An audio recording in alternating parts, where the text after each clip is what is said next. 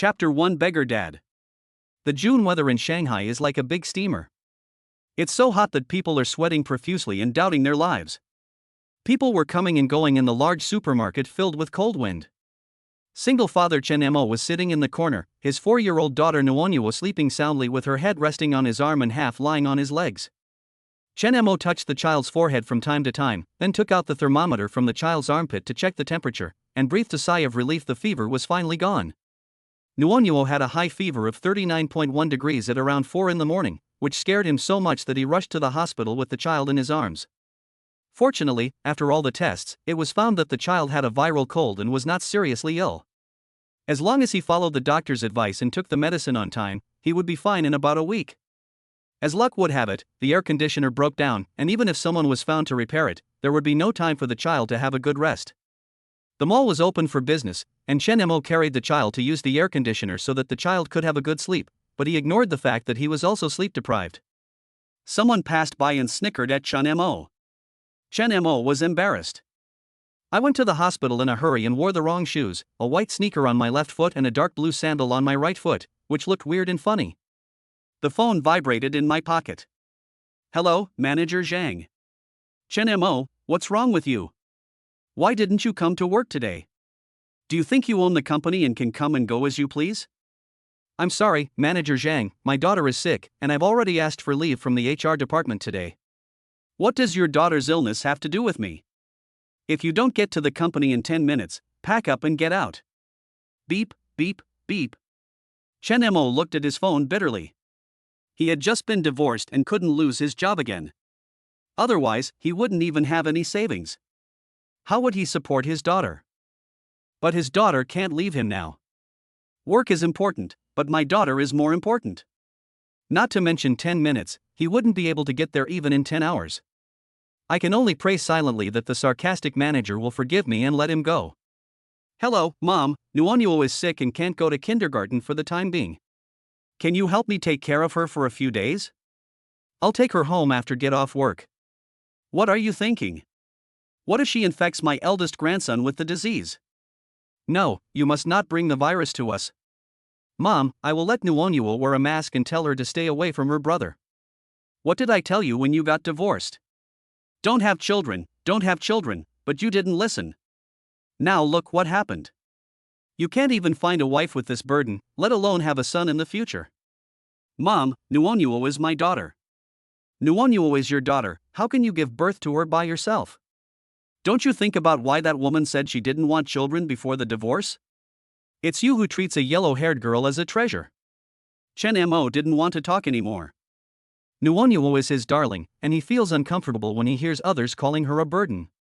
Besides, that woman is fickle and unpredictable. It's not certain whether the little girl is your child or not. Chen Mo looked at his daughter, who looked 80% like him, and got angry. Mom, don't talk nonsense. As soon as I hung up the phone, it rang again. Chen's mother had a hot temper. Chen Mo was so rebellious that he hung up on her. I guess she was so angry that she called back to continue scolding him. Unexpectedly, it was Kong Xinyu who called. Kong Xinyu is Nuonyu's biological mother and his ex-wife. More than a month ago, she confronted him, saying that she could not stand the life without a future and filed for divorce. After the divorce, she seamlessly got married to her old classmate. Ever since they agreed to divorce, she has never contacted him again, as if she had evaporated from the face of the earth, completely disappearing from his and their daughter's world. Chen Mo, let's talk about Nuonyu again. Kong Xinyu's voice sounded businesslike and without any emotion. I thought about it and decided that the child should stay with me. It would be too hard for him to stay with you. If this sentence was said during the divorce agreement, at least she would be a qualified mother. What did she say when she agreed to the divorce? The child has your surname and is the offspring of your Chen family. When I leave this family, the child will have nothing to do with me. Chen Mo, don't try to tie me down with the child. I will never look back. How ruthless and decisive. She had no affection for her children, regarded the 5-year marriage as a scourge, threw him and his daughter away as burdens, and ran towards her own happiness without hesitation. But now he suddenly changed his mind. Chen Mo couldn't help but be surprised. I'm at the kindergarten gate now. Why didn't Nuonyu go to kindergarten today? Where is she now? I'll go pick her up. Kong Xinyu's tone was calm and natural, as if Nuonyuo was not a little person with emotions, but an object that she could deal with however she wanted. Chen Mo was shocked. Kong Xinyu was now at the entrance of the kindergarten. Does this mean that if Nuonyuo hadn't been sick and had gone to kindergarten normally today, Kong Xinyu would have taken Nuonyuo away without saying anything? Kong Xinyu, what do you want to do? I'm the child's mother. What's wrong with wanting to take my daughter away? Kong Xinyu became impatient, and her tone was commanding. Where are you now? Tell me immediately and I'll be there right away. Chen Mo got angry. During the marriage, Kong Xinyu often acted like a spoiled brat to him, and Chen Mo felt that as a man, he should be more tolerant of his wife. However, she still bossed Chen Mo around, and Chen Mo smiled. Do you really think I'm a wimp who just obeys your orders? I fucking treat you like shit. Kong Xinyu, don't take yourself too seriously. Remember what you said before. Don't disturb my life and the child's life again. Chen Mo, what can you bring to Nuonyuo? Kong Xinyu didn't expect Chen Mo to confront her, and her voice suddenly became sharp. You are a poor guy who can't make much money, and you are going to be unemployed soon. You can't even support yourself, how can you raise a child? Leave Nuonyuo to me, I will let her live like a little princess. How did you know I was going to lose my job? Chen Mo became alert. Although Manager Zhang is usually quite demanding, he is not so unkind. Could it be that someone is deliberately playing tricks on me? Kong Xinyu realized that she had said something wrong and neither admitted nor denied it. Chen Mo, I know you are short of money. Give Nuonyuo to me and I will give you 100,000 yuan, but the premise is that you can never see the child again. How about it? 100,000? How ridiculous. It turns out that family affection is so cheap in her eyes. Nuonyuo is not a commodity. Chen Mo growled angrily, accidentally waking up the child in his arms. It was unknown when Nuonyuo woke up. She looked at him with a pair of bright black eyes and smiled at him. This smile melted Chen Mo's heart. I'm sorry baby, did daddy wake you up? Chen Mo quickly put his phone in his pocket so he could free his hands to hold the child, but the child climbed down from his legs. Dad, Nuonyuo can walk by himself. A little boy came towards me, eating an ice cream happily. Nuonyuo couldn't help but take a few more glances. Nuonyuo, do you want to eat one too? Come on, Dad will buy you one. The little girl nodded excitedly, and the father and daughter came to the ice cream shop. Chen Mo glanced at the prices above and his smile froze for a moment. The cheapest one costs 25 yuan, and if you add a little more, you can buy an old hen for your child to make soup. He thought he could buy one for $3 or $5. But if his daughter wants to eat it, he will buy it even if it means spending all his money. When he was about to ask his daughter which one she liked, the waiter took one look at his outfit and looked impatient. Are you still going to buy? If not, please go away and don't delay other customers from buying. The customers queuing behind them looked at the father and daughter and talked about them. A man who can't even afford ice cream is worthy of having a child these days? It's really pitiful for a child to be born into such a family. The gossip made Chen Mo feel ashamed, and he remembered Kong Xinyu's words. Yes, what can he, who is poor and insecure, bring to his daughter? It is so hard for his daughter to be reborn as his child. Mom, look, that's my classmate Chen Nuonyuo. Why does her father look like a beggar? Ha ha ha. At the back, there was a chubby little boy pointing at Nuonyuo and shouting. Chen Mo knew the mother and son. The little boy's name was Wang Pengpeng. He often pulled Nuonyuo's braids in kindergarten. When Nuonyuo came home crying, Kong Xinyu always said that it was normal for children to fight with each other and she never asked about it. Unexpectedly, Wang Pengpeng became more and more aggressive. One day, he pushed Nuonyuo, causing Nuonyuo to get a big bump on his forehead. But when the female parent arrived, she didn't take it seriously and said that the children had some minor conflicts and there was no need to make a big deal out of it, implicitly suggesting that it takes two to tango. Chen Mo was furious at the time and demanded that Wang Pengpeng must apologize to Nuonyuo. Later, the kindergarten teacher saw that the two sides were on the verge of a fight and tried to mediate, and the matter ended up in nothing. The fashionably dressed female head of the family walked to the front, glanced at Chen Mo with disdain, then put on a false smile and looked at Nuonyuo. Little sister, your father doesn't have money to buy you ice cream, can auntie give you one? That is right, the female head of the family wanted to borrow the little money from the ice cream to humiliate Chen Mo in public and take revenge. No, Chen Mo's refusal was interrupted by a soft and crisp voice. Thank you, Auntie. Then tell Auntie what flavor you want. I can afford it no matter how expensive it is. The female head glanced at Chen Mo arrogantly. Nuonyuo's eyes curved. Auntie, you are wrong.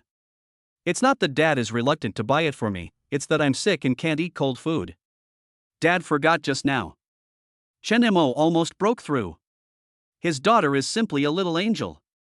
I knew I could take the initiative to ease his embarrassment, but the more I did this, the worse he felt. He felt like a failure because he couldn't give his daughter a rich life. Forget it then, the female head turned away in boredom. 2 chocolate flavors. Auntie, the teacher told us that we must abide by the rules and not cut in line. People who cut in line are not good kids. Nuonyuo said seriously. The female head originally came to humiliate Chen Mo, but was taught a lesson by a little kid, and her face looked ugly. That's right, you're just cutting in line, right? We've been waiting here for quite some time. Adults don't know the rules as well as children. The female head of the family was so ashamed that she didn't even buy the ice cream. She glared at Chen Mo and his daughter, then pulled her son away. The ice cream in his mouth flew away and the little boy sat on the ground crying. Chen Mo walked back holding Nuonyuo amid the boy's relentless crying and the female parent's angry scolding. Nuonyuo hugged his neck and asked in a baby voice, Dad, was it Mom who called just now? She woke up just as Chen Mo answered Kong Xinyu's call. Do you miss your mother? Dad, can I stay with Mom? Chen Mo was startled and stopped to look at his daughter. When they divorced, they didn't ask who the child wanted to live with. Of course, there was no point in asking because Kong Xinyu clearly stated that she didn't want the child. But it's different now. Children seem to have the right to choose who to follow. Chen Mo felt bitter. Baby, do you want to live with your mother? Nuonyuo shook her head gloomily. Chen Mo asked curiously, then why do you want to follow Mom? I have to spend a lot of money when I am sick, and I have to spend a lot of money when I want to eat delicious food. I have spent all of my father's money. If I follow my mother, you can keep your money to buy delicious food and beautiful clothes. My father is not a beggar. Nuonyuo burst into tears. Chen Mo's defense was really broken this time. Tears welled up in my eyes. He is so useless, otherwise he wouldn't let a 4-year-old child plan his future. Ding! A host that meets the requirements has been detected. System binding is in progress. Chapter 2, the system is so awesome. Chen Mo was stunned. In his spare time, Chen Mo would occasionally read online novels to pass the time, knowing what it meant to obtain the system. The father-daughter love reward system has been successfully bound. You can gain experience points through the affectionate interaction between father and daughter. 1 point of experience point will reward you with 10,000 yuan. When the experience points reach 10 points, you will be rewarded with 100,000 yuan and get an extra chance to draw a lottery. Chen Mo was extremely excited. The system came at the right time. His current situation is not optimistic. Divorced, raising a 4-year-old daughter alone, facing unemployment, with only a little over $1,000 left in her card. Nuonyuo sobbed, Dad, if Nuonyuo goes to Mom's house, you must visit Nuonyuo every day. Ding! The daughter's attachment to her father is detected. A little experience is gained. Baby, Daddy won't send you to Mommy's place. You are Daddy's sweet and caring little cotton-padded jacket. How could Daddy bear to let you leave? Ding! The father's reluctance to part with his daughter is detected. A point of experience is gained. The father and daughter whispered to each other for a long time, and Chen Mo's mind kept ringing. When he finally persuaded Nuonyuo to give up the idea of self-sacrifice, he was shocked by the experience value in the system, which was a full 12 points. If 1 point of experience can be exchanged for 10,000 yuan, then he now has a savings of 120,000 yuan. This was a huge sum of money that Chen Mo, who was so poor that he didn't know how to provide his children with food and clothing, could not even imagine. System, redeem 10 experience points immediately. Redemption successful, 100,000 yuan in cash has been recharged into the host's bank card, please check it. At the same time, a short message alert sound came from the mobile phone. Chen Mo took out his mobile phone and took a look at the account balance. He was very excited. The system really did not deceive him. The 100,000 yuan was recharged into his account. This means that he no longer needs to take his sick daughter to a shopping mall to use the air conditioning because he has no money to replace a broken air conditioner, and he no longer has to be shy when his daughter wants to eat an ice cream that costs dozens of yuan. The system is so awesome. Chen Mo excitedly kissed the soft and rosy cheek hard. Baby, don't you want to eat ice cream? Daddy will buy it for you right now. Dad, Nuonyuo is sick and can't eat cold food. She reminded him in a soft and gentle voice, with tears still on her eyelashes, her eyes red, and she looked aggrieved. Then what do you want to eat? Come on, Dad will take you to eat. Nuonyuo shook her head. Dad, let's go home and eat. I want to eat the vegetable noodles you made for me. Chen Mo felt sad. Which child likes to eat tasteless vegetable noodles? The child knew that he had no money in his pocket, so he said this on purpose to save him money. The child was so sensible that it made him feel even more distressed. Baby, Daddy is rich. Daddy can buy you whatever you want to eat. Really? Really, Dad has lots and lots of money now. Nuonyuo's eyes widened. Dad, did you win the lottery? Before the divorce, when Kong Xinyu complained about Chen Mo's inability to make money, she would taunt him, I would rather expect you to make money in your life than to have a higher chance of winning the lottery. Children of a few years old know about winning the lottery through what they see and hear. Chen Mo pinched her little nose lovingly. Yes, Dad just won the lottery, and has a lot of money. Having a system is much more exciting than winning the lottery. His love for his daughter will last forever, and similarly, his daughter will always love him, so the system rewards will continue to flow in, and from now on, he will no longer have to worry about money. Nuonyuo became excited. Dad, do you really have a lot of money? Chen Mo nodded, thinking that the little girl would then make a lot of requests for food and toys. After all, she was just a child. Unexpectedly, Nuonyuo said seriously, then Dad, go buy a new set of clothes and new shoes. I don't want to hear Wang Pengpeng call you a beggar anymore. Okay, Daddy will listen to you, but let's fill our bellies first, okay? Baby, tell Daddy what you want to eat. Nuonyuo wants to eat fried chicken legs. Okay, I'll listen to you, baby. Chen Mo put his daughter on his neck, and the father and daughter happily went to eat fried chicken legs. Ah! Are you? At the corner of the mall, a figure suddenly jumped out, scaring Chen Mo. Before he could come to his senses, the other person let out a low cry and started to curse Chen Mo, asking if he was blind. When he looked up and saw the excited little girl, he swallowed the word blind back. She can't teach little flower bad things. Over there, quick, catch her. A scene that he had only seen in movies and TV dramas before appeared in front of Chen Mo. The girl who almost collided with him took off her black coat and threw it directly into the trash can. Her tight white lace tank top outlined her hot body. Then she let her ponytail down, and her black hair cascaded down like a waterfall. In the blink of an eye, she seemed like a different person. Then he raised his eyes and glared at the stunned Chen Mo, and very naturally took Chen Mo's arm. Help me, there will be a big reward. The girl begged in a voice that only Chen Mo could hear, but to Chen Mo it sounded faintly threatening. Under normal circumstances, facing the strange request of a girl from an unknown origin, Chen Mo might not pay attention to her, but now he can't do that. Nuonyuo is also there, and he is afraid that this woman will get angry and do something that is not good for them. This girl looked young, but she was very crazy. This was the first impression the girl gave Chen Mo. However, they all forgot that adults can cooperate with them through tacit understanding, but the 4-year-old Nuonyuo cannot comprehend the complex thoughts of adults. What if she says in a baby voice, "Who are you?" Wouldn't that be a real mistake? The girl quickly realized this and felt a little annoyed, but unfortunately the pursuers had already caught up with her, and it was obviously too late for her to change her action plan. She could only pray silently that the little girl was sitting high and seeing far away, so she wouldn't notice her presence. Her prayers were in vain, for the little girl saw her and looked at her curiously with her dark eyes. At the same time, the pursuers had already caught up with her. The girl made up her mind and leaned her head on Chen Mo. From behind, they looked like a happy family of 3. Hey, why is it gone? Damn it, she's running so fast, keep chasing her, we can't let her get away this time. After some cursing, the two men passed each other from behind. When Chen Mo saw the two men's sturdy bodies, a bead of cold sweat slid down his forehead. He had just obtained the golden finger and was about to start a happy life with his daughter. If he was implicated by an inexplicable woman and beaten to death in the street. Ever since he had a daughter, the once full of vigor and vitality has become a timid guy. His life is not his own now. He did not raise his daughter to adulthood, so he has no right to have any accidents happen to him. When the pursuers disappeared from his sight, Chen Mo immediately shook off the girl's arms as if he had been electrocuted.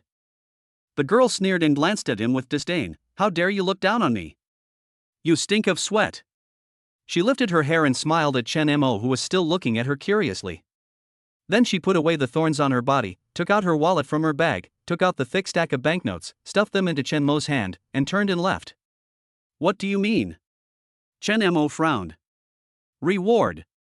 The girl didn't even turn her head. Chen Mo was angry. Even 10 minutes ago, when he was still short of money, he would not accept charity from others casually. Chasing after him, the girl said nonchalantly, "You just helped me, this is the reward you deserve."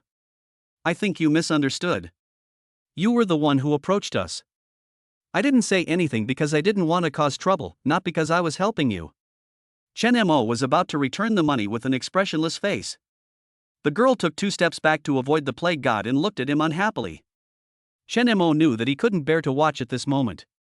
His hair was not combed or washed, his clothes were wrinkled, and he wore fashionable yin-yang shoes. Perhaps the sadness on his face had not been completely dispelled by the joy brought by the system, and his body exuded an unpleasant smell of sweat. Just like what Nuonyuo's kindergarten classmate said, like a beggar. The girl's eyes moved from his messy hair to the 2 shoes of completely different styles. At this moment, she, who was riding on her father's neck, spoke in a soft voice. "Pretty sister, my father is not a beggar. He took me to the hospital at night so he didn't wear clothes and shoes properly. And my father has money. Can you take your money back?" The girl's eyes fell on Nuonyuo, who was dressed neatly and looked cute. Perhaps she was very pleased by Nuonyuo's words, "pretty sister," so she said, "You have raised your daughter well," shook her head casually, and walked away. Chapter 3, Ex-Wife's Tricks. Chen Mo didn't know whether to laugh or cry. When good fortune comes, you can't stop it. But the feeling of being given alms is really fucking uncomfortable. He did not insist on returning the money. The girl looked like a troublemaker, so he decided to avoid getting into trouble. "The most important thing is to buy chicken legs for my baby daughter." Not to mention, he was hungry too. Man is iron and rice is steel. If you don't eat for a meal, you will feel hungry. From 4 in the morning to 2 in the afternoon now, I haven't had a drop of water or a grain of rice. I was worried about the child before, but I didn't feel anything. Now that I'm relaxed, I'm suddenly so hungry that I have no strength left in my body. I bought 2 big chicken legs for Nuonyuo, and the child insisted on holding them up to him and forcing him to eat one before he happily started to eat the other one. Chen Mo found that no matter where he went, he was looked at with strange and disgusted eyes. He even heard people whispering whether he was a human trafficker. Otherwise, why did the little girl look clean but her parents were so sloppy? Chen Mo knew that he looked really unlucky now, especially with the pair of randomly put together yin-yang shoes on his feet that would attract a lot of attention. The big shopping mall has everything, and the store next door sells shoes. Peng Peng, you have to study hard so that you can be successful in the future. Otherwise, even if you find a wife, she might run away with someone else. Do you hear me? A sarcastic voice of instruction came from behind. It was the female head who I just met in the ice cream shop. Chen Mo could tell she was making a veiled comment. Parents will have more or less contact with each other when picking up their children or attending activities. Kong Xinyu is outgoing and knows many parents in the same class. They usually like to complain in front of him about who just bought a villa or who changed to a branded bag. She changed her husband to a rich one, so she had to show off in front of those parents and get back on track. Not only will your wife run off with a rich man, but you won't even have money to buy ice cream for your kids. If you ever get to that point, I'll end all ties with you to save you from losing face. The female head of the family spoke in a very loud voice, deliberately provoking Chen Mo. Chen Mo held Nuonyuo with his right hand, clenching and loosening it with one hand. And you will be mistaken for a beggar in the future. Then I'll give you a bowl, and you can take your children to the street to beg.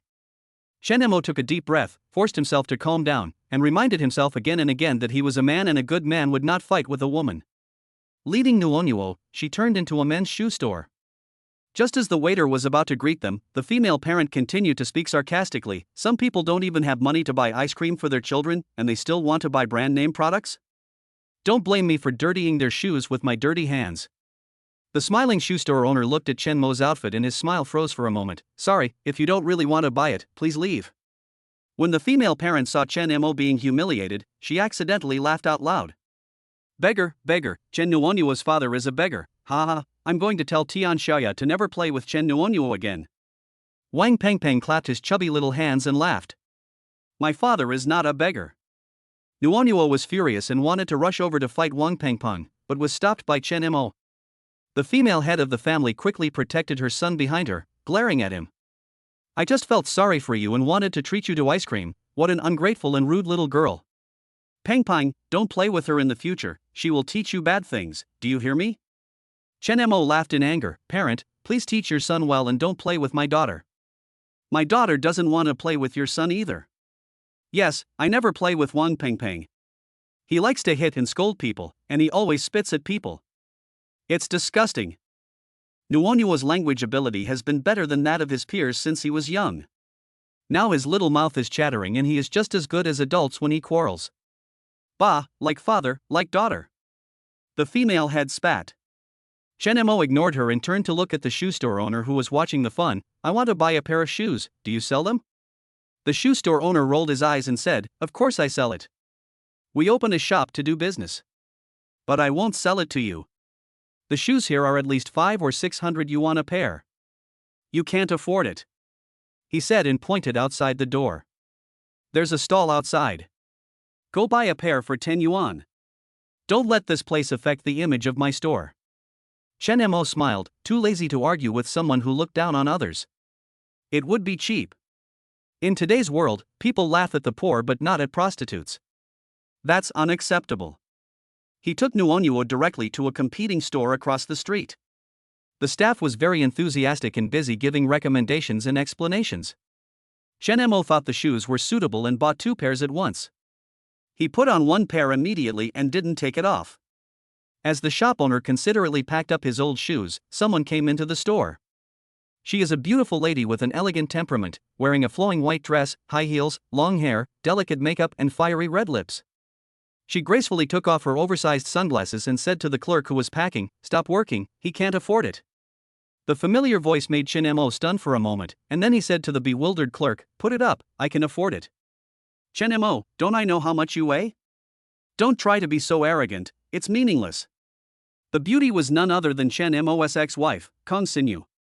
Chen Mo ignored her and said to the clerk, don't worry, I can afford it.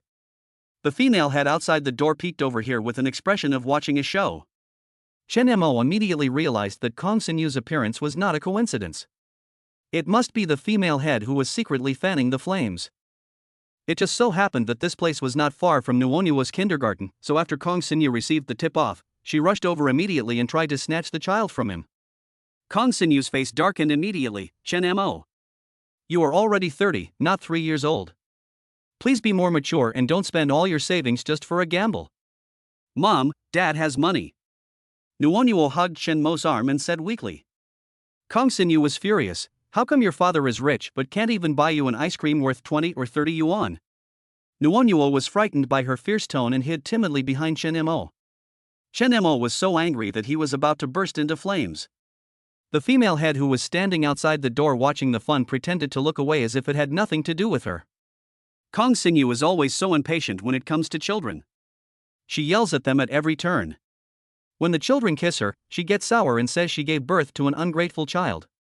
It would have been fine before, but in Chen Mo's eyes, after she threw the child to him like a burden, at least in Chen Mo's eyes, she had lost the qualifications to be a mother. Don't yell at my daughter. Chen Mo was furious and became even more determined not to give her the child.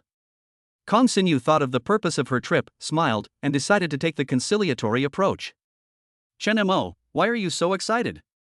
Nuonyuo is your daughter, but I am also her mother. My tone was a bit harsh just now, but there is no mother in the world who doesn't love her own child. Chen Mo snorted coldly and asked the clerk, how much is it? Sir, the 2 pairs of shoes cost a total of 1,230 yuan after the discount. The clerk said respectfully. Chen Mo nodded and took out his phone to pay when Kong Xinyu got there first. I'll do it. Naturally, she walked to the cashier and unzipped her designer bag. We are husband and wife after all. Consider these 2 pairs of shoes as your divorce gift. The clerk looked at Chen Mo awkwardly. After receiving Chen Mo's look, he put on a professional smile on his face. He did not take the money handed over by Kong Xinyu, but raised the barcode scanner to scan Chen Mo's mobile phone. Kong Xinyu was angry. Chen Mo, it's already this time, why are you still so ungrateful? Chen Mo, holding the shopping bag, glanced at her expressionlessly, then walked out as if she were air. Kong Xinyu quickly bent down and held Nuonyuo's soft little hand. Nuonyuo, don't you want to eat ice cream? Come on, Mom will buy it for you. Nuonyuo said weakly, I don't want to eat anymore. My throat hurts and I can't eat cold food. What, you're sick? Kong Xinyu seemed to have finally caught Chen Mo's handle, and said angrily, Chen Mo, how did you take care of the child? How long after I left, the child fell ill? Chen Mo looked at Kong Xinyu, who was radiating the aura of maternal love, with a half smile. Kong Xinyu, for the past month or two, I have been the one who picked up and dropped off the child at kindergarten, washed and cooked for the child, told the child stories, coaxed the child to sleep, and rushed the child to the hospital when the child was sick. I am wondering, since the divorce, you have never asked about the child, what right do you have to accuse me? From his questioning, several employees in the store understood something, and they looked at Chen Mo with a little more sympathy, but when they looked at Kong Xinyu, they couldn't help but look at her with contempt. Kong Xinyu argued, no matter what, I am Nuonyuo's mother. Chen Mo sneered, Mom? You are worthy. Chapter 4, The Tender Grass That Is Willing to Be Eaten by the Old Cow. If Kong Xinyu still has any conscience, she should give up her unreasonable behavior and live the happy life she has chosen. It can also avoid subsequent embarrassment. The problem is, she has no conscience. Otherwise, she wouldn't do something like abandoning her husband and daughter. Including the sudden fight for custody of his daughter, it was not because he had a change of heart. Chen Mo's indifference made her look down on him even more. She thought he was deliberately embarrassing her because she didn't want to live with him anymore. Since she couldn't communicate with the stingy man, Kong Xinyu thought and turned her attention to her 4-year-old daughter. Little did she know that this action of hers was actually bringing shame upon herself. Nuonyuo, you haven't seen your mother for such a long time, you must miss her, right? Come, Mom will take you to eat delicious food first, and then take you to the amusement park, okay? Nuonyuo hugged Chen Mo's legs and looked at Kong Xinyu with a gentle smile on her face without saying a word. Come, my little baby, come to my arms. Kong Xinyu opened her arms and was about to hug Nuonyuo. Daddy, give me a hug. Nuonyuo was so anxious that she kept pulling at Chen Mo's pants. As soon as Chen Mo bent down and picked up Nuonyuo, Nuonyuo immediately hugged his neck tightly, as if she would be abducted by a man-eating monster if she let go. The funny thing is that the one who gave her this feeling was actually her biological mother. A child's feelings are the purest. She will be close to whoever treats her well. Several shop assistants exchanged glances, showing disdain for Kong Xinyu. Kong Xinyu lost face and became angry. Nuonyuo, your father can't even afford to buy you an ice cream. He is just a useless loser. What's so good about him? Nuonyuo's eyes were filled with tears. I will never eat ice cream again and will follow my dad. When these words were spoken, the shop assistants were simply astonished. It was hard for them to believe that such arrogant words came from the mouth of a child of only a few years old, and they were full of praise. The child is so strong-willed, which is naturally inseparable from the daily influence of his parents. But look at the mother who is all ostentatious and smells like money. The eyes of the masses are sharp. The child's good qualities must have been learned from his father. Chen Mo glanced at Kong Xinyu indifferently. Ms. Kong, do you understand? However, Kong Xinyu not only did not reflect on herself, but instead put all the blame on Chen Mo. It's all your fault. The child used to be very close to me, but it's all because of you that he became like this now. Chen Mo's arms tightened, and then something warm and soft came over him, and a faint fragrance came over him. Chen Mo looked at the girl with long straight black hair and his heart skipped a beat. She was really haunted. Where did she come from? At this time, many people gathered outside the store to watch the fun, and the female head of the family was also among them. Kong Xinyu looked at the girl suspiciously. The girl was very young, at most in her early 20s, with bright eyes, white teeth, skin whiter than snow, tall stature, slim figure, and extraordinary temperament. Even without makeup, she could crush Kong Xinyu in all aspects. Who is she? What's it to you? Yes, what does it have to do with you, auntie? The girl agreed, rolling her eyes. Kong Xinyu was almost mad. What did you call me just now? Auntie? The girl blinked her innocent big eyes and said with a smile, do you want me to call you auntie? Okay, auntie. The girl's provocative yet witty words caused the onlookers to burst into laughter. Kong Xinyu sneered, well done, Chen Mo, have you learned how to be an old cow eating young grass? Chen Mo frowned, and before he could say anything, the girl spoke first. I am a young grass that is happy to be eaten by an old cow. What's it to you? There was another burst of laughter all around. Honey, who is she? The girl asked with a pout. The cry of deer made Chen Mo scared to death. What is this little girl doing again? He is a good citizen who abides by the law and does not want to be involved with shady people. However, at this moment, in front of everyone, he couldn't pull her claws off his body. A woman. Chen Mo answered cooperatively. Now, even the name of Kong Xinyu disgusted him. Kong Xinyu is not only a woman, but also his ex-wife, or Nuonyuo's mother. But Chen Mo was very resistant to having any involvement with her, so he used a woman to summarize her identity. Kong Xinyu's face turned red and white, and she stared fiercely at the girl who was leaning on Chen Mo intimately and said, Chen Mo, you are so greedy. We have only been divorced for a few days, and you have already found a stepmother for the child. Are you so eager? You are not worthy of being the child's father. Give the child to me.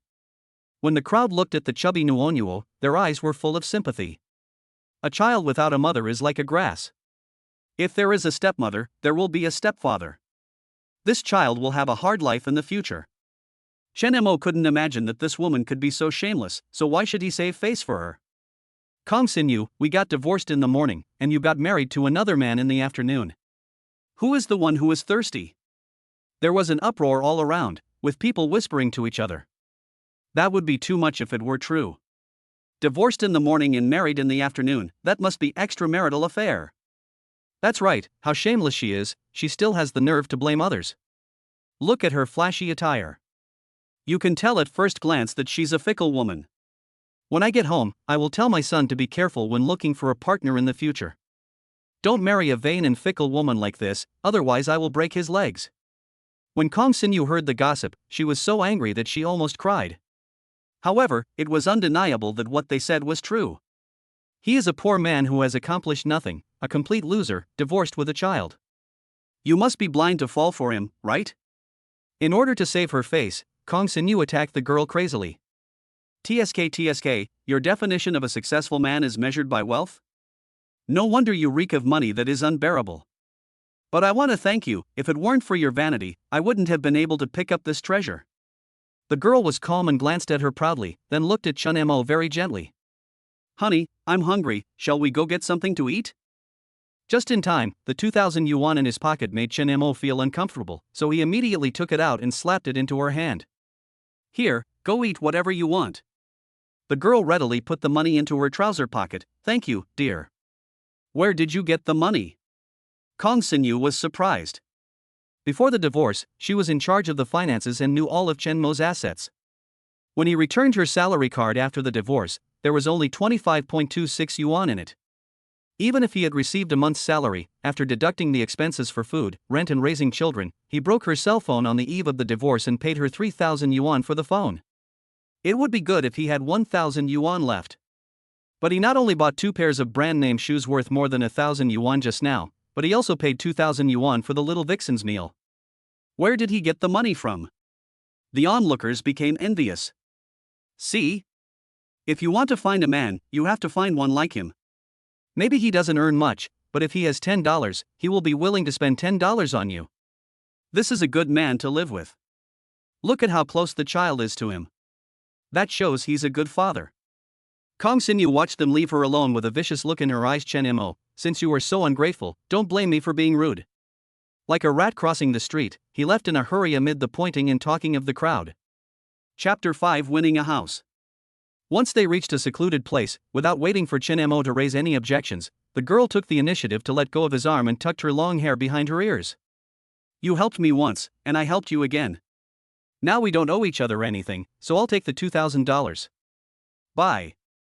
The girl rubbed Nuonyuo's tear-stained face and turned away. She came suddenly and left decisively. She is truly a woman like the wind. Chen Mo was depressed. She said it was she who helped him, and she also said it was she who repaid the favor. It's really confusing. But Kong Xinyu was really angry just now, so it seems like I should thank her.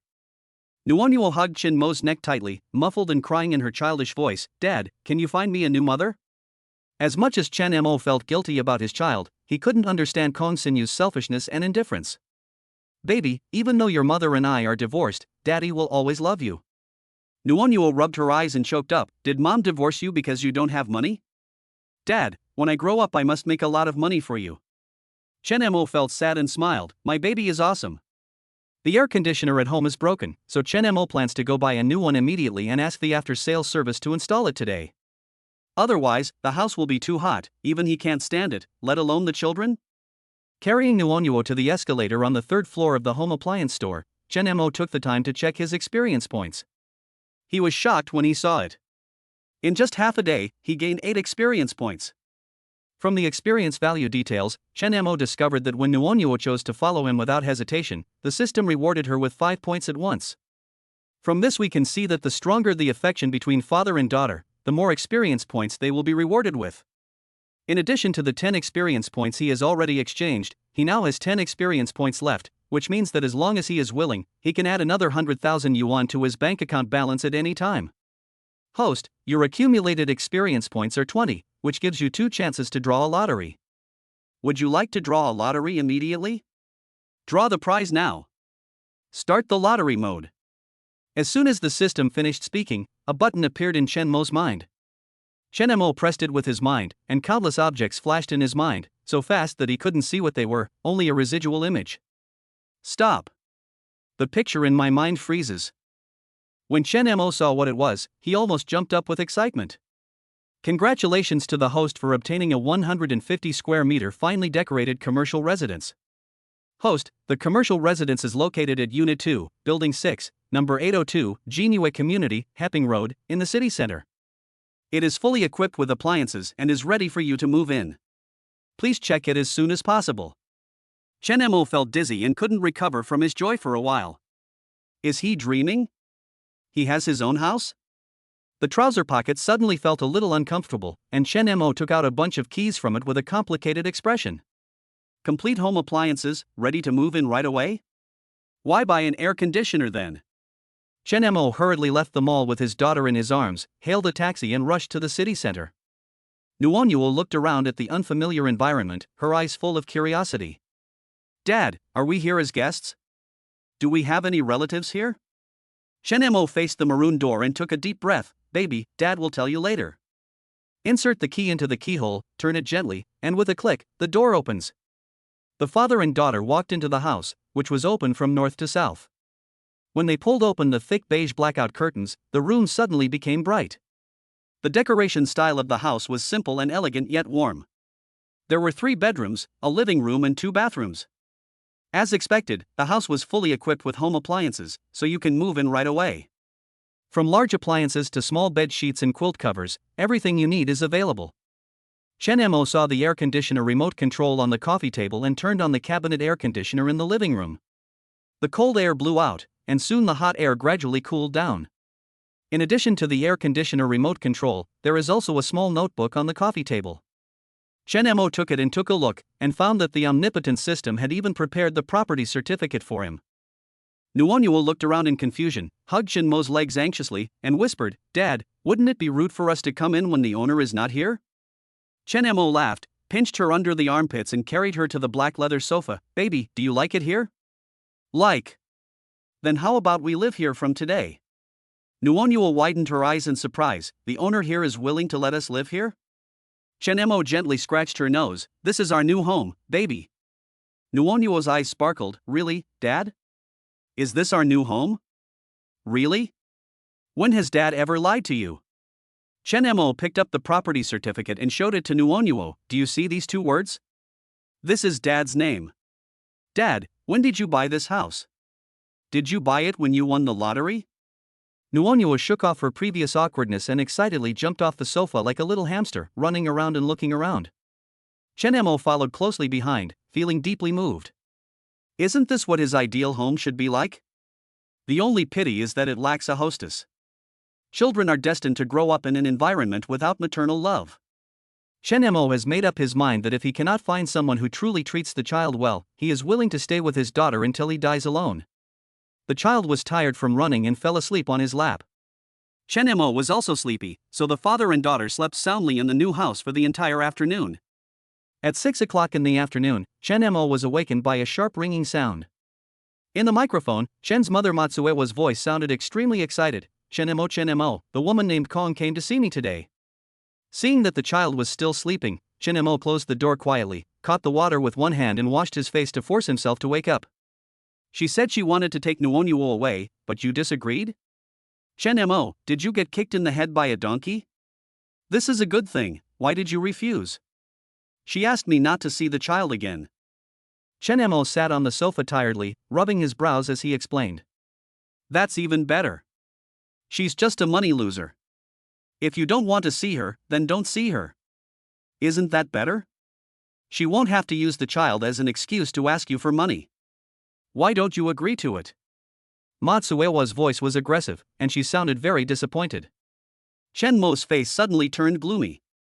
His mother's preference for boys over girls was deeply ingrained in her mother's bones, and she had always been dissatisfied with the fact that he only wanted a girl. She treated her younger brother Chen Shua's son as a treasure and his daughter as weed.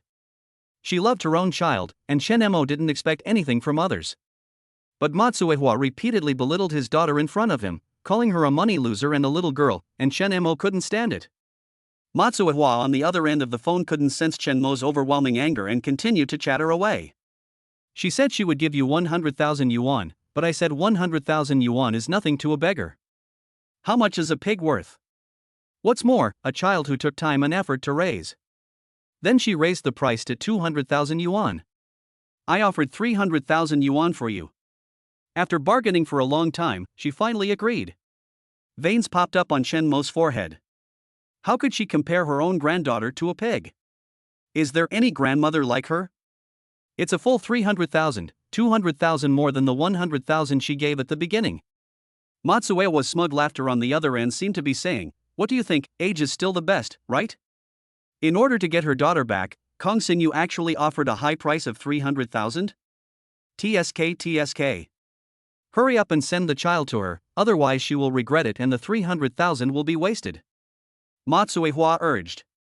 Chen-mo was furious, but calmed down instead. Mom, your granddaughter is worth 300,000, so how much is your grandson worth? Matsuewa didn't expect him to ask such a question out of the blue. She was stunned for a moment, then flew into a rage. Dandan is the incense of the Chun family, it is my lifeblood, I can't sell it no matter how much money you offer.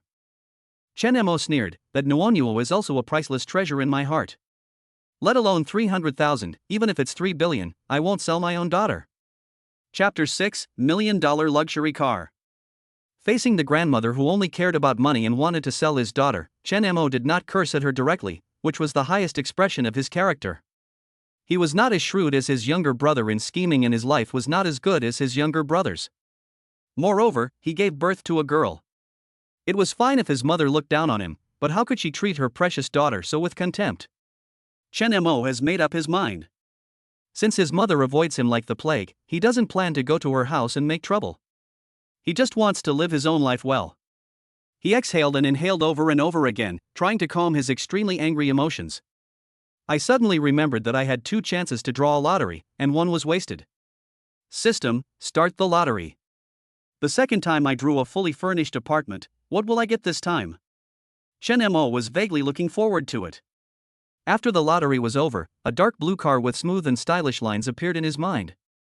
Congratulations to the host for winning $1 million luxury car.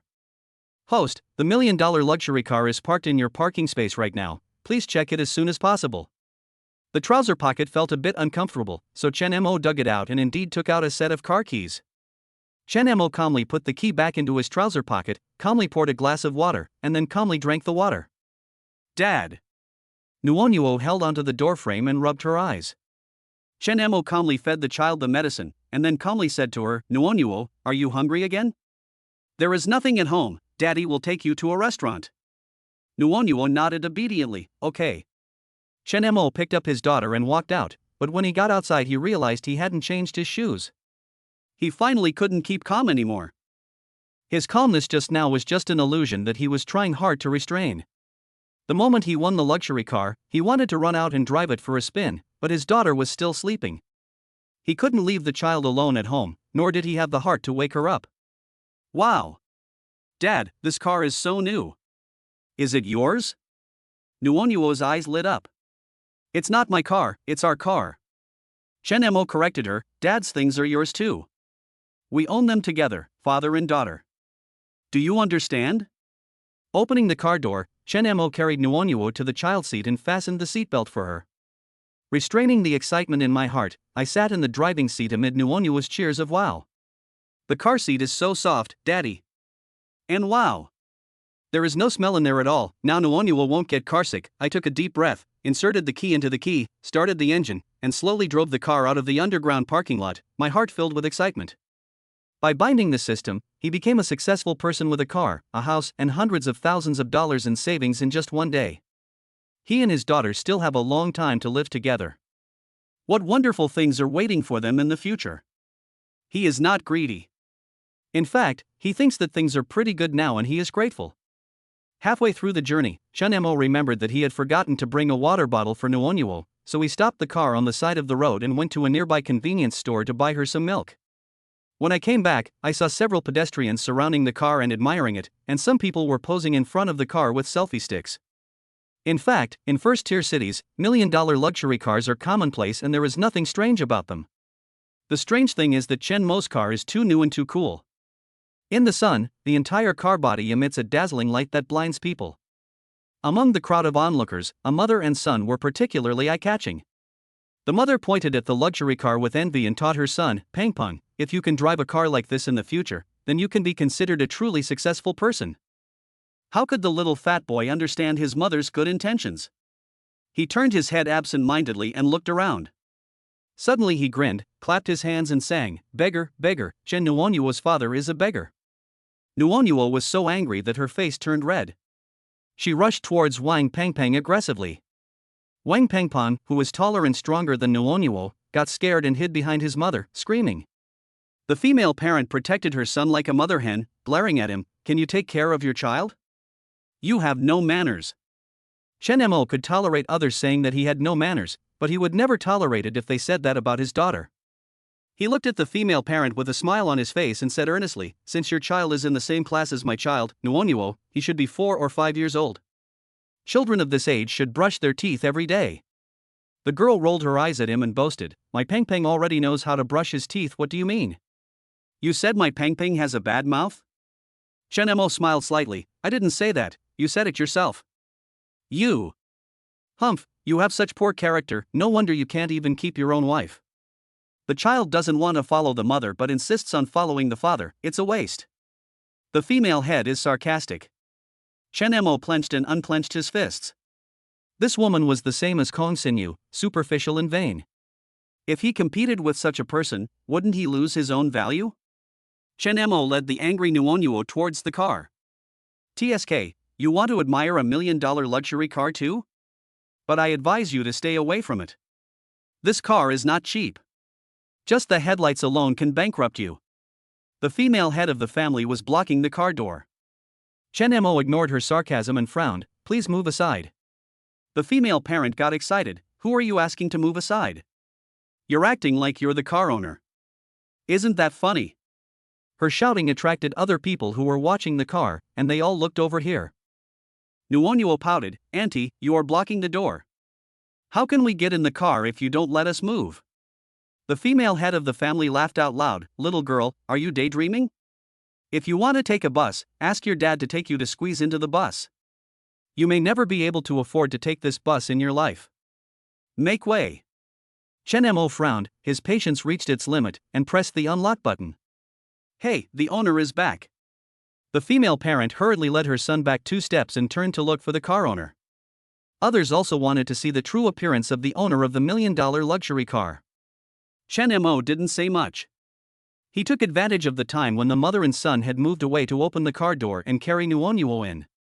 He then bent down and sat in the driver's seat, amid the incredulous looks of the female parent and the envy of the other onlookers. Who is this person? He's driving a luxury car at such a young age. It must be a blessing to be his daughter. The onlookers were talking about it and were full of envy.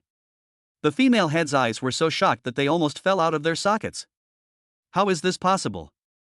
Isn't he a poor guy who can't even afford an ice cream worth dozens of dollars? How come he was able to drive a luxury car in just one afternoon? Could it be the invisible rich second generation? No way. She used to contact his ex-wife frequently and knew that he was just a small employee in the company and was very poor. Otherwise, his ex-wife would not have dumped him for a rich man. But what about this $1 million luxury car? The female head felt that she had found the answer. He must be driving for the company's boss and uses his boss's car to show off. The female head of the family took out her phone, opened the chat box and typed a few lines. "I just met your ex-husband, driving a $1 million luxury car. You'd better persuade him to be low-key. Can he afford to pay for scratching his car?" The other party quickly replied to her with two. Female head, "Your ex-husband is driving around in the company boss's car. Kong Xinyu, I have no relationship with him anymore. He should be responsible for his own actions. I have no obligation to remind him." Female parent, "Oh, of course I know that, but isn't your daughter still living with him? I'm afraid your daughter will learn bad things from an unreliable father." Chapter 7: Stealing the Spotlight. In a 5-star hotel in Shanghai, Kong Xinyu stared at the message she had just received on her phone, pursed her lips, and dialed a phone number she never wanted to contact again. Unexpectedly, she failed to get through and was blocked by the other party. Kong Xinyu threw her phone aside in frustration. He was so bold, wasn't he, that he actually dared to block her? She stood up impatiently and walked to the large floor-to-ceiling window, wrapped only in a white bath towel, revealing her snow-white shoulders and slender thighs. Just the back view is enough to make one's blood boil and unable to extricate oneself. She gently swirled the red wine in the goblet, silently thinking that when she took the child in, she would set some good rules for him. The sky is big, the earth is big, but mother is the biggest. You must not disobey your mother's wishes, and you must forget that poor father as soon as possible. By the way, the child's surname must be changed as soon as possible, which will help him build a relationship with his stepfather. The name should also be changed. It sounds so sweet, but when she hears this name it reminds her of the poor guy who gave it this name. It must be changed. What should I call him? I'll leave the naming to my stepfather. After finishing the red wine in the glass, Kong Xinyu picked up the phone and dialed a number. "What, you didn't convince your son? How are you a mother?"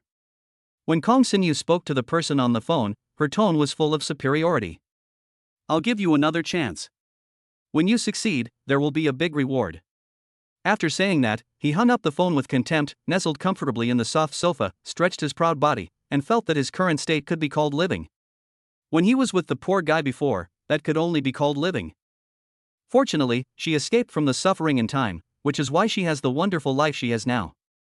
"My phone has been vibrating for a long time." Chen Mo glanced over and saw that it was his younger brother Chen Shuo. In order to prevent Matsuehua from continuing to say excessive words and causing him to lose control of his emotions and do something disobedient and unfilial, he gave Matsuehua's phone number the same treatment as Kong Xinyu's and blocked her. But Matsuehua can continue to harass him using her youngest son's phone. Chen Mo closed the car door, picked up his daughter, held his breath, and answered the phone call that kept coming.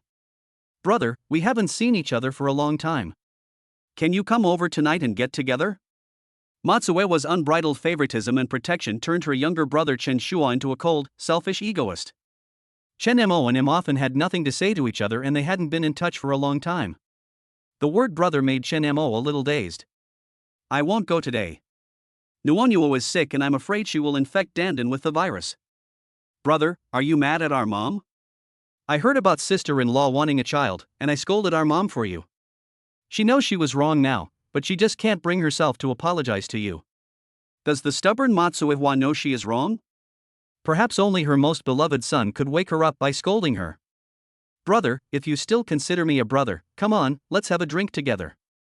In fact, Chen Mo attaches great importance to the relationship between brothers and sisters. He has 3 siblings, an older sister and a younger brother. They should have stick together for warmth and help each other. But now they all live their own lives and have no contact with each other. They are even worse than strangers. It makes people sigh just thinking about it. It was rare for his younger brother to take the initiative to show his goodwill to him, so Chen Mo was hesitant.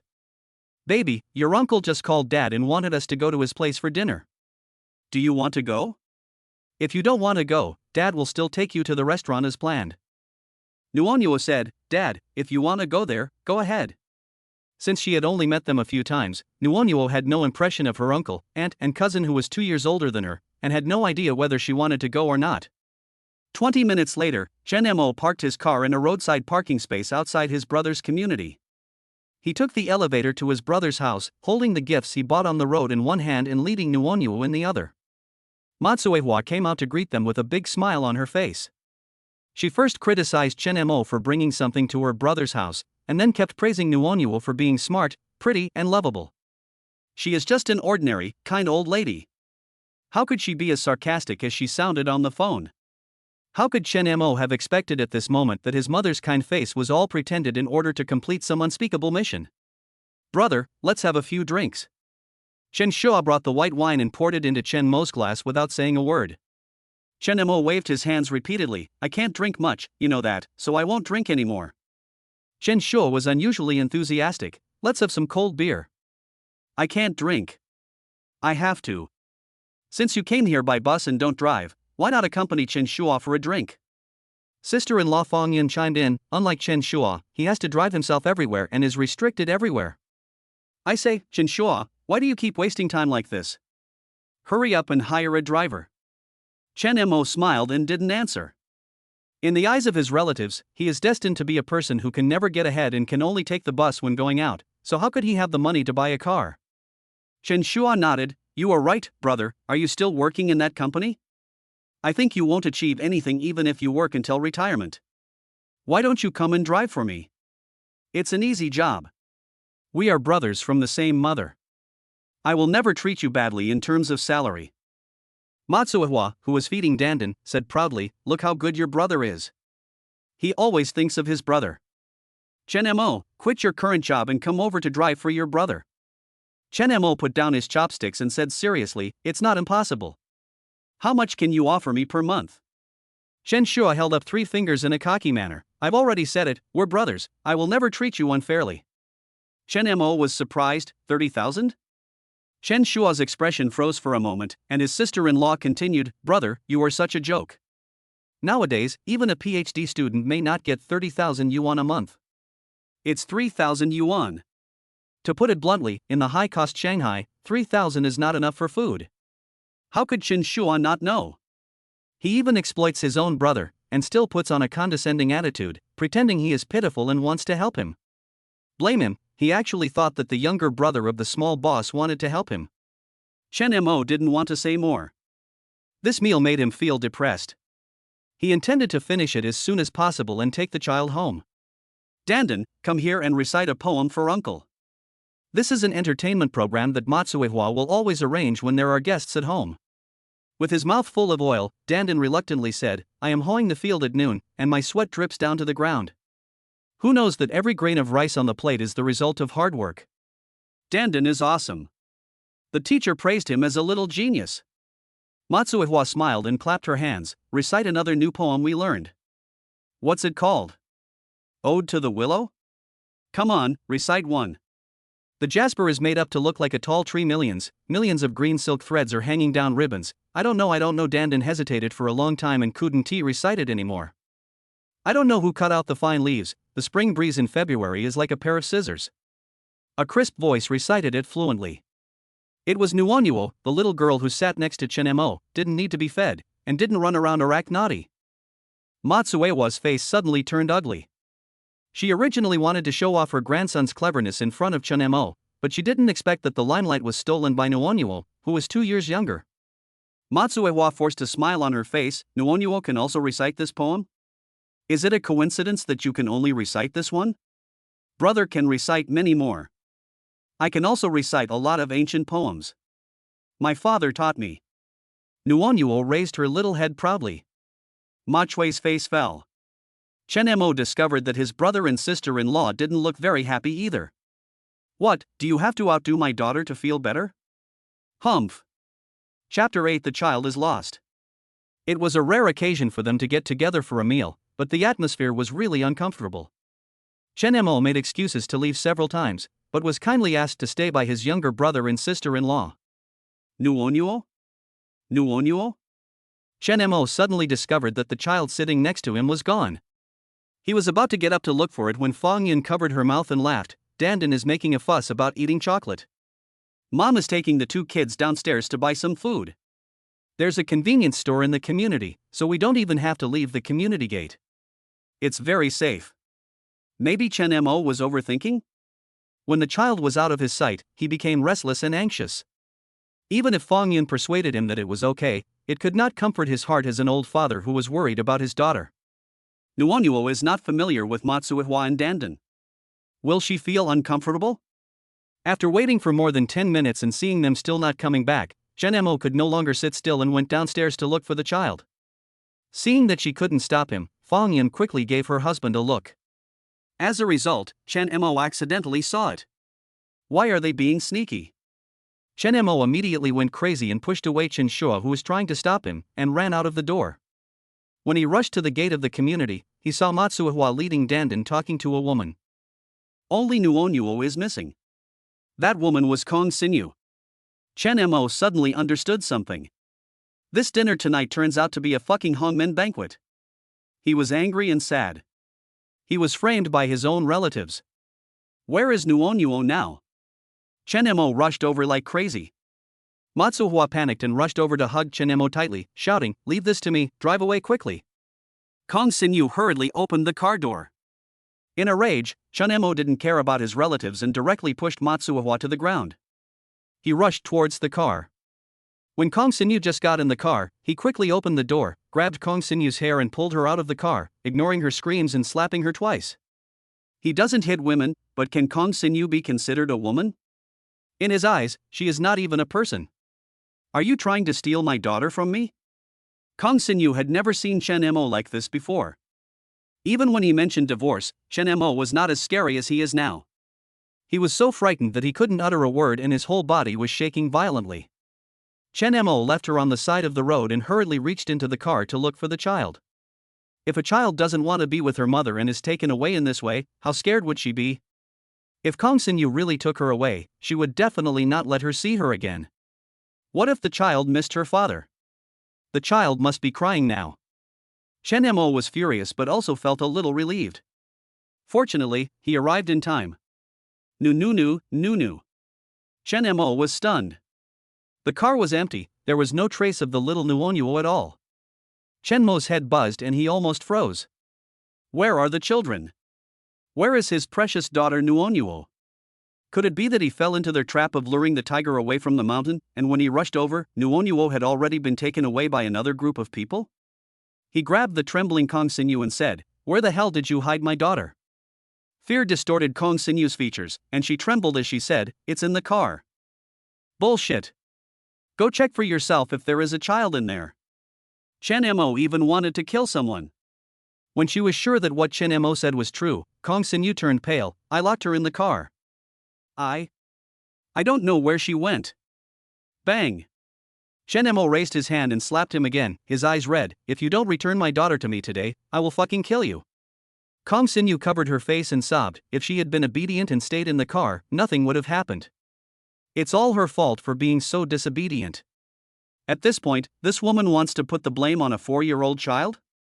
Chen Mo couldn't stand it any longer, and was about to force her to hand over the child when his cell phone rang. "Dad!" A soft, crying voice came out from the microphone. Hearing his daughter's aggrieved voice, Chen Mo almost shed tears. "Baby, where are you now? Daddy will pick you up." "Hello, Mr. Chen, right? Your daughter is in my hands now. Hurry up and prepare a ransom of 1 million, otherwise, you will never see your daughter again." 1 million, right? Fine, I will raise 1 million for you, and you must not hurt my daughter." Matsuehwa got up from the ground, groaning. Hearing this, she interrupted. "What, you want 1 million for ransom? How can a money loser be worth 1 million? Don't Chen Mo, are you crazy? I'm your mother, and you hit me? If you want to be disobedient, then be disobedient. If you want to be unfilial, then be unfilial. It's better not to have such an ignorant and indifferent mother." Chen Mo's eyes were bloodshot, and he pointed at Matsuehwa's nose and yelled, "You favor boys over girls. Not only did you sell your own daughter, you also want to sell my daughter, right? I tell you, if anything happens to my daughter, none of you will survive." Usually Chen Mo was modest and polite, and he always took the overall situation into consideration. It was the first time that Matsuehwa saw Chen Mo so furious. She was so frightened that she remained silent and dared not to breathe. At the same time, Chen Shua and Fong Yun also rushed over. Thinking that Chen Mo could not accept that the child was taken away by the child's mother, they actually went to persuade him without thinking of the consequences. Brother, what you said is serious. Nuonyuo is with her mother. How can her mother treat her badly? Chen Mo stared at Chen Shua and Fang Yun with a fierce look in his eyes. He stared at Chen Shua with his heart pounding. So, you two know about this too? Chen Shua said, Brother, we are actually doing this for your own good. You will not have the burden of children, so it will be easier for you to find a wife in the future. The child will live with her rich mother and have a good life in the future. This is a happy thing for everyone. Chen Mo was a ruthless man who didn't talk much. He just threw a punch, and Chen Shua fell to the ground amid Fang Yun's screams. From today on, you are not my brother, and you are not my mother. We are done with each other. Break it, who cares? At this point, Matsuehua doesn't even think she has done anything wrong. Anyway, she just wanted to cut off ties with her poor and incompetent son. Don't tell anyone else that you are my son, Matsuehua. I, Matsuehua, won't need a penny from you to support my old age. In the near future, whenever Matsuehua thought of what she had said, she regretted it so much that her intestines almost turned green. However, there is no medicine for regret in the world. Even if she wants to regret, she can't change the situation. Chen Mo was in a hurry to save his daughter and had no time to listen to their nagging. The kidnapper called again. I heard from your daughter that you are quite poor? Well, never mind. I am a principled kidnapper. I only rob the rich and not the poor. I don't need 1 million. Just treat me to a meal and I will release your daughter. How about that? Chen Mo was confused by this strange request. Before the robber hung up, the daughter's small voice came from the phone, Sister, please don't scare my dad, okay? He was stunned for a long time, and an unrealistic idea popped up in his mind.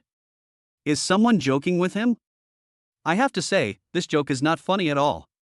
After Chen Mo arrived at the designated location, he saw through the glass window that his daughter was sitting at the table, eating a hamburger. Her arms and legs were intact, and there was no sign of being assaulted. He breathed a sigh of relief, opened the door and walked in. With a sullen face, he said to the person sitting opposite Nuonyuo, How could you take my daughter away without saying a word? The beautiful woman with long straight black hair, who had just met twice in the morning, said nonchalantly and looked at Chen Mo in a ruffian manner. What do you mean by a dog biting Lu Dongbin, not knowing a good heart? That's what you are like now. If I hadn't quietly taken your daughter away, she would have been taken away by your ex-wife, and you might never see your precious daughter again in your life. Chen Mo thought about it and felt that she was right, so he apologized, I'm sorry. The girl snorted. Dad. Nuonyuo pouted and was about to cry again. The girl said impatiently, all right, stop crying. Chen Mo hugged his daughter tightly in his arms. The feeling of regaining what he had lost made him cherish every moment with his daughter even more. I love you, Dad. Daddy loves you too, baby. Ouch, it's so disgusting. The girl rubbed the goosebumps on her body, feeling very dissatisfied. Chapter 9, I have been feeding the dog sincerely for many years. The girl said that she disliked the clinginess between Chen Mo and his daughter, but when she looked at them, her expression unconsciously revealed envy and yearning. When she realized something, her eyes became a little sad. She took a sip of Coke to clear her throat. That's enough. Now that we know you're her biological father and she's your biological daughter, it's almost over. That's enough. Chen Mo was puzzled. What did it have to do with her? In addition to this time, they have only met 3 times in total, but it seems like they have known each other for a long time. Thank you so much today. I owe you a huge favor. Let's put it this way. If you want me to do anything, as long as it is within my ability, I will definitely meet all your requirements. Chen Mo expressed it from the bottom of his heart. The girl glanced at him and said, Any request is fine? Chen Mo nodded. The girl seemed to breathe a sigh of relief and smiled mysteriously, Just your words are enough. But let me be frank with you. I won't do anything that breaks the law. The girl sneered and stopped talking. By the way, do you live near my brother's neighborhood? Otherwise, how could he happen to meet Nuonyuo who was sold by Matsuehua, and secretly take Nuonyuo away from Kong Xinyu's car when no one was paying attention?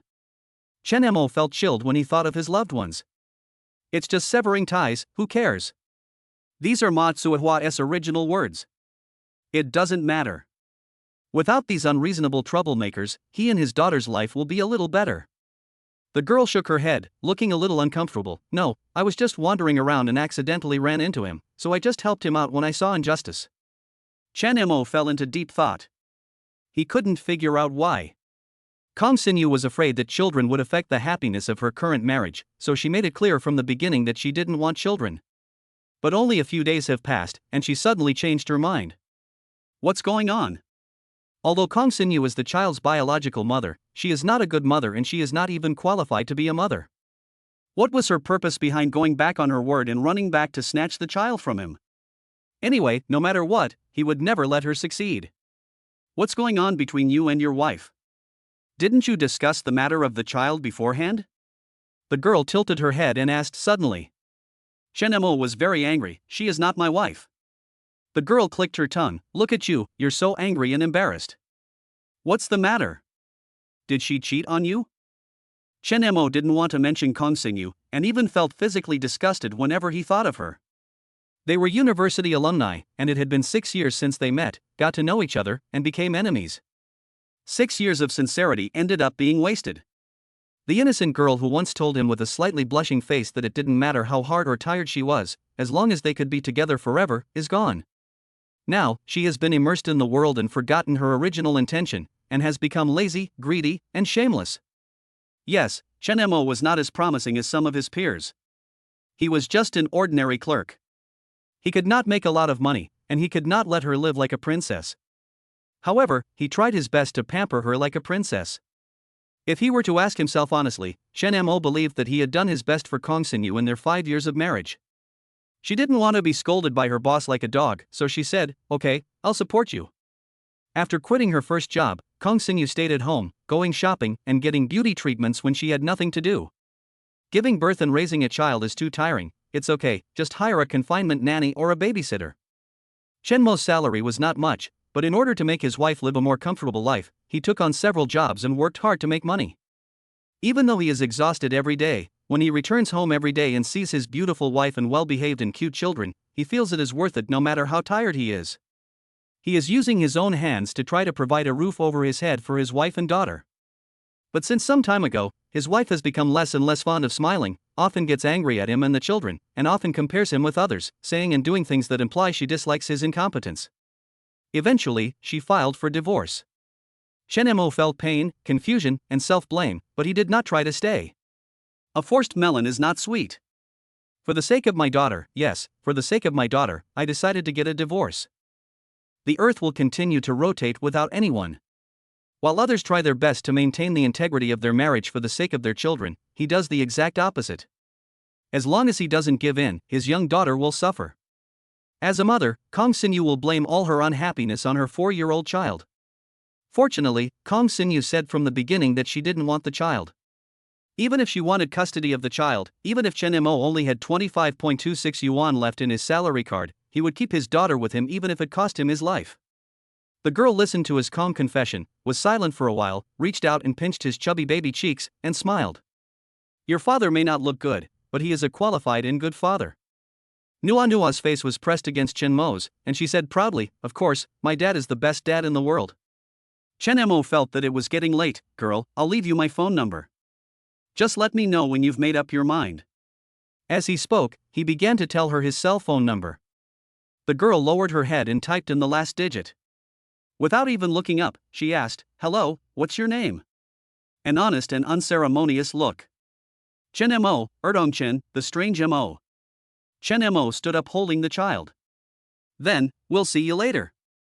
Goodbye, sister. I will miss you. Nuo said sweetly and waved his little hand to say goodbye to the girl. The girl stood up calmly and followed them. They walked east, and she also walked east. When Chen Mo came to the car and just opened it, the girl bent down and sat in without hesitation, then clapped her hands to indicate that Chen Mo should give the child to her. Chen Mo. Then he thought, I was indeed inconsiderate. Someone helped him so much, but I didn't even think of giving him a ride? Hey, aren't you the poor guy your wife hates? This car is really nice. Is it yours? Nuo answered first, yes, it belongs to my father. The girl was surprised but didn't ask any more questions. Chen Mo is a good driver and drives the car very steadily. Address? What's your address? I'll come to your house tonight, the girl said in a flat tone. Chen Mo thought she was joking and smiled indifferently. It's getting late. I have to take the kids home to wash up and go to bed. Don't joke. I'm not kidding, I'm coming to your house tonight. Chen Mo parked the car on the side of the road and looked back at her in surprise. You don't know me, I don't know you, and you want to go to my house? I know you. Your name is Chen Mo. You just got divorced. You have a daughter who is in kindergarten. Her name is Nuonyuo. She is 4 years old this year. Chen Mo was speechless for a long time. But I know nothing about you. My name is Xiao Yuzhua, I'm 21 years old, blood type O, 1.68 meters tall and weighs 44 kilograms. Xiao Yuzhua paused, with a look of evil humor in his smile. Do you want to know your measurements? Chen Mo frowned. Even though Kong Xinyu misunderstood him as an old cow eating young grass, the problem was that he, as an old cow, was very self-aware and did not want to harm the young grass. I'm sorry, but you can't come to my house. Why? It's not appropriate for a man and a woman to be alone. Who said it was just a man and a woman? It was clearly one man and two women. Chen Mo looked at Nuonyuo, who was listening to their chatting heartlessly, and pressed his temples with a headache. Little girl, did you run away after having a quarrel with your family? Be obedient and go home. Don't let them worry. Xiaoyu was furious. Chen Mo, was your promise just now bullshit? You said you would satisfy me as long as it was within your ability. Why are you making excuses now? Chen Mo was speechless. The two of them stared at each other for a long time, and Nuonyuo looked at this one and that one in confusion, but he looked calm and not frightened at all. Then can you tell me, who were those two people chasing you this morning? And why did they chase you? Chapter 10. Bring a little sister home. The air suddenly stagnated. After a long while, Xiao Yuzhua said in a mocking tone, Are you afraid of being implicated by me? Chen Mo admitted frankly, My daughter is too young. They are my father's lackeys. My father's beloved son is sick, and he wants me to donate a kidney to him, so I ran away. Now I have no home. My bank card has been frozen, and I only have a little cash on me. That little bit of cash was originally a tip she gave to Chen Mo, but when she found herself penniless, she shamelessly asked for it back. Chen Mo didn't say anything. If you don't want to take me in, I'll die if I'm pushed to the limit. I'd rather die than let that bastard get away with it. I'm telling you, your name will also be on the list of people who forced me to death. Chen Mo's temples were throbbing. What is this? How did he become a murderer who forced people to death? Xiao Yuzhua opened the car door and was about to leave, but Chen Mo stopped her. Is what you said true? Humph, believe it or not. Okay, get in the car, it's getting late. Xiao Yuzhua rolled his eyes, sat back and said to Nuonyuo in the child seat, Your dad is such a nuisance. Nuonyuo immediately retorted, My father is not a hateful person. So you mean I'm a nuisance? Xiao Yuzhua suddenly set a trap, but Nuonyuo was not fooled and said seriously, Sister is not a hateful person, sister is a beautiful girl. You're lucky that you're a little girl. If you were a boy, with that mouth, you would have charmed many little girls when you grow up. Xiao Yuzhua was amused by the 4-year-old girl. Soon, we arrived home. Nuonyuo made a gentlemanly request like a little adult, Sister, this is my home. Xiao Yuzhua walked over curiously and said, Chen Mo, you are a rough man, but you keep your house very clean. There was one more thing she hadn't said yet. Is this really your home? She was particularly confused. Although the place where Chen Mo lives cannot be compared with a big villa, it is indeed a good house in the Magic City where every inch of land is valuable. Moreover, he also drives a luxury car. Is it possible that his ex-wife is out of her mind and that's why she divorced him? Judging from his current car and house, Chen Mo can definitely be considered middle class in the chaotic Magic City. If he dresses up, his appearance is actually not bad, and his character seems to be good too. He is considerate, caring, and loving his family and children. There are not many good men like him.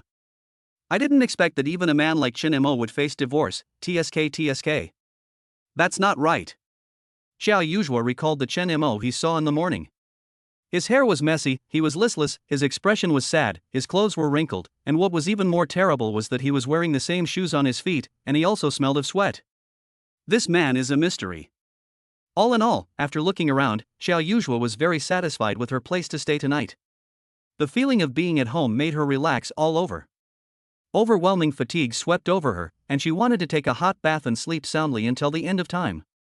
Soon she thought of a question. She left home in a hurry and only had one set of clothes on her body. How could she change them? Originally, she had another coat, but in order to avoid those two lackeys, she threw it into the trash can. Who is Xiao Yuzhua? He quickly found a solution. Chen Mo led his daughter into the bathroom. Xiao Yuzhua suddenly remembered something and called him, "Hey, what are you doing?" Chen Mo was puzzled. "Give the child a bath and let him sleep." "You washed the child?" Chen Mo understood what she meant. Although the child is only 4 years old, there are some common sense that should be subtly taught to him. For example, there are differences between men and women. But there is no other way. He has to take care of the child alone, and the child is so young. How can he not help wash? Xiao Yuzhua took the child from his hand and said, "Let me help your daughter take a bath." Nuonyuo's eyes sparkled. "Sister, do you want to take a shower with Nuonyuo?" "Yes, because you called me a beautiful girl. You should know that before this, it was others who served me. This is the first time I have served someone else. You should feel honored, understand?" Nuonyuo is young and doesn't understand what deeply honored means. "Thanks." Chen Mo expressed his sincere gratitude. Xiao Yuzhua said proudly, "Why thank you? It's just a small favor. From now on, I will take care of your daughter's bath. But I suggest you find a careful nanny. It's too inconvenient for a grown man to take care of his daughter."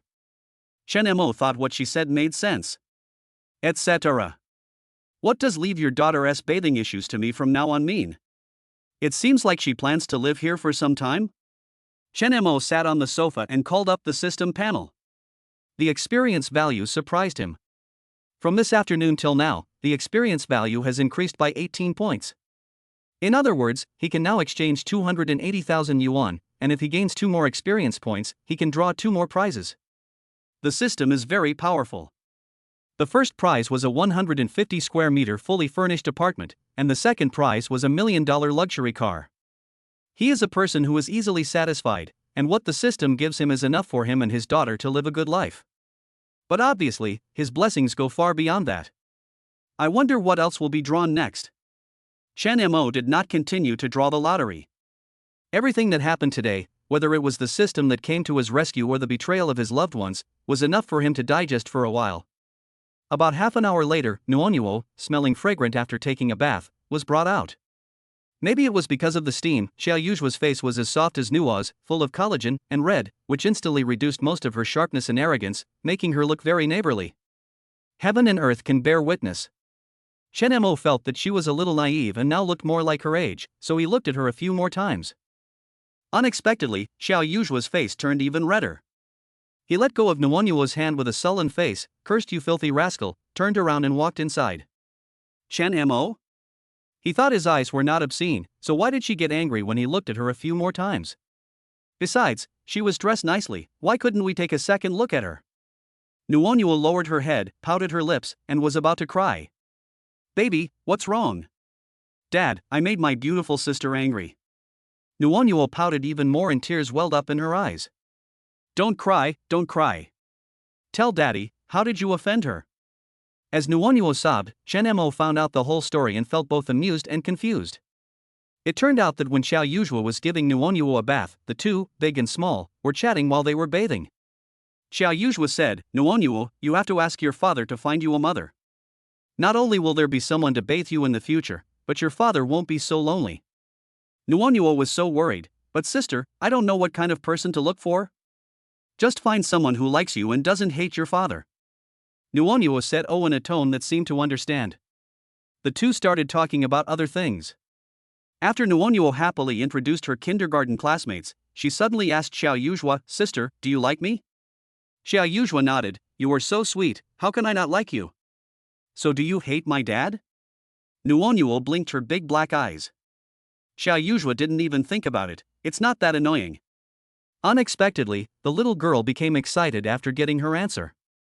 She hugged Xiao Yuzhua and said, "Sister, can you be my mother?" Xiao Yuzhua. Then she got angry. Chen Mo, who was lying down and shot, felt very wronged. After thinking about it, he knew what happened.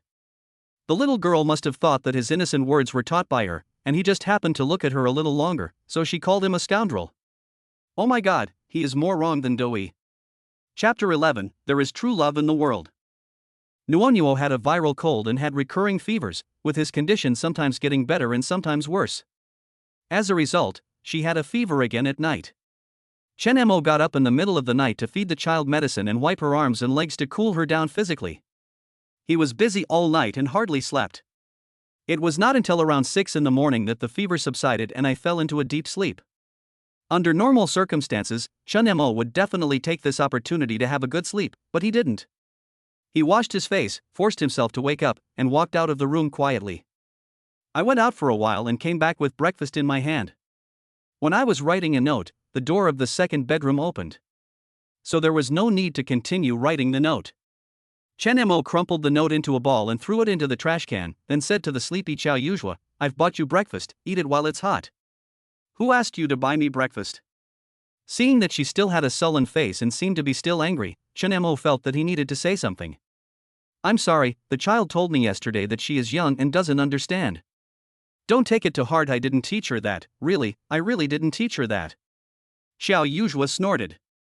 "You don't believe it? There's nothing I can do if you don't believe it. I can't just cut open my heart and let you see it." Xiao Yuzhua looked at Chen Mo expressionlessly for a long time, then suddenly burst out laughing. "Idiot." Chen Mo was puzzled. "What's wrong with me?" "Well, she looks calmer." "Is Nuonyuo feeling better?" Xiao Yuzhua asked. "Sorry, did I disturb you yesterday?" When Chen Mo first discovered that Nuonyuo had a fever, he forgot that there were guests at home and walked back and forth without paying attention. When he remembered, he deliberately lowered his footsteps, but he still woke her up unexpectedly. Xiao Yuzhua's expression suddenly darkened again. "You didn't do anything wrong, why are you apologizing to me?" Chen Mo was confused by her mood swings. "You used to treat your wife like this?" Chen Mo's face darkened. "Please don't mention her in front of me in the future." "I don't want to hear about her." Xiao Yuzhua stared at him for a long time and suddenly smiled. "What a moody guy. You and your ex-wife can't do this. Have you ever thought about why she didn't want to have a child at first, but now she's using all means to snatch the child from you? What's the reason?" "I've thought about this, but I can't figure it out." "Are you stupid? You won't be able to figure it out if you think about it at home like this." Of course Chen Mo knew this, and he planned to wait until the child had almost recovered, and then take the time to investigate it thoroughly. Xiao Yuzhua raised his eyebrows. "Wait? How long do you have to wait? You have to be decisive and check now. I recommend someone to you. He is very reliable. If you go to him, you will get twice the result with half the effort." As he spoke, he took out a business card from his bag and handed it to Chen Mo. Chen Mo took it and saw that it was a private detective. Xiao Yuzhua crossed his arms and said, "He's actually a paparazzi with strong business skills. Don't mention me when you contact him. I won't give you a discount if you mention me. Do you understand?" Chen Mo understood that she was afraid that the paparazzi would reveal her whereabouts to her family. "By the way, his asking price is quite high. Can you afford it?" Without waiting for Chen Mo to answer, she smiled. "I am just worrying about nothing. People who can afford $1 million luxury car don't need this little money." Chen Mo hesitated for a moment, then took out his phone and dialed. "By the way, go to sleep later. I'll watch over you when Nuonyuo wakes up." Chen Mo discovered that this girl was not as cold as she appeared to be. The paparazzi's name was Jing Xiaodo. After listening to Chen Mo's request, he reported a number 100,000. It's indeed not cheap. But Chen Mo can afford it. He paid half of the deposit first and the remaining half after the deal was done. Jing Xiaodo promised to give him the result within a week and told him to wait patiently. He also promised confidently that if he didn't get the result he wanted, he would give him 50,000 yuan. Earning 100,000 a week, this business is good. If Chen Mo didn't have a system, I really wanted to fight him. After happily transferring the 50,000 yuan, Chen Mo felt more at ease and went back to sleep peacefully. In a daze, Chen Mo was awakened by a phone call. "Old Chen, how is the child?" "Old Chen, if you have anything to say to your brother, don't carry it all by yourself, okay? Lao Chen, if you need money now, just tell me. Although I just bought a house, as long as you need it, I can tighten my belt and provide you with some financial assistance as much as possible." Chen Mo was dazed, and it took him a long time to realize that the person who called him was his colleague Zhao Shu. He didn't understand what Zhao Shu meant by this, but he could hear concern and worry in the other party's anxious tone. He was somewhat moved. Since his divorce, he has been living like a dog. The betrayal of his wife and the unreasonable behavior of his closest relatives shattered Chen Mo's worldview and made him question his life. If it weren't for his lovely daughter holding him back, he would have no attachment to this world. However, Zhao Shu's inexplicable phone call made Chen Mo feel the long-lost true love in the world. In fact, he and Zhao Shu are just ordinary colleagues and they don't have much interaction in normal times. Once, Zhao Shu made a mistake at work and asked many people for help, but no one responded. Chen Mo knew it and worked overtime without hesitation to help him solve the problem. This was just a piece of cake for Chen Mo, and he almost forgot about it, but Zhao Shu remembered it unexpectedly.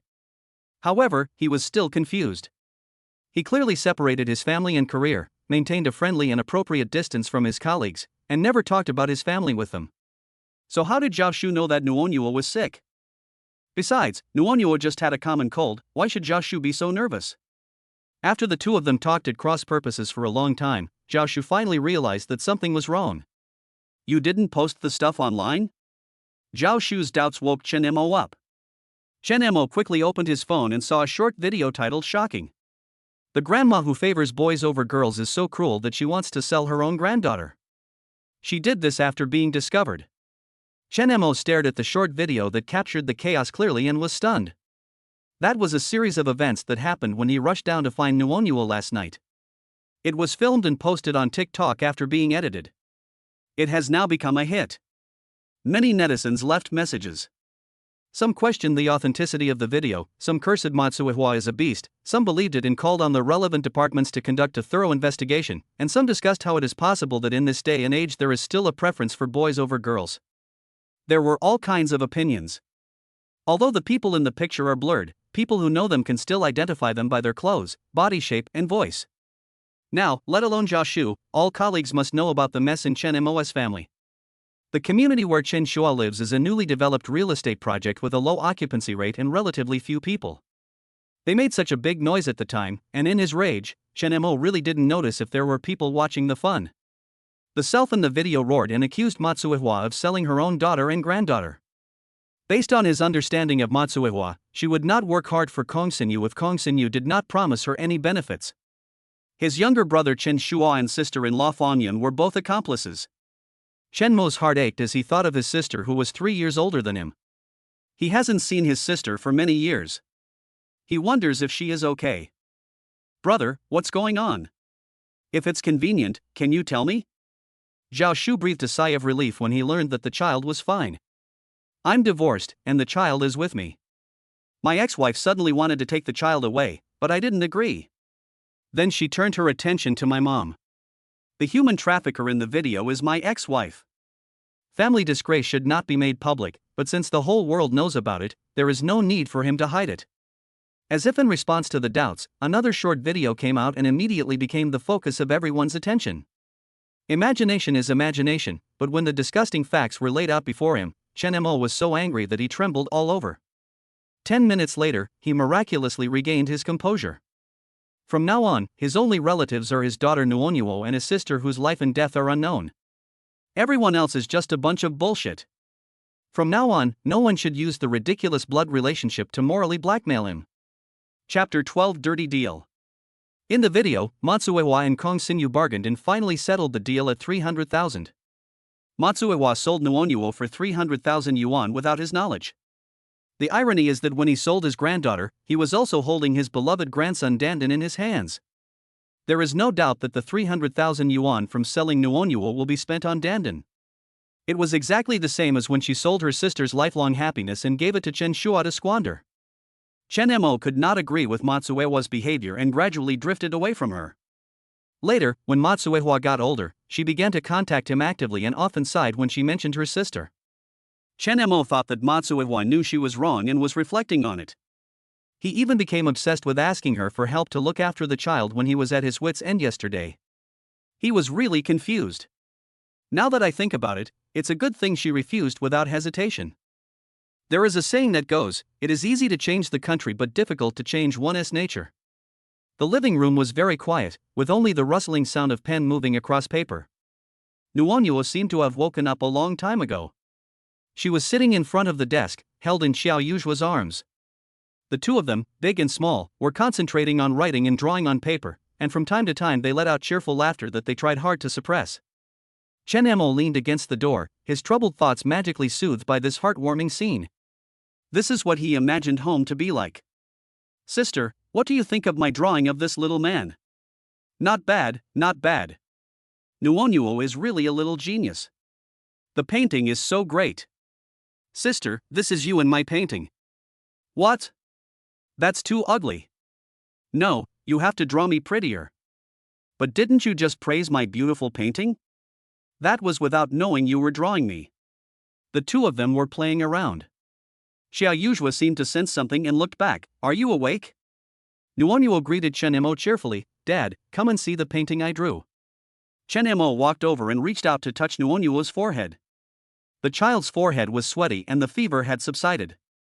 There was a kettle next to the desk, with half a cup of water left in it. Nuonyuo was too young to pour the water by herself, so Xiaoyu must have poured the water and urged the child to drink more water. Chen Mo was grateful and looked at Xiao Yuzhua with new eyes again. Although she was young, she was quite good at taking care of people. Nuonyuo happily showed the painting to Chen Mo. There are 3 stick figures of different sizes drawn on the white paper. Nuonyuo pointed at the little man with sparse hair on the left and introduced, "This is Dad." Pointing to the smallest stick figure in the middle, "This is me." The little hand fell on the last stick figure, "This is the beautiful girl sister." Each stick figure is grinning, looking like a happy family of 3. Xiao Yuzhua muttered, "What? You guys are ugly, but how can you draw me so ugly?" Nuonyuo smiled happily, her lips as if covered with honey. "Sister, you are so beautiful in real life. If you are so beautiful in the painting, then my father and I can't watch you." Xiao Yuzhua rubbed her little head. "How come you are so talkative, little girl? If you can talk, talk more. Sister loves to listen."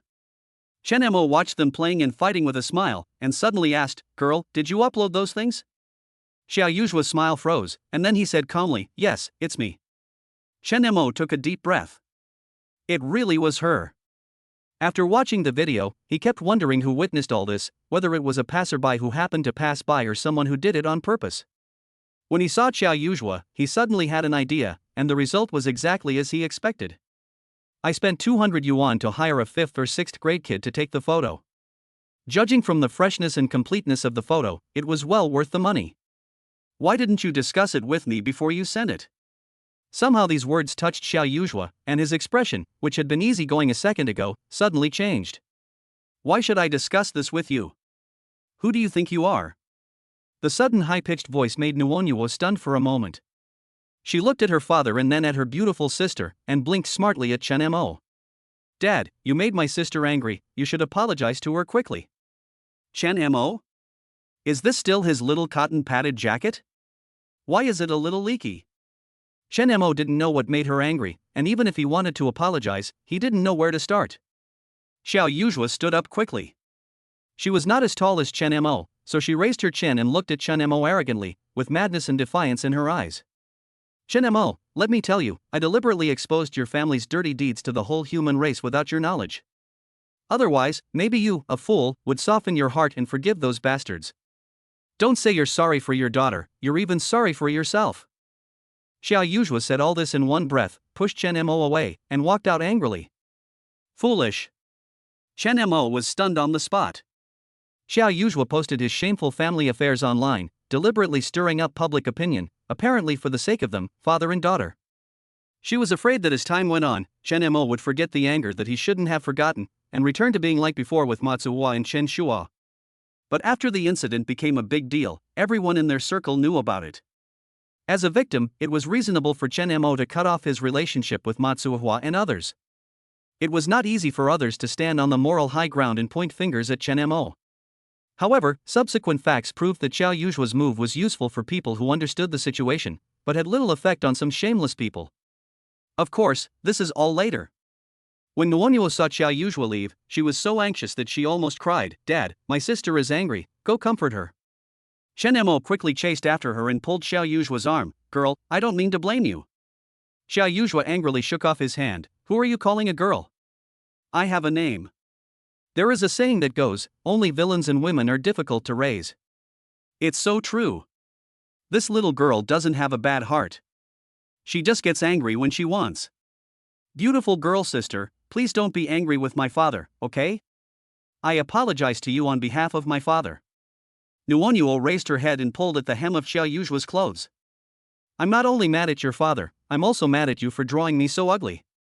Xiao Yujua suddenly burst into laughter, perhaps feeling embarrassed, and quickly straightened her face and reached out to push Chen Mo. Get out of the way, I want to get out.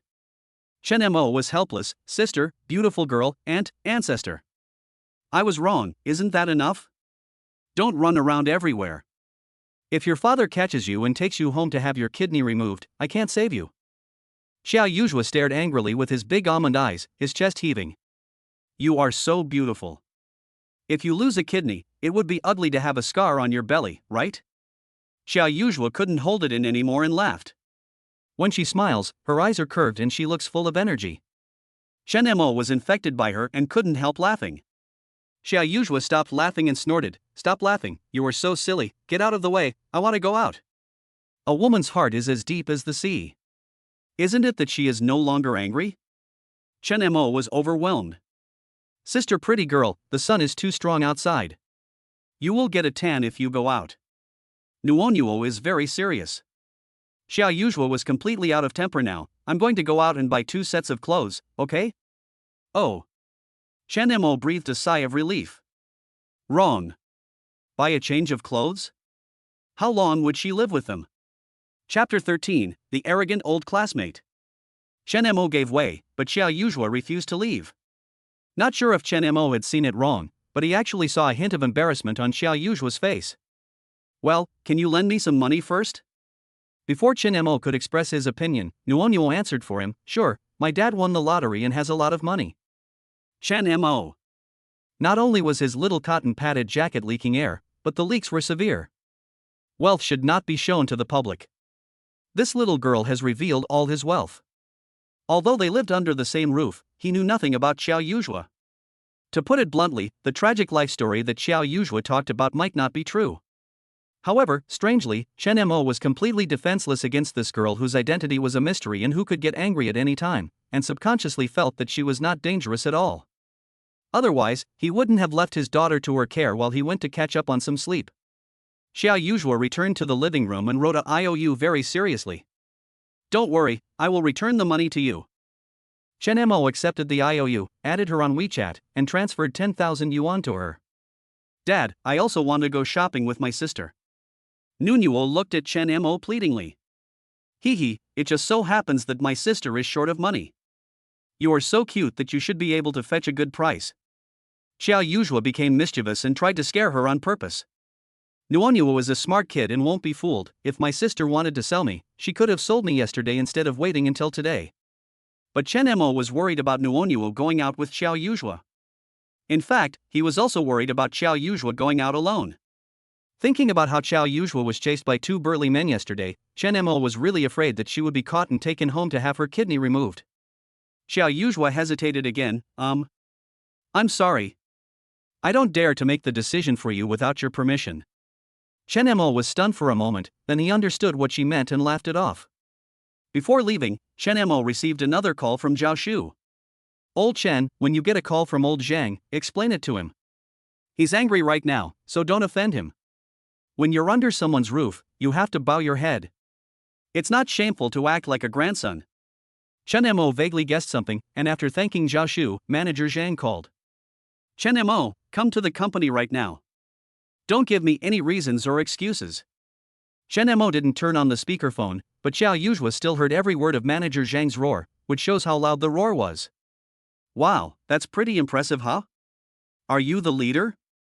Chen Mo smiled bitterly. Sorry, I have to go to the company first, so I can't accompany you. Then let us accompany you, Dad? Nuonyuo raised her face innocently. Chen Mo parked the car downstairs of the company and walked out as soon as he got out. As expected, 2 women, one big and one small, came with him. It was not appropriate for them to go up, so Chen Mo suggested that they go to a nearby milk tea shop to sit down, but they insisted on waiting for him to come back in the car. Oh well. Hey, aren't you afraid that I will sell your daughter while you're away? Xiao Yuzhuo raised his eyebrows. Chen Mo laughed. If Nuonyuo can understand it, how can I not understand it? After saying that, he got out of the car and walked straight to the company gate. Xiao Yuzhuo stared at Chen Mo's back absent-mindedly, his eyes inexplicably touched, and he held Nuonyuo on his lap. Little beauty, your father is really generous. Nuonyuo said confusedly, Sister, do you have X-ray vision? Why can't I see where my father's heart is? Yes, sister has X-ray vision. Xiao Yuzhuo was amused by Nuonyuo's childish words. Nuonyuo quickly straightened her back. Sister, can you help me see how big my heart is? When Xiao Yuzhuo was about to tease her, he inadvertently glanced outside the car and sneered. Within sight, a well-dressed man and woman were walking towards the company's gate. The man had a big belly, a gold watch and a gold chain, and he exuded a strong sense of nouveau riche. The woman was wearing a flowing floral dress and had a slender waist that could be held in one hand. She was holding the man's arm like a willow in the wind.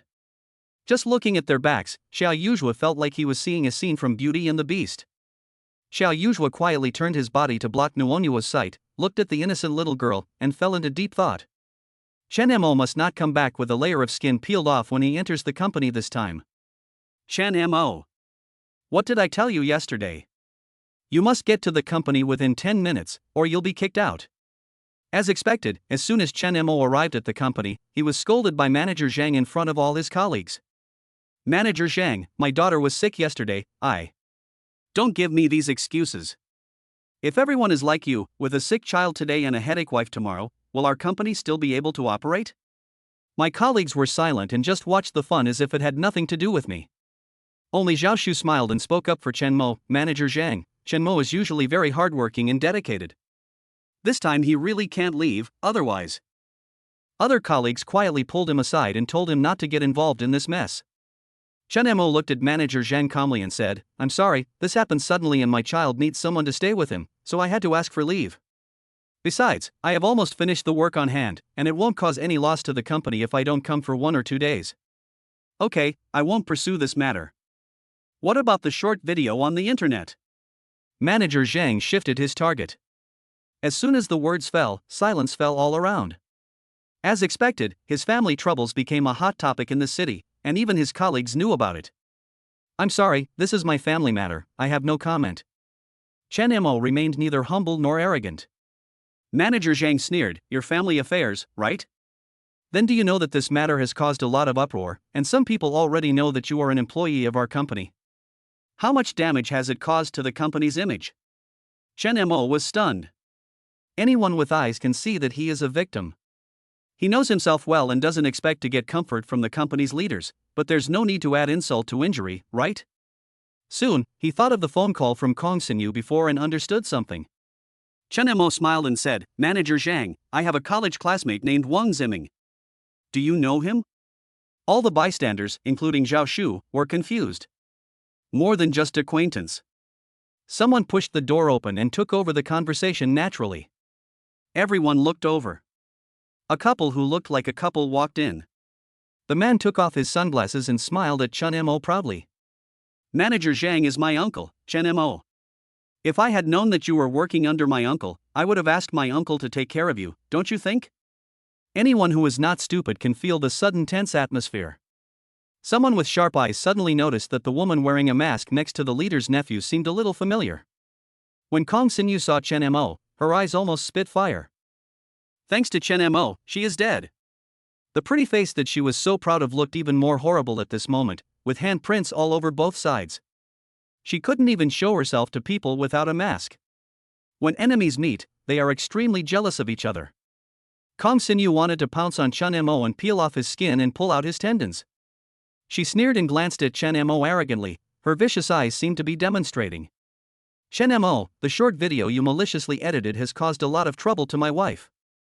I want you to apologize to my wife in front of everyone immediately. The short video that attracted a lot of attention online had nothing to do with Chen Mo, but Chen Mo was too lazy to explain. They can say whatever they want. No one will believe him even if he explains. Besides, he doesn't bother to explain anything. Wang Ziming's words made some of his slow-witted colleagues connect Kong Xinyu to the short video they had been gossiping about for the whole morning. They were shocked Manager Zhang's nephew's wife was actually the buyer in the video. Chapter 14, Kneel Down and Apologize? Why not just give birth to your own child? Why do you have to secretly buy someone else's child? And what a coincidence, it was bought on Chen Mo's head. Is there any hidden secret behind this? They didn't know the relationship between Chen Mo and Kong Xinyu, and they were making wild guesses, their gossipy hearts swelling to the point of bursting. Chen Mo sneered, "Kong Xinyu, can you please have some shame?" After these words were spoken, Kong Xinyu's face turned extremely ugly. How dare Chen Mo act so arrogantly in front of her current husband? Doesn't he know that just one word from her husband could cause him to lose his job and his source of livelihood? He is 30, not 3. But he doesn't know how to read people's expressions and assess the situation. So over the years, we have been standing still and have made no progress. With this kind of character, how can he be a qualified father and provide his daughter with a good life with sufficient material wealth? However, at this moment, Kong Xinyu forgot that she, with her overflowing maternal love, had regarded her only daughter as a stumbling block. She declared that she would not have another child and took the initiative to leave the child to Chen Mo. Wang Ziming was eager to protect his wife. He rushed over and grabbed Chen Mo's collar, gritting his teeth and said, "Chen Mo, I miss you as my old classmate and wanted to have a good talk with you. But you refused my toast and insisted on drinking the penalty wine, right?" Chen Mo said coldly, "Wang Ziming, after so many years, you still haven't changed your habit of bullying others?" Manager Zhang shouted, "If you hadn't been so sinister and malicious to post 2 short videos that were taken out of context, Ziming wouldn't even bother to pay attention to a low-level dog like you." Chen Mo broke free from Wang Ziming's fat claws, looked around with a smile, and said to all his colleagues present, "Did you hear that?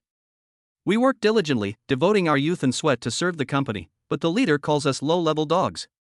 Manager Zhang is usually arrogant and domineering and exploits his employees. Everyone is angry but dares not speak out. But now that Chen Mo deliberately led the rhythm, they all became angry. Being stared at by more than a dozen pairs of angry eyes, Manager Zhang felt his scalp tingling. "Chen Mo, don't talk nonsense to me. I didn't say everyone, I was only referring to you." Chen Mo was too lazy to pay attention to him, his eyes fell directly on the smug Kong Xinyu's face. "Kong Xinyu, when we divorced, you were the one who said that the child was the Chen family's and they didn't want it, but now you come back to snatch the child from me. If you can't snatch it away, you use this inhumane method to steal it. Do you have a clear conscience for doing such a thing?" Colleagues including Zhao Shu were shocked. Manager Zhang's beautiful niece-in-law is Chen Mo's ex-wife? The nephew is Chen Mo's college classmate? Chen Mo's college classmate and his wife are now husband and wife? Oh my god, this melon is so delicious and satisfying to eat. Wait, when will Chen Mo get divorced? Kong Xinyu said disdainfully, "Chen Mo, what can you bring to the child?" Chen Mo retorted, "Yes, you can give your child much more than I can give my child. Not only can you give your child some dirty money, but you can also teach your child what vanity is, what is shameless, and what is ruthless and heartless." Puff. Some people couldn't help laughing. Kong Xinyu lost face and yelled at Chen Mo, "Chen Mo, I really regret it. Why was I so blind to fall in love with you in the first place?" Chen Mo said meaningfully, "Kong Xinyu, there is no regret medicine in the world, and I sincerely hope that you will not say the words 'I really regret it' all the time in the future." Chen Mo and Wang Ziming are not only classmates, but also roommates, and Chen Mo knows Wang Ziming very well. Wang Ziming has bad behavior and is lustful by nature. Chen Mo can almost predict that when the novelty wears off, Kong Xinyu will have a tragic future where she will be ruthlessly abandoned. As adults, of course, we have to pay the corresponding price for our choices. Kong Xinyu held Wang Ziming's arm with a proud attitude and said in a high-profile manner, "Then Chen Mo, I can tell you now that since I have been with Ziming, I have realized how miserable my past life was. My life now can be called a life. Everyone has their own aspirations. If you want to pursue happiness, I have never stopped you. But if you want to take my daughter away, there is no way." Chen Mo's attitude was firm, as if he was saying, "If you dare to snatch my daughter from me, I will fight you to the death." Manager Zhang said to Chen Mo with a cold face, "Come to my office." Anyone can see that Manager Zhang wants to use his power to coerce Chen Mo into giving in and handing over custody of the child. Chen Mo stood still. "If you have anything to say, just say it here. After all, everyone here is not an outsider." Before this, Zhao Shu, who had advised Chen Mo on the phone to pretend to be a grandson, became so angry that he forgot what he had said and felt extremely sympathetic towards Chen Mo. Wang Ziming sneered twice, Chen Mo, my uncle wants to save some face for you, but you don't want it, so you can't blame others." Kong Xinyu agreed, "That's right, Chen Mo, just give Nuonyuo back to me and apologize to me. I will forgive you this time. Shen Mo spoke each word carefully, don't even think about it. Since you are so stubborn, I will help you. Shen Mo, you need to apologize to my wife right now in front of everyone here, or I will have my uncle fire you. It's not easy to find a suitable job now that the economy is bad. Shen Mo, be smart and do as I say, otherwise, you'll have to go out on the street to beg for food. Shen Mo had a gloomy face and said nothing. Wang Ziming thought that he was scared when he heard the word expelled, so he proudly took out his cell phone, pointed to the empty space in front of Kong Xinyu and said, just kneel here, and then you must cry bitterly and regret your past. Do you understand? Okay, kneel down. Seeing that they were serious, Zhao Shu became anxious. Brother, let's talk it over nicely. Who the hell are you? Do you have the right to speak here? Get out of my way. Zhao Shu wanted to say something, but Chen Mo stopped him. Brother Zhao, I appreciate your kindness, but this is a private matter between me and them, don't interfere. Neither Wang Ziming nor manager Zhao are good people, and Chen Mo doesn't want the innocent Zhao Shu to be implicated by them. Zhao Shu gang just bought a house and has to pay a considerable amount of mortgage repayment every month. He cannot lose this stable job. Zhao Shu knew the pros and cons of this, and he hung his head in dejection and dared not say anything more. Others remained silent, and no one wanted to meddle in other people's business. Chen Mo, my patience is limited, kneel down quickly and kowtow to my wife 3 times first. Wang Ziming became impatient and urged. Chen Mo was surprised and asked, you want me to kneel down and kowtow to apologize? What the hell do you want? Chen Mo, if you refuse to admit your mistake, get out. Manager Zhang threatened. Chen Mo glanced at him coldly. How can a small department manager be so arrogant and domineering as to arbitrarily decide whether to let his employees stay or leave? That's because they are relatives of the big boss.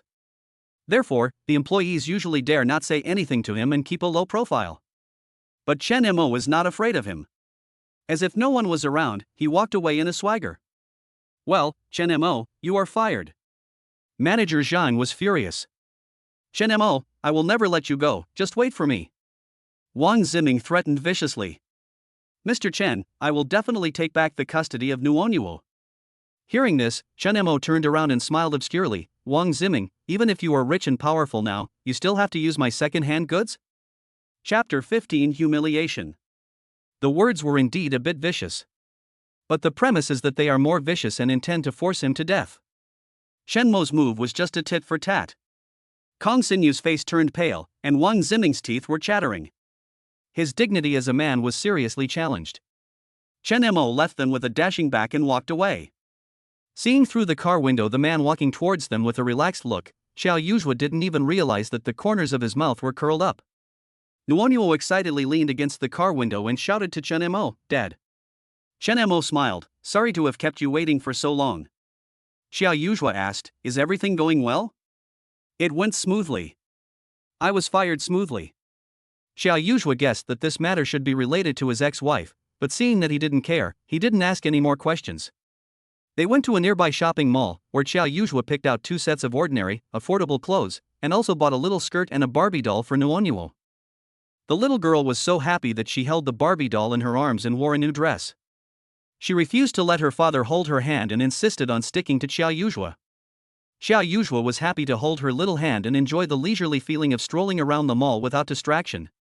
Shen Mo thought that there was no food in the new house and it was inconvenient to eat out all the time, so he planned to go to the underground supermarket to buy some food.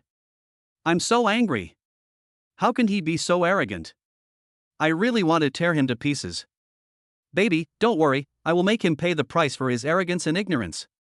When Kong Xinyu, who was furious, approached the jewelry counter, her ugly expression eased a little. Designer bags, luxurious jewelry, or beautiful clothes are her cure for a bad mood. The waiter's respectful smile is a catalyst for a good mood. It's wonderful to buy whatever you like without asking the price.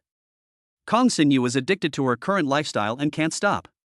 After a frantic shopping spree, while the driver behind her had his hands full of shopping bags, the gloom in Kong Xinyu's heart was swept away, and she snuggled in Wang Ziming's arms like a little bird. Ziming, you are so good to me. Wang Ziming said, if I don't treat you well, who can I treat well? Just buy whatever you like. I am so poor that I only have money left. Dad, I haven't eaten the sweet and sour pork ribs you made for a long time. Can you make them for lunch? The baby-sounding voice of a little girl came over, making Kong Xinyu suddenly stunned. It was her daughter's soft voice. "Okay, my baby, whatever you want to eat today, Daddy will make it for you." Before Kong Xinyu went to the underground supermarket to find Chen Mo and his daughter, she specially bought a Barbie doll. However, when she found them, she discovered that her daughter Nuonyuo was holding a new Barbie doll in her arms, which was bigger, more delicate, and more beautiful than the one she had just bought. The Barbie doll in Kong Xinyu's hand, which was used to distance herself from her daughter, suddenly seemed redundant and cheap. Kong Xinyu was very embarrassed and was about to throw away the Barbie doll in her hand when Nuonyuo saw her. Just when Kong Xinyu was about to force a kind smile on her face, but she was wearing a thick mask, so even if she smiled like a flower, the child couldn't see it. "Nuonyuo, I'm your mother." It would have been fine if she didn't say anything. As soon as she did, Nuonyuo was so scared that she quickly hid behind Chen Mo. Kong Xinyu felt embarrassed again. A 4-year-old child is at the age when he or she likes to stick to his or her parents, but her daughter treats her like the plague and hides when she sees her. Kong Xinyu has never worked a day after her marriage and has plenty of time to spend with her children. It is said that companionship is the best love in the world, and the children should be closest to her. But that is not the case. She didn't reflect on her bad temper and her tendency to lose her temper with her children, nor did she reflect on the fact that she often left her children with the nanny while she went shopping and spending money. Instead, she pushed all the responsibility onto Chen Mo. It's all because of this petty man who always speaks ill of her in front of her daughter and tries to sow discord between her and her daughter. If Chen Mo had the ability to read minds, seeing Kong Xinyu's resentment at this moment, he would be shocked again by her shamelessness. Say he is narrow-minded? When he found out she was having an affair with an old classmate, he didn't touch her at all, but painfully accepted her request for divorce. For my daughter's mental health, I never said a bad thing about her. People are all made of flesh and blood. Just because she doesn't have a heart doesn't mean her child doesn't have one. Children can feel who is truly kind to them. Chen Mo sensed the uneasiness of the little person hiding behind him, turned around, picked up the child, and looked at Kong Xinyu with dissatisfaction. "Kong Xinyu, what are you trying to do?" Kong Xinyu turned the disappointment she felt from the child into raging anger and glared at Chen Mo. "I want to see my daughter." "What's it to you?" Chen Mo said indifferently, "Then I have seen it now." As he said this, he held Nuonyuo in one hand and pushed the empty shopping cart with the other, then turned and left. Wang Ziming cast a gloomy gaze on Nuonyuo, and Nuonyuo turned her face away timidly. "Chen Mo, for Xinyu, I am willing to help you raise your daughter, train her as if she were my own, and send her abroad for further studies in the future." Chen Mo interrupted him directly. "How ridiculous! Why should you treat my daughter as your own? Chen Mo, how much is your dignity worth? You are unemployed now and can't even support yourself. Do you really want to take your children to beg on the street? That's our father and daughter's business, don't worry about it. Chen Mo, you are not so naive as to think that if I am not welcome here, I will find another place that will welcome me? As long as my uncle gives me a call, you can forget about finding a decent job." Chen Mo frowned. "Wang Ziming, there is no blood feud between you and me, why do you want to kill me? Are you scared?" Wang Ziming said complacently, "It's not too late now. But you just humiliated me, so I'm going to upgrade my conditions. I want you to cry bitterly while slapping yourself in the face on the street." He also explained that he was an incompetent father and could not raise the child. He voluntarily gave up the custody and promised not to see the child again in his lifetime. "Finally, don't forget to kowtow 3 times to my wife, and I should be able to feel the ground shaking. I will record a video so that everyone can see your confession. Then immediately ask your uncle to revoke his order and let you go back to work. Kid, remember, be humble in the future. As a poor bastard, you should have the awareness of a poor bastard. Don't try to hit a rock with an egg. If you die, you won't even know how you died." Chen Mo stood there without moving. He was a bit bored at the moment and wanted to hear what other shit this couple of dogs could spew out of their mouths. Kong Xinyu felt better and smiled sweetly at Chen Mo. "Chen Mo, where did that beautiful girl go last time? It cost a lot of money to rent her, right? How come you are so bad at living? Find a prostitute who is just okay in looks, who can at least keep you warm in bed. I heard you rented a $1 million luxury car? Your credit card must have been maxed out, right? Don't force yourself to drive a luxury car if you're not destined to do so. Your fate is predetermined by heaven, and you'll be a loser struggling in the mud for the rest of your life." Chen Mo's forehead was bulging with veins. "Shut the fuck up." He couldn't allow the shit from this damn woman's mouth to spray onto Xiao Yuzhua. Chapter 16 Auntie, you have poor taste. Chen Mo was angry, and Nuonyuo was frightened, sobbing softly in his arms. Kong Xinyu turned a blind eye and was about to continue saying some unpleasant words when a slim figure suddenly entered their sight. Why are you two taking so long? I've been waiting for you for quite some time. Xiao Yuzhua looked at Chen Mo with ashen face and surprise, but when he saw Kong Xinyu, he understood everything. She reached out to take Nuonyuo, and Nuonyuo naturally hugged her neck and pressed her sticky little face against her neck. Kong Xinyu was shocked when she saw her. How many days did Chen Mo rent her? The child seemed to have a close relationship with her. Kong Xinyu felt jealous and was about to go crazy. She rushed over to grab Nuonyuo back. Give me my daughter. Nuonyuo was frightened and burst into tears. Xiao Yuzhua held Nuonyuo in his arms, but dodged lightly. Are you sick? You scared the child and made him cry. Chen Mo also stood in front of them in time and growled at Kong Xinyu, stay away from them. Kong Xinyu was shocked by the disgust in his eyes. Her heart was trembling. She reacted and hurriedly asked for reinforcements. Zimming, they bullied me, please help me vent my anger. Xiao Yuzhua sneered, Auntie, you abandoned your husband and daughter just for this man? You don't have a good vision. And he's a disgusting pig. Ever since she appeared, the pig's eyes have been fixed on her, as if infatuated. Oh, what bad luck. Husband? Wang Zimming. Kong Xinyu then realized something was wrong. Why was her husband's eyes always fixed on that damn little bitch? He held Wang Zimming's arm and shook it vigorously, finally bringing him back to his senses. They bullied me. Xiao Yuzhua rolled his eyes, you're sick. Chen Mo, let's go. Husband, please help me teach them a lesson. Kong Xinyu was anxious. Unexpectedly, Wang Zimming, who had been so arrogant before, became reasonable. Xinyu, we have to take our time with the child, don't make a fuss. Kong Xinyu was dumbfounded. Wang Zimming, who always obeyed her in everything, actually watched her being bullied and did nothing? Didn't he threaten to not let Chen Mo go? Baby, don't cry. If you keep crying, I will cry too. Xiao Yuzhua had to take great pains to coax Nuonyuo into submission. Your ex-wife has such bad taste. She abandoned you just because that guy is rich? She is so superficial. Chen Mo was in a bad mood and didn't want to discuss whether his ex-wife had good or bad taste. Just bring Nuonyuo back without saying a word. Nuonyuo's height and weight are both within the normal range, but although she is only 4 years old, she is still quite heavy to hold. Xiao Yuzhua noticed something and shut up tactfully. After filling their shopping carts, they returned home with a full load. Enemies often meet on a narrow road, and I met Kong Xinyu in the underground parking lot. Xiao Yuzhua was rather arrogant and had intended to ignore her, but Kong Xinyu's fixed gaze on her made her very upset, so she smiled and said hello, what a coincidence, Auntie, you guys are going back too.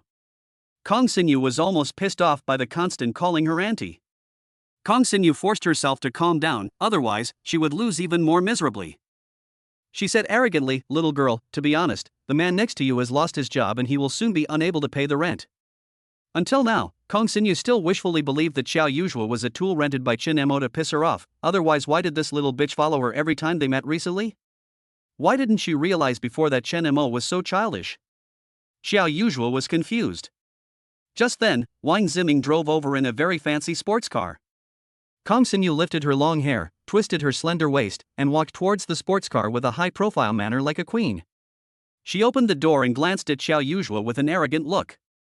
Little sister, you are still young and it is normal that you have a narrow vision. But if you become smart in the future, I know a lot of rich people and can introduce you to a big business. By then, you will be able to make such a cool luxury car like me. Xiao Yuzhua couldn't understand what was wrong with her. It was a good thing that he didn't understand, otherwise, with Xiao Yuzhua's violent temper, he would have rushed up and crippled Kong Xinyu. Xiao Yuzhua particularly looked down on her smug look and sneered, TSK, a third-hand junk car worth only 300,000 or 400,000 yuan, and you can still act so superior, Auntie, you are really easily satisfied. Kong Xinyu's face froze. Xiao Yuzhua patted the $1 million luxury car behind him that turned Wang Zimming's third-hand broken car into pieces in seconds, and continued to anger her, thank you for your kindness, Auntie, but I can ride in a luxury car every day. Oh, I can't be low-key at all. It's so annoying. Kong Xinyu naturally thought that Xiao Yuzhua just found a random car to show off in front of her, so she was not in a hurry to leave. She pushed the car door shut, deliberately waiting for the moment when Xiao Yuzhuo would reveal himself in front of her. At this moment, Chen Mo took out the car keys with an expressionless face and opened the trunk. Wang Ziming, who was staring at Xiao Yuzhuo infatuatedly in the driver's seat, was stunned. This car is the latest limited edition launched by this brand.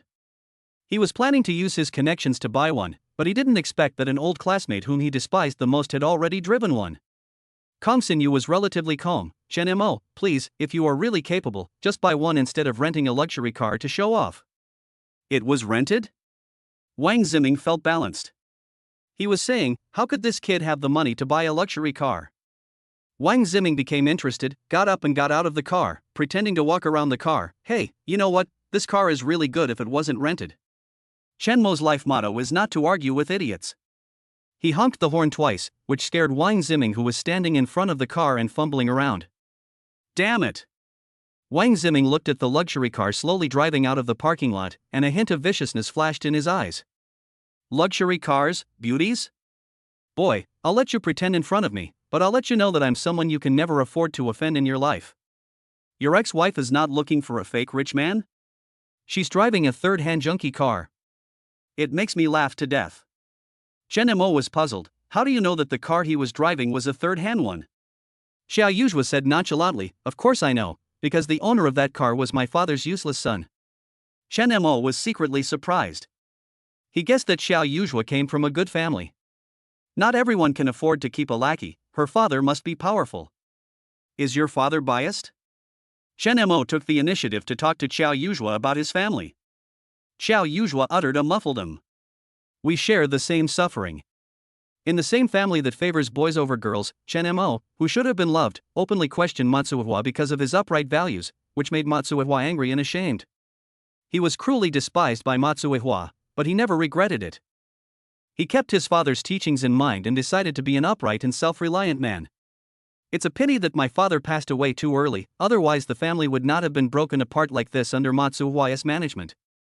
My dad favors me too much, which causes me a lot of trouble and makes me very annoyed. Xiao Yuzhuo complained. Chen Mo. Well, people's sorrows are not the same. Chapter 17, The Handsome Man in a Fight. The car drove steadily on the road. Chen Mo listened to Xiao Yuzhuo's complaints with mixed feelings. My dad has to ask about everything I do. Even the temperature of the water I drink has to be controlled by him. I'm already 21 years old. But he always treats me like a child. It's so annoying. Chen Mo interrupted cautiously, well. Xiao, I think your father cares about you too much, but he doesn't use the right method. Your father still loves you. Xiao Yuzhuo was unhappy. I know everything, but he makes me breathless. You don't know, the better he treats me, the harder my life becomes. Chen Mo didn't know what to say. As a disliked child, he could not understand Xiao Yuzhuo's troubles. All I can say is that every family has its own problems. Etc. Since your father loves you so much, would he be willing to give you a kidney? Xiao Yuzhuo chuckled with a guilty conscience. I was afraid that you would not take me in, so I lied to you on purpose. Chen Mo was speechless. Aren't you afraid that I will kick you out right now? Xiao Yuzhuo still chuckled. You are a good person, you won't do that. Chen Mo became more speechless. It seems like I've been controlled by this little girl? Forget it, it's her fault that she is young and ignorant, just forgive her. Those two guys who were chasing you.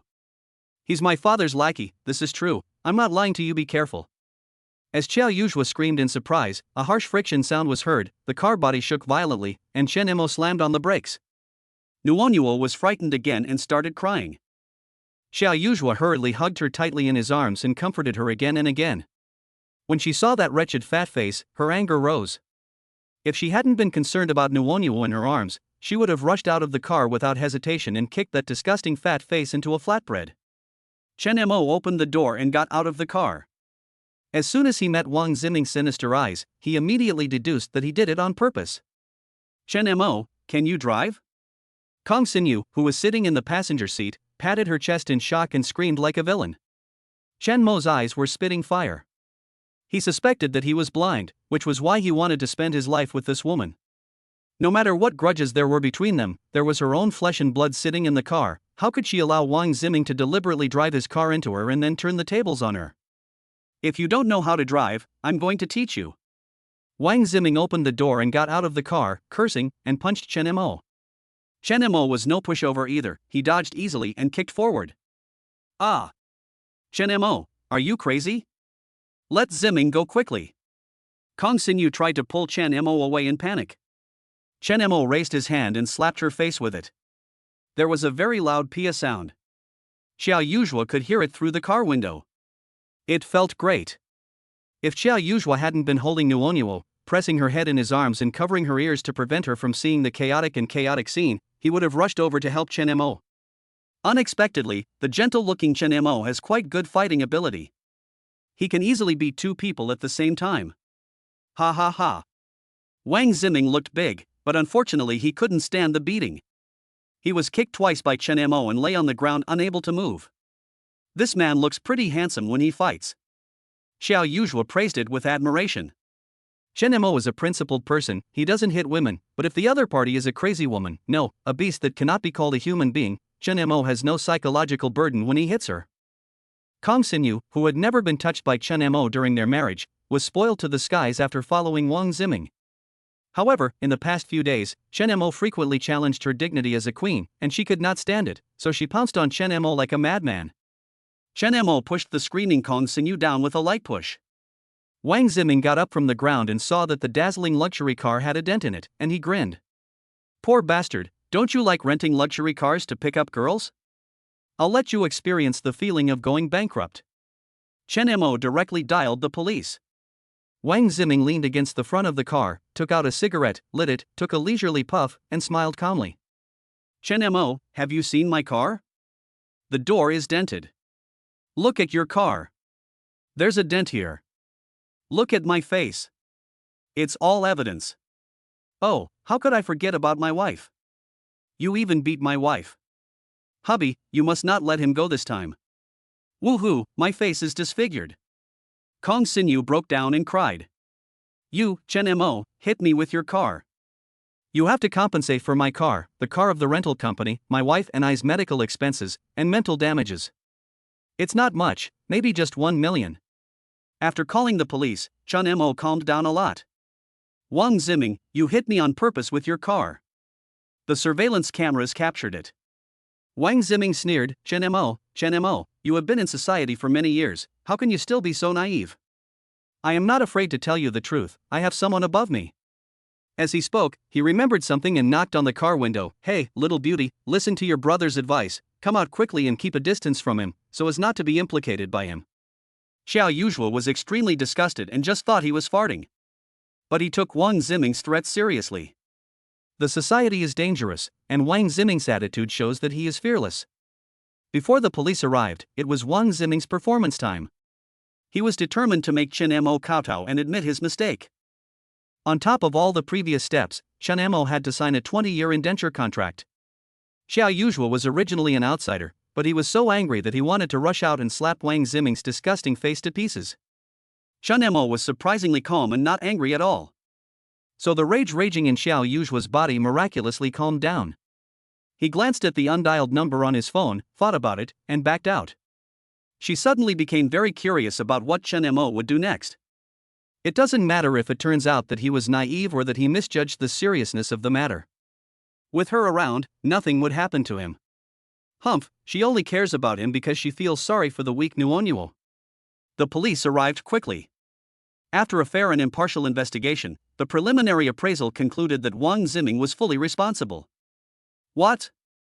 Police officer, are you mistaken? It was clearly him who hit me. The cigarette butt fell from Wang Ziming's mouth. Yes, you must have made a mistake. Kong Xinyu quickly agreed. The police were speechless, this is the fact. We are acting in accordance with the law and we cannot be wrong. That's hard to say. Wang Ziming quietly approached one of the policemen and whispered a name. The policeman looked at Wang Ziming in surprise. Wang Ziming patted the policeman's shoulder proudly and said in the tone of a leader to his subordinates, no one is perfect. Everyone makes mistakes. Just correct them when you know you are wrong.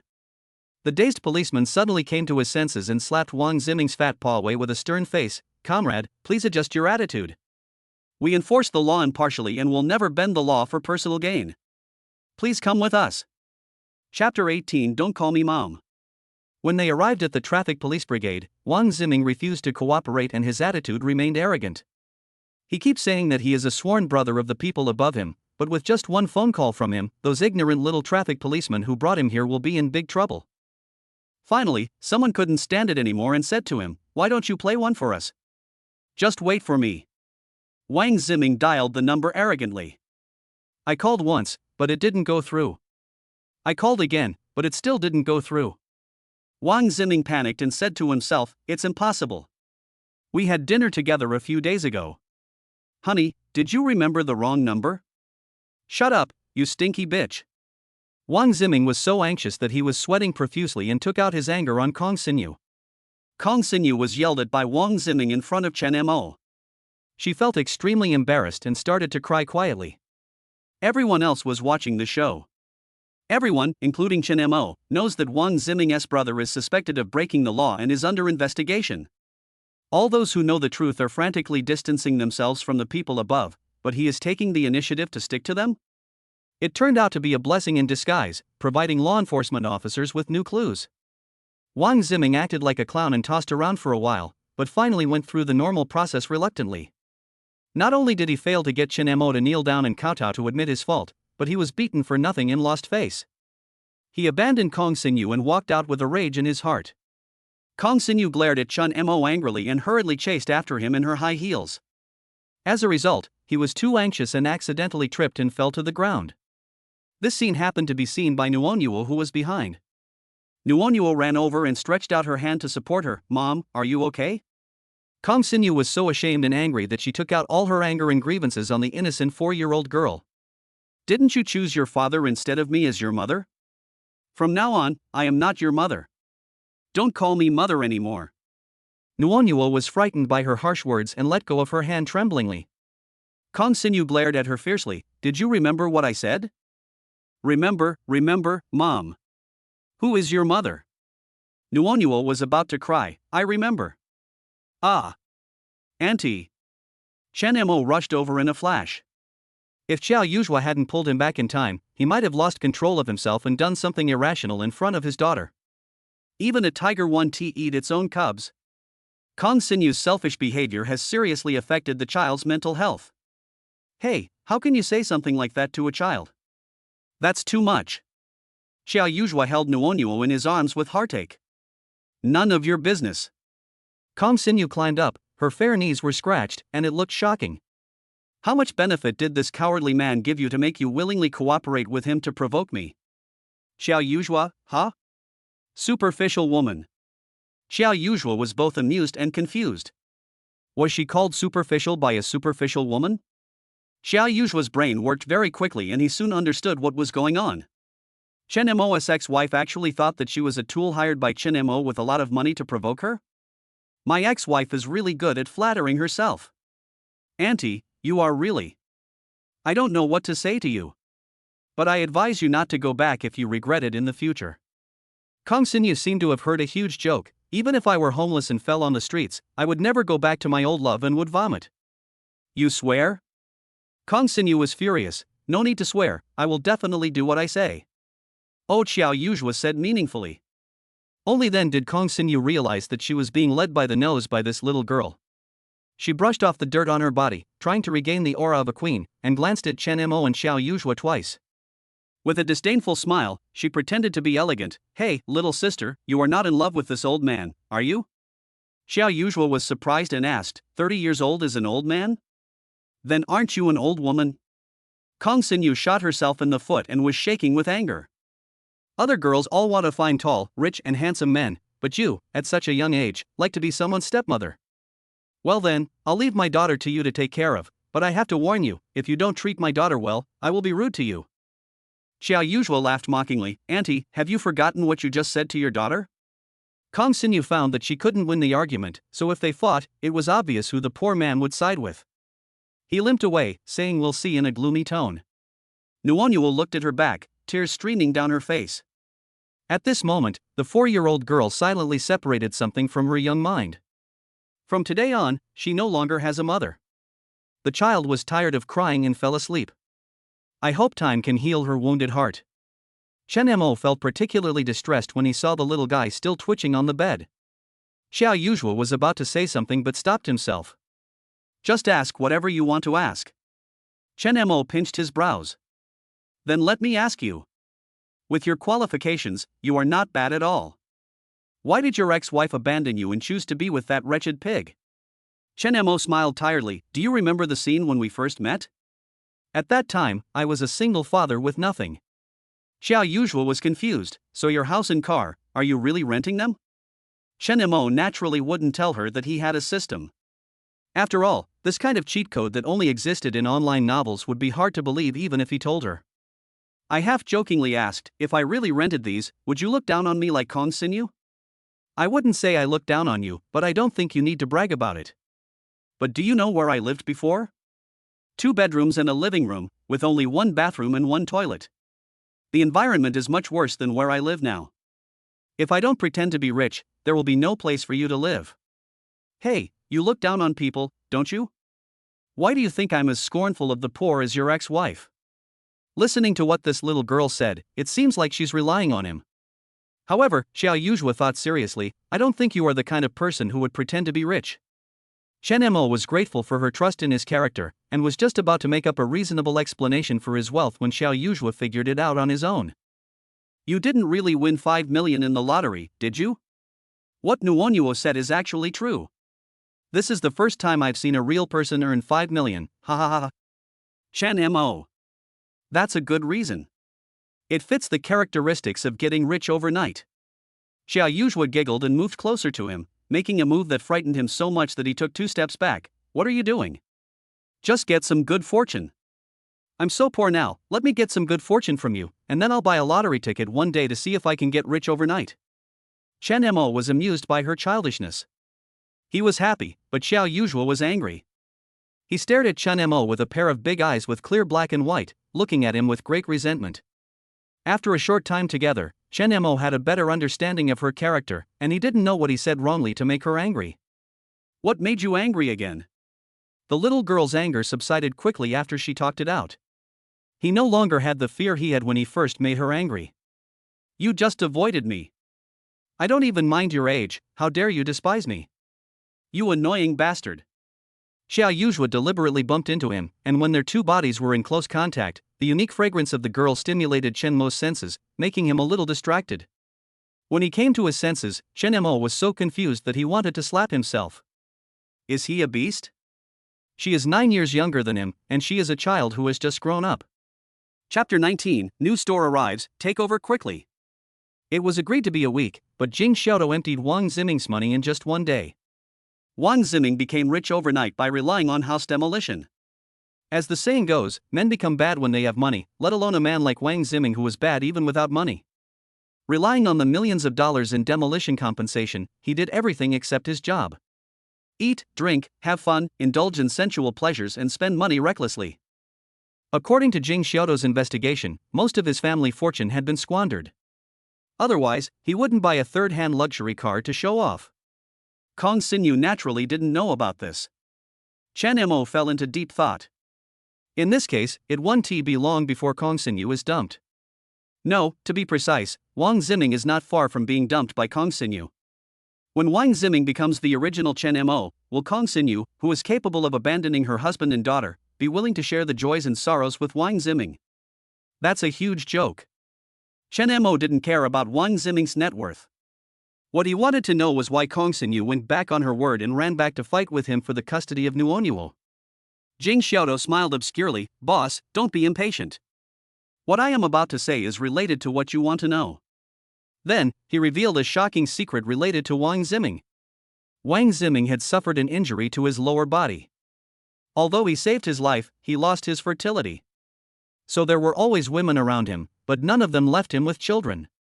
Chen Mo understood that Kong Xinyu knew this, so she came back to snatch the child from him. After all, Nuonyuo is her biological daughter, isn't she better than an adopted one?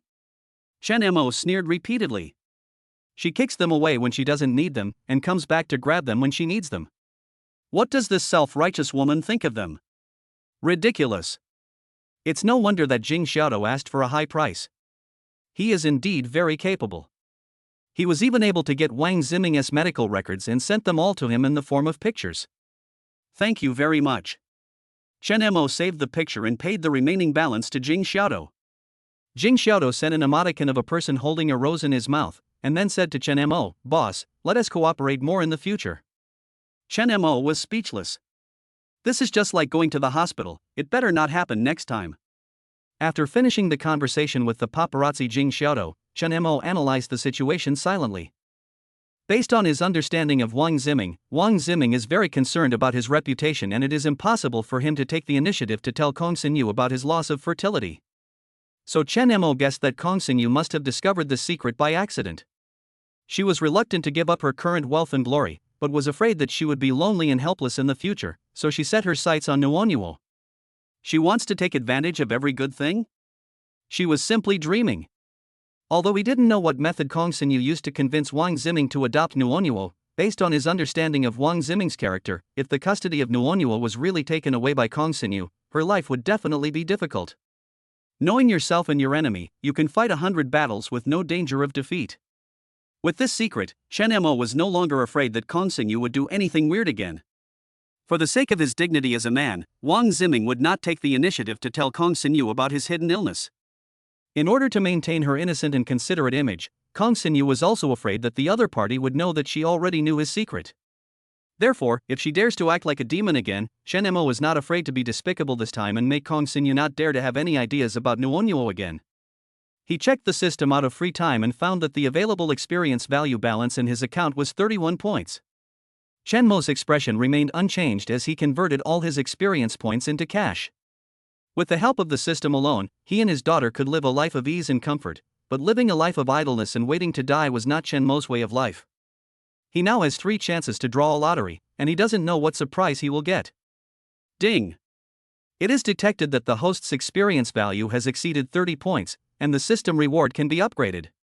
Do you want to upgrade immediately? It turns out that system rewards can be upgraded. Chen Mo was quite surprised. System, what are the rules for system reward upgrades? Host, when the available experience points accumulate to 30 points, you can get an upgrade reward. When the available experience points accumulate to 60 points, you can get the next system upgrade, and so on. Host, the rewards of the father-daughter love system will change as the system is upgraded. The rewards will not be reflected in a single material. Chen Mo was a little confused. What do you mean? The system patiently explained, Host, you are currently at level 1. When you reach level 3, you will be rewarded with some unique secret recipes. When you reach level 6, you will be awarded with certain skills. The higher the level, the greater the reward. But correspondingly, the lottery experience points will also increase. For example, at level 2, you need 20 experience points to draw a lottery, and at level 3, you need 30 experience points to draw a lottery. After listening to the introduction of the system, Chen Mo understood that upgrading the system rewards would be of great benefit to him. Otherwise, how can it be said that the system is his golden finger? Chen Mo issued an order, upgrade immediately. The father-daughter love system rewards are being upgraded. Ding! The system has been successfully upgraded. Host, your current level is 2. Host, you have 1 chance to draw a lottery. Would you like to draw the lottery immediately? Chen Mo said without hesitation, draw the lottery now. As soon as he finished speaking, countless objects suddenly appeared in his mind, spinning around so quickly that only a residual image was left, and he couldn't see clearly what they were. Ding! Congratulations to the host for winning a buffet restaurant. Host, the buffet restaurant is located on the 4th floor of Building 4, Grand Plaza, Pentium Avenue in the city center. Please go here within 2 days to complete the handover procedures. If the buffet restaurant is taken over by others due to personal reasons of the host, this system will not be responsible. Huh? Why is it different from the previous 2 times? When Chen Mo won the house and car, it didn't seem to be so troublesome. If I don't claim it in time this time, will there be a risk that it will be snatched away by someone else? Chen Mo asked the question in his mind. The system replied, this buffet restaurant is on the verge of bankruptcy due to poor management by the original owner. The system has already booked a takeover for the host, but this buffet restaurant is in a good location and can be easily sold. The host must act quickly to take over this restaurant to avoid the risk of being snatched away by others. I see. Chen Mo understood. Ding! The 5 million buffet restaurant fee has arrived. Attention! If the host does not complete the takeover of the cafeteria within 2 days, the 5 million special funds will disappear. Chen Mo felt that this buffet restaurant was tailor-made for him. He was unemployed and at home, so he took advantage of this buffet restaurant to start his entrepreneurial journey. Nuonyuo woke up. The mood remains low.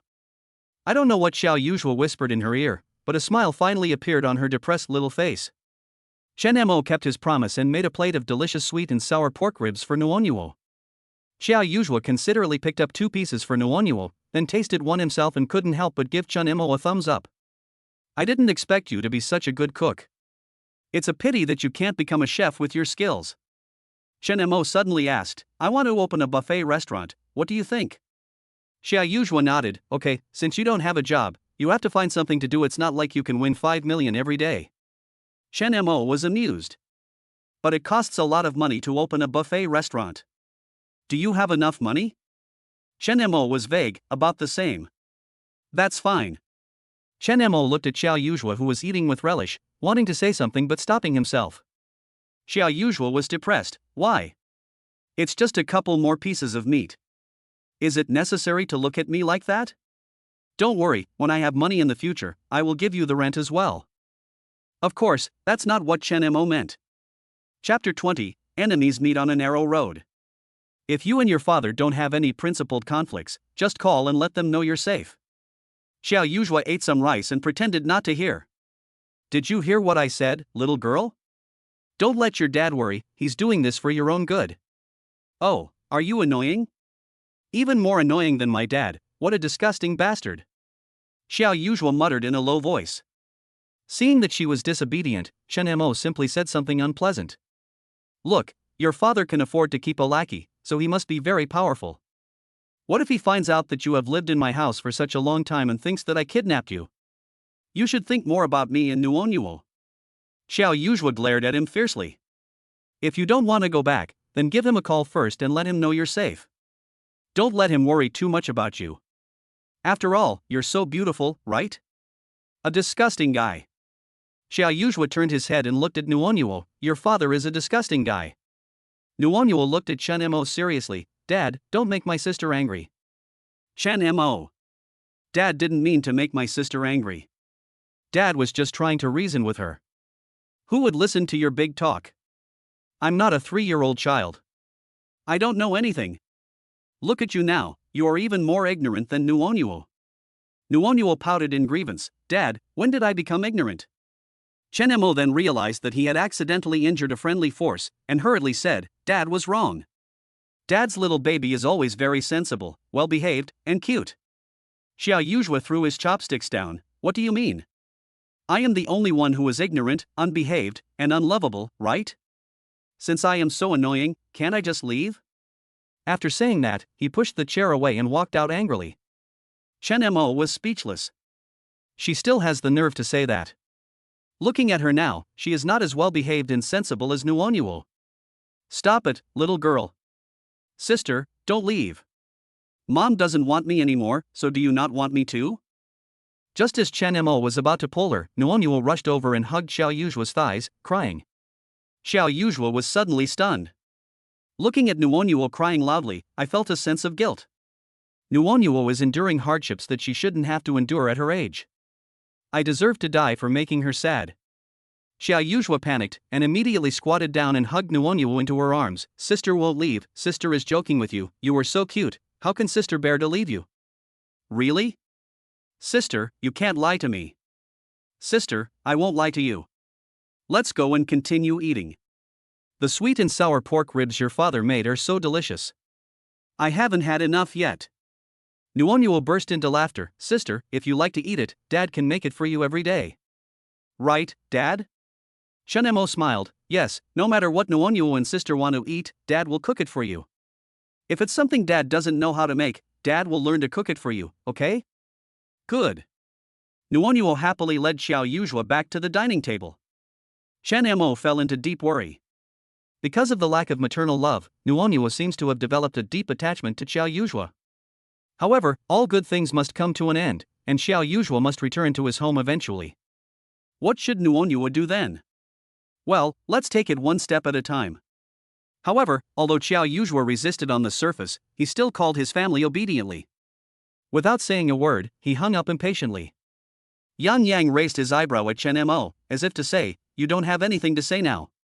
Chen Mo shook his head helplessly.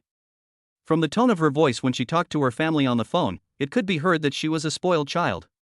The next day, Xiao Yuzhuo stayed to accompany Nuonyuo, and Chen Mo went to the buffet restaurant alone.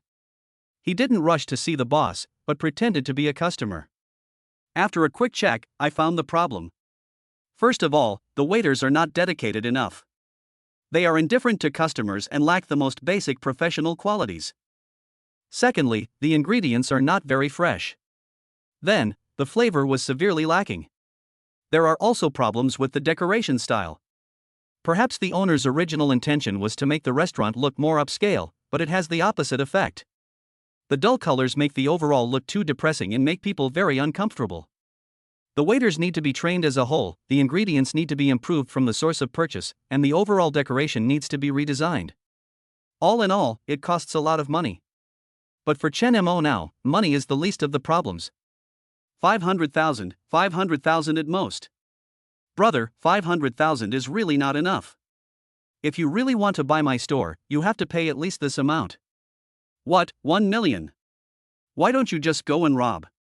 If I didn't think you were in urgent need of cash flow, I wouldn't even give you 500,000. Chen Mo frowned. It's really a narrow road for enemies to meet.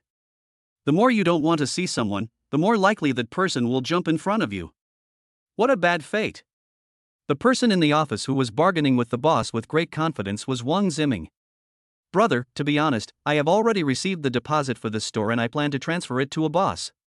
Wang Ziming flicked the ash off his cigarette. How much did he pay? He has no special abilities and just wants to live a life of idleness and wait for death, but his small treasury is almost emptied, and if this continues he will have to go out to starve. In order to survive for a long time, he planned to invest in a business. He didn't like small businesses, and he couldn't run a big business, so he decided to open a restaurant. The cafeteria owner said, "It's twice what you offered. Of course, if you can offer a higher price, I can consider it." This is not a joke. Wang Ziming doesn't have much money now. His eyes rolled and he thought of another way. Can you tell me who is going to take over your store? I can buy shares. This. The owner of the buffet restaurant said in embarrassment, I only know that there is a boss named Chen, and I don't know anything else. Kong Xinyu, who came with Wang Ziming, said, I say, you are not deliberately lying to us and want us to pay more. Maybe there is no boss named Chen at all. The owner of the buffet restaurant said, oh, I am an honest businessman, how could I do such a thing? We have agreed to negotiate within the next 2 days. If you dare to lie, God will strike you with lightning. Chen Mo opened the door and said to the buffet owner who was over 50 years old, hello, I am the Mr. Chen you made an appointment with. Chen Mo? Wang Ziming and Kong Xinyu said in unison. No one expected that the boss Chen that the buffet restaurant owner was referring to was actually Chen Mo. Kong Xinyu was the first to stand up and question, you must be mistaken, how could it be him? He is a poor guy who can't even take out 10,000 yuan. The buffet restaurant owner was surprised and asked, do you know each other? Both of them looked gloomy. It's more than just knowing each other. Prince sneered, Chen Mo, you can rent beauties and luxury cars, but this restaurant is not that easy to rent. Are you trying to show off? Chen Mo didn't want to pay attention to him. He looked at the buffet restaurant owner and said, excuse me, can we talk alone? The owner of the buffet restaurant looked at Wang Ziming and Kong Xinyu hesitantly. Although he didn't know who Wang Ziming was, his posture and the hostility he exuded made it clear that he was not someone to be trifled with. He is a serious businessman, with no background in Shanghai and no backing. He could see that they didn't get along and didn't want to offend him. But Chen Mo was different. The buffet restaurant owner had never seen anyone like Chen Mo before. Moreover, seeing Chen Mo's ordinary clothes, he couldn't help but doubt whether he had the ability to take over the store. Chapter 21, Paid in Full? No big deal. I heard you want to buy this store for 500,000? I advise you to save some money. Our business is not over yet. My car is estimated to have lost more than 200,000 yuan. If you spend all the money, how are you going to compensate me? The final result would have to wait a few days, but Chen Mo was almost certain what the result would be. Wang Ziming said, Chen Mo, the world in the Magic City is very complicated. Whatever result I want, it will be the result. Chen Mo pretended to be surprised and asked, so you have contacted your sworn brother? Wang Ziming looked a little unnatural. Contact the ass. After knowing that he was in trouble, he was so scared that he deleted all his brother's contact information and call records, for fear that he would be implicated. But this was not a problem for him. He knew many people from all over the world. Even if this brother went to jail, there was still another brother. He was not afraid anymore. He organized a dinner party and invited a person with a very powerful background. After the meal, he secretly stuffed a big red envelope into the person's pocket. Then the brother promised that he could turn the tide and make Chen Mo pay the price. He now couldn't wait for the result to come out, and then enjoy Chen Mo's frustrated look. Chen Mo smiled. He considers himself noble and never tries to curry favor with the rich and powerful, but that doesn't mean he is stupid. Nowadays, the devil is vigorously carrying out a series of operations such as cracking down on gangs and evil forces and digging out their protectors. No one dares to commit suicide at this critical juncture. So he judged that Wang Ziming, the so-called person with a strong background, was most likely a liar. The buffet restaurant owner saw that they were on the verge of a fight and suddenly came up with an idea. I see that both of you are interested in my shop, so how about this? Whoever offers the highest price will own the management rights of this shop. How do you think? Wang Ziming didn't have much hope at first, but when he found out that the boss surname Chen was Chen Mo, he became very excited. That's what you said. But I have two more suggestions. We both bid, and no matter what the final result is, you have to accept the highest one. The bid must be paid that night, otherwise it will not be counted. How do you do that? Everyone who does business knows that sometimes you have to rob Peter to pay Paul, and it's not possible to come up with the full amount all at once. For the restaurant owner, it would be best if he could get the restaurant transfer money tonight, so as to avoid unnecessary hassles in the future. But at the same time, he also understood what Wang Ziming meant. What if the highest value is 500,000? Wouldn't he be at a huge loss? He really shot himself in the foot. When he was hesitant, he saw Chen Mo said nothing and silently prayed that Chen Mo would refute this way of playing the game. Chen Mo, this kind of occasion is not suitable for you at all. You should go home and take care of your children instead of embarrassing yourself here. Kong Xinyu shouted loudly. Ma'am, please don't take yourself too seriously. Chen Mo looked at the owner of the buffet restaurant. I think it's okay. Humph, you are overestimating yourself. Wang Ziming made the first offer. I'll offer 400,000. He planned to increase it little by little, up to 500,000. He thought that Chen Mo had the same way of thinking as him and would also add up the amount little by little, 10,000 or 20,000. Unexpectedly, Chen Mo directly said, 1 million. Wang Ziming kindly reminded him, Chen Mo, don't forget the rules of the game. You must pay the full amount today. Chen Mo was very calm. I know, I'm not deaf and I don't need you to remind me. The owner of the restaurant was a little excited. Brother, are you still raising the price? Wang Ziming was so angry that he said, 1,100,000. Chen Mo smiled and said, I won't raise the price. The owner of the buffet restaurant said, since this brother is not raising the price, the restaurant will sell it for 1.1 million. Chen Mo stepped aside and waited calmly for Wang Ziming to transfer the money on the spot. Wang Ziming hesitated to take the next step. Chen Mo, you are deliberately playing tricks on us, right? You don't have the money to buy this restaurant, and you deliberately raised the price to make us spend more money, right? Kong Xinyu was furious. Wang Ziming suddenly slammed the table and said, are you guys in the same group? Damn it, you dare to do something to me? Chen Mo asked curiously, Wang Ziming, you seem to be very wealthy, don't you have this 1.1 million? No way, you can't even take out this little money? It's true that Wang Ziming really can't come up with the money, but he will definitely not admit it. What nonsense! Ziming is not someone who can't come up with a mere 1 million. He just doesn't want to be cheated by villains like you. Kong Xinyu is eager to protect her husband. It's unfair, I don't even know this brother. If you don't want to discuss it, that's fine, but you can't slander me. The owner of the buffet restaurant was in a dilemma. If he had known they couldn't afford it, he wouldn't have done it that way. Hey, you were the one who proposed the rule of paying the full amount on the spot. If you don't follow it, it will be a joke. Chen Mo deliberately provoked Wang Ziming. You want to provoke me? I tell you, this trick won't work on me. Wang Ziming crossed his legs. You are trying to trick me, but I won't fall for it. Unless you can pay me 1 million right now, I will just pretend that I never said 1,100,000, how about that? Chen Mo raised his eyebrows. You mean if I can't pay 1 million, then your 500,000 will be the highest price, right? Wang Ziming said, that's right. You want to treat me as a fool? You have no chance. The owner of the buffet restaurant broke out in a cold sweat. He really wanted to slap himself in the face. He was the only one who could come up with such an idea. He was so smug just now, thinking that he was so smart, but he didn't expect that he was just a fool. He didn't want to provoke Wang Ziming, but he wanted to sell the store for 500,000 yuan. So he placed all his hopes on Chen Mo and looked at him expectantly. Chen Mo knew what he was thinking, but in order to punish him for changing the rules without following the ethics of martial arts, he kept silent for a long time without making any statement. Wang Ziming was very proud and laughed loudly. 400,000 yuan deal. Brother, rules are rules, you can't go back on your word. I was going to give you 500,000 yuan just now. If you don't want it, then you can't blame me. The buffet restaurant owner's face looked uglier than if he had eaten a fly. People over 50 would cry just looking at it. This. Old man, hand over your account number and I'll transfer the money to you right away. Wait, I didn't quit the game. Chen Mo suddenly said. Chen Mo, what tricks are you playing? Wang Ziming was furious. Since you said you didn't quit the game, then take out the 1 million immediately. No big deal.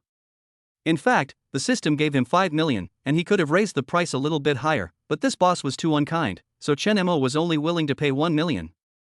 Boss Shang, is the contract ready? I'll transfer the money to you right away.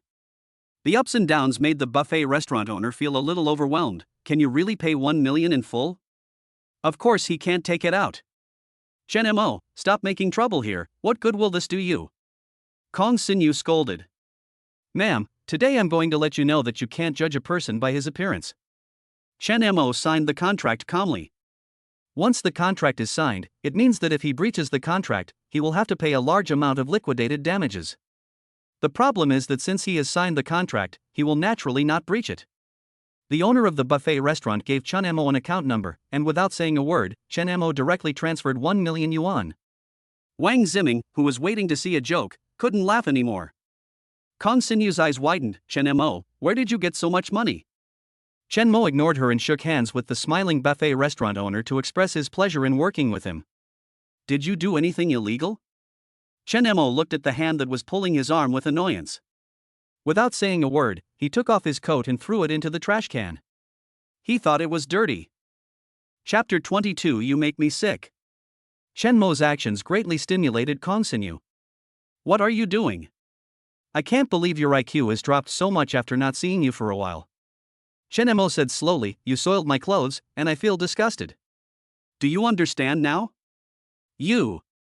Chen Mo, since you don't learn your lesson and want to do something illegal, and you haven't thought about your daughter's future, then give your daughter to me and I will help you raise her. Wang Ziming started talking about Nuonyuo again. If you like children so much, just go and have them. Have as many as you want. No one can stop you. Don't try to take advantage of my daughter again, or I'll blame you for being rude. Chen Mo did it on purpose. Then he saw that Wang Ziming's face really turned ugly, and Kong Xinyu also became a little uncomfortable. Chen Mo left the buffet restaurant in a happy mood. He completely ignored the suspicious looks of the couple. Starting today, this place will be his. Before a buffet restaurant opens, it must undergo a major overhaul inside and out. You also need to ask professionals to design the restaurant. Everything costs money. Of the 5 million given by the system, he has spent 1 million so far, leaving 4 million, which is enough for him to cause trouble. Chen Mo walked on the street happily, feeling that the world was a beautiful place. Thinking about how I couldn't even afford to buy ice cream 2 days ago, it seems like a lifetime ago. Nuonyuo didn't recover, so Chen Mo still bought an ice cream and went home. Children cannot eat it, but adults and children can eat it. Chen Mo found a newly added WeChat account. Do you want to eat ice cream? Let's think about it. The adults and children cheered, but soon they thought of a problem. No, we can't eat Nuonyuo. Are you stupid? Can't you just stay away from her? Isn't that a bit like bullying a child? Then don't eat it. No, I want to eat. Oh, you can bully me if you want. Chen Mo couldn't help but curl the corners of his lips. I want vanilla flavor. No. When will you be back? Immediately. Chen Mo put away his phone, walked towards the ice cream shop, and asked the waiter for a vanilla-flavored ice cream. He didn't even look at the price because he had money. Maybe he won't have to worry about money anymore in the future. This is the benefit of having a golden finger. Chen Mo suddenly felt that he couldn't waste the golden finger in vain. If the golden finger only created value for him, then he would be too selfish. He is not a very noble person, but if he has enough ability, he would like to do something to contribute to society. But as to how to do it, he hasn't figured it out yet. Chen Mo hurried back. Not only is there a lovely and well-behaved daughter waiting for him at home, but there is also a big kid who is easily angry but has a good heart. Unconsciously, he had already regarded Xiao Yuzhua as an indispensable member of the family, but he himself did not realize it, otherwise he would have felt panic. It turned out that not only Nuonyuo, but even he felt reluctant to part with her. Fate is so wonderful. Xiao Yuzhua broke into their lives in a dramatic way, and then formed a bond with them, and could no longer leave them. In the following days, Chen Mo was indeed very busy. First of all, a major overhaul of the restaurant's overall appearance is required. Secondly, ask professionals to train the waiters. Many of them are old employees who stayed voluntarily. Most of them are relatively obedient, but there are also some people who think they have more experience and know more and are unwilling to cooperate. Chen Mo would never tolerate such people and would ask them to leave directly. Xiao Yuzhua was surprised that Chen Mo's restaurant opened so quickly. She helped Chen Mo analyze the current situation. Although she is young, her analysis is very logical. This may be related to the environment she grew up in, and she has a particularly thorough understanding of people and things. This store is neither big nor small, but you can't handle it alone. You need to find someone you trust to help you look after it. The first person Chen Mo thought of was the upright Zhao Shu. Having worked together for many years, Chen Mo knew him very well. Zhao Shu looks like a carefree person on the surface, but he has a strong sense of justice in his heart. He once helped someone catch a thief on the street, but was stabbed 3 or 4 times by the thief and almost lost his life. His work ability is not bad, but unfortunately, he is not good at flattery, so he has been stuck in the same position. Chen Mo had also heard him complain about the unfairness of the company, but since he was getting married soon and urgently needed to buy a house, and now he was burdened with a mortgage, it was impossible for him to just quit. In Zhao Shu's own words, the company today, because of manager Zhang, is like a $100 bill falling into a toilet. If you don't pick it up, it's money, but if you pick it up, you'll feel sick. I can only comfort myself by saying that life is so helpless. Chen Mo was a man of action and immediately called Zhao Shu. Brother, are you short of money? Okay, I'll transfer the money to you right now, but I can only give you 10,000 now, don't think it's too little. Zhao Shu's voice came from the microphone. Chen Mo was deeply moved. Some people are hundreds of times stronger than so-called blood relatives. This further strengthened his determination to poach Zhao Shu. As long as the project is related to the buffet restaurant, it is included in the 5 million range. In other words, Chen Mo can use this money to pay the salaries of the buffet restaurant employees. Lao Zhao, I opened a buffet restaurant. Do you want to come and work with me? Don't worry, I will never treat your family unfairly. We are brothers. The signal was not very good, it was intermittent and I couldn't hear clearly. Zhao Shu on the other end of the phone was stunned for a moment, as if he didn't understand what Chen Mo meant. Brother, you're starting a business? Okay, I'll support you 100%. How much capital do you need? I can help you find a solution, just like investing in you, ha ha ha. Chen Mo knew that he was short of money, but he was still willing to provide him with financial assistance. He said he would find a way, which might mean asking others for a loan. Chen Mo quickly said, Old Zhao, you misunderstood me. I don't need your financial help. I want to bring you in. Would you like to consider it? Manager Zhang's angry curses came from the microphone. Zhao Shu, you're fucking lazy again. Do you still want to work? If not, then get the hell out of here. Manager, I got a call from a client. I'll be right over. Zhao Shu sighed and couldn't help complaining, you live like a dog every day. Chen Mo, if you want to start a business, then work hard. When you make a good career, I'll hang out with you. If you need money, remember to tell me. I'm about to complete a big project and can help you. I won't say any more. I have to go to work. Let's talk when we have time. Zhao Shu hung up the phone in a hurry. After the call, he only knew that Chen Mo wanted to start a business, and knew nothing else.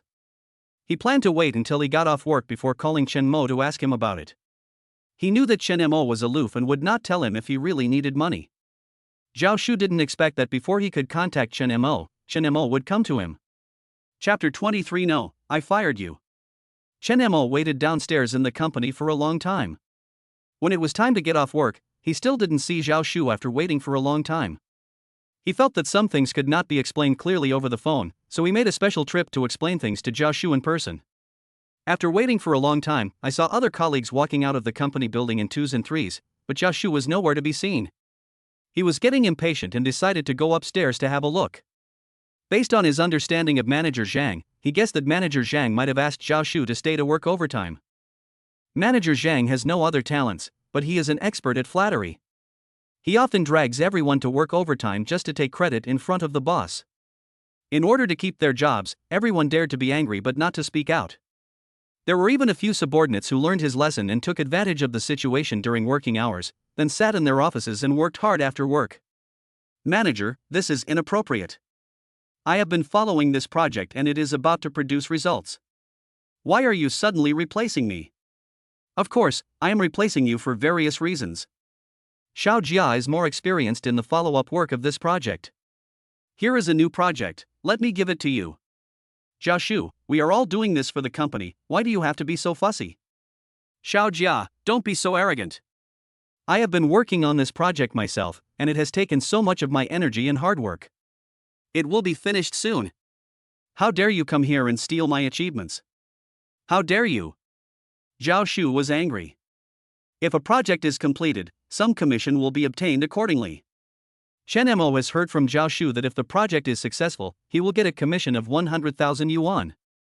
For him, who is penniless after buying a house, it is a huge sum of money that helps him in time of need. The meat that he has worked so hard to eat is about to be snatched away by others. How can he not be anxious? Xiao Jia's eyes were red. Brother Zhao, what do you think of me? Am I not just following the instructions of my superiors? Xiao Jia is young, beautiful, and has a hot body. After just 1 year in the company, she has quickly gained the respect and favor of Manager Zhang. Those who understand the reason know the reason. Manager Zhang's face was as gloomy as water. It's settled now. Anyone who objects can get out. Xiao Jia glanced at Zhao Shu provocatively, twisted her waist and walked out of the office door. Seeing the people outside the door, she was stunned. Chen Mo, weren't you fired? Why did you come to the company? Relying on Manager Zhang's favor, Xiao Jia often rolled his eyes at poor losers like Chen Mo and Zhao Shu. Manager Zhang looked outside the office door and said unkindly, Chen Mo, what are you doing here? Lao Zhao, I was waiting for you downstairs in the company. I didn't see you come out for a while, so I came up to see you. Can we talk further? I have something to discuss with you. Chen Mo ignored Manager Zhang and Xiao Jia and spoke directly to the stunned Zhao Shu. Zhao Shu, you are still in contact with someone who was fired by the company? Manager Zhang said sarcastically. Zhao Shu could no longer bear it. I work in the company, but that doesn't mean I've been sold to the company. Who I associate with privately is my private matter, and you have no right to interfere. Zhao Shu, what's your attitude? Don't you want to do this anymore? If you don't want to do this, get out of here. Zhang, do you fucking think you are a local tyrant who has the power of life and death over others? You idiot, you want to hand over the project to Xiao Jia, right? I'll grant you your wish.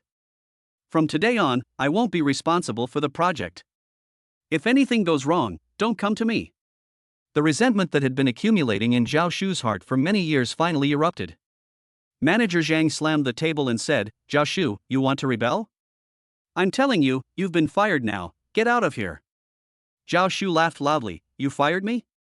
Wrong, I fired you, you idiot. One day you'll come and beg me for mercy.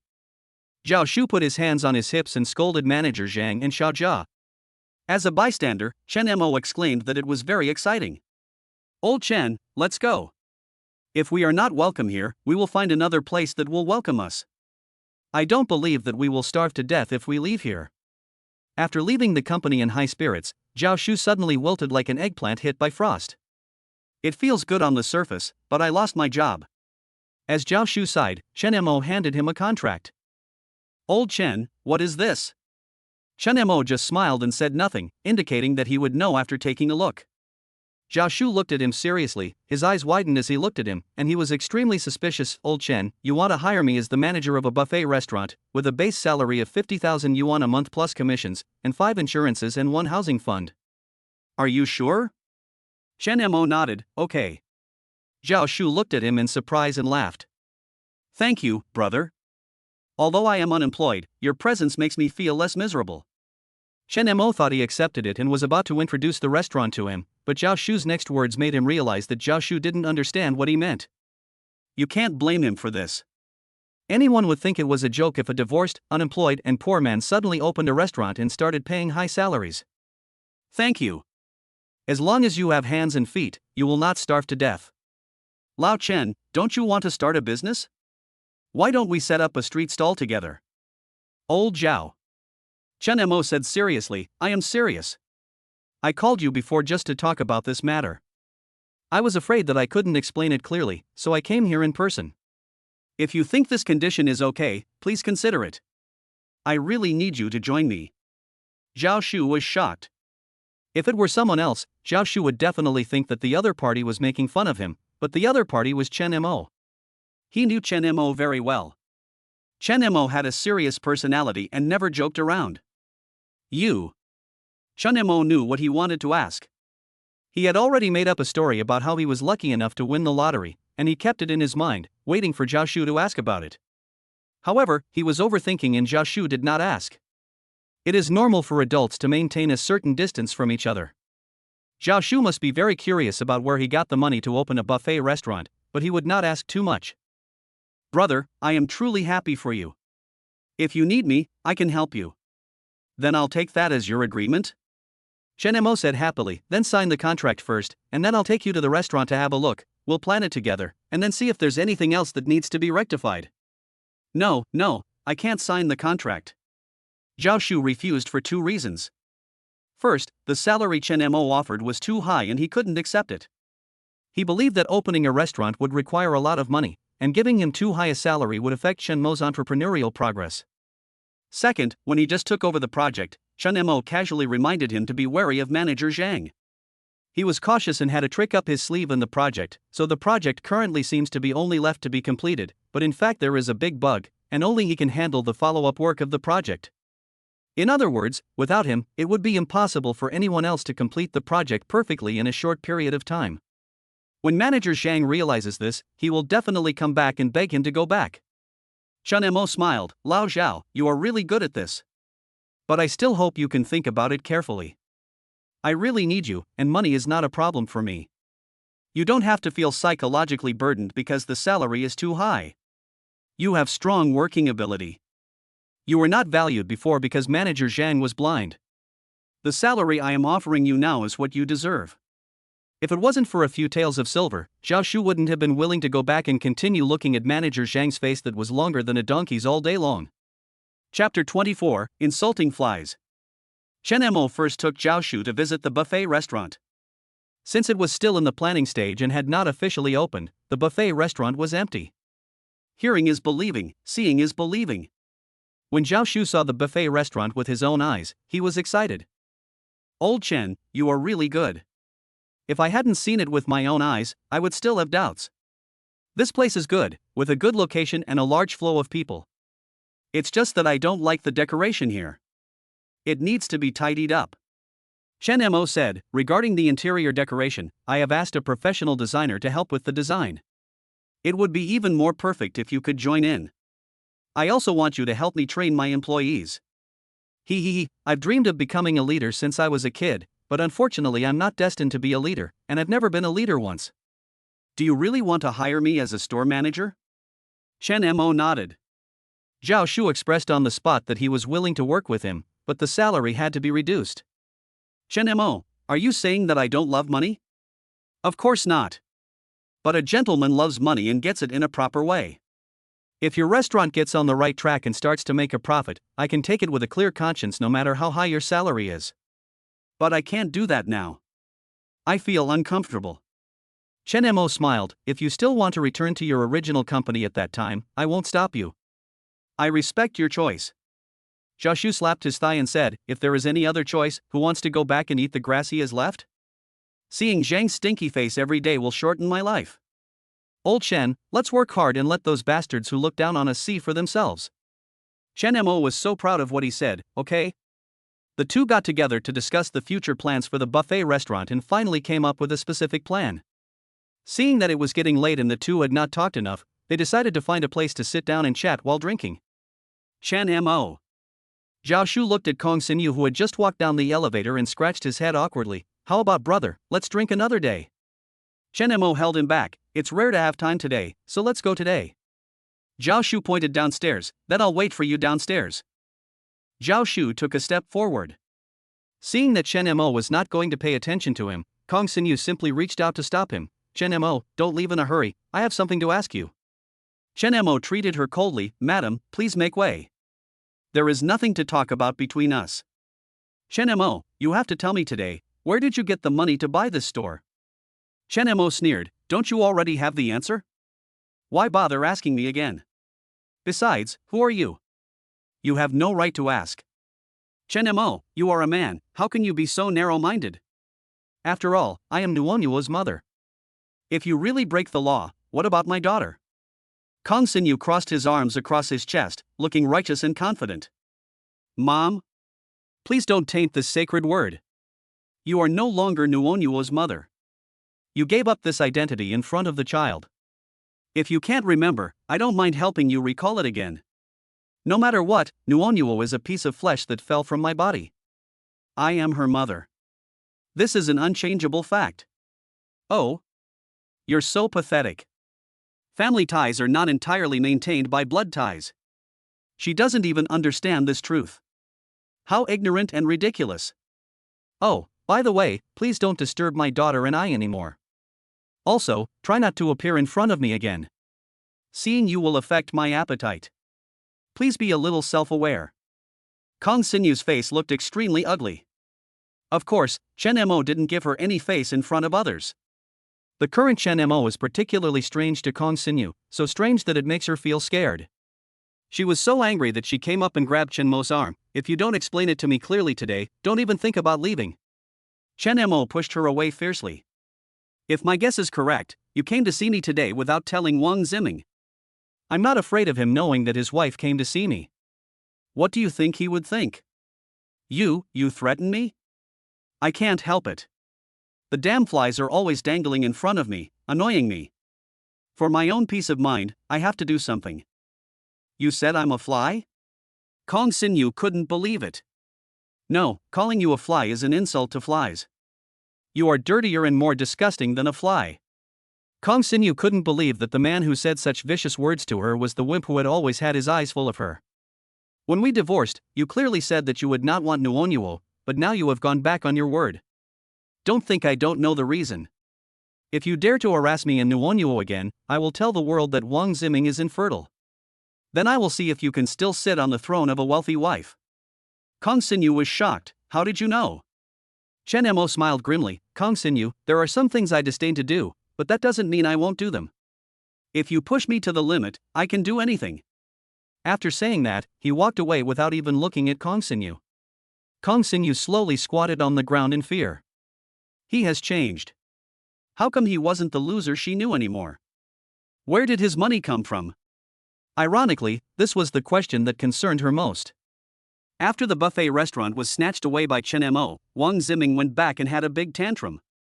A lot of things had happened in the past 2 days and nothing had gone well. Wang Ziming no longer doted on her as much as before, and her life was much worse than when she was newly married. She couldn't accept the current gap, but she had to know the situation and look down at Wang Ziming's face, hoping that after the bad things in the past few days were over, Wang Ziming would still love her as before. What's funny is that she actually blamed Chen Mo for Wang Ziming's change in attitude towards her. She had two main purposes for looking for Chen Mo this time. One was to find out where Chen Mo's money came from, and the other was to vent her anger. But she didn't even think about whether Chen Mo was giving in to her at all now. In the past, Chen Mo gave in to her because he treated her as a relative. But now that they are strangers, Chen Mo treats her like shit. I'm sorry to make you laugh.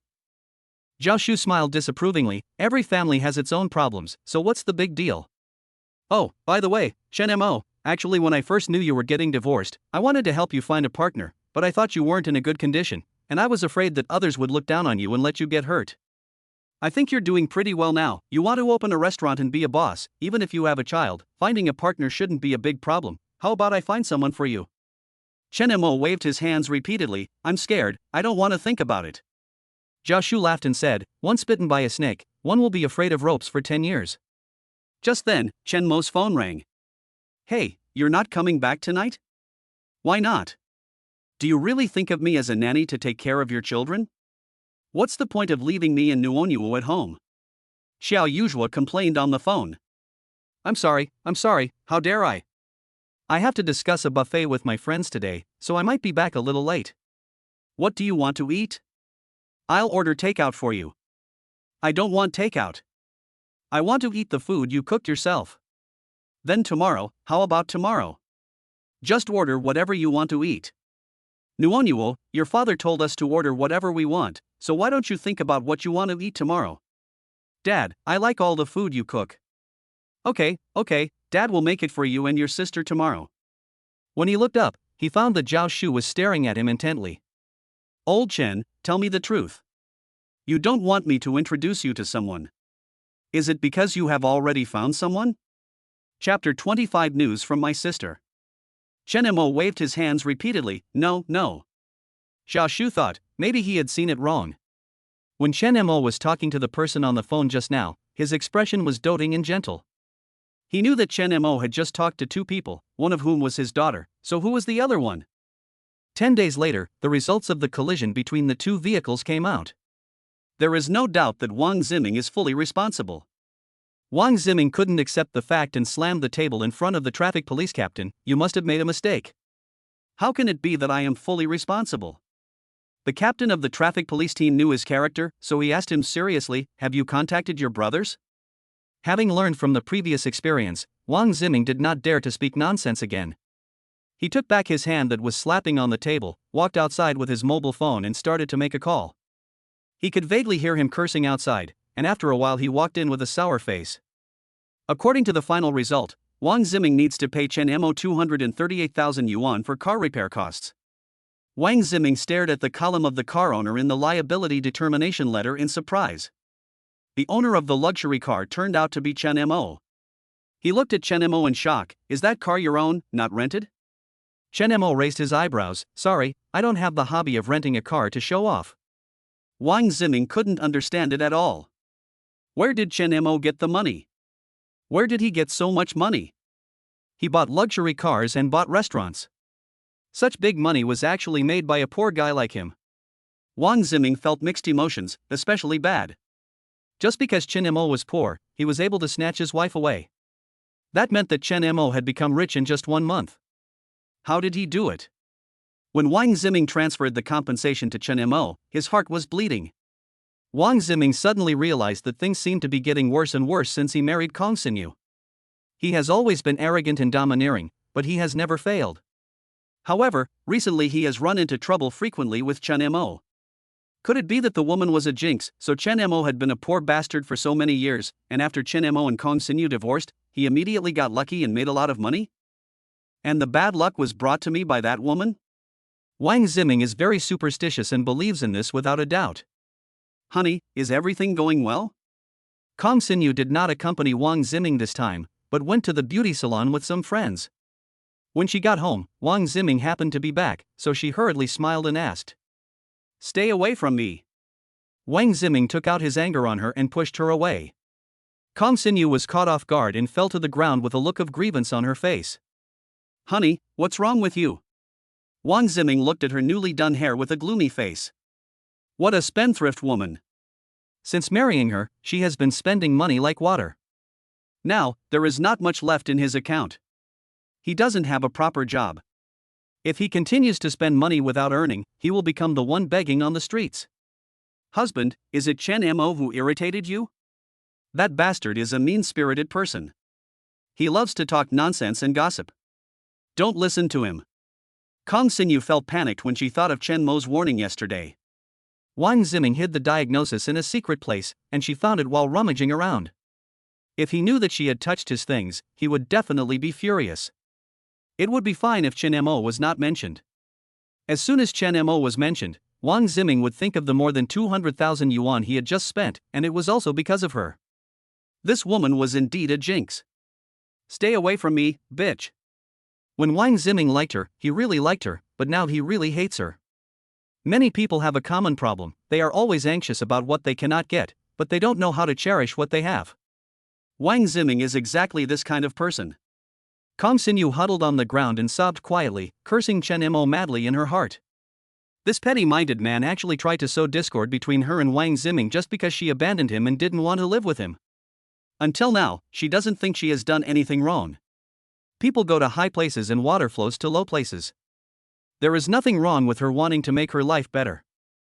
But she never thought about how shameful it was to build her own happiness on the suffering of others.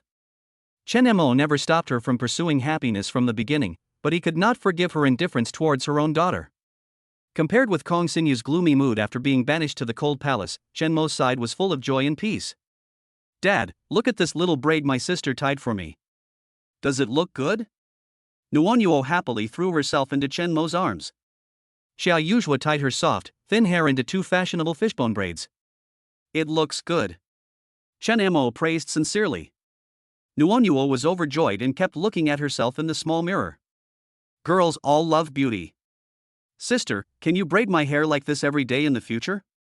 Xiao Yuzhua held half a big watermelon and nodded, okay. As he was eating, Xiao Yuzhua raised his face from the watermelon shell. His small face was plain and pretty, and his dark almond eyes stared at Chen Mo. Chen Mo touched his face unconsciously. Is there something on my face? Xiao Yuzhua said, I took Nuonyuo out for a walk today and saw an older sister who looked a lot like you. If I hadn't asked Nuonyuo and she said she didn't have an aunt, I would have almost thought it was you and not your sister. Oh my god, they really look so alike. I really wanted to take a picture to show you, but that woman kept staring at Nuonyuo, so I didn't dare to take a picture. Nuonyuo has an aunt, but because she has never seen her, the child thinks she doesn't have one. Chen Mo's mind moved. Where did you see it? Xiao Yuzhua gave the address nonchalantly. Chen Mo fell into deep thought. Xiao Yuzhua saw a woman who looked very similar to him near the residential area where he originally rented. I have a sister. Xiao Yuzhua was stunned. Ah, you have a sister? Why haven't I heard you mention it before? After saying this, she realized how stupid she was. She and Chen Mo had only known each other for a short time, so why would he tell her all this? Oh, that could be your sister. She looks very much like you, really. The more Xiao Yuzhua said this, the more Chen Mo felt that the person she met by chance was her sister Chen Shang. But Nuonyuo said she doesn't have an aunt? Chen Mo explained, she hasn't seen her aunt. In fact, I haven't seen my sister for a long time. How long has it been? About 8 years. Her father did not leave much debt when he passed away, but Ma Tsuehua used the excuse that he owed a lot of money to others and asked her sister to repay her for raising her. She asked her to marry a man who was willing to pay a high bride price. The man was 10 years older than her sister, short, ugly, and bald. My sister agreed. Chen Mo was not aware of the situation at the time, and especially did not understand why his sister was willing to marry a man like that. But my sister said calmly, oh, I just want a home. Such a cold expression. After my sister left with that man, she never came back. He called his sister countless times, but no one answered. Later, he got married and sent his sister his address, asking her to come over if she was free. Sometimes he would think, maybe that mobile phone number is no longer used by his sister. Chapter 26, Taking Advantage. Sorry, the number you dialed is unavailable. Chen Mo hung up the phone in frustration. His sister's cell phone number, which had been in his phone for many years, turned out to be an invalid number. The last time Chen Mo contacted her was before his divorce. At that time, the phone could still be reached, but it has only been a short time and the number has become invalid. Somehow, it seemed as if the thread connecting him and his sister was broken, and Chen Mo felt a little panicked. Xiao Yuzhua put the hollowed out half of the watermelon on Nuonyuo's head and said, "Nuonyuo, take a look at the watermelon hat that your sister made for you. Does it look good?" Nuonyuo hurried to the dressing mirror, and Kong Xinyu cooperated by holding up a watermelon rind and loosely placing it on Nuonyuo's head so that she could appreciate it more easily. "Sister, I really like this watermelon hat." Nuonyuo was very excited. "If you like it, I'll give it to you. But, this is watermelon rind, it can't be kept fresh, it will go bad in 2 days. Can I make you a new one some other day?" Nuonyuo was so regretful. "It's such a good hat, it's such a pity to break it." Xiao Yuzhua came up with a good idea. "Wait, I'll take a picture for you. This way, the beautiful moment of you and the watermelon hat can be preserved forever, right?" Okay. Nuonyuo clapped her hands happily. "Sister, then you can help me clap." Xiao Yuzhua was just about to tell Nuonyuo to hold the watermelon shell with her hands, for fear that the watermelon juice inside the shell would stain her hair. Then I thought, no, this is too troublesome, so I found a plastic bag, put it inside the watermelon shell, and stuck it directly on Nuonyuo's head. Nuonyuo smiled happily and ran to Chen-mo. "Dad, do you think the watermelon hat my sister made for me looks good?" Chen-mo smiled and said, "It looks good. How can my baby not look good?" Nuonyuo corrected, "Dad, I was asking if the watermelon hat my sister made for me looks good, not if it looks good." "Dad, you heard me wrong." Chen-mo corrected his mistakes immediately. Dad didn't pay attention. Dad was wrong. Next time I will listen carefully to what my baby says. My sister wants to take a picture of me, saying that beautiful things can be preserved. Dad, can you take a picture with me? Chen-mo obediently let her pull him to his feet and walked in front of Xiao Yuzhua. Xiao Yuzhua was very professional in helping the father and son pose and took several photos in a row. Nuonyuo ran out of Chen-mo's arms and took Xiao Yuzhua's hand. "Sister, I want to take a few photos with you." Xiao Yuzhua threw the phone to Chen-mo, raised his hands and threatened, "You must take a better picture of me, do you understand?" Xiao Yuzhua was wearing a white t-shirt and short jeans. Her smooth black hair was casually tied into a crooked braid with a colorful rubber band and draped over her left shoulder. She was simple and without any makeup, but she was full of youth and beautiful, like a painting. She squatted down and held Nuonyuo in her arms. Nuonyuo hugged her neck and kissed her face full of collagen. Chen-mo looked at the heartwarming pictures frozen on the phone screen, feeling mixed emotions. A child's world is the simplest. She will like and be close to whoever treats her well. These 2 days, thanks to Xiao Yuzhua's presence, otherwise the child would not have been able to get out of the pain of "Mom doesn't want me anymore" so quickly. Chen-mo's mind moved. Judging from their current relationship, he and Xiao Yuzhua are quite compatible. The child likes her very much and sticks to her wherever she goes. She is not very close to him as her father. Maybe it would be easier to communicate if older children were leading younger children. He had a wild idea, wondering if he could recognize Xiao Yuzhua as his godsister or something, so that even if she left one day, they would still be able to meet in the future. "Sister, take a picture with Dad too." Xiao Yuzhua was stunned for a moment, then said arrogantly, "I don't want to be in the same frame with a stinky man." Nuonyuo looked very serious. "Sister, Daddy takes a nice shower every day, he doesn't stink at all." "Sister, take a picture with Daddy." Xiao Yuzhua looked at Chen-mo. Chen-mo was thinking about his sister at the moment and didn't notice what they said. He seemed to sense something and looked over here. Xiao Yuzhua unnaturally withdrew his gaze and said perfunctorily, "Next time, Nuonyuo, it's not that I don't want to take a photo with your father, it's that no one took the photo for us, right?" Nuonyuo volunteered, "Sister, I can help you take the photo." Xiao Yuzhua was surprised. "You? I can take pictures, really?" Nuonyuo said proudly, "My father taught me before." "Well, okay then." Xiao Yuzhua agreed awkwardly. Chen-mo was confused and was pulled to Xiao Yuzhua by Nuonyuo. "Dad, take a photo with your sister too." Chen-mo reacted and looked at Xiao Yuzhua with a mixture of laughter and tears. Xiao Yuzhua rolled his eyes at him angrily. "What are you laughing at?" As he spoke, he moved aside and kept a distance from Chen-mo. Nuonyuo said, "Sister, move closer to my dad. You've already walked away from the phone, so I can't take a picture of you." Xiao Yuzhua has a bad temper, but he is very gentle to Nuonyuo and can be said to be obedient to her in everything. Hearing this, he reluctantly moved closer to Chen-mo. Nuonyuo stared at the phone seriously, smiling happily. "Sister, the phone has you in it, it's okay now, sister, smile." Xiao Yuzhua's mouth corners raised. Click. Xiao Yuzhua felt relieved and quickly hid aside. Chen Mo finally noticed her little action, raised his arm and sniffed. Do I smell? No. Nuonyuo followed suit and sniffed Chen Mo, saying innocently, yes, sister, my dad doesn't smell at all, he's not a stinky man. How could a 4-year-old child know what a stinky man meant? Besides, except for Xiao Yuzhua, she had never heard anyone else call her father a stinky man. Chen Mo looked at Xiao Yuzhua inexplicably, and he would be lying if he said he wasn't disappointed.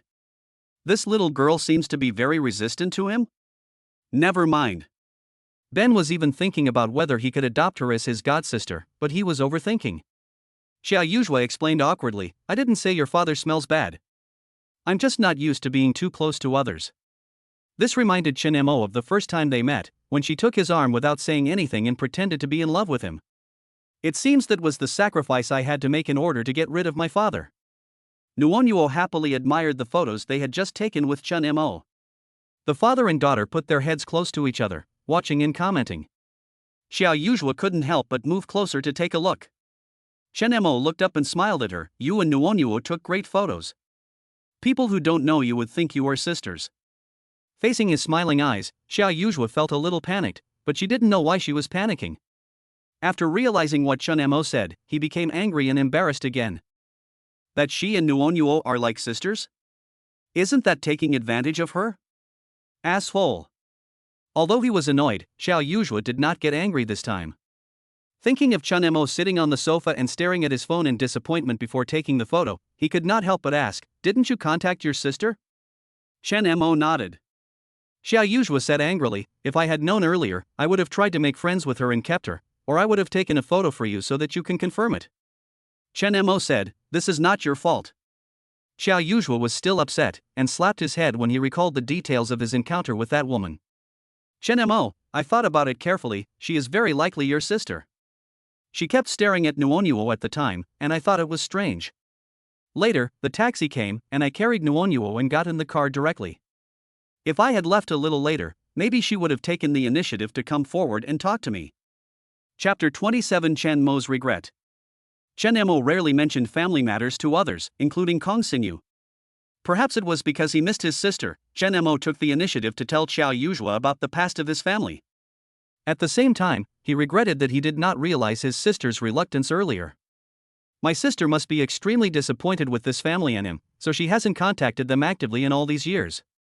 If he had known this earlier, he would have fought to the death to stop Matsuewa from forcing him and protect his sister's happiness. Why? It's too late to say anything now. After coaxing Nuonyuo to sleep, Chen Mo covered his head in annoyance, regretting his decision. You can't be blamed for this entirely. If you want to blame someone, blame your incompetent mother. How can she force her daughter like that? If it were my mother, I would. Having said this, Xiao Yuzhua paused, his expression somewhat unnatural. Chen Mo was thinking about something and didn't notice her abnormality. Hey, do you think this is the case? Didn't I post your family's story online last time? Maybe your sister saw it and came to see you because she was worried about you? Chen Mo looked up suddenly. Yes, that is very possible. Chen Mo has the best relationship with his sister.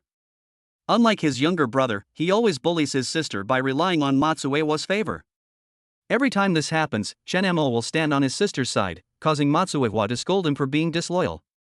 In Matsuewa's eyes, her daughter is an outsider. How ridiculous it is to think about it. His sister has heard so many such words since she was a child. How upset she must be. In the end, Matsuewa forced her to marry a man she didn't love for the sake of a dowry, which became the last straw that broke the camel's back. So she left and never wanted to come back. But in fact, his sister still cares about him. Perhaps, as Xiao Yuzhua said, his sister saw the incident on the internet and ran back to see him because she was worried about him and because she saw that her little niece, whom she had never met, had the same experience as her. If your sister really cares about you, I guess if she didn't see you this time, she would definitely come again next time. Yes, little girl, you are right. Excited, Chen Mo couldn't sit still.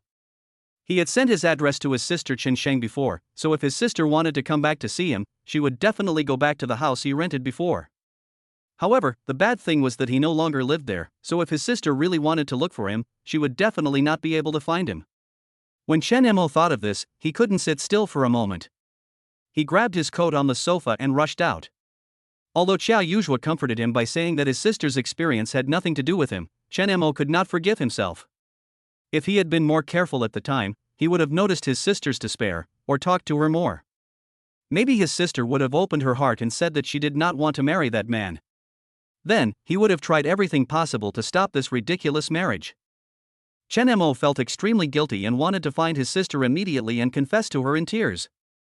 Xiao Yuzhua stopped him and said, "Hey, are you going out now?" If I'm lucky, maybe my sister is wandering outside the old house right now. I want to go with you, too. Nuonyuo is sleeping, please keep an eye on her for me.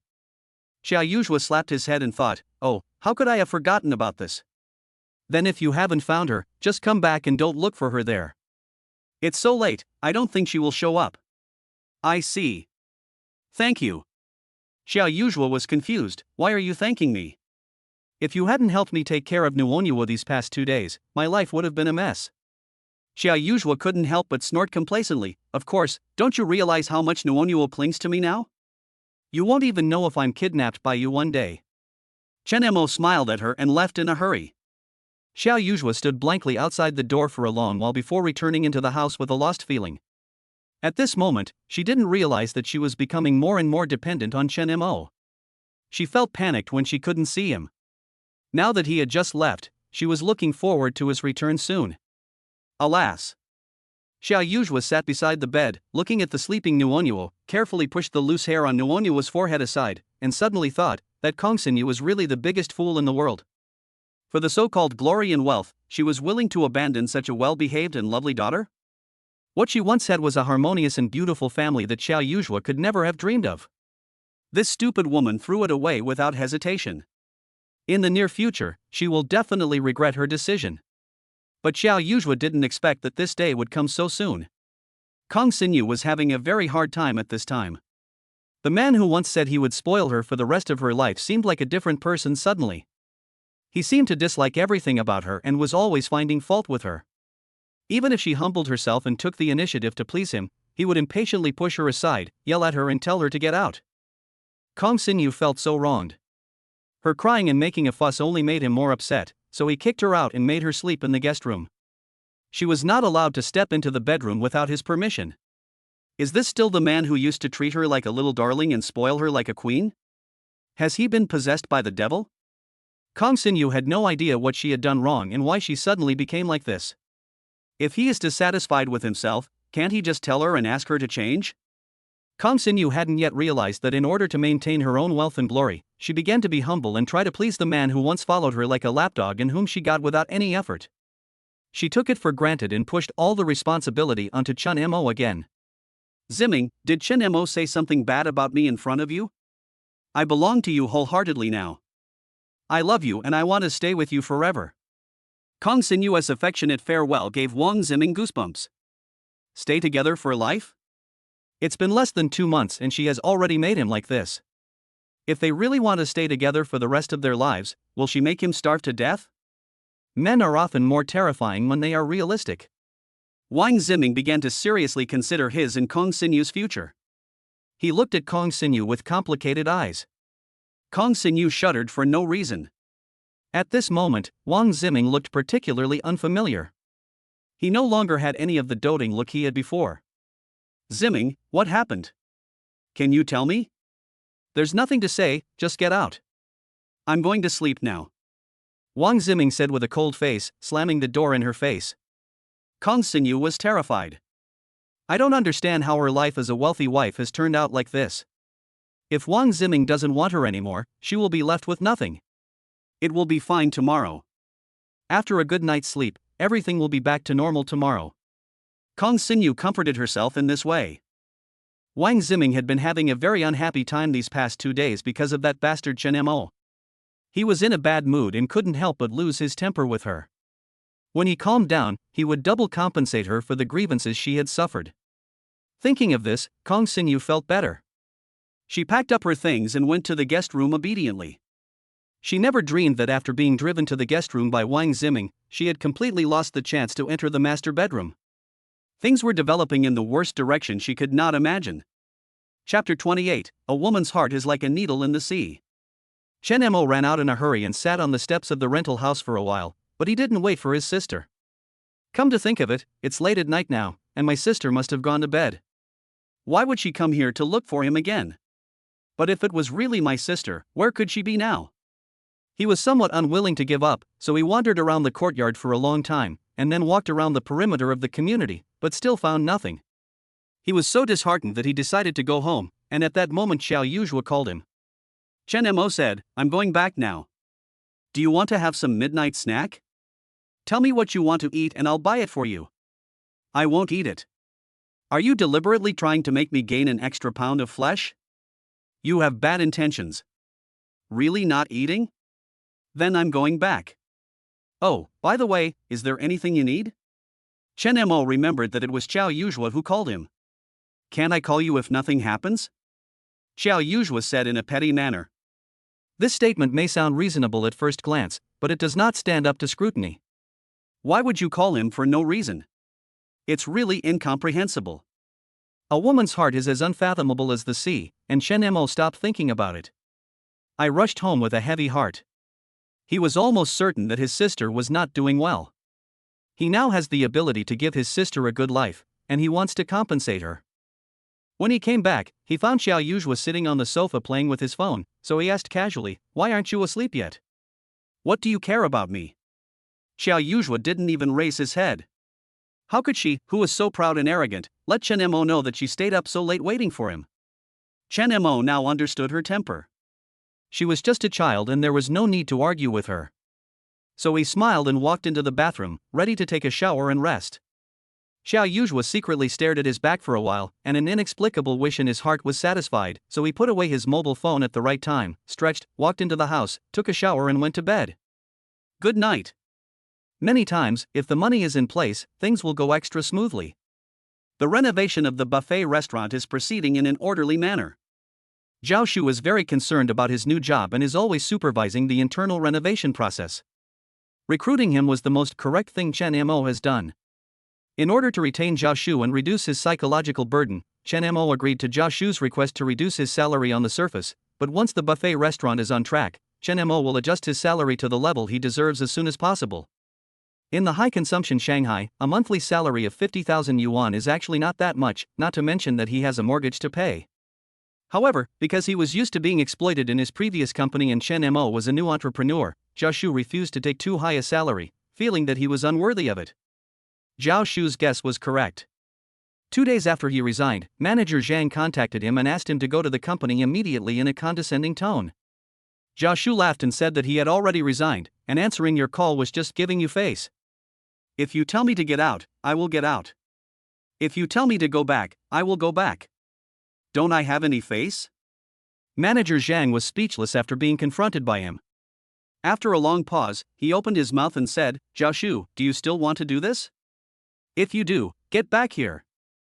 Manager Zhang, I have something to say but I don't know whether I should say it or not. Zhao Shu lit a cigarette. Seeing how he was trying to hold back his laughter, Chen Mo knew that he would definitely not say anything nice next. Manager Zhang didn't understand what he meant. What are you talking about? Just say it. Zhao Shu exhaled a puff of smoke and said slowly, Who the hell do you think you are? Manager Zhang on the other end of the phone turned green when he heard this. Zhao Shu, do you want to rebel? Rebellion? Are you qualified? Have you forgotten that I am no longer your employee? Speak politely to me. Manager Zhang was so frustrated that he was jumping up and down in anger. And don't threaten me with words like, get out if you don't want to work. I'm not your employee now and you're not my leader. In my eyes, you're just a piece of stinky shit, bah. I have something else to do, so I'm hanging up now. Without waiting for the other party to respond, Zhao Shu hung up the phone, closed his eyes and took a deep puff of cigarette, feeling refreshed like a god. It feels so good, so good. It's a pity that I can't see the old man's expression at this time, otherwise it would feel even better. Chen Mo, who was sitting nearby, had a deep understanding of this. The two of them managed to escape from the clutches of the evil Zhang. Even if they couldn't see it, they knew that manager Zhang must be so angry that he was jumping up and down in the office and cursing. It doesn't matter, they can't hear it anyway. Old Chen, believe it or not, manager Zhang will call soon. As soon as he finished speaking, the cell phone rang. Zhao Shu glanced at it casually and showed it to Chen Mo proudly. As expected, it was indeed a call from Manager Zhang. Zhao Shu was not in a hurry to answer the phone and deliberately left Manager Zhang alone. There was no need to talk about the code of conduct with such a person. Old Chen, I have to thank you for reminding me. Otherwise, there would be no day when Manager Zhang would act like my grandson. Chen Mo smiled indifferently. He reminded Zhao Shu at that time only because he understood Manager Zhang's bad character and was afraid that Zhao Shu would suffer a loss.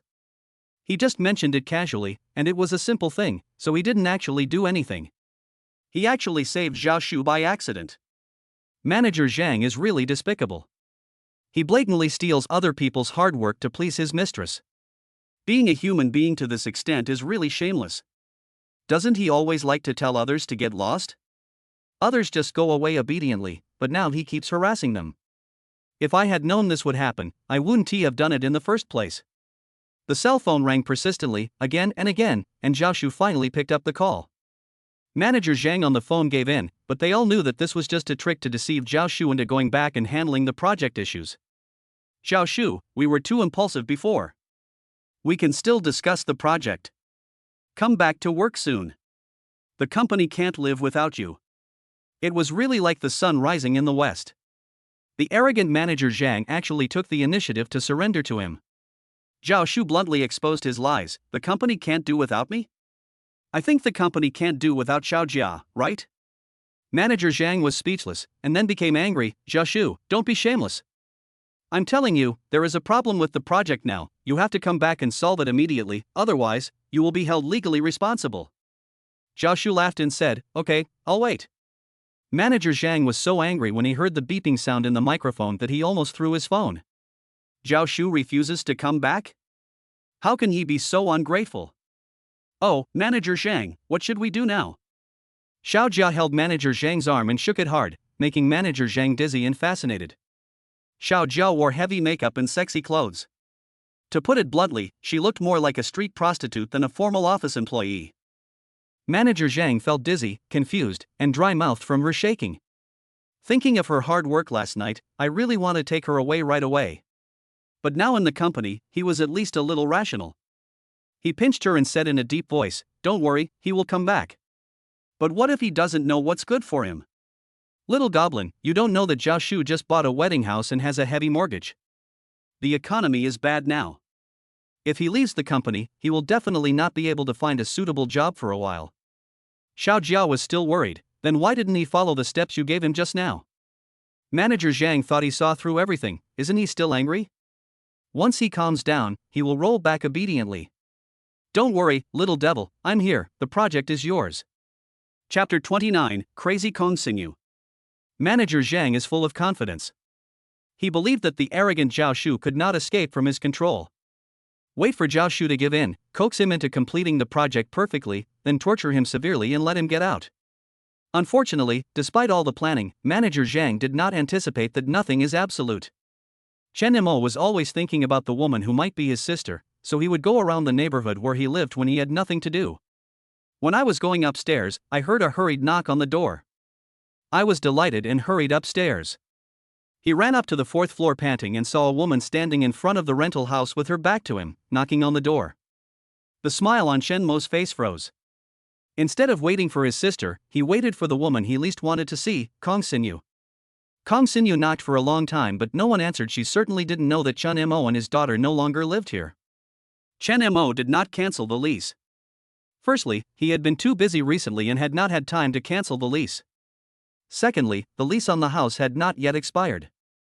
Now, this is an important place to connect him and his sister, so it is even more impossible for Chen Mo to cancel the lease. Before coming here, Chen Mo had considered moving back home so that he could wait for his sister, but after seeing Kong Xinyu, he immediately gave up the idea. Hearing the noise behind him, Kong Xinyu turned around and saw that it was him, so he pounced on him. Chen Mo subconsciously dodged, and Kong Xinyu's sunglasses were accidentally rubbed off. When Mo saw her face, he was shocked. Is this really Kong Xinyu? A perfectionist, Kong Xinyu is so exquisite from her nails to her hair? Her curly hair was scattered on her shoulders like dry grass, her face was hidden behind a black mask, her eyes, which were usually full of affection, were now bloodshot, and her left eye socket was purple. She stared straight at Chen Mo like a ghost. Chen Mo, you are such a despicable man. After all, I have been with you for so long, spent several years of my youth, and left you a child. How could you do this to me? Kong Xinyu roared hoarsely. Chen Mo frowned. Kong Xinyu, what are you doing? It's all your fault, it's all your fault. Kong Xinyu continued to pounce on him. Kong Xinyu was beaten. It doesn't seem difficult to guess who hit him. Chen Mo was quite surprised. Is the fickle Wang Ziming getting tired of her so quickly? The dream of a wealthy wife has come to an end, and it is expected that Kong Xinyu cannot accept it. But why did she come to see him? She's sick. If you're fucking sick, go take some medicine and don't bother me.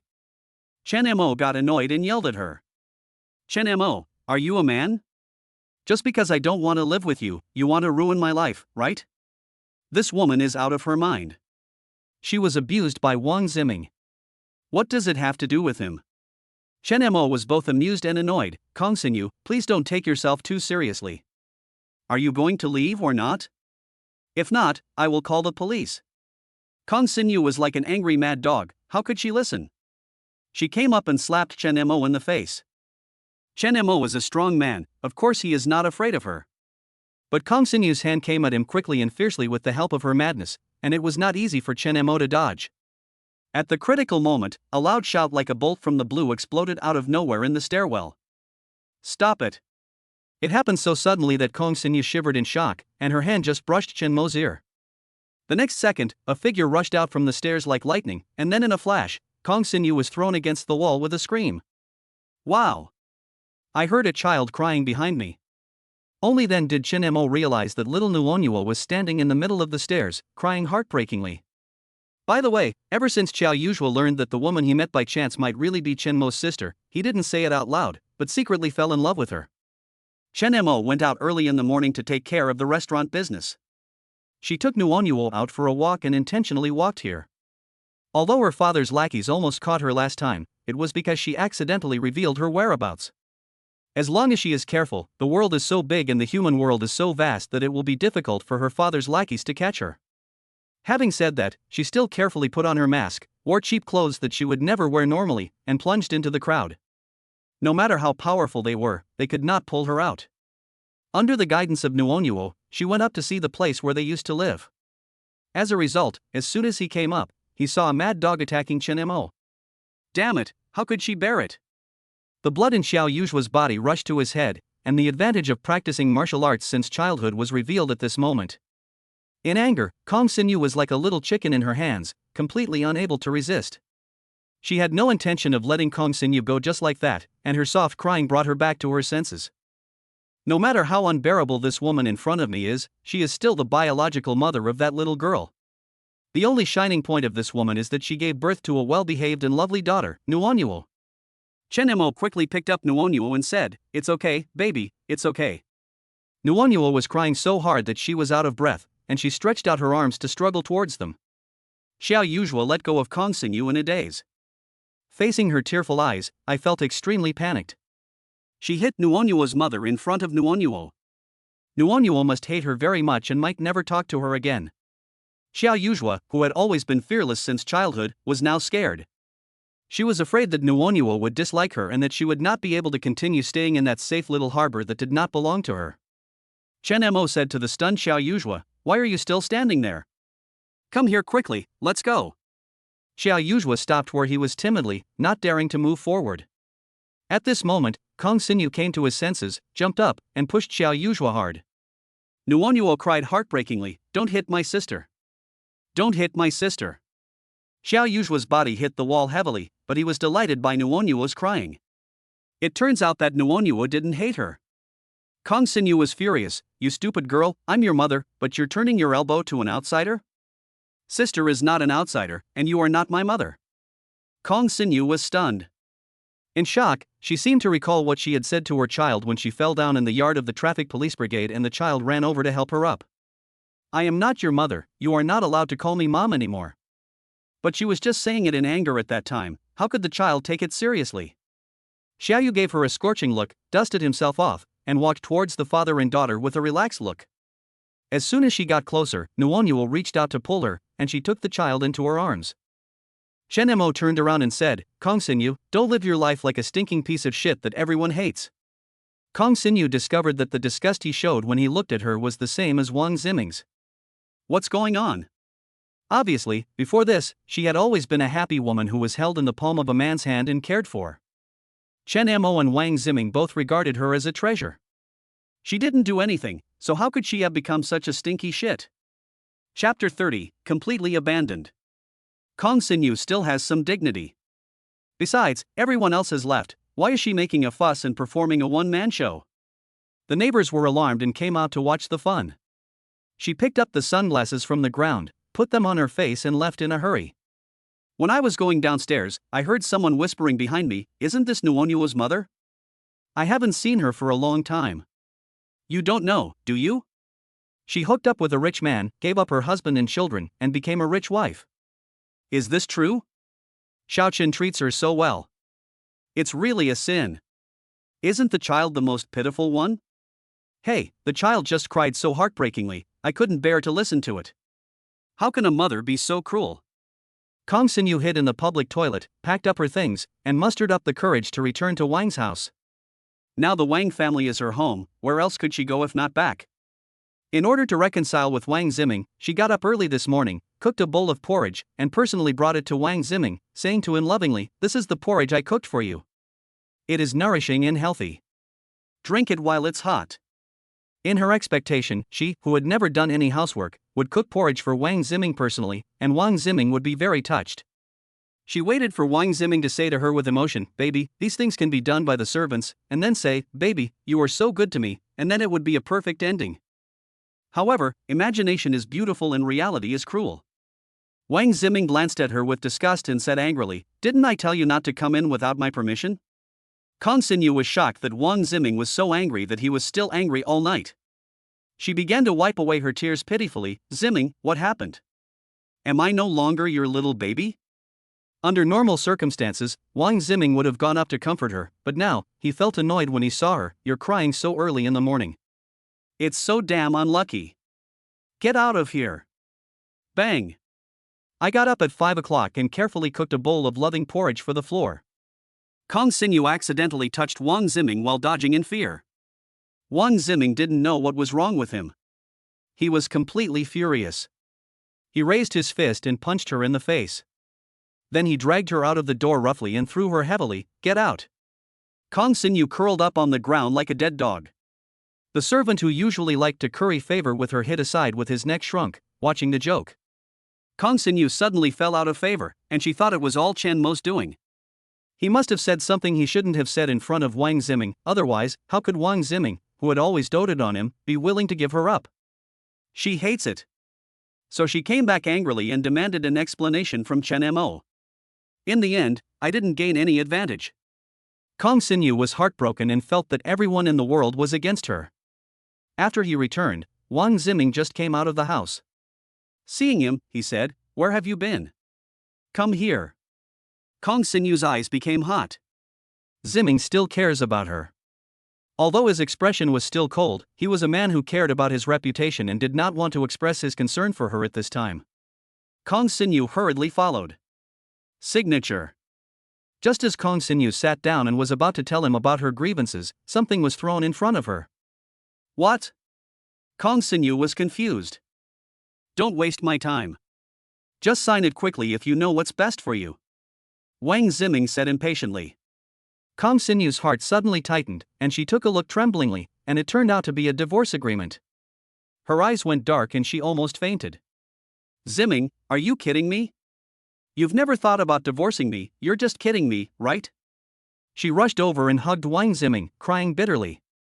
If she really divorced the prince, she would have nothing. Wang Ziming regarded her as a plague god, and pushed her aside without mercy, with a ferocious look on his face, hurry up and sign for me, or I will kill you.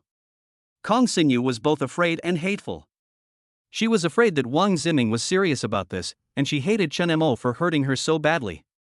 The queen who was once high and mighty now prostrated herself on the ground without dignity, holding Wang Ziming's legs tightly and refusing to let go. Ziming, I won't divorce you, please don't chase me away. I love you, and I will only love you in this life. Wang Ziming was very surprised. Was I possessed by a ghost to fall in love with her so much? I used to think she was pure and innocent, like a fairy from heaven, but now it seems that she is no different from those women who have no bottom line for money. Unlucky star. Wang Ziming completely lost his patience, grabbed her neck and said viciously, "Hurry up and sign for me, or I'll make you pay." "Why did you do this to me, Ziming?" "Don't believe Chen Mo's provocation. He has always hated me for abandoning him and choosing you. If you believe him, you will fall into his trap." When Wang Ziming heard Chen Mo's name, he became even more furious. However, Kong Xinyu mistakenly believed that it was Chen Mo who was secretly doing something wrong. So she felt that she could still be saved. As long as she cleared up the misunderstanding, Wang Ziming would treat her the same way as before. She said tearfully, "Ziming, I don't know what despicable means Chen Mo used to find out the secret of your infertility. I really didn't know it before. Don't believe his rumors. I didn't mess around with your things. You have to believe me." Wang Ziming's pupils shrank, and he suddenly grabbed Kong Xinyu's hair, forcing her to look up at him. "Bitch, what did you just say?" Chen Mo, Chen Mo. Kong Xinyu stuttered, frightened by the rage in Wang Ziming's eyes and unable to utter a complete sentence. "Who the hell are you calling infertile?" It was because of this secret that his ex-wife left him. This was an unspeakable pain for Wang Ziming, but this woman actually knew about it. He locked the checklist in the safe, and no one else could know it, including Chen Mo. He suddenly remembered that when he first married her, he opened his safe to show her in order to show off his wealth. Then he was in a hurry to do something, but she smiled and drove him into the bathroom. He casually placed the key to the safe on the bedside table. She must have secretly opened the safe at that time and saw the inspection list inside. Wang Ziming was furious. There was no way Chen Mo knew his secret. If he did, it must have been told by this damn woman. "Who told you that I'm infertile? How dare you spread my secret everywhere?" Wang Ziming's eyes were bloodshot. Kong Xinyu was stunned. It seems that Wang Ziming doesn't know that she has discovered his infertility secret? That is to say, Chen Mo only threatened her that day and did not say anything in front of him. She sold herself. "Get out of here, you ungrateful woman." Kong Xinyu was kicked out of the house. She was driven out of the Wang family with only the clothes she was wearing and empty-handed. Chapter 31: A False Alarm. After being pushed against the wall by Kong Xinyu, Xiao Yuzhua didn't feel anything at first. In order to comfort Nuonyuo, who was worried about her and wanted to take her to the hospital with tears in her eyes, he stretched his arms and kicked his legs in front of her in a cool manner, trying his best to prove that he was full of energy. However, that night, the aftereffects began to show. "My whole body is sore and painful, as if it's falling apart." After she was bullied by Kong Xinyu, Nuonyuo became even more attached to her and insisted on sleeping with her at night. After Chen Mo asked for her opinion, he agreed.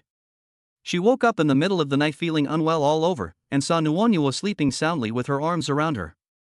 She smacked her lips a few times, perhaps she was dreaming about eating delicious food. Xiao Yuzhua's heart was filled with tenderness. "I can't help but think, how great it would be if Nuonyuo was my child. I would do my best to love and care for her." The same posture always made her physical discomfort worse. She carefully pulled her arm out of Nuonyuo's arms, got out of bed very slowly and lightly, and walked around the bed barefoot twice, trying to relieve the soreness in her body. "As I walked, I felt a little thirsty. Open the door and get some water." The strange noise coming from the living room made her alert. "Is there a thief in the house?" Court death. Xiao Yuzhua's body suddenly stopped feeling sore and painful. Hidden in the darkness, every cell in his body entered a state of readiness for battle. As he held his breath and concentrated, his senses became extra sensitive. The thief walked from the balcony to the TV cabinet in the living room, squatted there and was searching for valuables. Probably he didn't find anything, so he walked towards Chen Mo's room. Xiao Yuzhua was not sure if Chen Mo had the habit of locking the bedroom door. He was afraid that the thief would push the door open. What if he disturbed Chen Mo, who was sleeping soundly? What if the thief had a weapon? What if Chen Mo, who was awakened, was not smart enough and fought against the thief? Xiao Yuzhua didn't dare to think any further and pounced on the thief with lightning speed. Bang! Xiao Yuzhua moved swiftly and threw the thief to the ground. He locked his arms and legs tightly and shouted loudly, "Chen Mo! Chen Mo, wake up!" The thief on his body groaned, then said with a smile, "I woke up a long time ago, little girl. You don't think I was sleepwalking, do you?" Xiao Yuzhua. It turns out that the thief is Chen Mo? Don't they say that sleepwalkers should not be woken up? Fortunately, I am not sleepwalking, otherwise, I would be scared to death by your unique way of waking me up. Chen Mo wanted to get up, but someone was holding him down so tightly that he couldn't get up for a while. At the same time, Xiao Yuzhua came to his senses and finally realized that his action of pressing on Chen Mo was very indecent. His face turned red instantly and he climbed down from him in a hurry. To hide her panic, she complained, "It was you? You were sneaking around, I thought there was a thief." "What?" After understanding the whole story, Chen Mo was both amused and confused. However, as he laughed, he stopped laughing. The lights were not on at this time, and the darkness covered Xiao Yu's red face, and Chen Mo's overly serious expression could not be seen. However, Xiao Yuzhua could feel the atmosphere suddenly becoming too solemn. "Little girl, your actions just now were extremely dangerous, did you know that?" Xiao Yuzhua heard the harsh reproach in his tone and said unconvincedly, "Where is the danger? If there really is a thief, he will most likely be carrying a weapon. If you act rashly and force him into a corner, the consequences will be disastrous. There are so many unexpected things." Xiao Yuzhua muttered softly, momentarily forgetting the several what-ifs that had just occurred to him. It's better to be safe than sorry. Fortunately, it was a false alarm this time. If you really encounter such a thing in the future, you must stay calm. Girls, don't rush forward when the time comes. You must ensure your own safety first. Xiao Yuzhua was no longer angry. "Are you worried about me?" "Oh, it's okay, I'm not a 3-year-old child." Seeing that she didn't repent, Chen Mo was furious and hit her on the head. "I just said so much, but you didn't listen to a word?" If it were any other time, if someone dared to hit her on the head, she would definitely kill that person. But if it's Chen Mo, forget it. Xiao Yuzhua had not yet realized that he had unknowingly treated Chen Mo differently from others. "I understand," she rubbed her head to show her weakness, "but don't underestimate me. I don't really care about ordinary men." Chen Mo sneered, "You are young, but you like to brag." Xiao Yuzhua asked back, "When I pushed you down just now, did you have no strength to resist?" Chen Mo thought about it and realized that he was too confused at the time and didn't react. "Okay? It's ridiculous. If he, a tall and strong man, was clamped by her and couldn't move, wouldn't it be laughable? But then again, for a delicate little girl, she is actually quite strong and doesn't look weak at all. Go to bed soon." Chen Mo reached out and rubbed her little head, his tone as gentle as if he was talking to Nuonyuo. Xiao Yuzhua is very picky. Usually, no one dares to touch her head except her father. But now there is one more Chen Mo. Xiao Yuzhua felt a little unhappy, but it had nothing to do with the fact that Chen Mo dared to rub her head with his dog paws. "Hey, stop calling me a little girl all the time, okay? I'm already 21. Chen Mo said, "Is 21 so great? I'm 30, 9 years older than you. In front of me, you're just a little girl." Xiao Yuzhua held back for a long time before saying, "You annoying bastard. Sister, Dad, what are you doing in the middle of the night?" A soft voice suddenly sounded. The two then remembered that there was too much noise just now and they forgot to check on the child. "Oh, my sister couldn't sleep and was chatting with your father." "Then why don't you turn on the lights when you're chatting? Don't you mind the darkness?" "Well, I won't be interrupted from chatting if I don't turn on the lights." "Oh." Before Xiao Yuzhua walked into the room, she turned around and glared at Chen Mo, then she remembered that even if she bulged her eyes out, he wouldn't be able to see because it was so dark. After Chen Mo returned to his room, he quietly went into the bathroom and took a cold shower. He spit on himself as he showered. He was still a child. Was he a beast? Just because of the intimate contact by chance, the soft body of a girl had awakened some of the most primitive thoughts in his body. "Bah, you are so shameless." Manager Zhang has been a little annoyed recently, and when he saw that Zhao Shu was not giving in, he became a little panicked. The reason why the project that Zhao Shu was previously responsible for came into Zhao Shu's hands was because Manager Zhang did not think highly of it. Unexpectedly, the most promising project failed in Xiao Jia's hands, while the least promising one was revived by Zhao Shu. Xiao Jia kept trying to persuade him, so Manager Zhang took advantage of his power and snatched Zhao Shu's hard work to please his lover. Things don't always go as planned, and it's useless even if you get it. Zhao Shu is not a god, and the earth will not stop turning without him. But if someone else takes over, they will have to take many detours, waste time and delay the progress of the project, which will lead to a breach of contract. Now Zhao Shu has given up and the project has come to a halt. The higher-ups have discovered something strange and ordered Manager Zhang to speed up the process. After manager Zhang discovered that Zhao Shu was not easy to fool, he unexpectedly learned that Zhao Shu had hidden his resignation from his fiancée. He suddenly had an idea and came up with a bad idea. Chapter 32, Dealing with Employees' Families. Old Chen, help!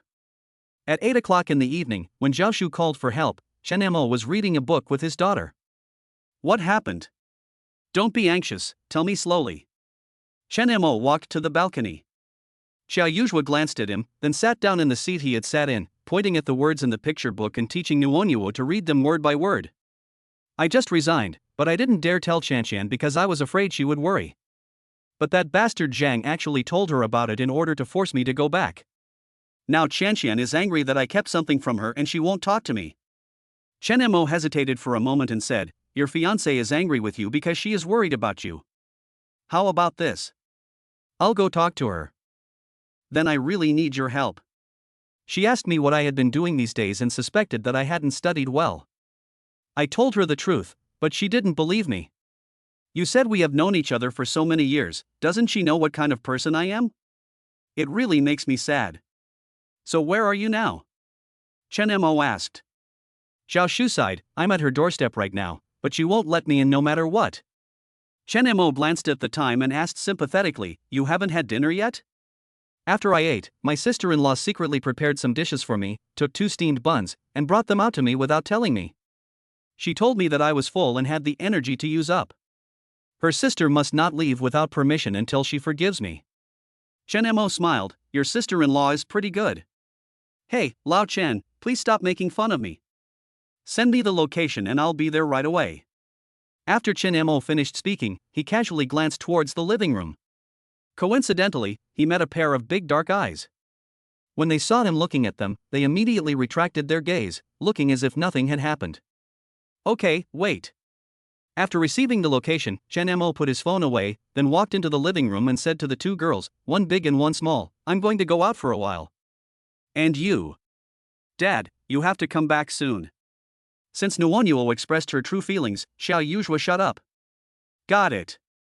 Chen Mo rubbed the little head of Nuonyuo. This action reminded Xiao Yuzhua of the feeling of having his head rubbed by him. How should I put it, although she was annoyed that he always treated her like a child, she didn't find him annoying. I have to trouble you to keep an eye on Nuonyuo for me again. Chen Mo's eyes fell on Xiao Yuzhua. Xiao Yuzhua snorted, Why are you being so distant with me?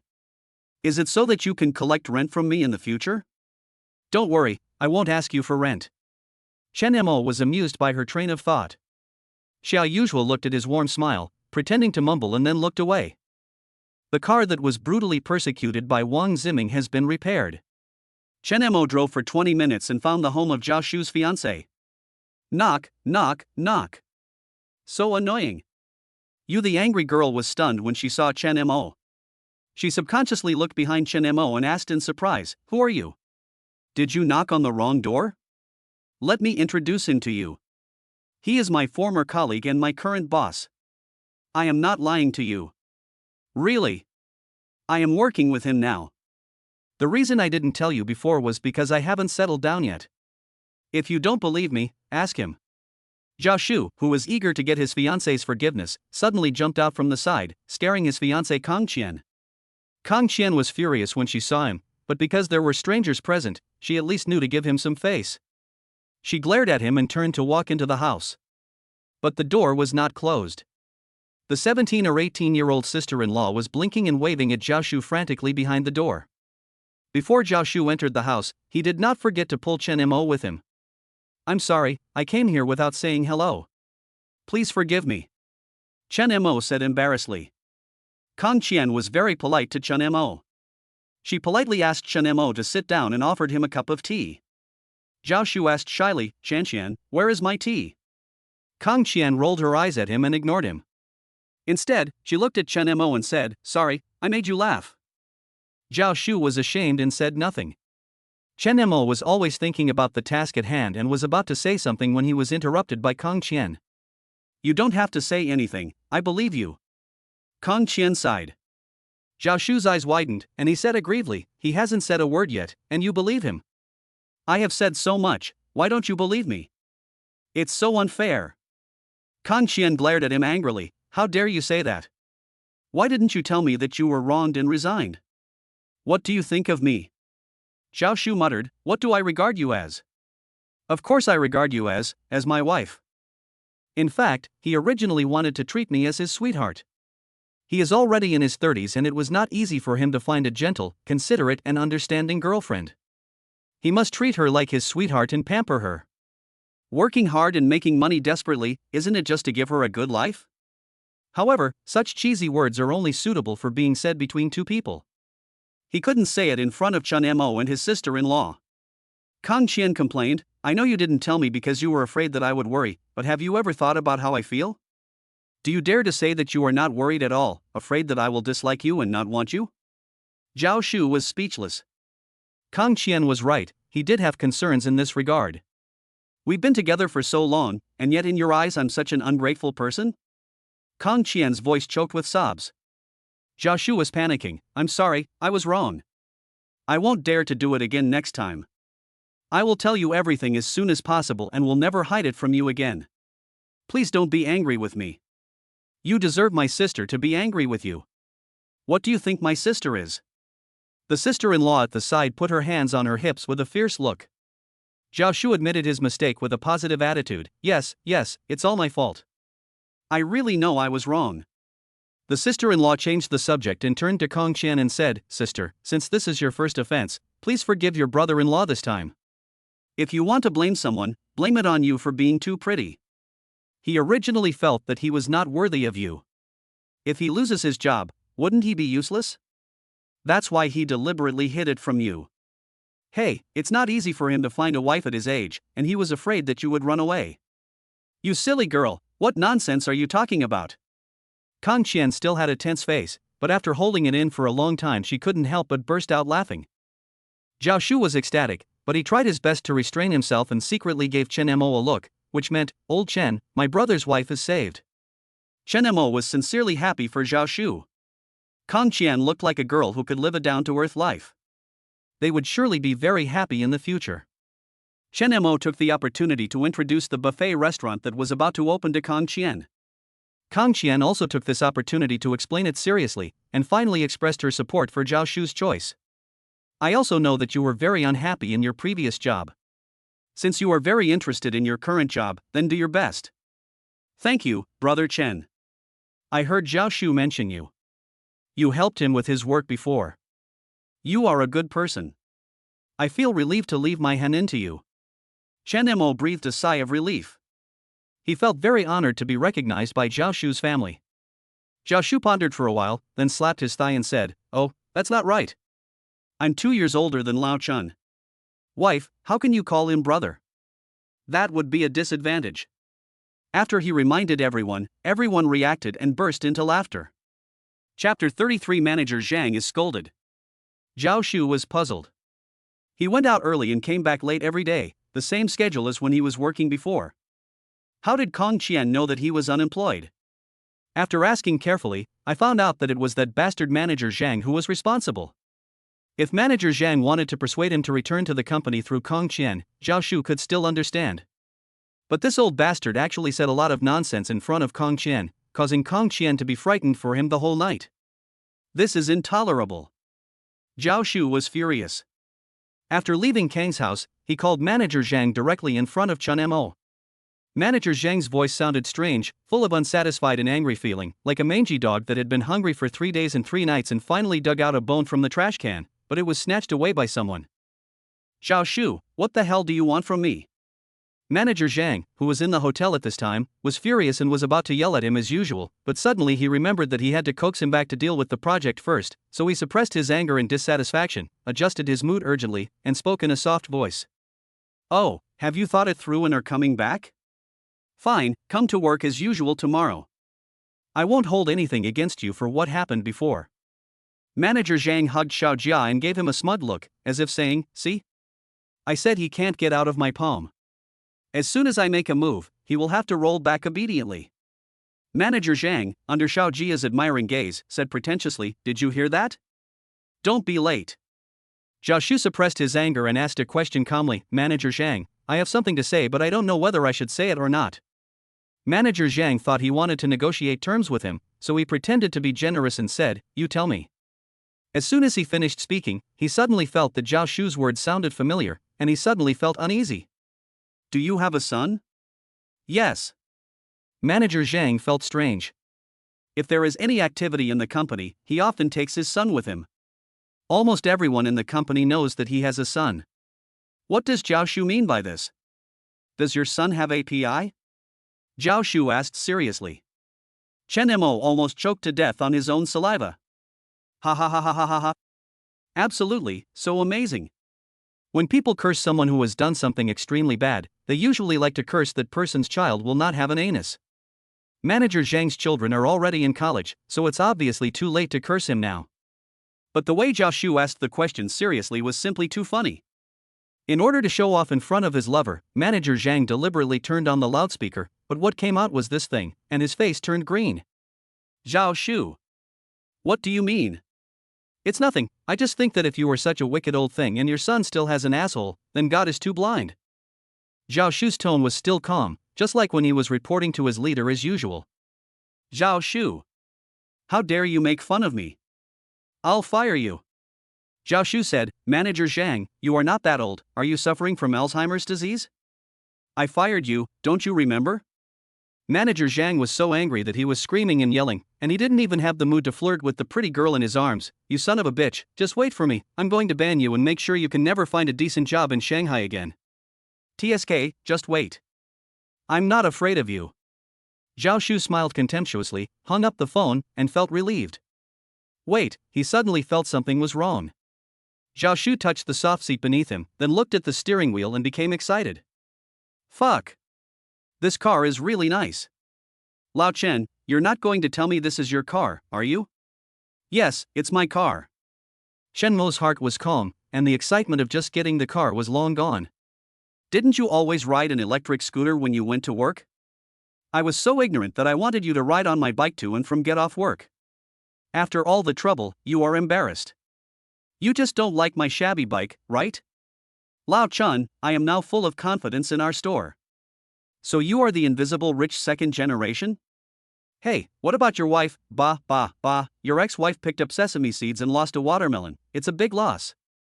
How can Manager Zhang's nephew compare to you? In terms of appearance alone, he is far inferior to you. Zhao Shu seemed to have discovered a new world. He kept chattering and gloating all the way, but he did not have the slightest doubt about Chen Mo's sudden display of wealth. Maybe it's because he has a high quality and will never ask questions that he shouldn't ask. Another possibility is that it's due to the system.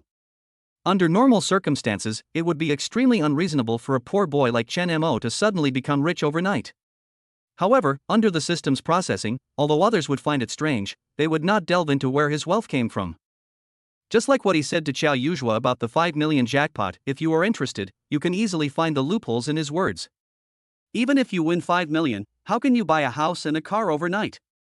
But because of the system, people don't delve into it too deeply. After sending Zhao Shu home, Chen Mo was about to leave when Zhao Shu called him mysteriously, Old Chen, do you want to consider it? What are you considering? Chen Mo didn't react for a moment. You are in such good condition now, it's easy for you to find a virtuous wife. How about I help you find one? Maybe not as pretty as your ex-wife, but she is definitely kind-hearted. Most importantly, she likes children, is very tolerant, and will be good to your daughter. I don't want to think about that for now. When he politely refused, a pretty figure inexplicably emerged in Chen Mo's mind. It was Qiao Yuzhua. Chen Mo was stunned for a moment, feeling a little distressed. What's wrong with me? It is said that men become bad when they have money. Could it be that he cannot escape this curse? He hated himself for always daydreaming. It's because Nuonyuo and her get along so well, so when he mentions his other half, he can't help but think of her. Chen Mo tried hard to find excuses for himself in his mind. It seems that I have found a reasonable reason. Now he felt much better. After waving goodbye to Zhao Shu, Chen Mo drove back alone, and his cell phone rang downstairs in the community. When he saw the caller ID, Chen Mo was extremely excited. It's Jing Xiaodou. Chen Mo was always thinking about his sister's whereabouts. After searching in vain, he remembered the powerful Jing Xiaodou.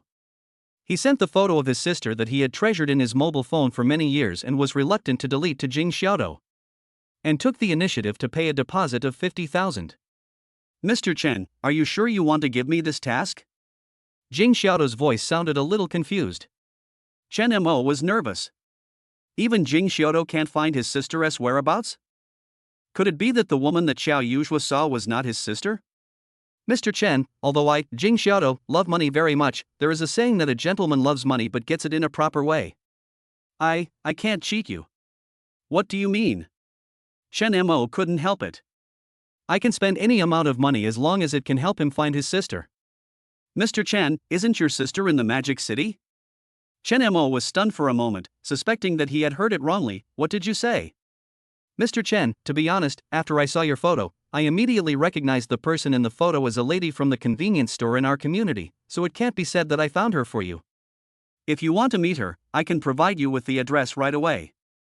Are you sure that the older sister you saw is my sister? There are all kinds of things in the world. Although the probability is extremely low, there are many people who look like sisters even though they have no blood relationship. I can be sure it's the same person because even the position of the mole on their face is exactly the same.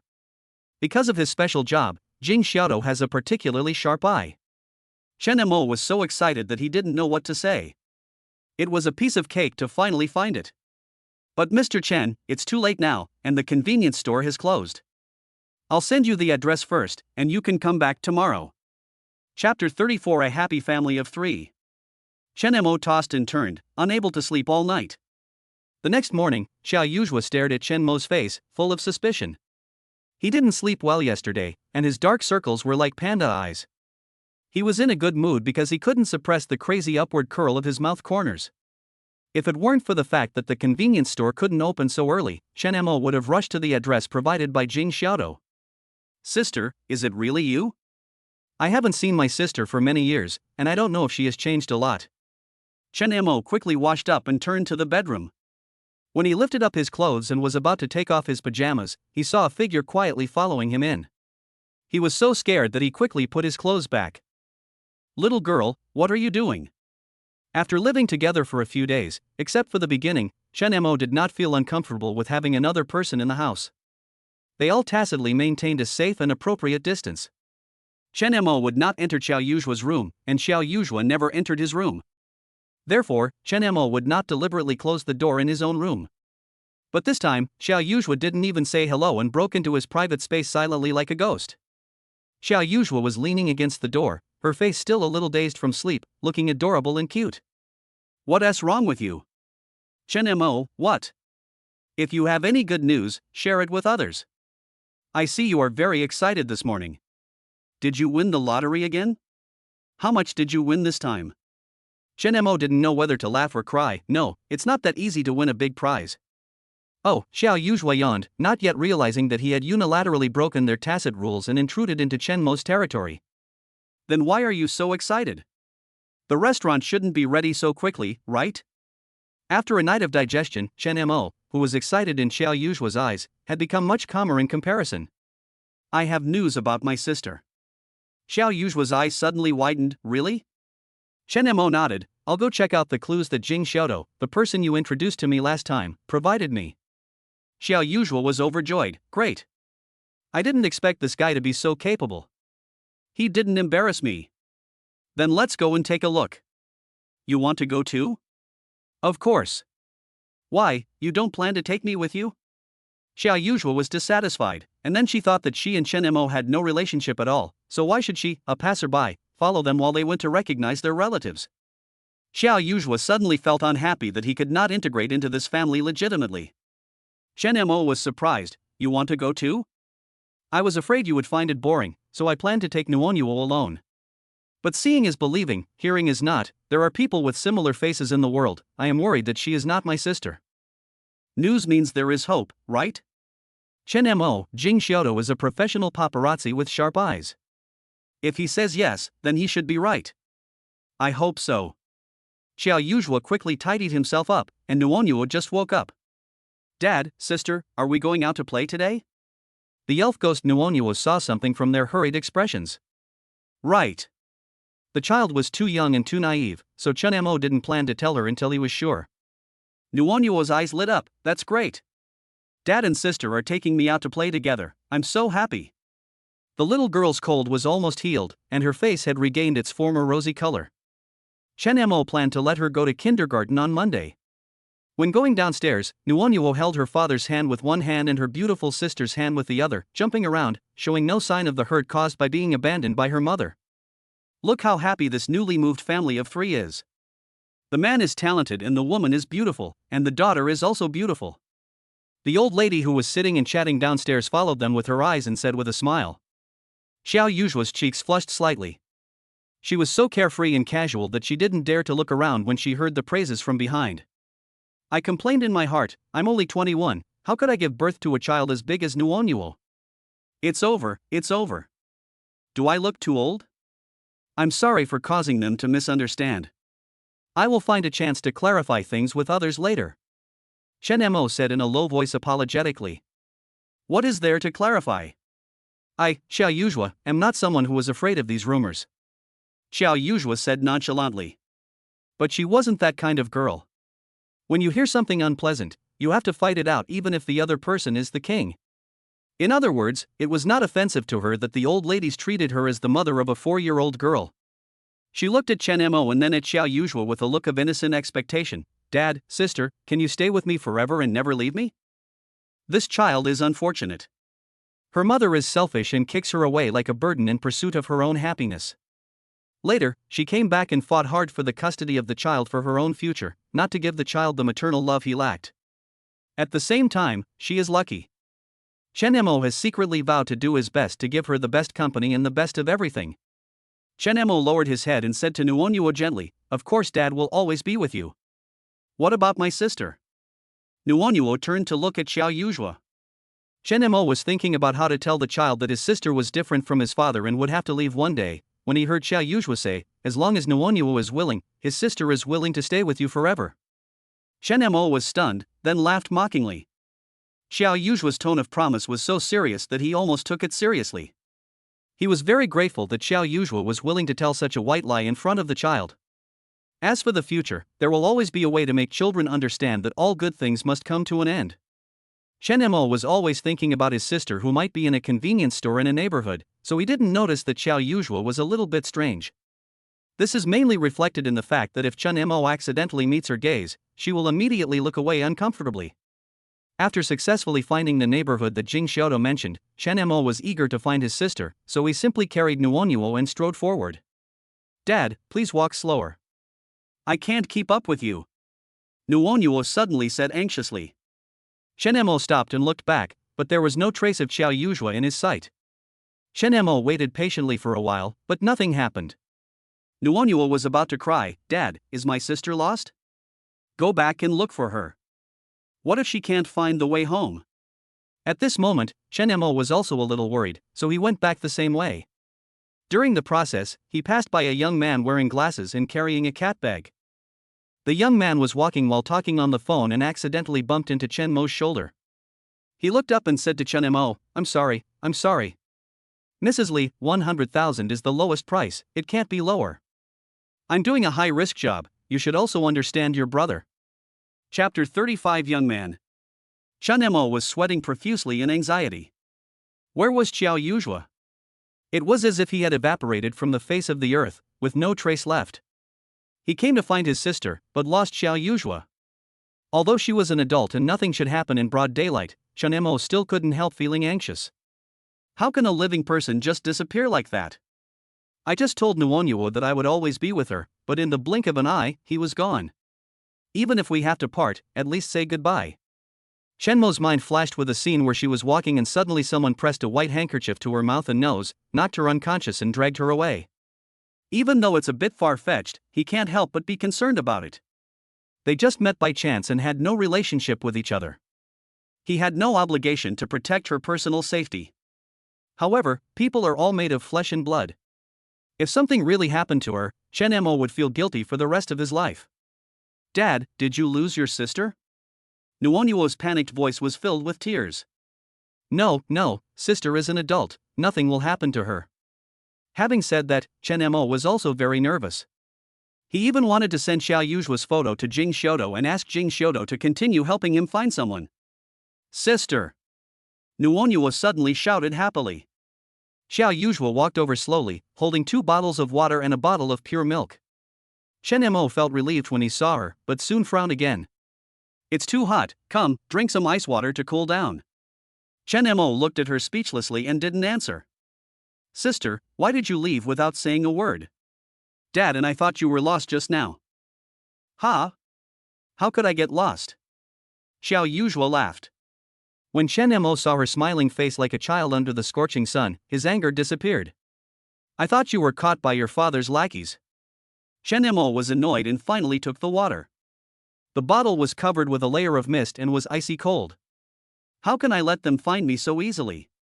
The group of 3 continued to look for the convenience store that Jing Xiaodo mentioned.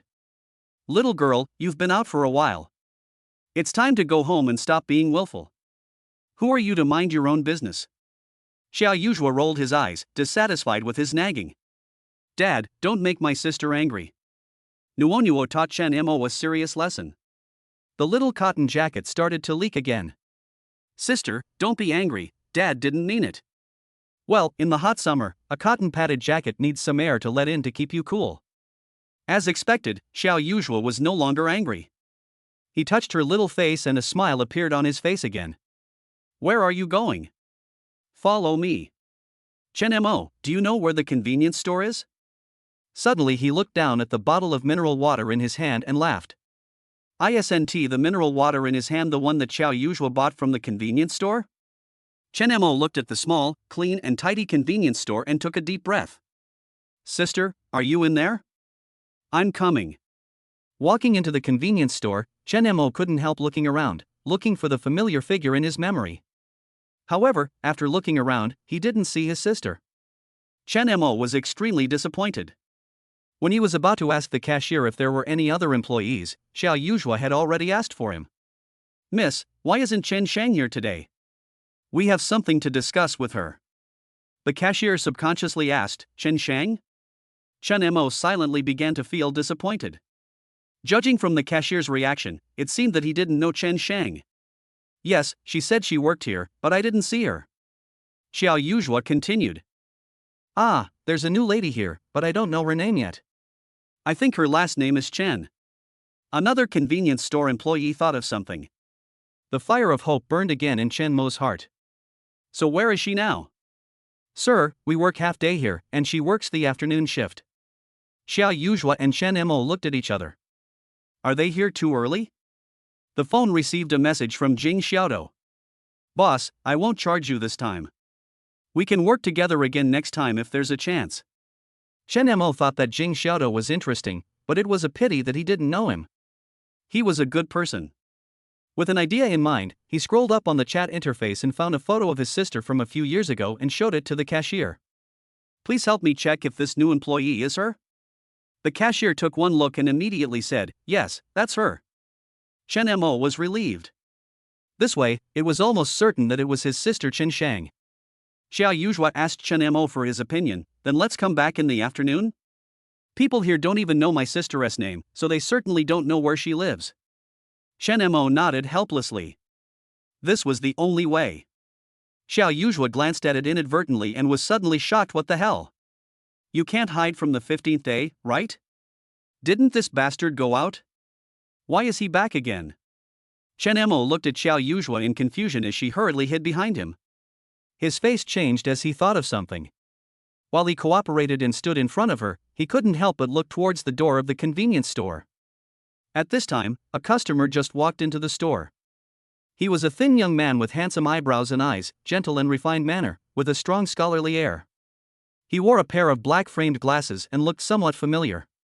Chen Mo remembered that he had met the young man when he was looking for Xiao Yuzhuo. The young man bumped into his shoulder and kept saying sorry to him. Xiao Yuzhuo is hiding from this young man? This young man doesn't look threatening at all, what's there to be afraid of? Chen Mo was full of doubts, but it was not convenient for him to ask clearly. Nuonyuo thought Xiao Yuzhuo was playing hide-and-seek with her and laughed. When Xiao Yuzhuo raised her index finger and shushed, the little girl probably didn't know what she meant, but she cooperated and kept quiet. The young man came in to get a bottle of water and a box of chewing gum. When paying, He politely said thank you to the cashier, turned around and walked out. It looked like a normal shopping trip. Chen Mo didn't understand why Xiao Yuzhuo was so nervous. But he soon understood. You know him? Xiao Yuzhuo nodded. Are you afraid that he will reveal your whereabouts to your family? Chen Mo didn't know whether to laugh or cry. Xiao Yuzhuo hummed in a muffled voice. This guy doesn't live here. Could he be here on business? Bad fate. After thinking for a while, he suddenly smiled. Do you know who he is?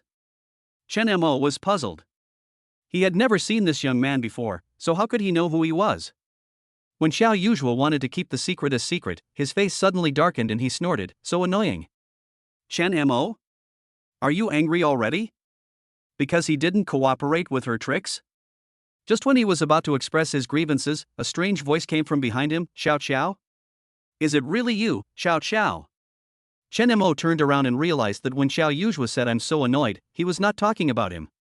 Compared to the young man's tears, Xiao Yuzhuo was cold and indifferent. I'm so annoyed. How could I meet you here? Chapter 36 My Sister's Friend. Xiao Xiao, you finally showed up. If you don't show up again, you will never see me again. The young man pounced on him, and Xiao Yuzhuo was frightened and quickly hid aside to avoid his bear hug. What a joke this guy is. Chen Mo and Nuonyuo are watching from the side. Don't even know how to avoid suspicion. Is she the kind of person who hugs and kisses the opposite sex casually? What's the matter? Do you have a terminal illness? Xiao Yuzhuo said angrily. It's more terrible than having a terminal illness. Ever since you lost contact, I've been losing my appetite and unable to sleep. I miss you so much. Who are you to me? Who told you to think about me? Don't think about me no matter who you think about. Xiao Yuzhuo was anxious and glanced at Chen Mo quickly. I really want to destroy this bastard. He is still as talkative as ever, regardless of the occasion. What if others misunderstood me? Most importantly, what if Chen Mo misunderstood me? Dad, is that big brother my sister's friend? Nuonyuo lay on Chen Mo's shoulder and asked in a low voice. Yeah. Looking at the interaction between them, they are undoubtedly friends. Watching the casual interactions between Xiao Yuzhuo and his friends, Chen Mo felt weird, with an indescribable emotion lingering in his heart. Xiao Xiao, look at how much weight I've lost. It's all because I've been worrying about you and have lost my appetite. Do you think I can survive if you don't show up? I'm worried to death. Xiao Yuzhuo was annoyed and irritable. He had never hated his talkativeness as much as he did now. Can you please stop talking? No one thinks you are dumb. The young man laughed and didn't care at all that he was being treated coldly. He hurriedly stuffed the water in his hand into Xiao Yuzhuo's hand. Drink some water, Xiao Xiao. What else do you want to eat? I'll buy it for you. Xiao Yuzhuo was totally unappreciative. Who asked you to buy it for me? Are you so full that you have too much money and nowhere to spend it? The young man said earnestly, Xiao Xiao, what time is it now? Don't be so stubborn and suffer. I've heard about your situation. I heard that your father froze your card, and you don't have any money on you now. Let me take a look. TSK, you look. Hey, you seem to have not lost weight, but you've gained a little weight instead? Chen Mo is such a good cook, isn't it easy to make someone fat? Xiao Yuzhuo pretended to turn around casually and winked at Chen Mo and Nuonyuo imperceptibly. Chen Mo walked around with Nuonyuo in his arms, picked up 2 more items, then walked to another cashier counter to pay and leave. Hey, Dad, you forgot about my sister again. She hasn't come out yet. Nuonyuo reminded quickly. Sister needs to talk to a friend. Let's wait for him in the car. Oh. Nuonyuo responded obediently, still staring at the convenience store. Dad, my sister dragged that big brother away. Chen Mo didn't look back, but he felt weird and uncomfortable in his heart. As soon as Chen Mo and his daughter left, Xiao Yuzhuo immediately revealed his true nature. He hooked his arm around the young man's neck in a gangster manner and led him to his private part. Look where you live nearby. Have you suffered any injustice? If you have any difficulties, just tell me. Xiao Yuzhuo let him go and looked him up and down with a suspicious look. Aren't you afraid that my dad will destroy you? The young man suddenly felt guilty and short of breath. Director Xiao has a kind face and is approachable. How could he be so cruel? Kind-hearted and approachable? Are you sure this is the word to describe her father? Xiao Yuzhuo was full of contempt. Come on, my dad isn't here, and it's boring for you to act like a grandson. The young man chuckled, I respect your dad the same way I respect my grandpa. I always keep it in mind and never slack off. Xiao Yuzhua sneered, if you think so, then I am your aunt, right? How can you be my aunt? You are my great aunt. Aunt, please give me a chance to honor you. Tell your nephew what you want to eat for lunch. Xiao Yuzhua couldn't help laughing. This bastard could really say anything when he opened his mouth. I'm telling you not to tell my dad that you've seen me. Do you hear me? Otherwise, I'll make you pay. You know how powerful I am. The young man couldn't help asking, what happened this time? No matter what happened before, you never ran away from home. Xiao Yuzhua became annoyed, don't ask questions that you shouldn't ask. I told you, did you hear me clearly? The young man nodded timidly, saying that he would never dare to disobey her wishes. You're smart. Xiao Yuzhua shook his hair casually, turned around, and was about to leave. Hey, auntie. Don't be in such a hurry to leave. Xiao Yuzhua didn't even turn his head. The young man sighed and lowered his head to pick up his phone. Just as he unlocked the phone screen, his hands were suddenly empty. Hey! Auntie, give me your phone. Xiao Yuzhua suddenly came back and snatched his cell phone. The young man was terrified and subconsciously rushed over to grab the phone back. He accidentally met Xiao Yu's scorching and sinister eyes, and was so scared that he stood still and didn't dare to move. Xiao Yuzhua snatched the phone, but did not check it immediately. Instead, he looked at the young man with cold eyes, as if to say, I want you to explain yourself. The sweat on the young man's body flowed down like a waterfall. Xiao Yuzhua angrily stuffed the phone into his arms, turned around and ran away. The young man got anxious and shouted behind her, Xiao, your dad's people are almost here now, don't go through the front door, don't go through the front door. I feel so guilty that I can't even begin to describe it. But he had no choice. Director Qiao personally told his henchmen that if he knew Xiao Yuzhua's whereabouts and didn't report it, if anything happened to Xiao Yuzhua, their whole family would be buried with him. It would be fine if he didn't know Xiao Yuzhua's whereabouts, but he saw it. He didn't dare to take risks with his whole family. After all, Xiao Yuzhua's father was a ruthless character who would keep his word. What's more, although Xiao Yuzhua had run away from home countless times, he had never run away from home seriously. This time it was a real fight, and he was afraid. She was too well protected by her family and lacked social experience. What if she was so beautiful and got cheated? But now it seems that she is living a pretty good life without the protection of her home? Jing Xiaodo, you're a fucking bastard. Xiao Yuzhua cursed angrily. Chen Mo was sitting in the car outside the community gate and saw Xiao Yuzhua running out in panic. He planned to push the car out to see what was going on, but a group of people whizzed past his car and surrounded Xiao Yuzhua in a well-trained manner. Xiao Yuzhua turned around and glared at Jing Xiaodo fiercely, wishing he could eat him up. A group of tall and strong men surrounded and blocked an unarmed and weak girl, and passers-by were stunned when they saw it. There were kind-hearted people who took out their cell phones and wanted to call the police, but the man in the lead saw it and didn't take it seriously. Chen Mo understood what was going on, but silently took out his cell phone, and just as he dialed 110, a message came in. From Xiao Yuzhua. Don't get out of the car and leave me alone. I can't let them find out that I've been with you guys recently. Otherwise it will implicate you. Chapter 37, The separation came too suddenly. Sister, after all these days, you should be calm now, right? Dad is worried about you at home every day, so stop making trouble and come home with me. The man in the lead was dressed in a suit, handsome and talented. His image and temperament were particularly in line with the domineering president that little girls like to watch. It was obvious at first glance that he was worth a lot. After Chen Mo saw that Xiao Yuzhua had sent him a message, he put his phone in and sneered at the man. What am I going back for? Going back to fight with you for the family property? I think it would be best if I died out there, so that you would all be happy. The man in the lead is Xiao Yuzhua's half-brother, named Xiao Yucheng. He is 10 years older than Xiao Yuzhua and is now the second in command of the Qiao group. He is calm and collected in the face of difficulties, but he is ruthless and fearful of everyone he meets. But he's just like his dad. His father, who is more brutal and powerful than him, can only show his tender side in front of his sister, and he also has no way to deal with this stepsister. Daddy protected her tightly, fearing that she would suffer the slightest injustice. Who would dare to offend her?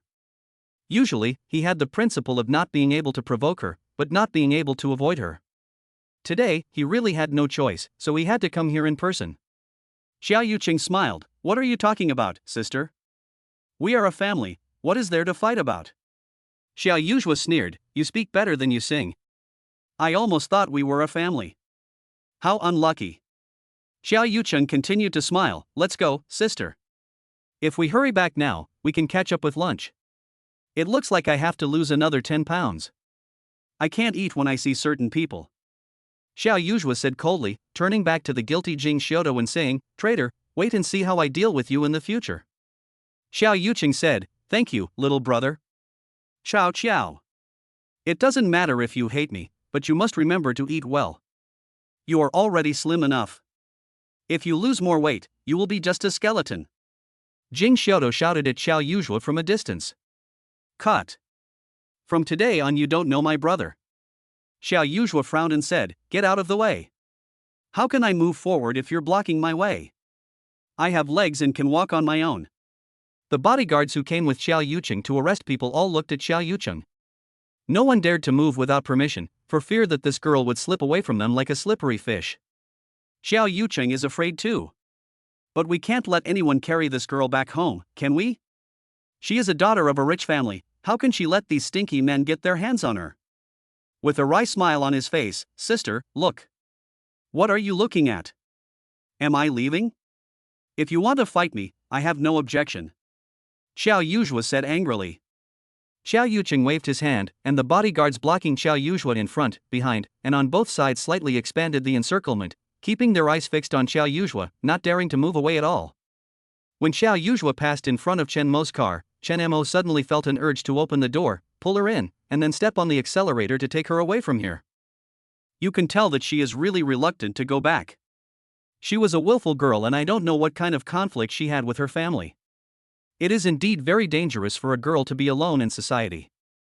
It is actually a good thing that she was found by her family, but Chen Mo felt empty inside as if he had lost something particularly precious that he would never be able to find again. He had thought about separation, but he didn't expect it to happen so soon and so suddenly. He was not mentally prepared at all. Nuonyuo was surprised to see Xiao Yuzhua being escorted away by the other men. She leaned over to the window and asked anxiously, Dad, why did my sister leave with someone else? Isn't she going home with us? Chen Mo touched her little head, feeling particularly melancholy, with a forced smile on his face. Sister has met her family and is going home, let's go home too. Nuonyuo widened her eyes, isn't our home my sister's home? Of course not, little fool. Nuonyuo lowered her little head, and Chen Mo felt uncomfortable too. Oh, just leave, but you can't even say hello. Dad, will I be able to see my sister again in the future? Nuonyuo's eyes were red. Chen Mo had already anticipated that Nuonyuo would be reluctant to let go, of course. Bang, bang, bang. There were knocks on the car window 3 times. It was the young man I met at the convenience store. Chen Mo was suspicious. Did he know that Xiao Yuzhua was in cahoots with him? Thinking of the instructions Xiao Yuzhua gave him in the text message, Chen Mo became alert. Hello, I'm Jing Xiaodo, the classmate of that girl just now. Don't worry, I have principles, and I won't sell you out to Mr. Qiao. You have principles? Then may I ask who recruited the group of people who came to arrest Xiao Yuzhua? Why doesn't Chen Mo believe him? Although his eyes and tone were as sincere as those of the top 10 good boys. Wait. Jing Xiaodo? Which Jing Xiaodo? Paparazzi Jing Xiaodo? That should be it. Otherwise it wouldn't be such a coincidence that Xiao Yuzhua happens to know 2 Jing Xiaodo. Chen Mo remained calm. Sorry, I need to go home, please get out of the way. Jing Xiaodo seemed to have not heard anything at all. He stood there motionless, sizing up Chen Mo with sharp eyes, which was completely different from his polite tone just now. Chen Mo neither admitted nor denied it. He cleverly used this method to refuse further contact with Xiaodo. After looking at each other, Jing Xiaodo smiled and said, Don't be nervous. I just saw you and Xiao Qiao together. You two seem to know each other well. Has Xiao Qiao been with you all this time? Have you known each other for a long time? Why have I never heard her mention you? As expected of a paparazzi, his questions were sharp and to the point. The sharp eyes were more like a searchlight, as if they wanted to see through Chen Mo's heart. Chen Mo smiled and said, Is this how you get all the information? Interesting, but I'm sorry, I don't want to cooperate with you. Jing Xiaodo was stunned. Does the other party know his occupation? He knew nothing about the other person, but the other person seemed to know him well? This feeling was not good. If you want to know anything, go find Xiao Yuzhua directly. I don't want to say too much without her permission. Jing Xiaodo said nothing and looked at Nuonyuo curiously while sitting in the child seat. The little girl had a pair of dark eyes, and was looking at him intently. Thank you. Jing Xiaodo suddenly said sincerely. Thank me for what? Thank you for taking care of Chow Chow for me during this time. This is my business card. If you need me in the future, just let me know. I owe you a favor, so I can give you a free chance. Chen Mo laughed. He didn't need Jing Xiaodo's business card, but he took it anyway to avoid the embarrassment of keeping his hand extended. Then he started the engine and drove away. Chen Mo received a message on his phone and quickly picked it up to check, only to find that it was from Jing Xiaodo. He was shocked. Did Jing Xiaodo figure out his identity? This guy looked young, but he was quite scary. Facts proved that Chen Mo was overthinking. It turned out that the deposit he had previously paid to Jing Xiaodo was returned by Jing Xiaodo. Boss, I won't take this money. Let's work together next time. But he is a paparazzi with principles. Chen Mo was a little disappointed. He thought it was Xiao Yuzhua who sent him the text message. Chapter 38. A good show. Chen Mo took the unhappy Nuonyuo with him and did not walk far, but instead took a walk around a nearby shopping mall. However, neither the father nor the daughter was in a very good mood, especially when Nuonyuo said she missed her sister. Chen Mo had to force a smile. What toys do you want? Daddy will take you to buy them. Nuonyuo shook her head. Do you like that floral dress? Nuonyuo shook her head. Would you like some fried chicken? Nuonyuo said in a muffled voice, Sister, do you not want me anymore? The slight grievance in his voice almost broke Chen Mo's defense. This child is already very sensible. First, she was abandoned by her mother, and then she lost her sister who had been with her recently. It was not easy for her not to cry. How could that be? Doesn't my sister always praise Nuonyuo for being smart, well-behaved, and cute? Chen Mo was unsure and could only comfort the child in this way. Dad, can you call my sister? I want to ask when he will be back. Chen Mo hesitated for a moment and then sent a message to Xiao Yuzhua, asking him if it was convenient for him to answer the phone. As a result, I saw a red exclamation mark. Chen Mo was puzzled. Xiao Yuzhua deleted him? Chen Mo quickly realized that she did this to protect them, fearing that he would be caught by his father when he contacted her and traced back to him. Is his father that scary? Just look at the scene of people arresting her and you will know. However, as a result, Chen Mo, who was originally feeling a little lost, felt empty and confused inside, as if the kite string in his heart was broken, and the feeling of being unable to grasp or touch made him very uncomfortable. Manager Zhang, look, isn't that Chen Mo from our company? Xiao Jia, have you forgotten that I fired him a long time ago? The conversation between a man and a woman reached Chen Mo's ears. Without even turning his head, Chen Mo knew who the two were. Is it so unlucky? He didn't want to turn back because he didn't want to go back to wash his eyes. Manager Zhang became so bold that he openly took his lover out for a stroll. Are you worthy of your wife who has shared the hardships of life at home?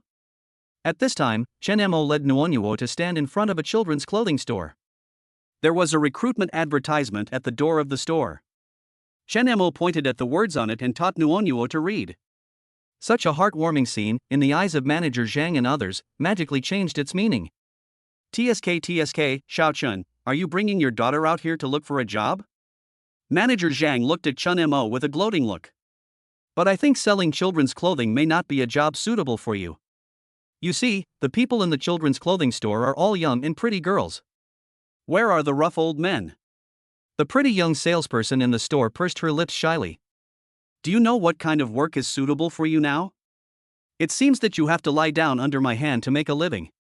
Let me show you a way. You should go to the construction site and take a look. With your physique, you can move a lot of bricks at a time.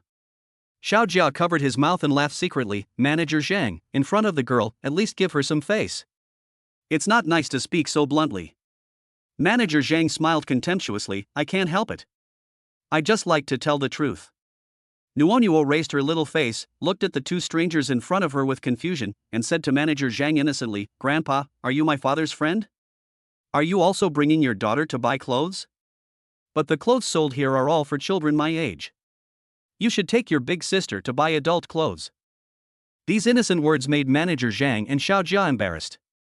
Xiao Jia is young and has just graduated from campus. Standing in front of Manager Zhang, who is in his 50s, doesn't she look like a daughter? The clerk in the children's clothing store heard it and looked back and forth between Manager Zhang and Xiao Jia. She tried to hold back her laughter, and her pretty face almost became deformed. I heard that you are close to the man named Zhao? Then talk to him and ask him to go back to work. If he is willing to go back, I will introduce you to a job in return. Manager Zhang took the initiative to change the subject and spoke to Chen Mo in a casual tone. Chen Mo glanced at Manager Zhang with an idiotic look, then led Nuonyuo away, and as he walked away he told Nuonyuo, "Baby, remember not to talk to strangers casually in the future. Dad doesn't have such friends." Oh. Nuonyuo seemed to understand but not quite. Chen Mo. Manager Zhang was furious. I'm telling you, don't refuse a toast. I'm giving you a chance. Your daughter is so beautiful, you don't want her to be like the kids in the mountains, poor and without food to eat or school to go to, right? Chen Mo stopped and looked at him in disbelief, then smiled. You want me to tell Zhao about it, right? Okay. Having said that, Chen Mo really took out his cell phone and dialed a number. Manager Zhang sneered, as if to say, if you had known this would happen, why did you do it in the first place? Even if you persuade Zhao Shu to come back to me now, I will still ban you from the circle and make it impossible for you to find a decent job. This is the result of you offending me. The call was connected. Hello? Hello. Manager Zhang is on the third floor of Guangfu Shopping Center. Are you free to come over now? Manager Zhang was quite satisfied. You can just call Zhao Shu over directly. However, Chen Mo's tone when speaking to Zhao Shu was too polite, which sounded a bit strange. After hanging up the phone, Chen Mo smiled at Manager Zhang and said, I called the person over for you. You're welcome. Manager Zhang, let's talk about it after Xiao Zhao comes over. I will only fulfill my promise if he is willing to return to the company. No, this is just a fools. Chen Mo smiled indifferently and led Nuonyuo into the children's clothing store. At this moment he suddenly didn't want to leave. He was in a bad mood, and Manager Zhang, who was so blind, took the initiative to walk into the trap. It was not his fault. He needed to see a good show to ease his mood. I picked out some pretty clothes for Nuonyuo to kill time while waiting for the show to begin. Suddenly, I remembered that I couldn't let this dirty world pollute my daughter's eyes, so I paid and left in a hurry. Manager Zhang and Xiao Jia were also busy, choosing clothes in a nearby women's clothing store. The two of them were so affectionate and loving, making others envious. Zhang Dabin. A sudden roar from the Hadong lion scared Xiao Jia so much that he dropped the new clothes he had just picked up to the ground. A strong and sturdy middle-aged woman appeared at the door of the boutique women's clothing store with a fierce look in her eyes. Xiao Jia covered her pounding heart and snuggled into Manager Zhang's arms like a little bird. Oh my, where did this psychopath come from? I'm scared to death. She didn't notice that Manager Zhang's face was as pale as paper. The middle-aged woman stared at them with her hook-like eyes. She rushed forward, grabbed Xiao Jia's hair and pulled her to the ground. Psycho? I am fucking lunatic, let me show you, you shameless bitch. Amid Xiao Jia's heart-wrenching screams, Manager Zhang's legs were shaking and he was about to rush out of the women's clothing store. Zhang Dabing. If you dare to run away from me again. The woman shouted. Manager Zhang Dabin really didn't dare to move. With a sad face, he thought of Chen Mo's hurriedly leading back and suddenly understood something. Chapter 39, Retribution. Chen Mo, are you fucking trying to trick me? Manager Zhang gnashed his teeth and hated Chen Mo. What's wrong with this bitch? You two kissed me in broad daylight. Do you think I'm dead? If you don't explain it to me today, I'll skin you alive. The manager's wife is majestic. With one under his foot and one in his hand, the veteran is out, and he is worth two at once. Xiao Jia is a newcomer in the company, so it is normal for her not to know the manager's wife. Now that she knows who the psychopath is, she shrinks to the ground, trembling all over and sobbing softly. The entire third floor of the shopping mall was alarmed, and both merchants and customers gathered around to watch the excitement. The scene where the original wife beats the mistress is something you never get tired of watching. Manager Zhang treated his employees as inferior human beings and often used his power for personal gain by asking them to do private work for his family. As a result, Chen Mo got to know the manager's wife. Oh, by the way, the manager's wife's surname is also Zhao. You old thing. I asked you to accompany me back to my parents' home, but you said you were going on a business trip, and it turns out you were hanging out with that little vixen. Although Manager Zhang appears to be very arrogant in the company, he is actually very henpecked. When did you two start hooking up? Tell me the truth. Manager Zhang trembled. Wife, this is all a misunderstanding. She seduced me, and I was bewitched and fooled by her. Please forgive me this time. Xiao Jia, who was curled up on the ground, was shocked. This irresponsible man actually pushed all the responsibilities onto her. In that case, don't blame her for being so disloyal, you're talking nonsense. It was you who asked me to work overtime every other day, treated me to food, gave me gifts, said I looked like your first love, and said there was a tigress at home who didn't understand romance. The manager's wife looked gloomy. Huh? Manager Zhang quickly retorted, you are talking nonsense. When did I ever say that you look like my first love? My wife is my first love. Do you look a bit like my wife? Xiao Jia, who was badly beaten by society, collapsed. How can a person be so shameless? Although it takes two to tango, as a man, putting all the responsibility on her is really a piece of shit, isn't it? I'm not talking nonsense. You even said that you were fed up with the tigress at home. If it weren't for your son, you would have kicked her out long ago. You also told me that you wanted to transfer your property and divorce her as soon as possible to marry me. The manager's wife was completely furious when she heard this.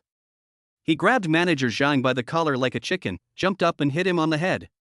Chen Mo began to admire the manager's wife. When other people find out their husbands are cheating, they catch the mistress and beat her, but she lets go and abuses her husband. That's right. It takes two to tango. If you can't control your husband well, even if you defeat the mistress, there will always be mistresses 4, 5, and 6 in the future. Therefore, the root cause of preventing cheating lies in your own man. More and more people gathered around to watch the fun, some of them were taking pictures with their mobile phones, and some even started live broadcasts to attract attention. Although Xiao Jia is thick-skinned, she openly follows the old man out to buy things as a mistress. How can she not be called thick-skinned? But he also had to save face. While the frantic manager's wife was concentrating on dealing with the cheating man, he hurriedly got up from the ground, covered his face and ran away. Ah, I'm dying of laughter. What goes around comes around, no one can escape this fate.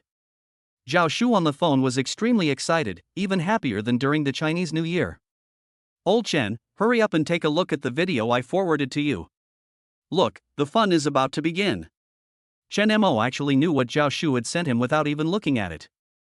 He had taken great pains to call the manager's wife over, so how could he not know? You deserve it. Justice is clear, retribution is inevitable. Haha, God is truly merciful. I never thought that old bastard Zhang would end up like this. Now everyone knows what he is. Oh, right? Didn't he say last time that you had caused an extremely bad impact on the company? The impact he has caused to the company this time is even worse than before. Let's see if he has the nerve to come back to the company. He openly took his mistress out shopping during work hours. This time, even if she's a relative of the boss, it won't work. The impact is too bad. Today is a good day. Everything I wish for will come true. Ha ha. I've disliked that Xiao Jia for a long time. She relied on her youth and beauty to steal other people's projects and made the company a mess. She's still young, but she didn't learn her lesson. She followed others to hang out with rich men. Now she's ruined. Let's see which man will dare to want her in the future. I did it. Chen Mo confessed and was given leniency. Zhao Shu didn't react for a moment. What did you say? Today I met Manager Zhang and Xiao Jia at Guangfu Shopping Center. Manager Zhang asked me to persuade you to return to the company. I couldn't stand him, so I called the manager's wife over. Oh my god. It turns out to be you, Lao Chen. You're awesome. I want to give you 10,000 thumbs up. Zhao Shu on the other end of the phone was furious. No words can describe my admiration for you. Ha ha ha, that is so cool. Chen Mo felt honored to be able to teach Manager Zhang a lesson and bring joy to others at the same time. He doesn't feel guilty at all. People like Manager Zhang deserve to be taught a lesson. Manager Zhang will definitely have a hard time in the future. This is the result of him not treating his subordinates as human beings. As for Xiao Jia, would a girl from a decent family be with a man knowing that he is married? If Manager Zhang was a poor old man, would Xiao Jia like him? What she likes is not Manager Zhang as a person, but Manager Zhang's money. He is the same kind of person as Kong Xinyu and does not deserve any sympathy. He and Zhao Shua chatted about the progress of the buffet restaurant again, and then another call came in on his cell phone. Chen Mo was particularly surprised by the person who called. It turned out to be his former neighbor Aunt Tian. Xiao Chun, hurry back home and check, there's a thief in your house. Chen Mo? The house he used to rent had been robbed? This thief was really blind. Even if you steal everything in the house, it wouldn't be worth much. Nunuo's mother is stopping the thief from leaving. Come back and take a look. Chen Mo frowned. Nuonuo's mother? Isn't that Kong Xinyu? How did the daughter end up going to their former home to catch a thief? Chen Mo vaguely felt that this matter was not as simple as Aunt Tian said. Chen Mo was one step behind the police. Police comrades, please arrest her quickly. She is a thief. Kong Xinyu pointed at a woman in the house and said when she saw the police officers. Comrade police officer, she sneaked into the house while the owner was away. She is a thief. The police looked at the two daughters who accused each other of being the thief and were confused. What's going on? Explain clearly. Kong Xinyu said first, Comrade police, this is my home. Look, I have the key here. I came in openly. This woman sneaked in after I opened the door. She is a thief. Catch her quickly. The police looked at the neighbors in confusion, and the neighbors nodded. Yes, she lived here for 5 or 6 years, but... Kong Xinyu didn't wait for the neighbor to finish saying but and hurriedly said, did you hear that? Police comrade, I'm not lying, I'm the hostess here. Chapter 40 Kong Xinyu in a dilemma. The woman who was accused of being a thief was very calm, with no sign of panic on her face. I'm not a thief. She's not the mistress here now. She and the owner are divorced. Kong Xinyu was stunned. How did this strange woman know about his divorce from Chen Mo? She remembered something and immediately sneered, who are you to Chen Mo? Do you also want to be Nuonuo's stepmother? The police were confused by the conversation between the two of them. At the same time, Chen Mo arrived. Auntie Tian said excitedly, hey, Xiao Chunner, you're finally back. Come quickly and see what's going on. When everyone heard that the male host was coming, they stepped aside and made way. Chen Mo, holding Nuonuo, strode over. His cold eyes swept over Kong Xinyu, then fell on the other woman and he was stunned. Comrade police, she is a thief. Chen Mo calmly pointed his hand, impartially, at Kong, Xin, and you. Kong Xinyu was horrified. Chen Mo, doesn't your conscience hurt? I'm going back to my own home, how can I be a thief? Are you kidding me? We're divorced, and this has nothing to do with you. You broke into a private house without my permission, which is against the law. Chen Mo. What is your relationship with this woman? Why are you willing to slander me to protect her?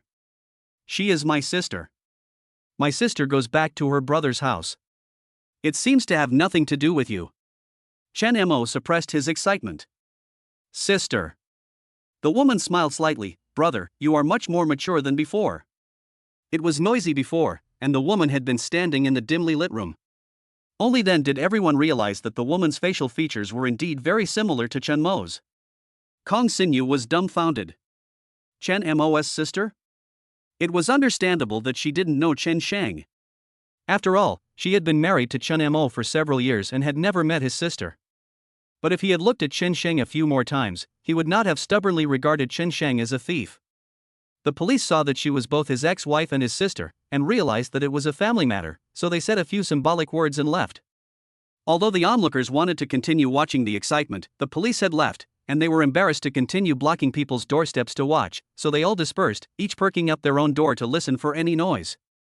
Nuonuo, this is the aunt I often mentioned to you before, come and call her aunt. Nuonuo looked at Chen Shan timidly. There were traces of time on Chen Shang's body. Perhaps it was because she looked similar to Chen Mo, or perhaps it was the bond of blood relationship.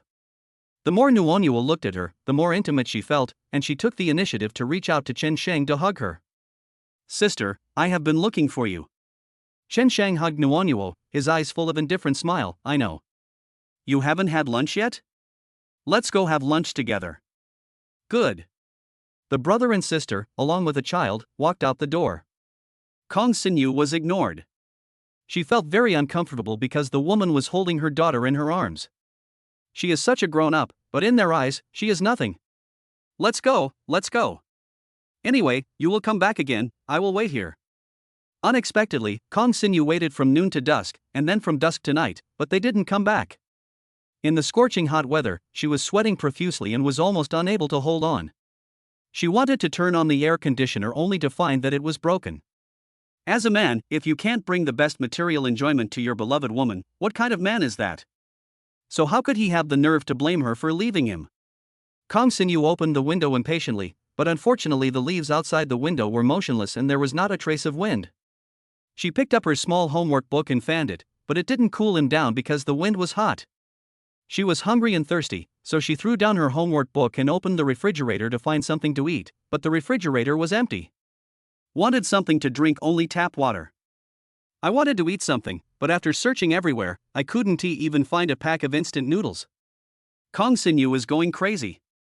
So can you blame her? Can you blame her? Which woman would want to be with a man like this? But that's not right.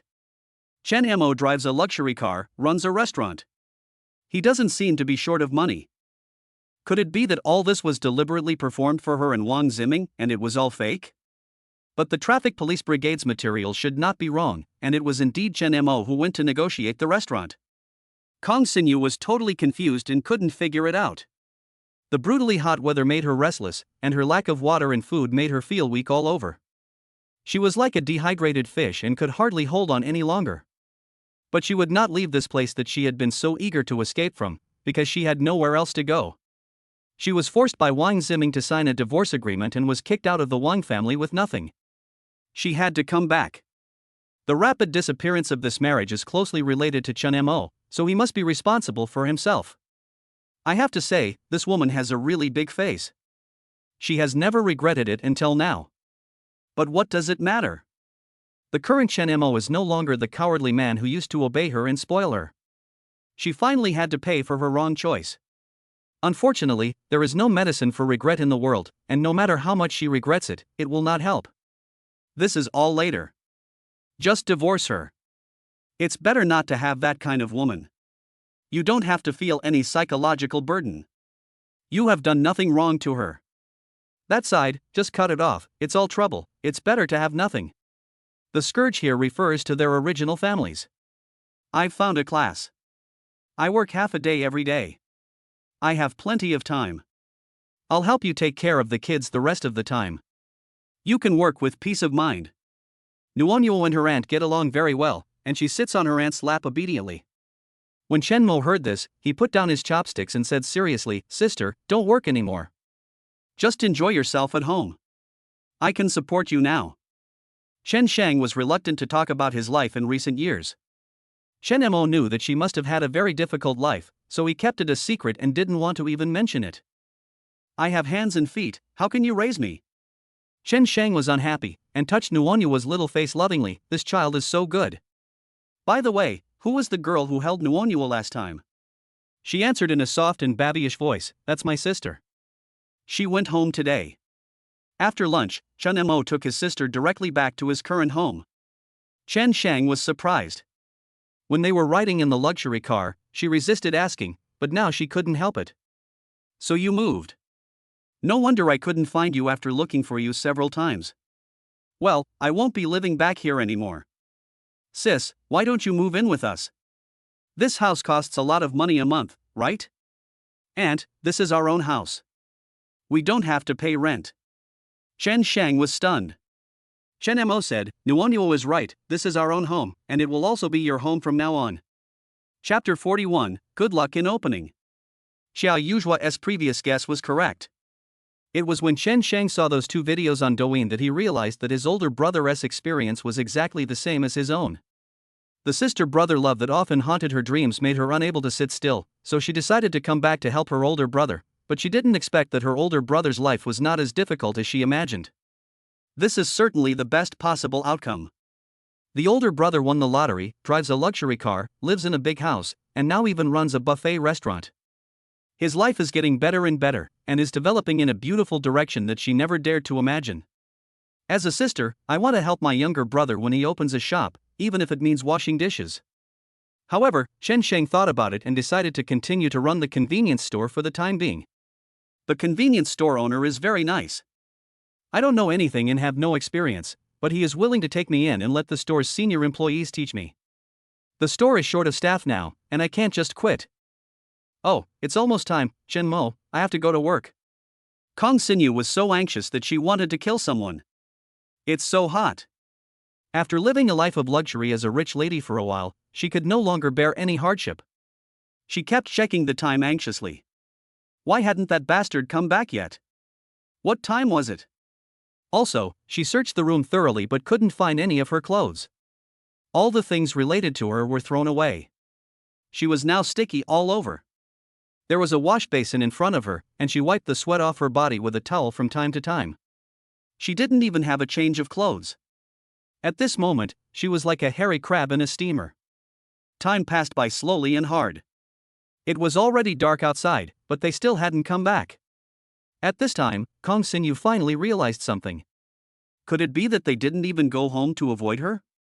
So what should she do now? She had no money and she didn't dare go out, because she knew that once she went out, she would be surrounded by those gossiping women and old ladies. She didn't want to become a laughingstock, but she didn't know that she had already become a laughingstock. When she was desperate and helpless, she finally thought of Chen Mo's goodness. Although Chen Mo had no ability, couldn't make a lot of money, and couldn't let her live the life of a rich wife, he never let her suffer. Unlike Wang Ziming, who changed his mind at any time and was heartless and ungrateful. He kicked her away and gave her nothing, not even the jewelry and clothes he bought for her. If she hadn't divorced Chen Mo, what would she be doing now?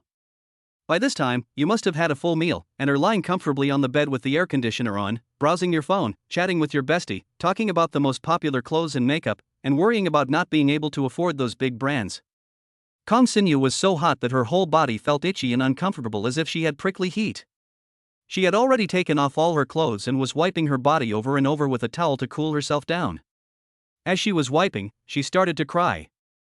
Why is her life so miserable? Didn't that bad guy Wang Ziming say he would love her forever? But he changed his mind after just a few days. Bastard, if he hadn't followed her around all day long, saying sweet words to her and made her dizzy, how could she have fallen to this point today? The bell rang. Hello, is this Ms. Kong Xinyu? We are from the Public Security Bureau. Your husband Wang Ziming is suspected of bribery and has been arrested by us.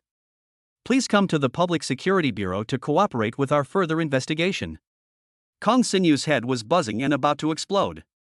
Comrade police officer, Wang Ziming and I are already divorced, and I know nothing about what he did before. It has nothing to do with me. After a period of intensive preparation for the buffet, the restaurant finally opened. With huge discounts and effective advertising on the opening day, the restaurant was packed with customers.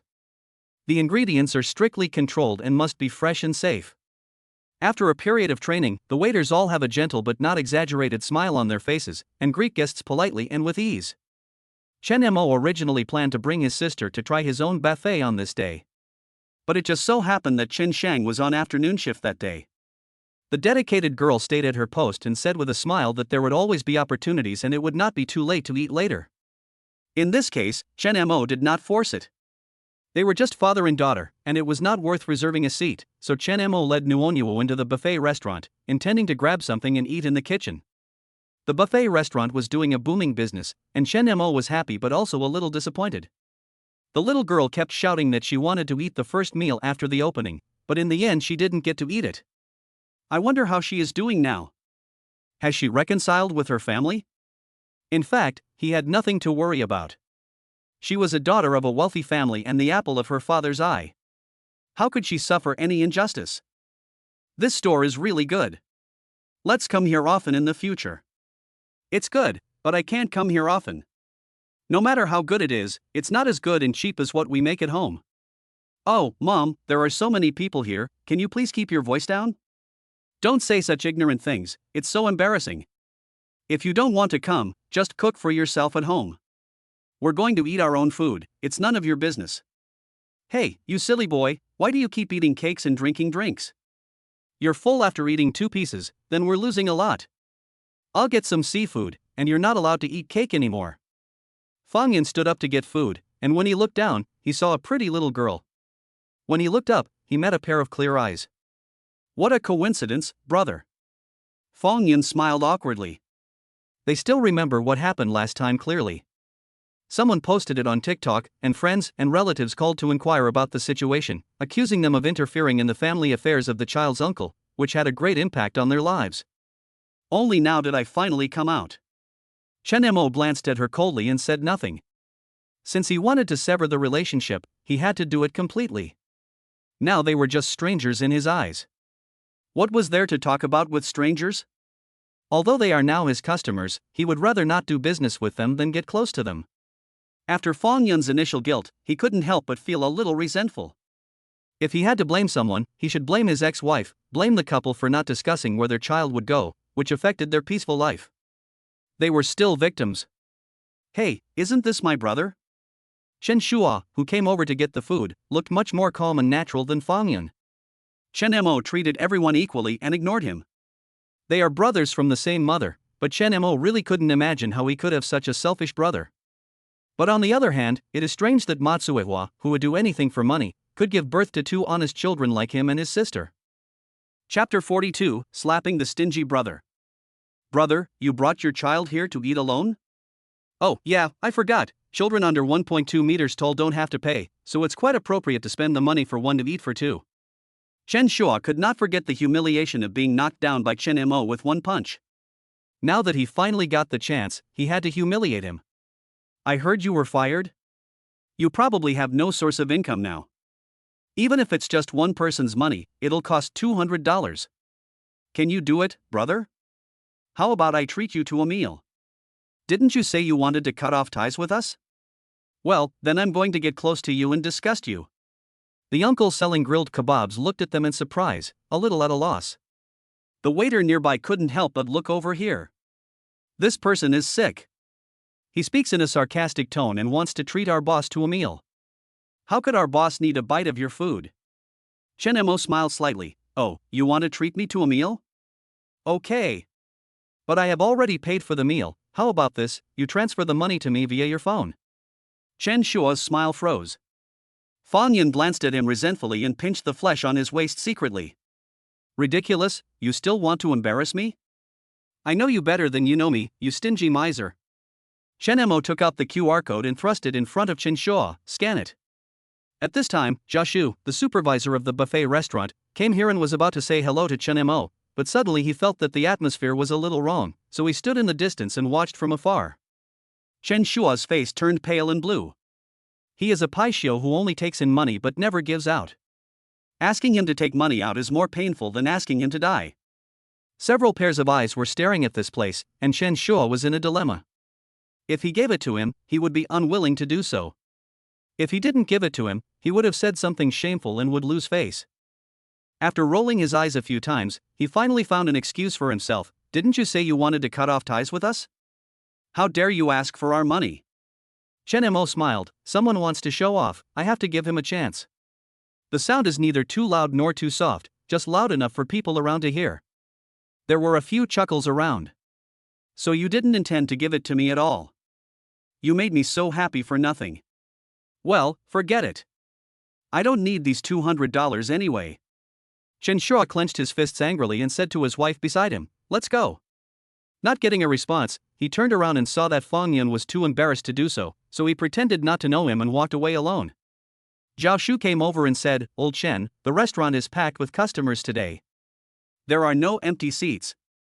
I have reserved a seat for you in the kitchen. Nuonuo looked up and called out sweetly, Zhao Dada. Zhao Shumi smiled and said hey. Chen Shua was extremely surprised. Chen Mo knew the manager of this store? If he had known, he would not have gotten into such a stalemate with him. Maybe he could have gotten a better deal. As soon as he arrived at the kitchen, Zhao Shuli started to complain, Old Chen, was that your brother just now? Your biological brother? How can you have such a brother? He looks like he deserves a beating. Chen Mo laughed at himself, it's my fault. There's nothing I can do. Fortunately, I have cut off all ties with him now. At worst, I can just stop associating with him. Oh, by the way, have you heard that Wang Ziming was taken away by the police for investigation? I heard that he was suspected of bribery. Zhao Shu said mysteriously. Chen Mo nodded. Of course he knew. Not only Wang Ziming, but even his ex-wife was taken away to assist in the investigation. He heard that Wang Ziming and Kong Xinyu divorced, but he didn't expect it to happen so soon, which surprised him. No wonder she would condescend to return to their previous cramped living quarters. It turned out she was homeless. Did she think of this place as a refuge? Sorry, even if this was a refuge, he wouldn't accept someone like her. That old bastard manager Jean was also fired from the company. I heard that his family is in chaos every day. His wife hired a lawyer and is preparing to kick him out of the house. Good things keep happening one after another. I can't even drink anymore. People, don't be too bad. If you are too bad, you will easily suffer retribution. Zhao Shu was filled with emotion. Chen Sheng obeyed Chen Mo's request and moved in with them. When packing up, I accidentally discovered that another room besides Chen Mo's bedroom was decorated in pink, so I asked, "Is this Nuonyuo's room?" Nuonyuo shook her head. "This is my sister's room." Elder sister? Chen Sheng suddenly remembered that she had seen Nuonyuo once in the old neighborhood. At that time, Nuonyuo was held in the arms of a young girl, and she did not know that girl. But my sister has gone home, and I don't know when she will be back. I miss her so much. Nuonyuo pouted in grievance. A girl I met recently helped me a lot, and Nuonyuo likes her very much. Chen Mo explained. Then you have to thank them. Thank you? Where should I thank you? Chen Mo was melancholy. He didn't even know where Xiao Yuzhua lived. Now that he thought about it, he knew nothing about her except her name. The business in the store soon got on track and developed in the best direction. With a constant stream of customers, making a fortune every day was no longer a dream. Nuonyuo encountered troubles in kindergarten. The kindergarten launched a parent-child activity, which required mothers to come to school and interact with their children. After hearing this bizarre request, Chen Sheng said to Nuonyuo, "Don't worry, baby. I'll be your mother." Nuonyuo's little face was bitter. "But auntie, you are not my mother, isn't that a lie?" Chen Sheng thought so too. "But you can't really call her mother who despises the poor and loves the rich over here." To be honest, they were really afraid that Kong Xinyu would lead the cute and well-behaved Nuonyuo astray. "Otherwise, auntie, you can go. Who told me I don't have a mother? This is called a white lie, right?" Chen Sheng was surprised at first. This child completely removed Kong Xinyu from her heart. But on second thought, I felt sad. The child is just that young and yet he has to face such a cruel fact. Okay, auntie will be the baby's mother. Auntie must dress up beautifully that day and not embarrass the baby. Nuonyuo sighed sadly. "It would be nice if my sister was here.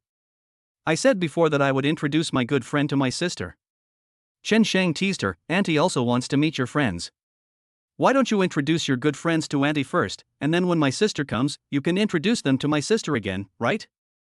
"Aunt, so you mean that my sister will come back again, right?" "Of course. Didn't you say that your sister loves you the most? She must be thinking about you as much as you are thinking about her. Maybe she will come back to see you someday. You must eat well, grow up well, and give your sister a big surprise, okay?" "Yeah." Nuonyuo nodded heavily.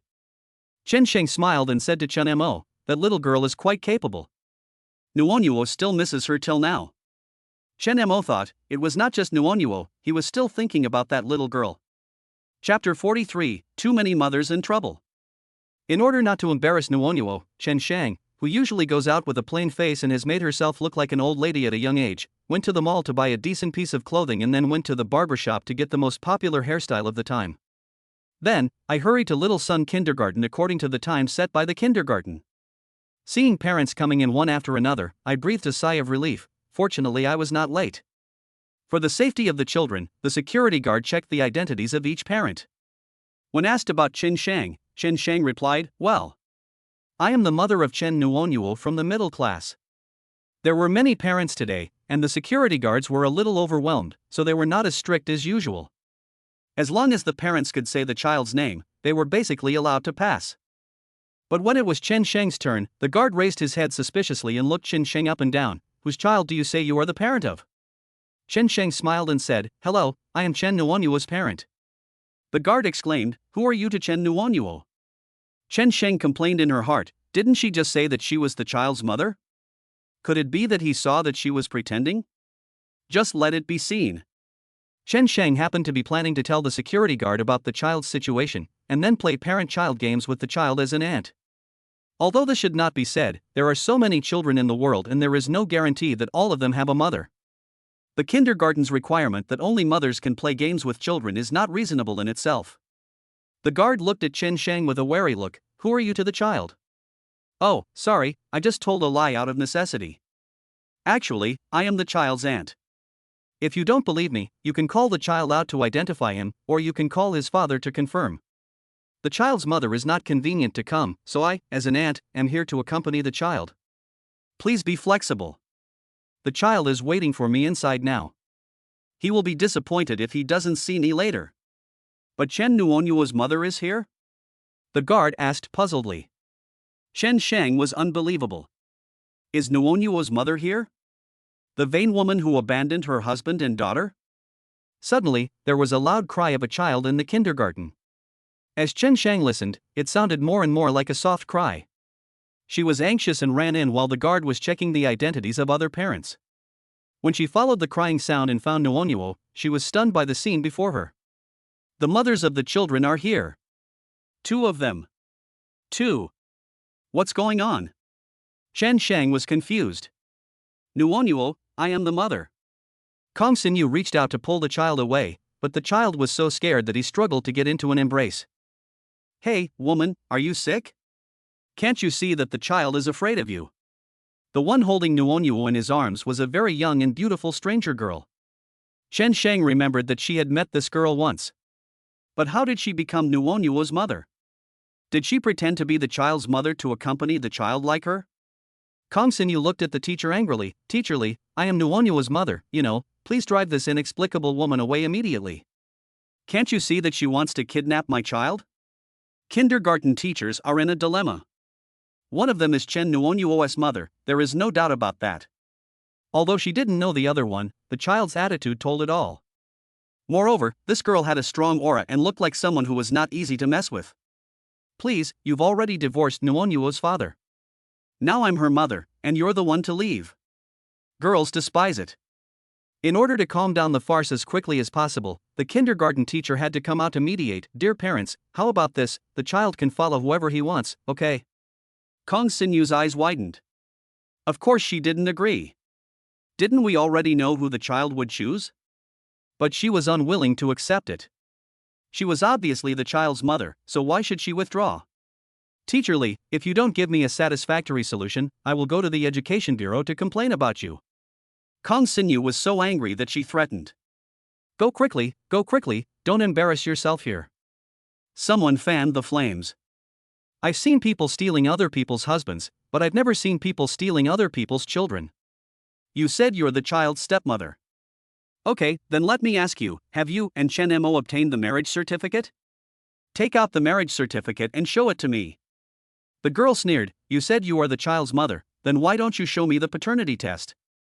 What makes you say you are the child's mother? Ask the child if he is willing to call you mother." It sounded unreasonable, but it worked wonders. Kong Xinyu was speechless for a long time. At this time, there were many parents present, whispering and discussing in low voices about the bizarre scene that was rarely seen in a century. "Chen Nuonyuo's new mother is so beautiful, Mom, I also want a new mother as beautiful as her." Poochie, some parents couldn't help but laughed out loud. Well, a father should like a child like this. "You little bastard, you want a pretty mother, right? Then go find your pretty mother and don't bother me." Wang Pengpeng's mother felt very ashamed and pushed Wang Pengpeng aside. Wang Pengpeng pouted and started crying. Chen Shang walked into the classroom and called Nuonyuo's name softly. The kindergarten teacher looked as if she had seen a ghost. Usually, it was Chen Nuonyuo's father who picked up and dropped off the child. The mother rarely appeared in the kindergarten. In the past 2 months, the mother had not appeared at all. It was only today that she learned from other parents that Chen Nuonyuo's parents were divorced. She was worried that Chen Nuonyuo would not be accompanied by her parents, but not only did her mother come, but 2 or 3 of them came? What is going on? "Excuse me, who are you? Could she be Chen Nuonyuo's mother again?" No, one biological mother and one stepmother. How could there be another mother? I am Chen Nuonyuo's aunt. After answering the teacher's question, Chen Sheng discovered that the beautiful girl with a strong aura who had made Kong Xinyu so angry that she was jumping up and down was looking at her with her head tilted. So he smiled kindly at the girl. I heard that thanks to her taking care of Nuonyuo during this period, Chen Mo didn't have to be so busy and unable to take care of himself. Aunt! The little girl poked her head out of the girl's arms and said in a crying voice, I don't want to play games anymore, I want to go home. Can we go home? Nuonyuo, I am your mother. You are my child, born after 10 months of pregnancy. How can you be so heartless? The more Kong Xinyu thought about it, the sadder she became. She wished she could beat this ungrateful bastard to death. Nuonyuo looked at her with red eyes. Auntie, you told me not to call you mom and you are no longer my mom. Have you forgotten these words? When these words were spoken, everyone present was shocked. How could a mother talk to her child like this? No wonder the child is not close to her, she deserves it. Chapter 43, Reap What You Sow. Even if you can't get along with the child's father, you can't say such things to the child.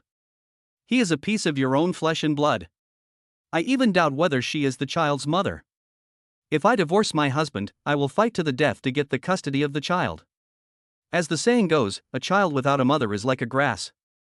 This is the first time I heard of a mother telling her child not to call her mom. She is so cruel. The child is right not to acknowledge her. The parents' gossip made Kong Xinyu panic. Nuonyuo, mom was angry for a moment and said the wrong thing. You are a good child. Can you forgive mom this time? Nuonyuo's eyes were filled with tears. Auntie, you didn't want me a long time ago. When you still wanted me and dad, you told that uncle that you would go with him alone after the divorce and you wouldn't take me with you. I was awake at the time and heard everything. There was an uproar at the scene. A 4-year-old child does not have the complicated thoughts of adults, so what he says is the most trustworthy. From these words, we can tell that this woman cheated on her husband and had no intention of having children from the beginning to the end. How shameless. Bringing a man home, aren't you afraid that it will have a bad influence on the children? Oh, by the way, she didn't even plan to have a child, so naturally she doesn't care about the child's mental health. It's really pitiful for the child to have such a mother. Kong Xinyu looked pale. She did say this, but she didn't expect that Nuonyuo had heard it, nor did she expect that the 4-year-old child actually remembered it. If I had known, I would have avoided her when she said something like this. In short, to this day, Kong Xinyu still hasn't realized her mistake. Xiao Yuzhua, yes, it was Xiao Yuzhua. He picked up Nuonyuo with a distressed look, glanced coldly at Kong Xinyu, and called Chen Sheng to go out. As soon as she walked out of the kindergarten, Nuonyuo cried so sadly. Nuonyuo is a human being. Nuonyuo sobbed. I am not a toy that others can throw away whenever they want or take whenever they want. Don't cry, baby. Our Nuonyuo is an angel. She doesn't want you, but we want you. The fact that the child can say such words at such a young age shows how sad he is. Xiao Yuzhua and Chen Sheng looked at each other and saw pain in each other's eyes. Xiao Yuzhua patted her back to comfort her and spoke softly, instantly turning into a caring older sister. There was no trace of the violent temper that had shown her before when she attacked Kong Xinyu. Chen Sheng silently looked at the girl, and the more he looked, the happier he became. This girl was good in every way, except that she was too young. Hello, I'm Nuonyuo's aunt. I heard that it was thanks to you that Chen Mo got through these days. I want to thank you on behalf of Chen Mo. As they were talking, Kong Xinyu ran out of the kindergarten in shame and glared at them angrily. Xiao Yuzhua glared back without giving in. Kong Xinyu said angrily, no matter what, the child is mine, and the fact that blood is thicker than water cannot be changed. Nuonyuo will accept me again one day, so just wait and see. Hey, what's going on? Aren't you a rich lady? Why are you dressed so shabbily? Did that fake rich guy dump you? Being hit in a sore spot, Kong Xinyu felt so ashamed and angry that she really wanted to pounce on Xiao Yuzhua, who was gloating over her misfortune, and eat him alive. That's right, Wang Ziming dumped her. However, in Kong Xinyu's opinion, Wang Ziming paid a heavy price for this. Wang Ziming has been criminally detained on suspicion of bribery and is said to be likely to be sentenced. But what does this have to do with her? The higher the sentence, the better, a heartless and ungrateful man. Sadly, she now has nowhere to go. Both her parents have passed away due to illness, and now she has only one brother in her family. When she used Chen Mo's money to support her family, her brother and sister-in-law smiled and praised her as a good sister. When she abandoned her husband and daughter to marry Wang Ziming, her brother and sister-in-law praised her for her good fortune and vision, always emphasized their deep brotherly love, and often flattered her to ask for benefits. However, when she was cleared of suspicion and left the police station, she returned to her brother and sister-in-law's home and lived there for less than 2 days. Her sister-in-law became unhappy and accused her of being a jinx and a parasite. She thought her brother would support her, but she didn't expect her brother to say to her with an embarrassed look last night, "Sister, you are not a child anymore, it's time to go out and find a proper job. Look at your nephew and niece, they are so old now, everything costs money, and your brother can't afford it."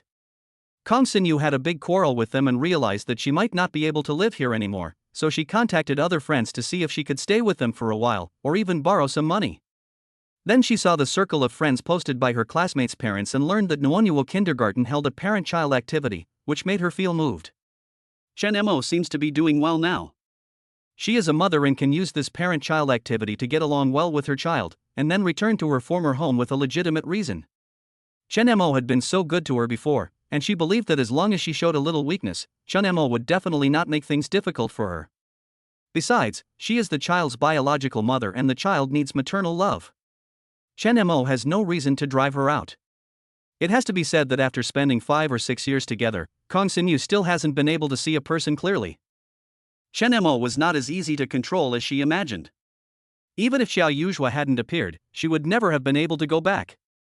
Not only was she unable to get close to the child, but she was also laughed at by everyone. "Kong Xinyu, since you despise my brother for being poor, then go and pursue the happiness you want.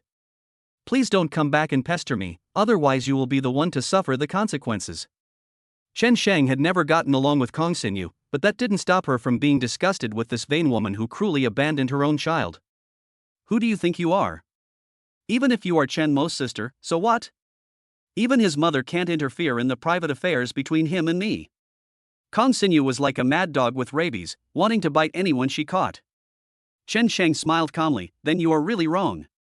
His mother can't control him, but I can. As long as I am here, don't even think about coming back." Chen Sheng is not an unreasonable person, but today, she wants to let Kong Xinyu know that it is impossible to go back to her. Sister, Xiao Yuzhua called Chen Mo all day long, but was very polite to Chen Sheng, "Get in the car." A luxury car worth tens of millions was parked in front of the kindergarten, causing quite a stir. Many parents had previously guessed whose car it was. At this time, they were standing in front of the classroom window and were shocked to see this scene. "Oh, that car actually belongs to Chen Nuonyuo's stepmother. So rich. Chen Nuonyuo's father should be pretty good too, right? Her father is a pauper, otherwise why would her mother divorce him?" Kong Xinyu looked at Xiao Yuzhua who was sitting in the driver's seat and waving at Chen Sheng in a cool manner, her jealous eyes almost spitting fire. This luxury car was actually driven by this damn woman. Who is she and why can she afford a world-limited luxury car? Chen Sheng got into Xiao Yuzhua's car under the envious gazes of others. Then Xiao Yuzhua smiled brightly, waved to Kong Xinyu in an infuriating manner, stepped on the accelerator, and drove away. Chapter 44 Uninvited Guests. Chen Sheng called Chen Mo to inform him to prepare food as there were guests coming to his house. However, before the other party answered the call, the car stopped. Chen Sheng got out of the car holding Nuonyuo with a confused look on his face. He watched Xiao Yuzhua push the car door casually, then waved his hand to hail a taxi to stop and take Chen Sheng and Nuonyuo into the car. "I'm sorry, sister. I should have taken you home, but I have an emergency here, so it's not convenient. You should go back by yourselves." Nuonyuo struggled towards the car door. "Sister, won't you come back with us? I miss you, and Dad must miss you too. Please come back with us." Xiao Yuzhua's heart softened and he almost agreed, but then he thought, no, now is not the opportunity. "Nuonyuo, be good, go home with your aunt first, okay? I have something urgent to do, so I can't go home with you today. When I'm free another day, I will definitely go over there and eat the sweet and sour pork ribs your father made, okay?" Nuonyuo sobbed softly. "Promise your sister that you will be a brave and strong little beautiful girl, okay? Then sister, you have to keep your word and come to my house in the future before I agree." Xiao Yuzhua asked, "When has my sister ever lied to you?"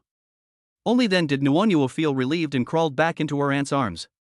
At the same time, Chen Sheng's phone was connected. It was a little noisy over there on Chen Mo's side. "Sister, is there something wrong?" It's nothing. Chen Shang thought about it and decided to forget it. The matter is too complicated to be explained in a few words, so let's go back and talk about it. And she subconsciously felt that if Chen Mo knew that Xiao Yuzhua came and left, he would be very disappointed. In the buffet restaurant, Zhao Shu hurried into the office. Old Chen. It's alright, I'll hang up first. Chen Mo hung up the phone and looked at Zhao Shu. Old Zhao, what's wrong?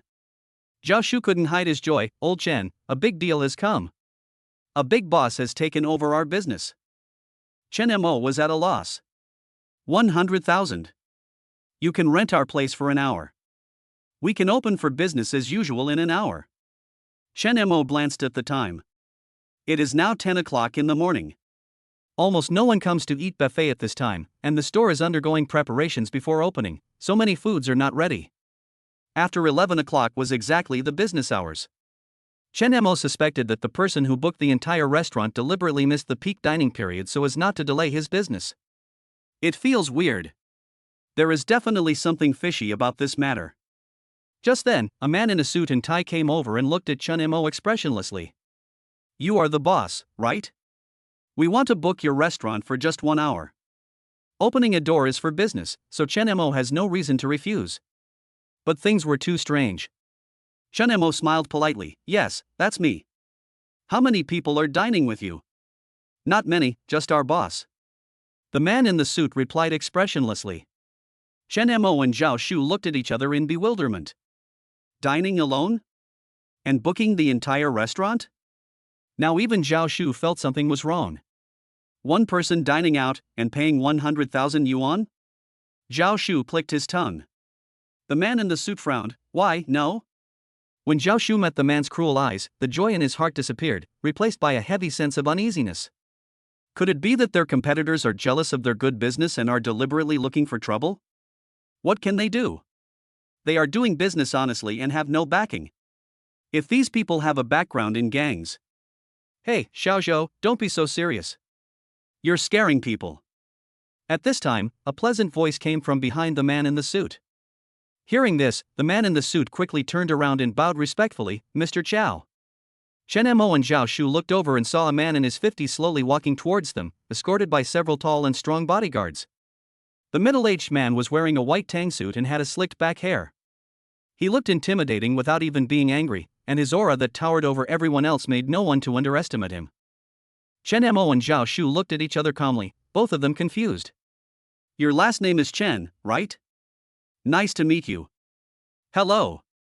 The middle-aged man had a smile on his face, but he looked Chen Mo up and down with a sharp gaze, then extended his hand politely. Chen Mo quickly held his hand. Hello, hello. This was said in a rather monotonous way, and he should have said something nice at this moment, but Chen Mo didn't know who he was, nor did he know the purpose of his coming here, so he didn't know what to say. The middle-aged man glanced around and said with a smile, Boss Chen, I want to talk to you alone, how about it? Chen Mo was slightly startled, then nodded, okay. Zhao Shu, you go get busy first. Zhao Shu was furious, but you. He felt more and more that these people were here to cause trouble, so of course he couldn't leave, otherwise it would be very dangerous to leave Lao Chen here alone. The middle-aged man watched their brotherly love with interest for a while, then laughed. Don't worry, I am a law-abiding person and I won't do anything to him. Besides, I came here just to chat with him, nothing else.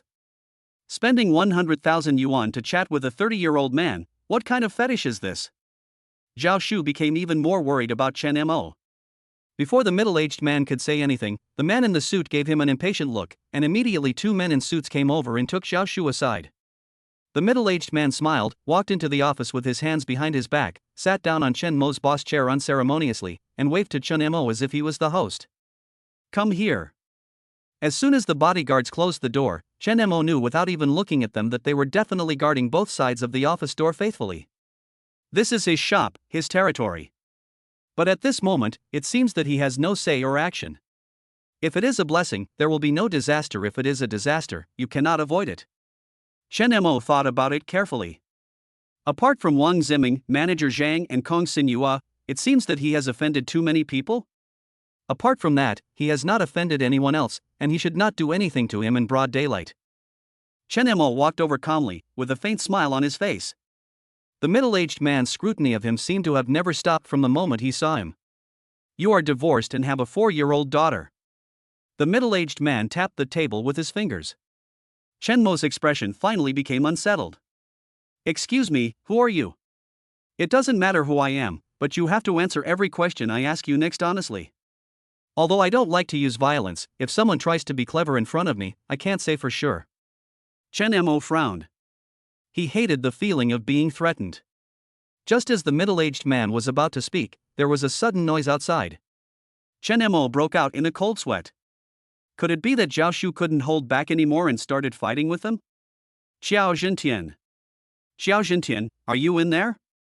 Come out now. Chen Mo was surprised. Why does the shouting voice outside the door sound so familiar? Chapter 45, Going Back on One's Word. The middle-aged man heard the shouting outside, rubbed his temples with a headache, and said to himself, "This girl is really fast." After saying that, he glanced at Chen Mo meaningfully, with a hint of jealousy in his eyes. "You are really good, kid." He stood up with a wry smile, walked to the office door, opened it, and saw the bodyguards guarding outside were at a loss. As soon as the door opened, a white figure rushed in and circled around Chen Mo nervously. "Are you okay? Did my dad do anything to you?" Xiao Zhentian coughed lightly, feeling very uncomfortable. Girls cannot be kept at home when they grow up. I'm not a monster, what can I do to him? Xiao Zhentian was displeased. Chen Mo looked at Xiao Yuzhua, who suddenly appeared in front of him, and suddenly understood what was going on. This boss who looks tough, brings bodyguards with him and has a lot of pomp and circumstance is Xiao Yuzhua's father. He came to find me this time because he knew that his precious daughter had been living with me during the time she ran away from home. So he is here to settle the score? Xiao Yuzhua looked at Chen Mo deeply, then put his hands on his hips and said fiercely, "Liar." Obviously, the liar she was talking about was not Chen Mo, so it was not difficult to infer that the liar was, her father, Xiao Zhentian. Xiao Zhentian was a little embarrassed. How come you don't know how to save some face for your father when you go out? Although the tone was blaming, the expression was full of helplessness and doting. Xiao Yuzhua snorted, "You want me to save face for you?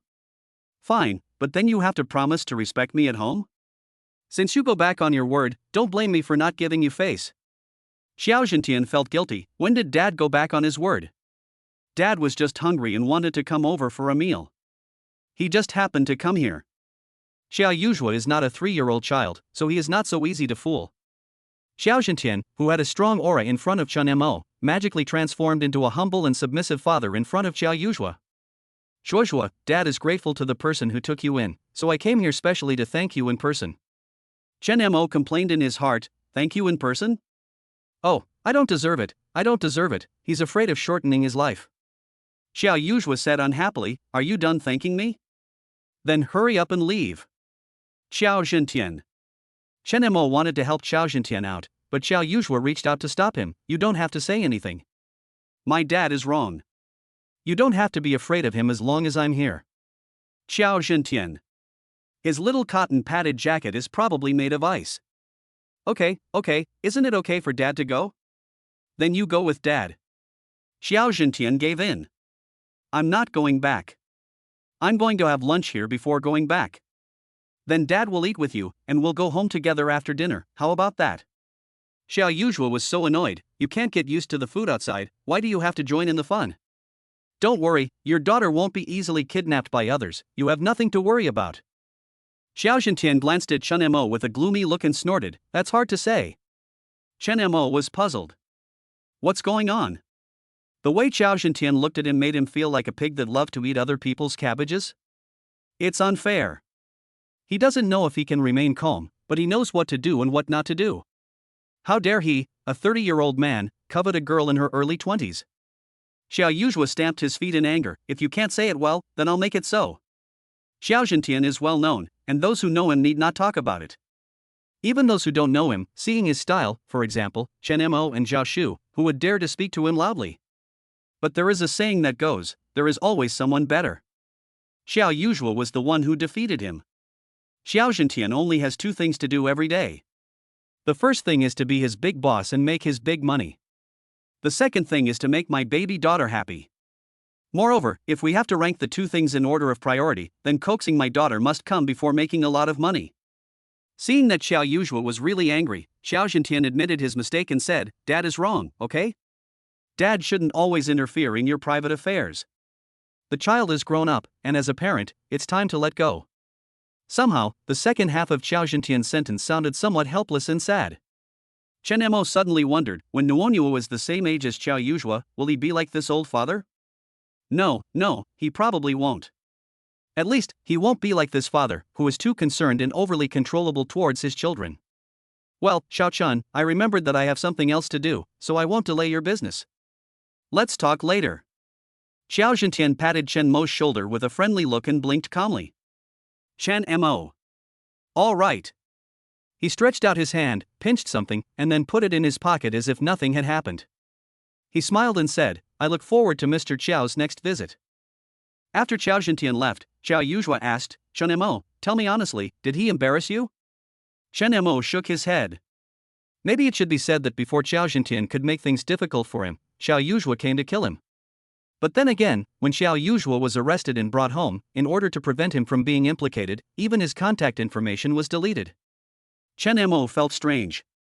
How did Xiao Zhentian know of his existence? Then he thought of Jing Xiaodo and her sincere and clear eyes. Could it be Jing Xiaodo? I'm sorry, I believed my dad's promise, and then I couldn't help but mention you to my dad. That's why they say that older ginger is spiciest. In the first few days, Xiao Yuzhua was extremely cautious and didn't say a word about Chen Mo. He was tight-lipped even more than the underground party members, for fear that Chen Mo would be implicated by him. As a result, last night, Xiao Zhentian had a long talk with her, saying that he had been reflecting on his mistakes recently and fully expressed that he wanted to be a democratic and good father who respects his children. His feelings were sincere and Xiao Yu believed them. So I told him where I had lived these days, who I had met, and what interesting things I had experienced. Xiao Zhentian patted his chest and promised that he would never hurt anyone she regarded as a friend. As a result, I went to Chen Mo's buffet restaurant today. A villain who does not keep his word. Xiao Yu regretted so much that his intestines turned green. Jing Xiaodo was afraid of Xiao Zhentian's tyranny and felt guilty after betraying his friend. In order to maintain the precious friendship between him and Xiao Yuzhua, he accidentally saw Xiao Zhentian's car while doing his job and sensitively realized that something was wrong. How could the fastidious and low-key Mr. Qiao appear in a downtown area? Called Xiao Yuzhua immediately. Xiao Yuzhua immediately realized what was going on. He was so anxious that he had to leave Chen Sheng and his nephew Nuonyuo behind and rush over to kill them. Chapter 46. It's impossible for you and my daughter to. Chow, can it be said that my merits and demerits are offset this time? Jing Xiaodo's humble voice came out from the microphone. Xiao Yuzhua, who was answering the phone, snorted, You wish. I'm still angry. Zhao Shu gently tugged at Chen Mo's sleeve. Who is this little sister? I heard that it was her who got rid of the group of people with bad intentions. Chen Mo, the precious child of Boss Qiao just now. Ah. Zhao Shu was shocked, and his eyes couldn't help but fall on Xiao Yuzhua again. This little girl has a natural aura, even a grown man like him doesn't dare to underestimate her. After all this fuss, it turns out that she is the prince's daughter? Zhao Shu didn't know what he was thinking of, and his complicated gaze fell on Chen Mo. Chen Mo felt uneasy when he was staring at him. Zhao Shu pulled him aside and hesitated for a long time. Old Chen. I think you are a serious person, so what? Chen Mo was confused. So, it's not what I thought, right? How would I know what you are thinking? I am not a worm in your stomach. Hey, what are you guys whispering about? Xiao Yuzhua hung up the phone and found that Chen Mo, who was following her, was gone. Hey, you're so smart, how could you not know what I'm thinking? Well, I called you, but I'm busy now, so I won't accompany you anymore. Chen Mo suddenly understood what Zhao Shu meant. Her father came to kill her personally, did you?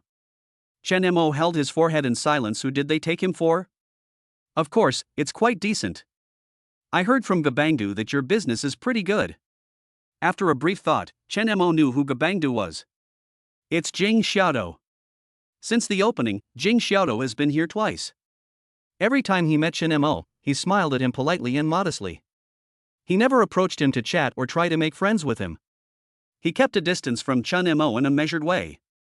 To be honest, Chen Mo was a little resistant to his appearance at first. After meeting him for the second time, Chen Mo took the initiative to greet him and chatted with him casually.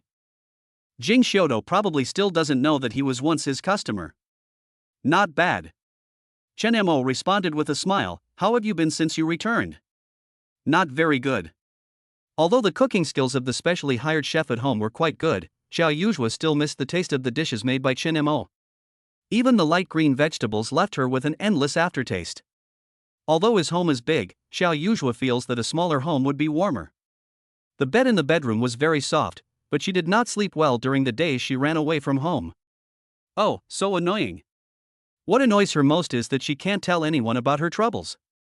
That's it. Xiao Yuzhua said perfunctorily. Chen Mo smiled, eat here at noon, it's free. You're smart.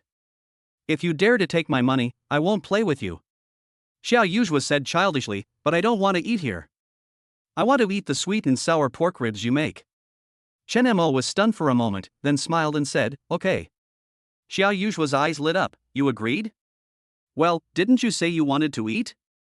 The light in Xiao Yuzhua's eyes slowly extinguished again. Forget it today, let's do it another day. By the way, I've met Nuonyuo and your sister. Then, she told Chen Mo what happened in the kindergarten.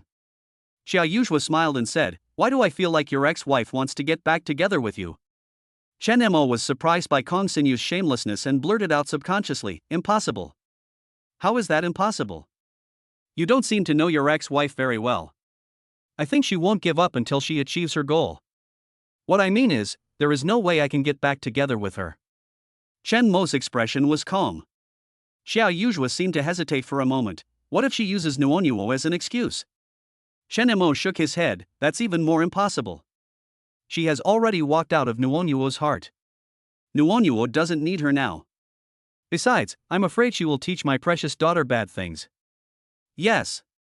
Xiao Yuzhua smiled, as if he had breathed a sigh of relief. Fortunately, your ex-wife didn't pay much attention to the child before, so Nuonyuo was not affected by her distorted values. Chen Mo saw her smile and couldn't help but smile along. Thank you. Xiao Yuzhua was unhappy. Why are you thanking me? So strange. So annoying. Thank you for being afraid that Nuonyuo would become an outcast without a mother, so you ran to the kindergarten to sacrifice yourself. Xiao Yuzhua was puzzled. You use a very strange word. How can pretending to be Nuonyuo's mother be called a sacrifice? If I could have a daughter as cute as Nuonyuo in the future, I would wake up laughing in my dreams. At the end, he didn't forget to step on Kong Xinyu. Your ex-wife is the biggest fool in the world. Isn't it stupid that she doesn't want such a well-behaved and sensible daughter and such a responsible husband? Chen Mo remembered something and smiled bitterly. By the way, can you tell your paparazzi friend to stop paying attention to his father and daughter? Otherwise, how would Xiao Yuzhua know about the parent-child activities at Nuonyuo Kindergarten? I understand. Xiao Yuzhua glanced at Chen Mo, with a hint of reluctance in his eyes. I'm leaving. Under the curious but fearless gazes of the shop assistants, Chen Mo personally escorted Xiao Yuzhua downstairs. After Xiao Yu's dazzling multi-million luxury card disappeared from his sight, he slowly took out the business card from his pocket and examined it carefully. The Qiao Group is the first family business in Shanghai and a Fortune 500 listed company. As the founder of Qiao Group, Xiao Zhentian started from scratch and is a legend of his generation. Chen Mo sat in the office, looked at Xiao Zhentian's personal information for a long time, pondered for a moment, and dialed the number on the business card. Hello, Mr. Qiao. Xiao Zhentian laughed and said, boy, I've been waiting for your call for a long time. I'm sorry to ask Chen Jingang to leave. Chen Mo's voice was neither humble nor arrogant. Xiao Zhentian didn't beat around the bush and said straight to the point, it's impossible for you to be with my daughter. I think you misunderstood. Your daughter and I met by chance, and I was lucky enough to take her in for a while. I have always regarded her as my sister. Xiao Zhentian snorted coldly, you're smart. My daughter, Xiao Zhentian, is a royal daughter, of course not someone that just any random person can covet. Chen Mo said calmly, Mr. Qiao, if there is nothing else, I will hang up now. Xiao Zhentian, who was on the other end of the phone, frowned. No one was not terrified after knowing his identity. This kid actually dared to take the initiative to hang up on him? Oh, what courage! Could it be that he is angry and embarrassed because he knows there is no possibility of being with his baby? 2 months ago, you were a divorced, poor, and lowly clerk with a child. 2 months later, you have a car, a house, and a career. I admit that I was far worse than you back then. Chen Mo was ashamed. He achieved his current success by cheating the system. Of course, his success is insignificant in the eyes of Xiao Zhentian today. But when I choose a son-in-law, I don't really focus on his wealth. What matters most is his character and family background. Chen Mo complained in his heart, is he a bad person? But speaking of family background. Chapter 47, the original family that is hard to describe. Chen Mo's original family is hard to describe in a few words.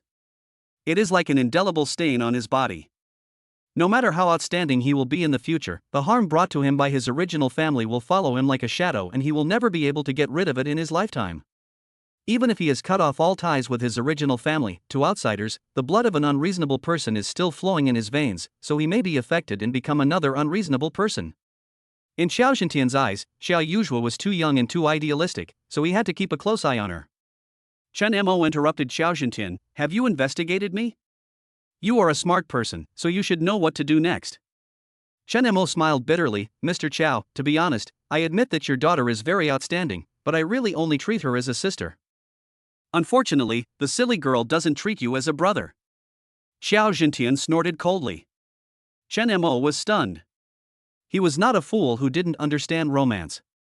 How could he not see what was inadvertently revealed in Xiao Yuzhua's eyes when she looked at him?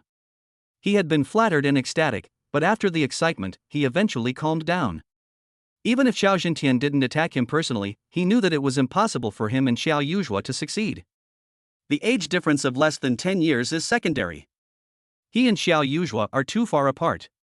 If Xiao Yuzhua was a swan in the sky, then although he was not a toad that wanted to eat swan meat, he was almost the same as a frog. I want you to promise me that you will never have any inappropriate relationship with my daughter. Chen Mo silently clenched the phone in his hand. He knew very well that the other party was a big shot who could crush him into pieces without even lifting a finger, but that did not mean that the big shot could trample on his dignity unscrupulously.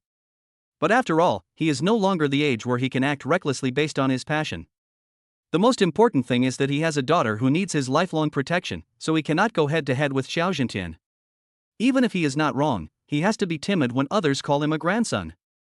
However, he really hated the feeling of being manipulated. After hanging up the phone, Chen Mo was upset and had to find something to distract himself. He called up the system panel. I have been so busy recently that I almost ignored the existence of the system, but every day the system will prompt that experience points have been credited. The current experience value balance has accumulated to 42 points, which can be exchanged for 420,000 yuan in cash, plus one draw. Chen Mo did not exchange cash, nor did he participate in the lottery. According to the rules introduced by the system last time, he can level up when the available experience points accumulate to 60 points. It is said that the way of drawing rewards will change after upgrading. For example, after level 3, the rewards drawn will not be in the form of material, but will be a secret recipe that is unique in the world. What secret recipe will he draw when he reaches level 3? He was vaguely looking forward to it. So save up the available experience points and wait for the upgrade. There was a knock on the office door. Zhao Shu stood outside the door with a strange look on his face. Chen Mo. Zhao Shu is a straightforward person who speaks his mind, but now he is hesitating, which must be a problem. Chen Mo looked behind him. Kong Xinyu stood outside the office, tucking her hair behind her ears and smiling at Chen Mo. Chen Mo, it's me. Chen Mo looked at her expressionlessly, not feeling strange at all. Since she went to the kindergarten to find Nuonyuo, she would come to find him sooner or later, but her actions would be much faster than Chen Mo imagined. To be honest, if Kong Xinyu never came to disturb him and Nuonyuo again, as time went by, maybe at some point Chen Mo suddenly thought of her and wouldn't be too disgusted. But she had just been abandoned by Wang Ziming, and she immediately came back to him. Chen Mo looked down on her. Old Zhao, please treat this guest well. Chen Mo's eyes swept across Kong Xinyu without any warmth. Zhao Shu responded, Dear guest, please follow me. Kong Xinyu bit her lower lip. Chen Mo, please don't be like this. I'm here to work with you today. Oh, a self-torture tactic? No tricks work on him. Chen Mo didn't even raise his head. Sorry, we have enough staff and are not hiring. Kong Xinyu's eyes were red and tears were welling up in her eyes, making her look pitiful. If Zhao Shu had not seen Kong Xinyu being arrogant in the company because she had the support of Wang Ziming and manager Zhang, his heart would have been melted by her pitiful tears at this moment. Chen Mo remained unmoved and closed the office door. Zhao Shu put on a polite smile and said, I'm sorry, our boss said we are not hiring anymore. Please go back. Kong Xinyu's face was pale, her body was shaky, and she cried out to the closed door, Chen Mo, I am the child's mother after all, how can you be so cruel to me? Speechless, Zhao Shu looked down at his phone. The latest message he received was, "If you don't leave, I'll call the police." You can't blame Chen Mo for being ruthless, because it was Kong Xinyu who was ruthless first.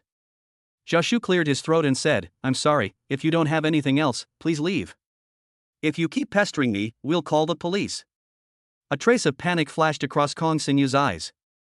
She was implicated by Wang Ziming and taken away by the police for investigation, which left her with psychological trauma. For a short period of time, she could not hear anything related to the police. She left dejectedly, and couldn't help but look up at the name of the impressive buffet restaurant downstairs, feeling sad. If she hadn't divorced Chen Mo, she would be the boss lady there now. Life is comfortable and happy. You don't have to worry about 3 meals a day or where to stay at night. Then she thought of the old days.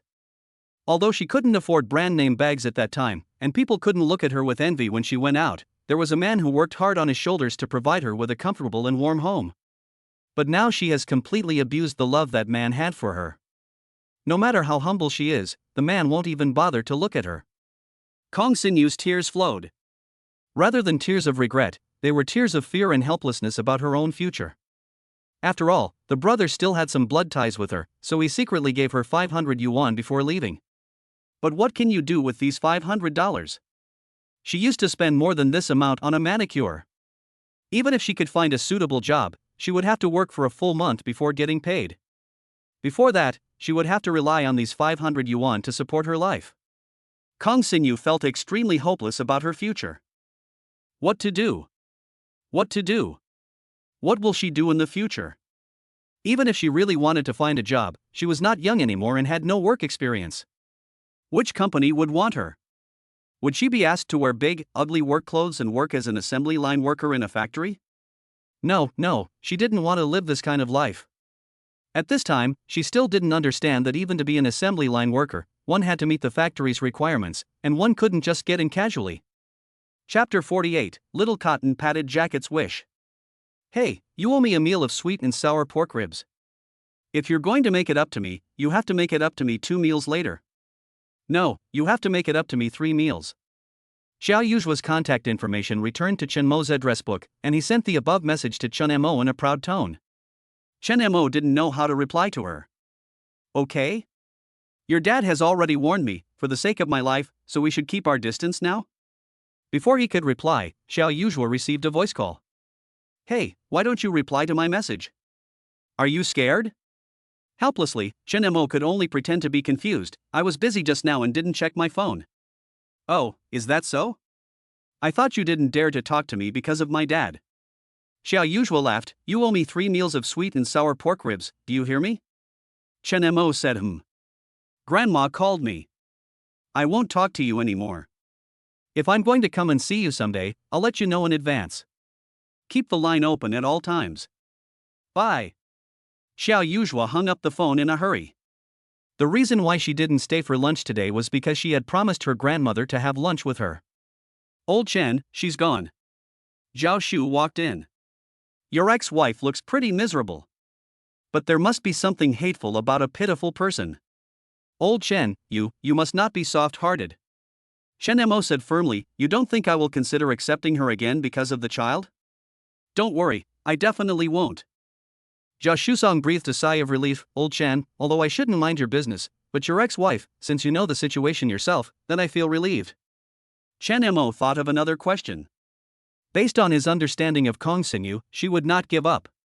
However, Chen Mo did not want to have anything to do with her anymore, so he had to think of a good way to completely draw a line between them. Old Chen, don't blame me for gossiping. I think you and that little girl are a good match. It's just that the little girl's father doesn't seem to be easy to deal with. Chen Mo smiled helplessly. She and I really don't have that kind of relationship. It won't be like that before, and it won't be like that in the future. The restaurant is already on the right track, and with Zhao Shu as a capable boss, Chen Mo has become dispensable. That's great. Chen Mo can finally give Zhao Shu a high salary with a legitimate reason. Now Zhao Shu will have nothing to say, right? To be honest, Zhao Shu has put in as much effort and energy into this buffet restaurant as he has. At the child's strong request, Chen Mo returned home at 7 o'clock. When Nuonyuo heard the door open, she ran over immediately. Dad, close your eyes. Chen Mo didn't understand, but he closed his eyes obediently. With a smack, his beloved daughter kissed him on the face and said in a cheerful voice, "Happy birthday, Dad. The system detects your daughter's love for you, experience value +3. The system prompt sounded in my mind. Chen Shang, wearing an apron, came out of the kitchen and couldn't help laughing when he saw this scene. Today is your birthday, didn't you forget it? Chen Mo remembered the birthdays of all his relatives, his father, mother, sister, brother, wife, and children, but he just couldn't remember his own. I have carefully prepared birthdays for others for so many years, but I have never celebrated my own birthday. Nuonyuo's eyes sparkled. Dad, my aunt and I went to pick out a birthday cake for you. I picked an Ultraman cake for you. You are a boy, so you must like Ultraman, right, Dad? Chen Mo smiled and nodded. As long as you pick it for Dad, Dad will like it. I also personally prepared a birthday present for you. I'll get it and show it to you right away. Nuonyuo ran back to the room and soon came back with a piece of drawing paper in her hand. Dad, look, this is a picture I drew of our family of 4. Chen Mo was slightly stunned when he looked at the 4 little figures in the painting. If you count my sister, there are only 3 people in their broken family. How could they be a family of 4? He soon understood how the 4 people came. Dad, the one with short hair is you, the one with long hair is my aunt, the little one with 2 braids is me, and the most beautiful one is my sister. Introducing them one by one in a soft and milky voice. Chen Mo's eyes lingered on the little figure of Qiao Yuzhua for a moment, and a ripple appeared in his heart. He touched the child's head and praised, "It's a great painting. My sister complained that I didn't draw her pretty last time, so I put extra effort into drawing her this time. Is it much prettier than last time? Well, it's an improvement over before." Nuonyuo was very happy. Dad, can you take a picture of the painting I drew with your mobile phone and send it to my sister to take a look? Chen Mo. On one hand, the powerful Qiao Zhentian asked him to keep his distance from Qiao Yuzhua, and on the other hand, his precious daughter was expecting him eagerly. After careful consideration, Chen Mo decided to meet his daughter's request. He first took a picture of his daughter's painting with his mobile phone and then sent it to Qiao Yuzhua. Qiao Yuzhua replied quickly, "Is this drawn by Nuonyuo? Am I the prettiest one?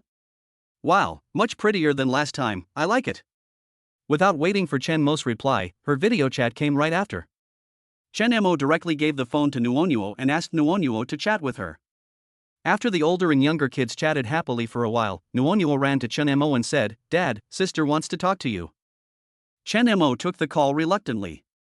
On the screen, Qiao Yu's face, which was full of collagen, looked pure and lovely. "Today is your birthday?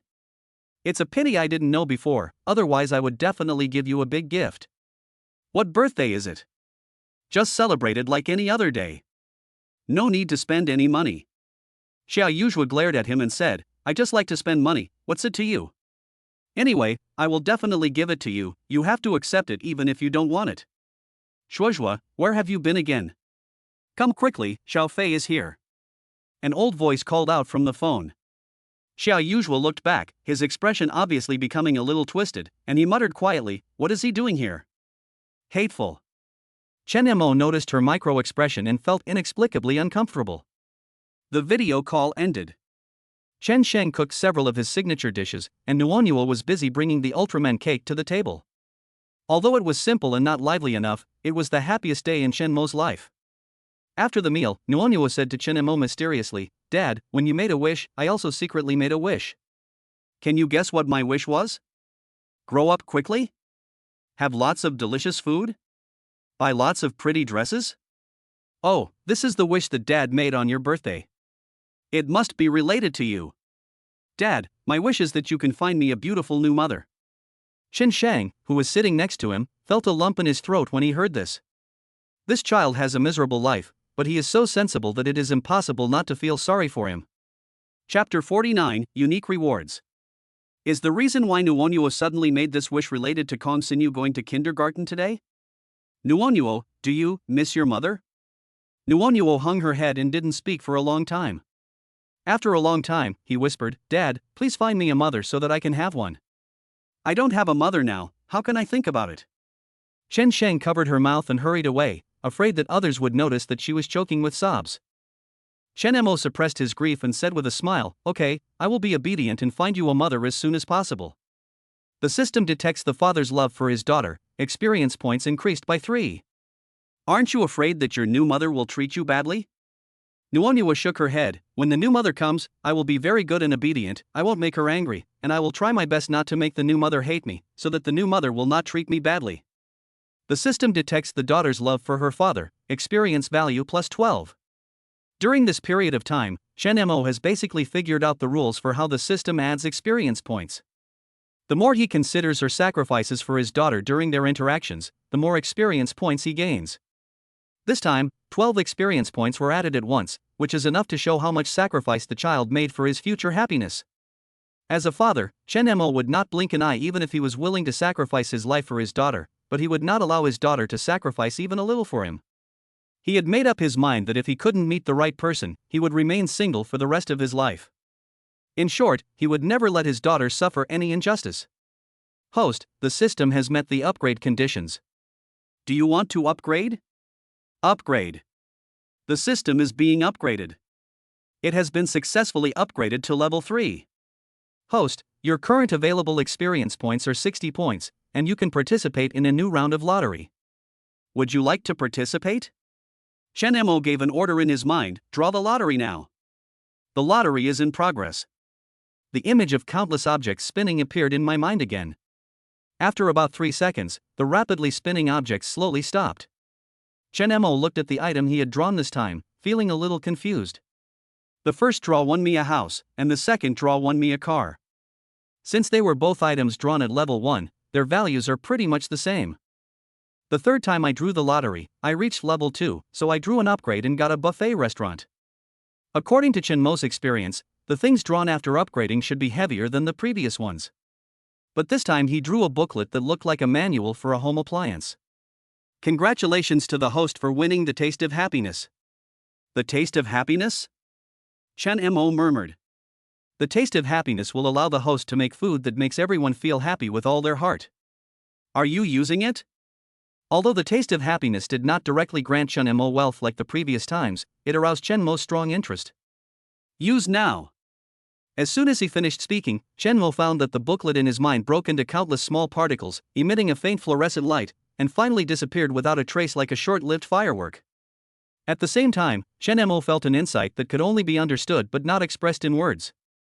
He has grasped the true essence of the Taste of Happiness. Unable to suppress his inner urge, Chen Mo stood up and walked into the kitchen.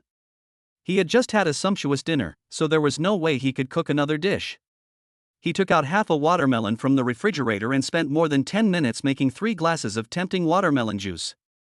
Nuonuo, come on, after drinking this glass of watermelon juice, it's time to take a shower and go to bed.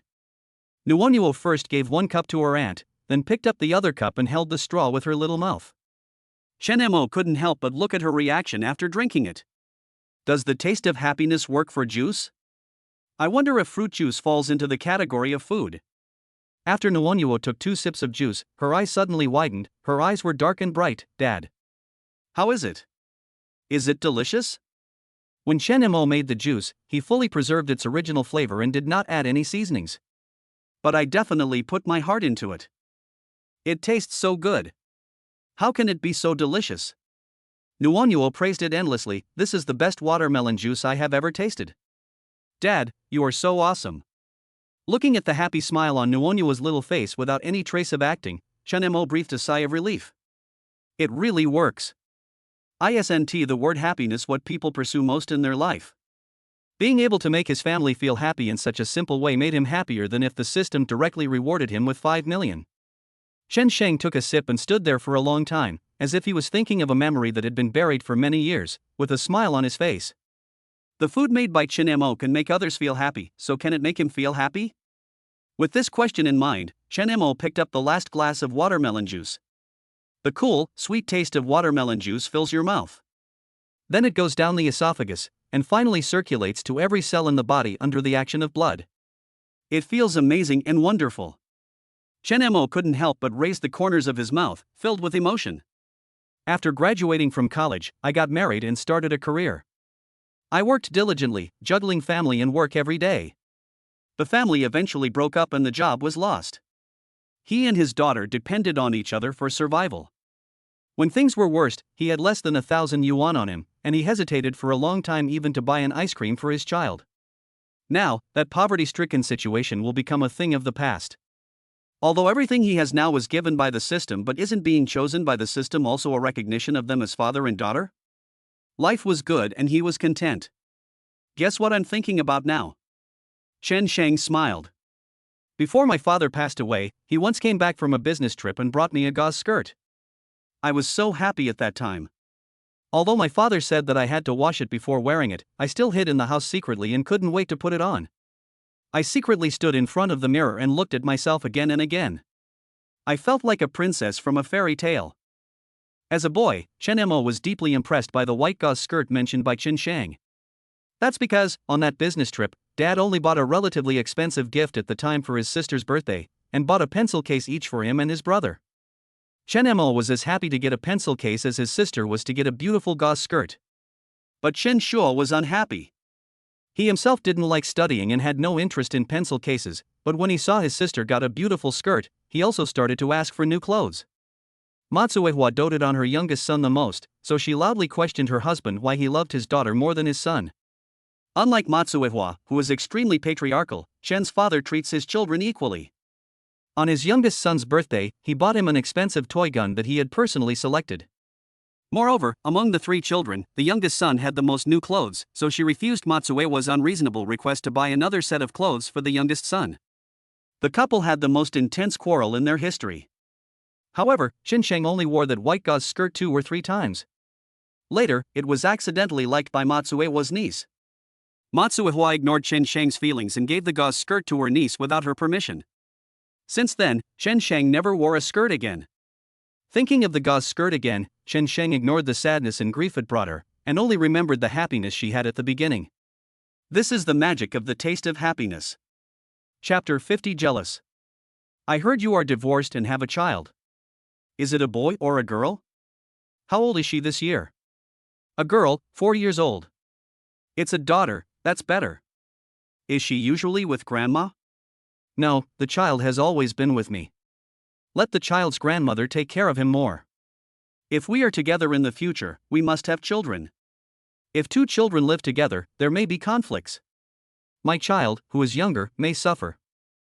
And I hope that my children will get complete fatherly love in the future, not just the leftovers given to other children. As for your appearance, I think it's okay, it's quite pleasing to my eye, and your conditions are average, but I can accept them. In the romantic cafe, sitting opposite Chen Mo was an unmarried woman with a beautiful face who looked about the same age as him. That's right, he is on a blind date now. She was introduced to her by an enthusiastic employee of the buffet restaurant, who praised the woman, who was said to be her distant relative, to the highest heavens. Chen Mo was not interested in something that only exists in heaven and not on earth, but he heard that she was very considerate and liked children, so he came with the mentality of taking a look. After listening to the blind date girl's endless chatter, he smiled slightly and said, "You want my daughter to live with her grandmother in the future, right?" The blind date girl didn't even think twice. "Yes, try to live with your grandmother in the future, otherwise having your ex-wife's child around will affect our relationship, and having a child in the future will also take away your fatherly love for our child. Oh, by the way, what happened to your ex-wife? She only has 1 daughter, but she didn't take the child with her even after the divorce? I think you'd better contact your ex-wife. If she is willing to take the child with her, that would be the best." In fact, when Chen Mo heard her say that she would leave the child to her grandmother, he was already ready to leave. The reason he had the patience to ask an extra question was that he wanted to see how weird this ridiculous woman could be. Well, he was bored. When he was about to tell the blind date girl that they were not suitable for each other, a faint voice suddenly came from behind him. "Are you crazy, woman? She hasn't even said whether she likes you or not, but you've arranged for her child. Who do you think you are?" Chen Mo was startled suddenly. Even without turning around, he could tell who the person was from the angry voice. Suddenly I was overwhelmed. Why was she here? The blind date girl looked behind Chen Mo, confused and uncertain. "Who are you? What does it have to do with you?" "Of course it's my business. Get out of here now, or I'll be rude to you." Chen Mo. The blind date girl didn't look like someone who was easy to mess with. She slammed the table and stood up. "You." And then nothing happened. Because she discovered that Xiao Yujua's seemingly simple outfit cost as much as 6 figures. After confirming through eye contact, she knew that the other person was someone she couldn't afford to offend. But the table has already been slammed.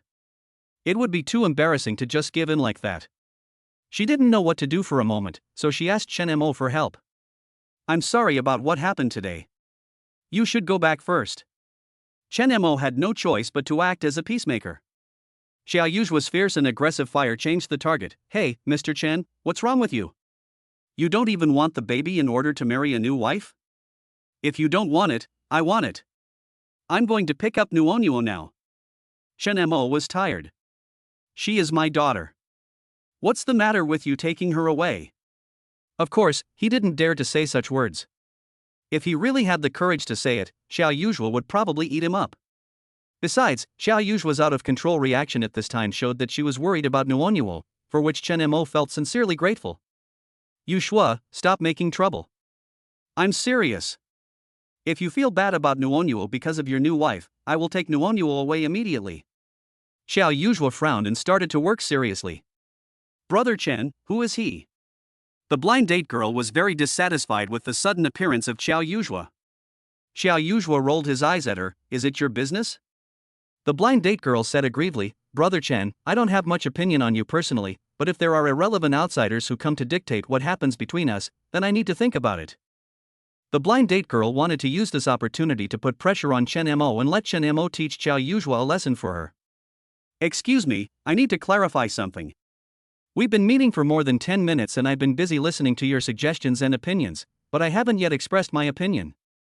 First of all, I will not give the child to her grandmother, let alone her mother. She is my daughter, and I will not allow anyone to tell you what to do in front of me. The blind date girl's face suddenly turned ugly. What do you mean? If you want to do this, I won't even consider it. If that's the case, then that's great. I also think that you and I are not suitable. The blind date girl and Xiao Yuzhua were both stunned. Blind date girl, what, you don't like me? Xiao Yuzhua, Chen Mo, please explain your words to me clearly. Chen Mo was troubled by these two women. He swore that he would never go on a blind date again. Why, are you one of the 7 fairies who came down to Earth? Isn't it normal that she doesn't like you? Xiao Yuzhua retorted to her without any hesitation. That's outrageous. You're helping someone arrange their daughter's fate before they even have a chance to decide. You'd have to be blind to marry a vicious woman like you. The blind date girl was almost crying. He is a divorced man, and he can find someone like me. It must be the good fortune of his ancestors. Xiao Yuzhua snorted, Sister, please don't flatter yourself. With his conditions, he can find someone who is hundreds or thousands of times better than you. The blind date daughter was finally driven away by Xiao Yuzhua's vicious sarcasm. Chen Mo was speechless. Yuzhua, why do you have to offend people for me? What? You're starting to flatter yourself. Who's doing this for you? I'm doing this for Nuonyuo. If you really marry that woman, Nuonyuo will never have a good life in the future. I'm not stupid. I certainly won't find such a stepmother for Nuonyuo. But I saw you guys were having a great conversation just now? Chen Mo thought inexplicably, how could they have such a pleasant conversation? During the more than 10 minutes with the blind date girl, she kept asking him all sorts of random questions and he couldn't say a few words. How could they be considered talking? If it wasn't suitable, why didn't you reject her right away? Xiao Yuzhua questioned. I was just about to reject her, and then you showed up. Chen Mo explained. Humph, from what you say, you're blaming me? Chen Mo thought, how dare I blame you? However, there seemed to be something wrong with Xiao Yuzhua's appearance at this moment. It seems like he's jealous? Hey, wait. Why did Xiao Yuzhua appear at his blind date, not earlier or later? Could it be that Jing Xiaodo again? Although Xiao Yuzhua left their home, he continued to participate in their lives in a strange way. It turns out that not only were they not used to her leaving, she herself wasn't used to it either. They have become accustomed to having each other in their lives. Chapter 51, Sad. Chen Mo walked out of the coffee shop with a hard time saying anything. Xiao Yuzhua, who walked out angrily faster than him, stood in the shadow and looked at him unhappily. She was angry that he found a stepmother for Nuonyuo. But to be honest, she has no right to interfere in his private affairs. Chen Mo felt that he needed to explain things clearly to Xiao Yuzhua. Their relationship is unclear now. They are neither friends nor relatives. It's very strange. Yuzhua, look, I'm still so young, and it's definitely unrealistic for me to be alone for the rest of my life. I'll definitely have to find someone to live with in the future. Of course, I must take Nuonyuo as the premise and ensure that the other party treats Nuonyuo well. Don't worry, I'm Nuonyuo's father, how can I not think more about her? If I can't find the right one, I would rather stay single. Thank you for loving Nuonyuo sincerely, thank you for treating Nuonyuo as your own sister, but I have my life and you have your life, so. Having said this, there is nothing more to say. Xia Yuzhua stared at him blankly, then suddenly smiled. Chen Mo, I didn't realize you were so narcissistic. You don't think I have nothing to do all day, so I come here every day to pay attention to you? What are you thinking? Aren't you ashamed? Chen Mo. I hope she is telling the truth, so he can feel better. After all, what he said just now was a bit too much.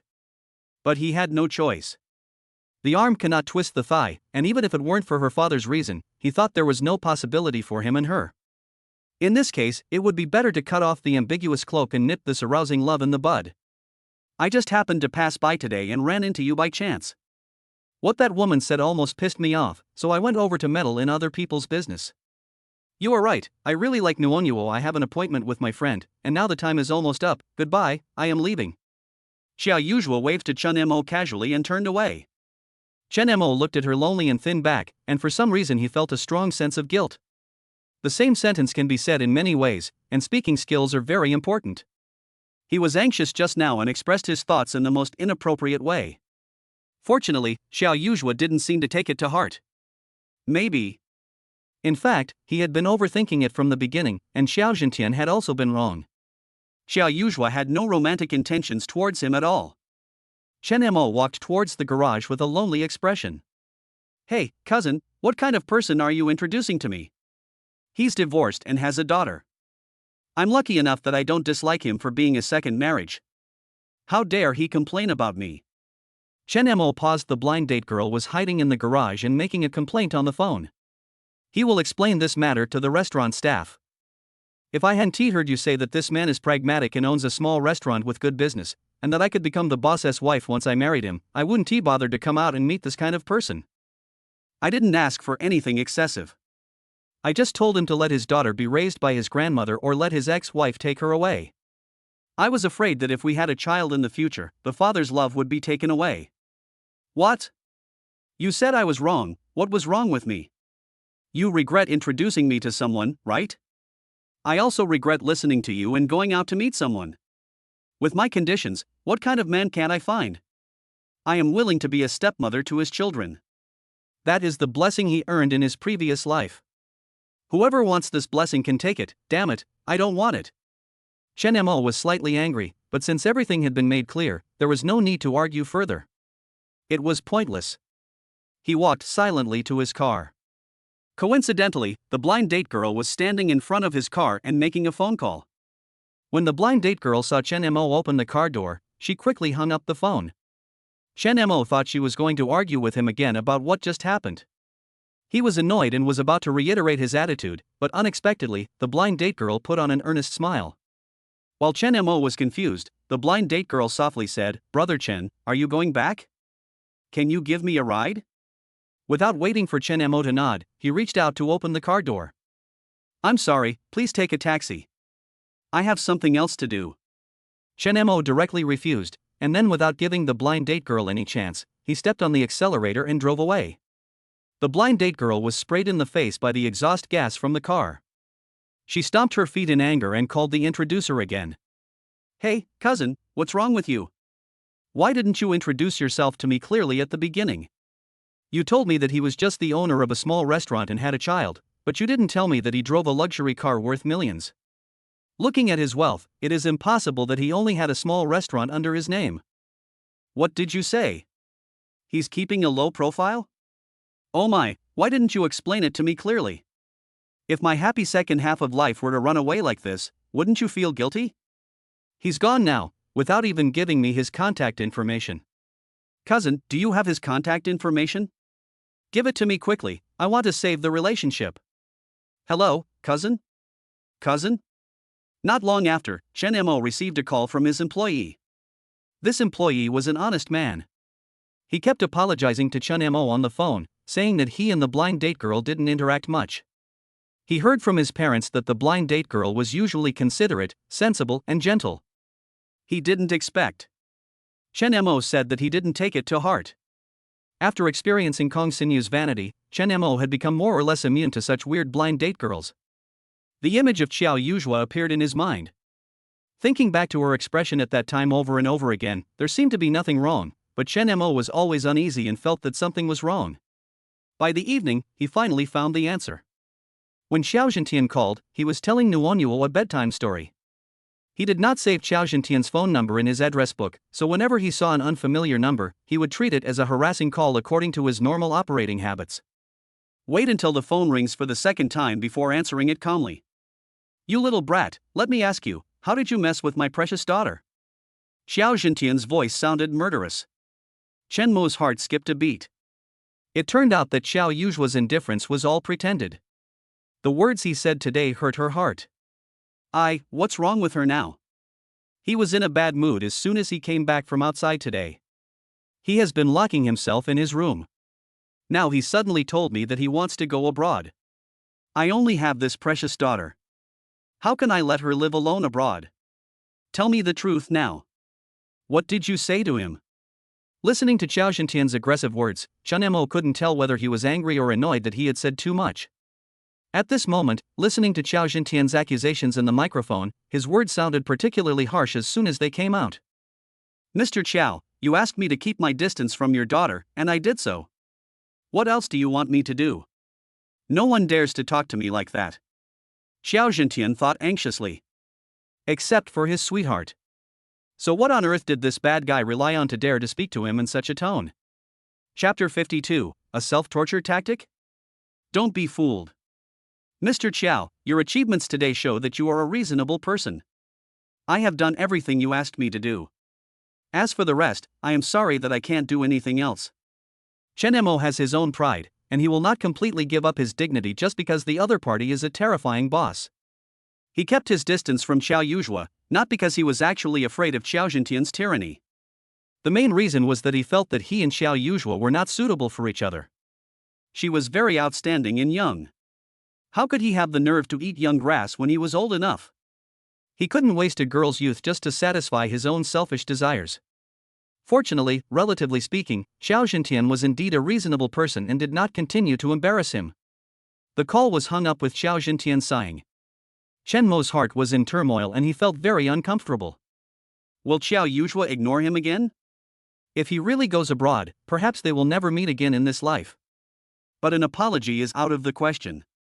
He had finally pushed her away. How could he let their relationship return to its ambiguous starting point? A short pain is worse than a long one. Nearing 9 o'clock, Chen Mo received another strange call. He was afraid it was related to Xiao Yuzhua, so he picked up the phone immediately without waiting for the phone to ring a few times.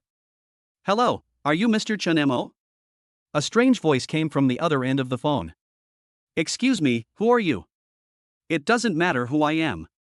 What matters is that I went out today and found a woman fainted outside the gate of the community, and then I found your contact information in her phone book.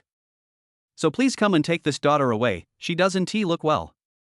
Chen Mo thought for a moment and said, Excuse me, does the fainted woman have curly hair, is about 1.63 meters tall, and is she thin? Got a positive answer.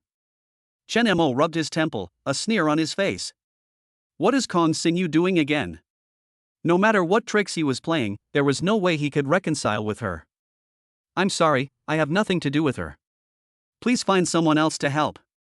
Sorry. Hey you. Chen Mo hung up the phone without hesitation and immediately blocked the person's number to avoid being harassed again.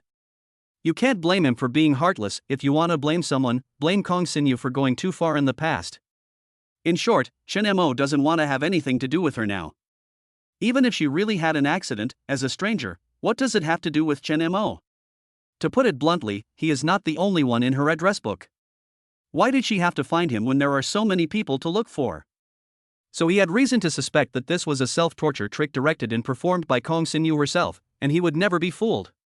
To take a step back, even if what the person on the phone said was true, he would not rush over to show his concern for Kong Xinyu.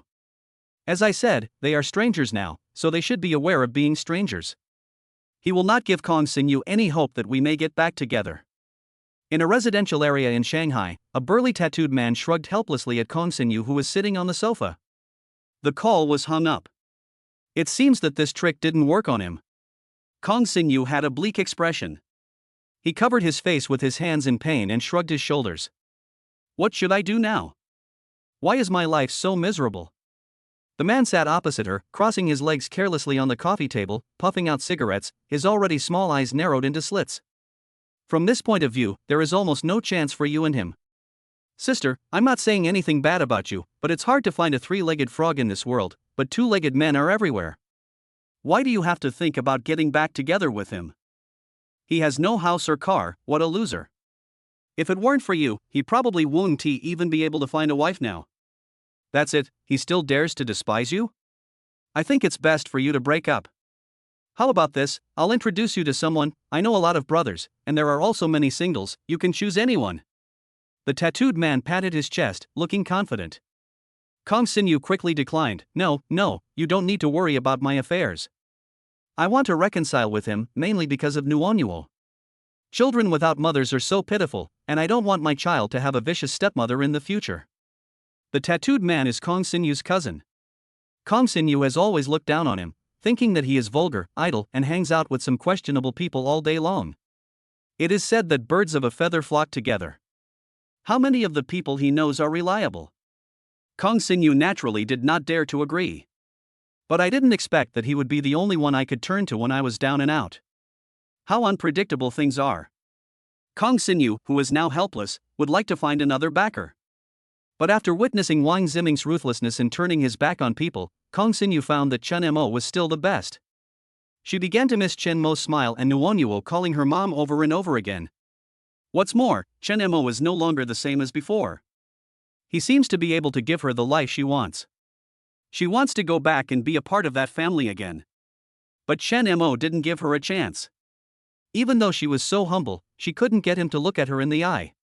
Kong Xinyu naively thought that Chen Mo was still angry and that he was a generous man.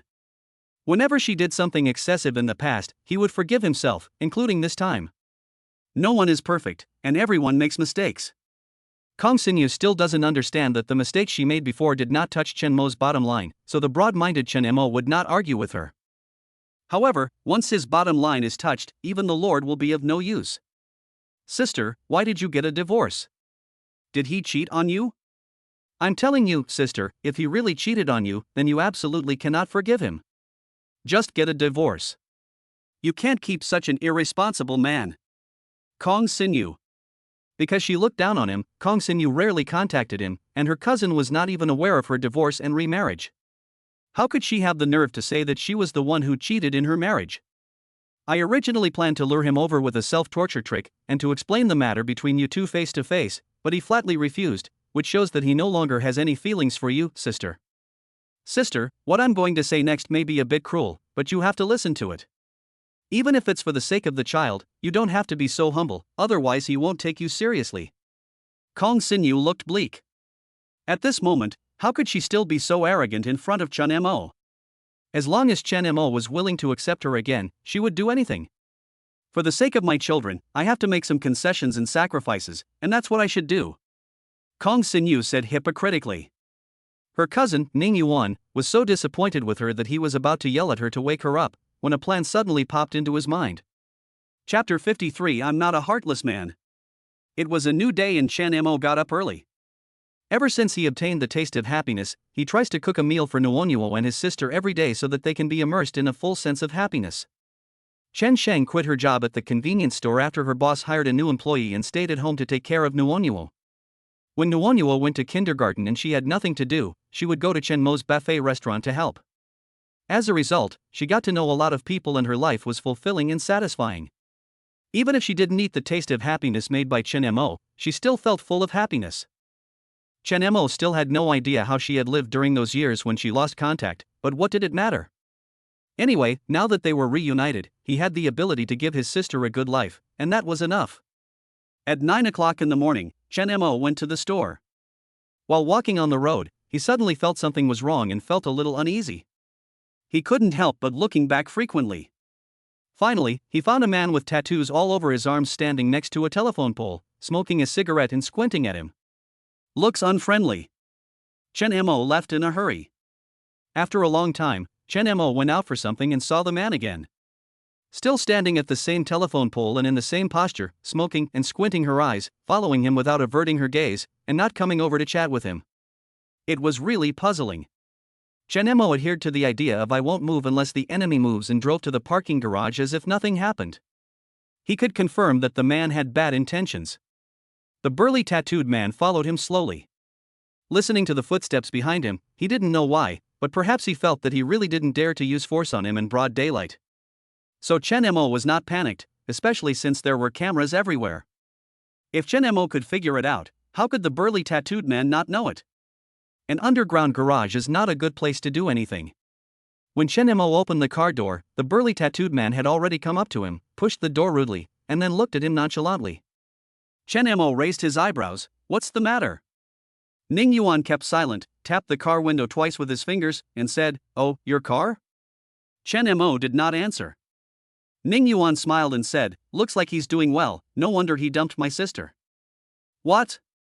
The mistress you found is prettier and gentler than my sister? But has she ever been with you through hard times? Can you please not embarrass us men by abandoning your wife and marrying a mistress as soon as you have money? As a responsible man, do you think this is appropriate?" Chen Mo? What the hell, mistress, where is the mistress? Chen Mo knew it, it must be Kong Xinyu showing off her low standards and talking nonsense. In fact, Chen Mo recognized who Ning Yuan was at first sight. Then he immediately realized who was the person who called him yesterday and said Kong Xinyu had fainted and tried to trick him into going over. Chen Mo had seen him in Kong Xinyu's photo album before and knew that he was Kong Xinyu's cousin. He was also said to be in Shanghai.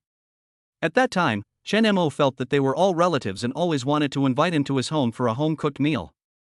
However, Kong Xinyu said that her cousin was not doing his job properly and was not studying hard all day, so it was better to keep a distance from him. Therefore, Chen Mo had not met him in person for many years after their marriage. "I didn't expect that after divorcing Kong Xinyu, I would meet him instead. Unfortunately, he came to call me to task." "Mistress?" Chen Mo wanted to laugh. Kong Xinyu had lost her conscience to such an extent in order to discredit him. She lied without hesitation. Didn't she know that the more she did this, the more he would hate her? If he wanted to get back together with him, he could just dream on. Not to mention this life, the next life, or the life after that, he didn't want to have anything to do with her anymore. "My sister has been with you for so many years and she has worked hard for you. How can you be so cruel and abandon her just like that? I tell you, even if she agrees, I won't agree." "What did Kong Xinyu tell you?" "I guess she must have put all the blame on me, but what I want to tell you is that in my 5 years of marriage with her, I have never done anything to let her down. Believe it or not." "Oh, from what you said, you blame my sister for your divorce?" "I'm sorry, I have something else to do, please let me pass." Chen Mo didn't want to argue with him. Ning Yuan was furious and punched the car door. "If you don't explain yourself clearly to me today, you can't go anywhere. You must give an explanation to my sister." Chen Mo didn't want to waste time talking to him. "I have nothing to say. If you continue like this, I will call the police." "Chen Mo, you have no shame. Back then you were a poor boy with no car or house, but my sister followed you regardless. Now that you have become rich, you kick her away. This is really too much." Seeing that he was very emotional, Chen Mo said lightly, "May I ask who bullied whom, who cheated on her husband, who got divorced and was afraid that the child would affect her happy life and clearly stated that she wanted to keep a distance from the child? I ask you to go back and figure out these situations, and then come back to me." These words were like lighting a powder keg. Ning Yuan exploded. "What do you mean? Explain yourself clearly. You said my sister cheated on her husband? How dare you slander her reputation?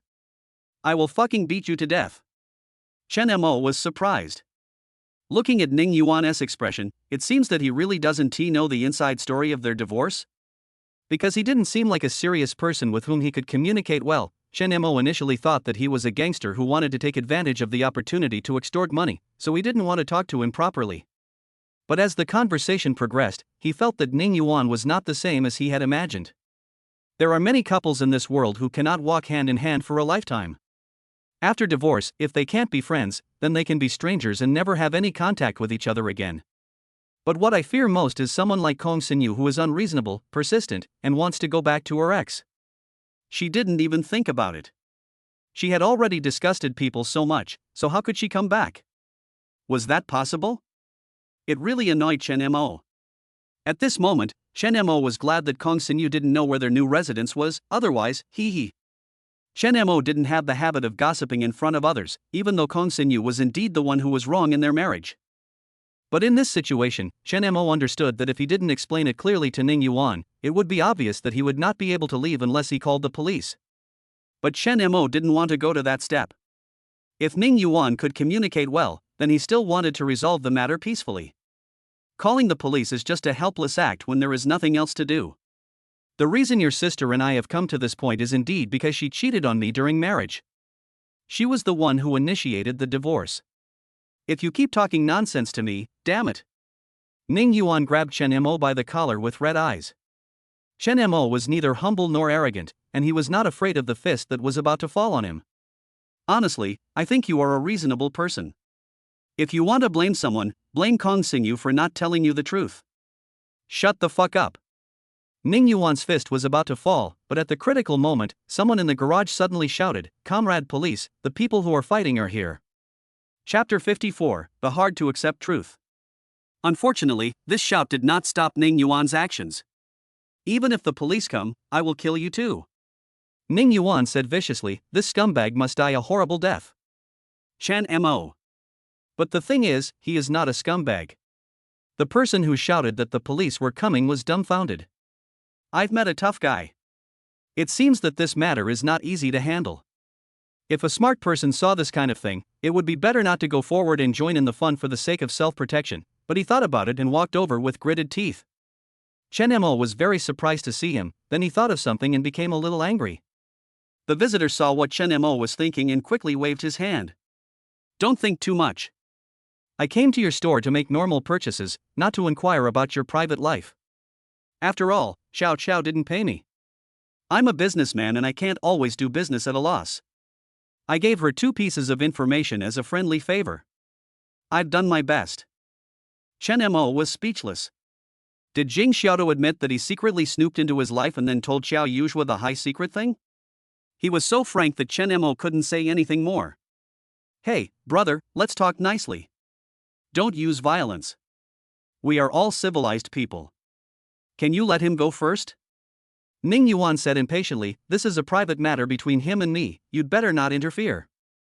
I am a person who can distinguish right from wrong and don't want to implicate innocent people." Chen Mo wanted to laugh when he heard this. Distinguish right from wrong? I think you are more like a fool. He was partial to Kong Xinyu, but from another perspective, that was a manifestation of Ning Yuan's trust in her. "Hey, you can't say that. I think there must be some misunderstanding between you two. Why don't you all talk it out calmly and resolve the misunderstanding?" With the peacemaker Jing Xiaodo around, Ning Yuan's emotions gradually eased and he really let go of Chen Mo.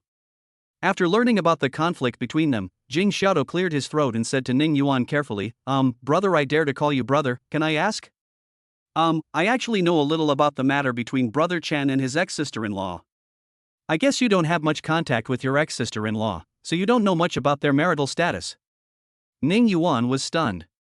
It's true. They have been married for so many years, but he has never seen his cousin-in-law, and his contact with his cousin Kong Xinyu is very rare. Wrong. This guy knows Chen Mo? So, could it be that he lied on purpose just to favor Chen Mo? I know what you're thinking. What I want to say is that I'm a cynical, righteous young man just like you, and I will never do anything to favor my brother Chen. In the case of Brother Chen and his ex-sister-in-law, it was his ex-sister-in-law who initiated the divorce, and she soon married a man named Wang Ziming, but unfortunately her marriage ended even faster. Ning Yuan raised his fist again after hearing this, but this time his target was Jing Xiaodo. "You're talking nonsense, my sister is not that kind of person." Chen Mo stood in front of Jing Xiaodo and said, "Ning Yuan, I hope you can check it yourself." Ning Yuan hesitated for a long time and decided to listen to Chen Mo's advice. He said with anger, "I warn you, I know you come here every day. If you lie, I will come to you again. Don't blame me for being blind when that happens." After he left, Jing Xiaodo said, "Brother Chen, what's wrong with your ex-wife? Is she looking for someone to take revenge on you? How dare she be so shameless?" She was the one who was wrong in the first place, and she still has the nerve to come and pick on you again. Chen Mo looked at him with a strange expression. To be honest, they were not that familiar with each other, but he kept calling him Brother Chen as if they had known each other for many years. Did Xiao Yuzhua tell you about my family affairs, or did you investigate it privately? Jing Xiaodo chuckled twice. Xiao is not a big mouth, she won't tell me these things. The implication is that he investigated all these things himself. Chen Mo was speechless. Jing Xiaodo said quickly, Brother Chen, I was worried that Xiao would get hurt because she was too close to you. Of course, now I know that you are a good person, so I did a little research on you. Don't worry, I will never do that again in the future. Chen Mo shook his head helplessly. But Brother Chen, you and Xiao is making a fuss about going abroad. Is it because of you? Chen Mo didn't say anything. Then Jing Xiaodo knew what the answer was. Jing Xiaodo sighed, Brother Chen, you don't know that Xiao is actually a person with a miserable life. Chen Mo was stunned. When Ning Yuan returned, Kong Xinyu was sitting alone on the sofa crying. She felt that her life was so miserable. When she was with Chen Mo was penniless and could not meet her material needs. When she kicked Chen Mo away and followed Wang Ziming, this fickle man, soon became tired of her. Of course, he got his retribution and went to jail. After 2 marriages, she got nothing in the end. She now wants to reconcile with Chen Mo, but this seems to be harder than climbing to the sky. Ning Yuan looked at his weak and pitiful cousin, and once again began to doubt what Chen Mo and Jing Xiaodo said. How could his cousin be such a person? Sister, I went out to look for Chen Mo today. Kong Xinyu looked up suddenly when she heard this, her eyes full of expectation. What did he say? Ning Yuan took out a cigarette, thought about it, and then put it in his mouth without lighting it. After hesitating for a moment, he said, he is bothered by the fact that you and Wang Ziming were married before, so... Kong Xinyu's expression suddenly dimmed. Regarding her divorce and remarriage, it was always her fault in this marriage, and she didn't want to tell Ning Yuan, but it was not something she could hide just because she wanted to. She should have known this would be the outcome. Chen Mo is a traditional man. But she also secretly hoped that Chen Mo would remember their old relationship, or give her another chance for Nuonyua's sake. After all, she is Nuonyua's mother. A child's growth cannot be separated from the company of his mother. What's funny is, when she left with Wang Ziming without hesitation, why didn't she think of this? After all, selfishness is her nature. No matter when or where she is, she always makes plans based on herself. Ning Yuan's heart skipped a beat. Kong Xinyu's reaction already explained something. He pressed the switch of the lighter with a click and lit the cigarette directly without caring that his cousin hated the smell of smoke. Sis, since you have made your choice before, then now, since the other party is unwilling, then don't look back. No. Kong Xinyu shook her head repeatedly, I must go back. The child needs me. How pitiful a child without a mother is. Ning Yuan, you have a lot of ideas. Please help me think of a solution quickly, Ning Yuan. Ning Yuan suddenly became upset and irritable. If this crying woman in front of him wasn't his blood cousin, he really wanted to drag her out and tell her to go to hell. However, because this was his cousin, he felt it was very unreasonable. How could she be such a person? The shock that the truth brought to Ning Yuan made him a little difficult to accept. He stood up and walked out. But Kong Xinyu's subsequent accusation made him unable to bear it. Chapter 55, Ning Yuan's Apology. No one is perfect, everyone makes mistakes. Yes, I made mistakes, but I'm only human. Now I know I was wrong, I really know I was wrong, I just want a chance to make a new start, why won't he give me a chance? Ning Yuan pinched the cigarette in his hand into 2 pieces. Ning Yuan, as a man, don't you think he is too narrow-minded? Why can't he think more about the child? Ning Yuan closed his eyes in despair. How dare she still mention the child? When she was cheating, when she took the initiative to file for divorce, when she clearly stated that she didn't want the child. As a mother, why didn't she consider her child carefully at the beginning? It turns out what they said was true. Since his heart is smaller than the tip of a needle, then you can't turn back. Ning Yuan, why don't you understand a mother's heart? Don't say these hypocritical words to me. Ning Yuan finally exploded, turned around, and questioned Kong Xinyu in an intolerable manner. When you took the initiative to file for divorce, why didn't you think about the child? Kong Xinyu was frightened and shuddered. She reflexively shrank on the sofa and looked at her cousin in shock. These past 2 days, her cousin felt sorry for her being dumped and spoke softly to her, taking her feelings into consideration in everything. But now he's suddenly turned against her. I want to ask you, if your second marriage had not failed, would you have thought about the children? If Chen Mo was still a poor boy with nothing, would you still consider the children? You have only considered yourself from beginning to end, so please don't use the children as an excuse, okay? Ning Yuan took out his wallet, took out a stack of banknotes from it, and slapped it on the table. I know you're having a hard time right now.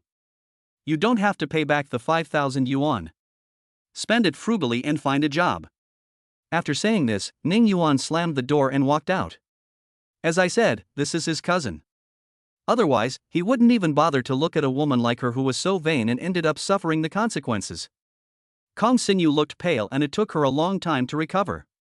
So, she was disliked by her cousin. Her cousin thinks she is embarrassing and selfish. Maybe I was really wrong? She was kicked out by her cousin. Kong Xinyu covered her face and cried for a long time. Before leaving, she glanced at the 5,000 yuan on the table. If she had any dignity left in her, she shouldn't have taken the money. But the problem now is that she only has a few dozen dollars on her. If she doesn't take it, how will she live in the future? Why didn't she think about the fact that when she abandoned her husband and daughter, the father and daughter only had more than 1,000 yuan on them, and how they would live in the future? Kong Xinyu gritted her teeth, put the 5,000 yuan into her bag, and left Ning Yuan's residence with red eyes. She will pay back this money. Don't be fooled by Xiao Xiao's carefree appearance. She is actually very proud. When I first knew that she liked you, I was actually quite unconvinced. You are a 30-year-old man, divorced with a child, your family conditions are far inferior to Xiao Xiao's. In short, you are not better than me, how can you win her favor? But now I think, Brother Chen, you are not bad either. Chen Mo was embarrassed. What on earth was this? At this time, they were sitting in the buffet restaurant. It was not mealtime, so there were not many customers. They found a seat by the window. Jing Xiaodo took some food casually and chatted with Chen Mo while eating. Do you like Xiao Yuzhua? Chen Mo tried to make himself look more natural and calm. Yes, of course I like her. How many people dare to say they don't like a girl like her? She is a little bit temperamental sometimes, but she is warm-hearted, kind and has a sense of justice. Jing Xiaodo is a straightforward person. Chen Mo felt a little jealous. But I also know that she has always treated me as a buddy. She even helped me chase a girl before. Chen Mo breathed a sigh of relief silently. So this is the kind of liking you, that's good. I think you definitely don't want her to go abroad, so give her a call. Jing Xiaodo suddenly said. It's not that Chen Mo didn't want to call her. When he found out that Xiao Yuzhua was sad for a whole day because of him and then had to go abroad for this, he still blamed himself and felt anxious. But they have no future, so why bother to keep arguing about it? Just when Chen Mo and Jing Xiaodo were looking at each other in silence, Ning Yuan arrived. Holding an exquisite doll gift box in her hand. Facing Chen Mo again, Ning Yuan's attitude changed 180 degrees. I'm sorry. I didn't understand the situation clearly before and came to trouble you in a fit of anger. Now I know that the problem lies with my cousin. I sincerely apologize to you. Chen Mo quickly asked Ning Yuan to sit down. He wanted to avoid Kong Xinyu as much as possible, but Ning Yuan looked like a reasonable man, which was totally inconsistent with his ruffian appearance. No wonder the old saying goes that one cannot judge a book by its cover. I really didn't expect my cousin to be this kind of person. She deserves to have such a happy life. It's all her own fault. I can't blame anyone else. Sigh. Thank you for your understanding. Chen Mo said sincerely. Ning Yuan waved his hands in shame. I'll be thankful that you don't argue with me. This is the toy I bought for my child, you must accept it. I have never even seen my child in all these years, I am not a qualified cousin. I am ashamed to say that I don't know what toys my child likes, so I just bought a doll. It is not worth much, so please accept it. Chen Mo thought, what does it have to do with you that you haven't seen the child? It's all because your dear cousin doesn't want to contact you. Now that the misunderstanding has been resolved, I have a small request here. Can you persuade Kong Xinyu? It is absolutely impossible for her and I to be together. Please ask her to give up. Ning Yuan was silent for a moment. Brother Chen, I understand your decision. You are right to do this. If I were you, I would do something even more drastic. Chen Mo and Jing Xiaodo looked at each other. Suddenly I thought, it would be great if I had met him earlier. Kong Xinyu is not that good, but her cousin is pretty good. Jing Xiaodo had eaten and drunk his fill, and had said what he wanted to say, so he stood up and said goodbye. Chen Mo wanted to see him off, but he declined and teased, "Boss Chen, please think about it carefully and don't leave any regrets for yourself." Of course Chen Mo knew what he was talking about. Ning Yuan's main purpose for coming here was to apologize. Now that Chen Mo was no longer his cousin's husband, the two strangers sat together and had nothing to say. So he followed Jing Xiaodo's footsteps and decided to leave. When Chen Mo was about to invite him to have a meal before leaving, Jing Xiaodo, who had just left not long ago, came back in a panic. "There are a few people outside who are here to look for you." "I won't say any more. I'm going to hide." Chen Mo.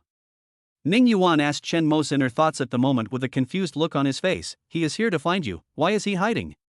Chen Mo shook his head to indicate that he didn't know. Not long after, several guests with strong aura came to the store. There were 4 people in total, 2 men and 2 women. It was obvious that the tall man in a suit and tie at the back should be a bodyguard. The woman in the lead was about 40 or 50 years old, with her hair combed meticulously. Her clothes were simple but could not hide her elegant temperament. She had a strong aura and was obviously a pampered lady. The girl standing on the right holding her arm was about 23 or 24 years old, with long flowing curly hair tied up high behind her head. She wore a pair of sunglasses on her face. She looked around, and finally, her eyes behind the sunglasses locked onto Zhao Shu, who came to greet the guests. "Hey, where's your boss?" Zhao Shu instinctively felt that this group of people had bad intentions, so he smiled and said, "You 4 are here to have a meal, right? Don't worry, even if our boss is not here, we will still provide you with the most considerate service." The lady gave her a reproachful look. "Fei, don't scare me." Chapter 56 Visitors. "Hello, you are the person in charge here, right? To be precise, we are not here to eat. I have something to ask your boss. Can you please ask him to come out for a moment?" The lady smiled gently at Zhao Shu. Zhao Shu had a professional smile on his face. "Excuse me, what do you guys want to talk to my boss about? If it's convenient, could you tell me a little bit and I'll help you convey it? Don't tell me your boss is not here," the girl said angrily. Chen Mo walked over and said, "Hello, what can I do for you? If it is a blessing, there will be no disaster. If it is a disaster, there will be no escape." He was also very curious about why these people were looking for him, and scared Jing Xiaodo so much that he hid in the toilet and refused to come out. The common point between him and Jing Xiaodo is Qiao Yuzhua, so this group of people is likely related to Qiao Yuzhua. "Someone from the Qiao family? Are you Chen Mo?"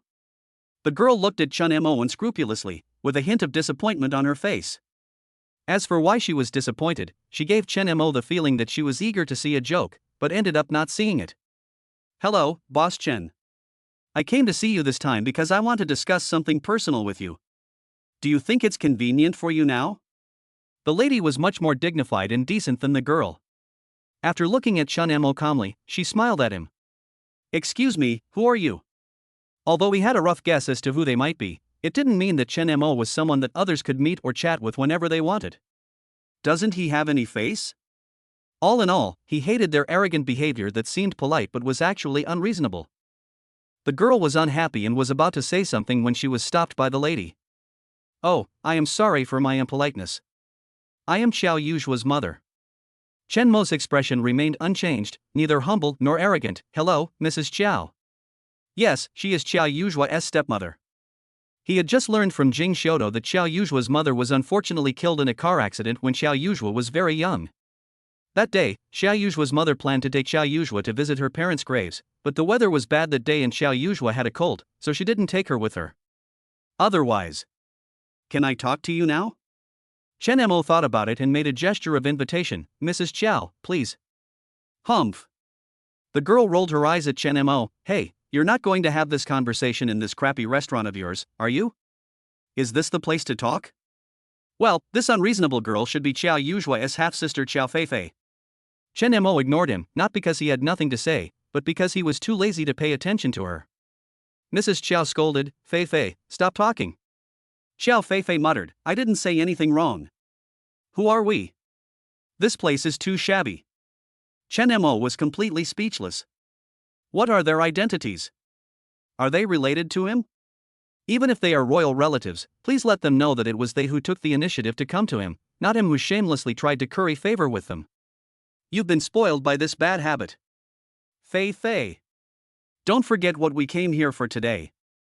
How come you are still so ignorant even though you are so old? After Mrs. Chow pretended to scold Xiao Feifei, she smiled at Chen Mo embarrassedly. I'm sorry, this kid has never been to a place below 5 stars, so it's inevitable that he's a little uncomfortable with it. Hi. On the surface, Mrs. Chow seemed understanding and accommodating, but in fact, she deliberately used such words to show their superior status. In order to suppress, humiliate and remind Chen Mo that everything he has now is insignificant and not worth mentioning in front of them. Baffling. Are they bored? They came all the way here just to humiliate him and remind him that he is a poor bastard? Ill. But Chen Mo was a man of insight after all, and he roughly understood the real purpose of their visit this time. Chen Mo deliberately did not lead them to the quiet office, but found a secluded dining table and asked Mrs. Chow to sit down. Because they are not worthy of Chen Mo treating them as VIP guests. This time, not only was Xiao Feifei dissatisfied, even Mrs. Chow frowned. Here? Chen Mo pretended to be confused and said, Isn't it nice here? It's convenient to talk, and the view from the window is wide. Mrs. Chow and Xiao Feifei looked at each other and sat down calmly. Boss Chen is right. Anyway, it's just a matter of a few words. We can do it anywhere. Old Zhao, please serve us a few cups of tea. Zhao Shu said okay and left. Mrs. Chow, there's no one else here, please just say whatever you want to say. To be honest, I came here for Zhuozhua. When Mrs. Chow said this, she deliberately observed Chen Mo's expression, but unfortunately, because Chen Mo was prepared, she did not see any extra expression on Chen Mo's face. Since Chen Mo didn't respond to her, she had to continue. Zhuozhua had a conflict with her father some time ago and ran away from home for a while. I heard that she has been living with you during this period of time? Chen Mo frankly admitted that the other party must have known all the details before coming, so there was no need for him to hide anything. Xiao Feifei was surprised and said, She really lives with you. How can she be so bold? How can she just live with a stranger? She is too unreserved. Special family circumstances and different personalities have caused these two half-sisters to always be at odds with each other. Xiao Feifei finally got the chance to step on Xiao Yuzhua, so how could she give up so easily? Chen Mo glanced at her expressionlessly. Chen Mo has good looks, and at the age of 30, he naturally exudes the temperament of a mature man, a charm that a boy in his 20s cannot possess. Somehow, when Xiao Feifei met his deep gaze, she suddenly felt guilty and short of breath, and avoided his sight uncomfortably. She is helping me take care of my daughter, so we are actually in an employment relationship where we both get what we need. Chen Mo tried his best to save face for Xiao Yuzhua in front of her stepmother. What? Haha, if you say that, then Xiao Yuzhua is your babysitter. This makes me laugh to death. She actually goes out to be someone else's babysitter. Xiao Feifei held her stomach and laughed exaggeratedly. Although they didn't have much contact, Chen Mo really hated Xiao Feifei. She was far inferior to Xiao Yuzhua. Chen Mo always had a polite smile on his face, no matter when. It is a great thing to support yourself with your own hands. Xiao Feifei. Is this damn man hinting at me being a parasite who only has everything for me? Unfortunately, she had no evidence, so she couldn't get angry. But in his heart, he silently hated Chen Mo. Doesn't this ignorant man know who she is? How dare he talk to her in such a tone? Mrs. Chow went straight to the point. I know her father came to see you. Oh, this fool. I have advised him before that the child is grown up, so he should respect the child's opinions more and not always impose his own ideas on the child. Otherwise, the child will drift further and further away from him, don't you think? Chen Mo didn't respond. This woman had bad intentions and was setting a trap for him to fall into. He would not be fooled. Chapter 57, Stepmother's Request. Mrs. Chow talked for a long time, but Chen Mo kept smiling and just listened without expressing any opinions. Chen Mo understood Mrs. Chow's purpose. As an enlightened and democratic parent, she unconditionally supports her child's choice. She hopes that Chen Mo can bravely fight for Xiao Yuzhua and the dictatorial Xiao Xintian, and bring happiness to Xiao Yuzhua as soon as possible. Interesting. There was no broken window paper between him and Xiao Yuzhua, but it seemed as if everyone in the world knew about their love-hate entanglement, which was speechless. Chen Mo still did not comment on this. Xiao Feifei was annoyed. My mother came all the way here to cheer you and Xiao Yuzhua up. Why don't you show any appreciation? You're so rude, no wonder my dad doesn't like you. Do you want to express it? Chen Mo looked directly into Mrs. Chow's eyes, smiling. Mrs. Chow is really understanding. But you also said that you will respect the child's choice. So, I think it would be better to let nature take its course. Mrs. Chow's face suddenly changed. Chen Mo's words clearly meant that she was meddling in other people's business and interfering with her stepdaughter's feelings. Xiao Feifei couldn't stand it anymore and slammed the table. Who the hell do you think you are? How dare you talk to my mother in such a tone? Ms. Chow, anger hurts the liver, so let's talk nicely. Chen Mo was calm and didn't even blink. But I'm telling the truth. I don't think there was anything disrespectful about that. Don't you think so, Mrs. Zhou? Mrs. Chow was holding her anger in her heart, but as she was outside at the moment, she could not lose her temper without permission, as it would be beneath her noble status. With a sullen face, he scolded Xiao Feifei in a low voice. Feifei, you are a girl, how can you slam the table all the time? Mom, he is the one who is trying to bully others. Xiao Feifei sat down angrily. Chen Mo took a sip of the tea slowly, as if nothing had happened. I know that my rash coming here today may easily cause misunderstandings, but I also saw that Joshua was trapped in love and I couldn't bear it. Chen Mo, although I have only been with Joshua for a short time, I know that she is a strong girl. Mrs. Chow. What does it mean, implying that she doesn't understand her stepdaughter? Maybe she does like me a little bit. Of course, I like her too. She is young, beautiful, and full of vitality. However, we have known each other for too short a time. And as you know, I am divorced and have children. This is not fair to her. Xiao Feifei curled her lips. Mrs. Chow smiled profoundly. Mr. Chen, there's no one else here, you don't have to be afraid, what we said today will definitely not reach Feifei's father's ears. I came here this time with the sincere intention of helping you. Her father disagrees with you because the gap between you is too big. I think you are an ambitious young man. How about this? I will invest and help you expand your business, help you become bigger and stronger. When her father sees your efforts, he will definitely reconsider. Chen Mo said nothing. No wonder Xiao Feifei is so annoying, it turns out she takes after her mother. Without waiting for Chen Mo's response, Mrs. Chow took out a check from her bag, then a contract, and tapped the long string of numbers on the check with her hand. Once you sign your name on the contract, the 100 million will be yours. Mrs. Chow had a condescending smile on her face, as if she was certain that Chen Mo would give up his so-called dignity and choose the 100 million check. 100 million, what does that mean? 99% of the people in the world will never see so much money in their entire lives. Chen Mo glanced at the check, his eyes turned cold, and he stood up and ordered him to leave. If you have nothing else, please go back. Mrs. Chow's smile froze. I appreciate Mrs. Chow's kindness, but I'm sorry, I like to rely on myself. Chen Mo stated his position with a faint expression. Are you stupid? It's a rare opportunity for a stingy person to be generous, why not miss it? As soon as the abrupt words fell, a hand suddenly reached out to the table and grabbed a check for 100 million yuan. Mrs. Chow and Xiao Feifei.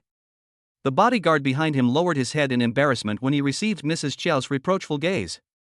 The person who came was the second daughter of the Chow family. What could they do?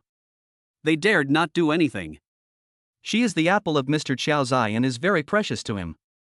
If you make her unhappy, the consequences will be serious. Chen Mo looked in surprise at Xiao Yuzhua, who seemed to have fallen from the sky. The seat he chose was relatively remote and had obstructed vision due to its special geographical location. If someone were to move very quietly, it would be difficult to be discovered. Why are you here? Xiao Yuzhua played with the check in his hand, smiling heartlessly, and answered the question irrelevantly. Someone finally showed generosity. Chen Mo, how can you not give them face? Since you won't give, then I will. Mrs. Chow was stunned when she looked at her stepdaughter Xiao Yuzhua. Xiao Feifei was the first to react and rushed forward to snatch the check from Xiao Yuzhua's hand. Xiao Yuzhua dodged backwards nimbly, and Xiao Feifei missed and fell to the ground. His forehead accidentally hit the corner of the table, and he let out a terrible scream. It hurts, it hurts. Mrs. Chow was horrified and was about to check on her daughter's injuries in a panic, but Xiao Yuzhua was quick to snatch the contract away. TSK, Miss He, I just praised you for being generous, but look at the contract you drafted. You want him to sell himself for a mere 100 million. Did you get my consent? Mrs. Chow's surname was He and her given name was He Zijuan. Although she was Xiao Yuzhua's stepmother, Xiao Yuzhua had never called her mom. Xiao Yuzhua usually ignored her and usually liked to call her by her name. When he was in a good mood, he would occasionally call her Ms. He. In short, every name that Xiao Yuzhua called out sounded sarcastic, which made He Zijuan furious. However, she did not dare to teach him a lesson by relying on her status as an elder, because the one who supported her was Xiao Zhentian. Wow, Mom, give me the mirror quickly, I want to see if my face is disfigured. Xiao Feifei covered her forehead and screamed. Zhao Shu, who heard the noise, hurried over and was stunned by the chaos in front of him. When other customers heard the noise, they craned their necks to look over here. Old Zhao, please help me call an ambulance. Xiao Yuzhua folded the contract and check and put them in his bag. He smiled and said to He Zijuan, whose face was livid. Ms. He, you have quite a bit of pocket money. Thank you. I'll take it all.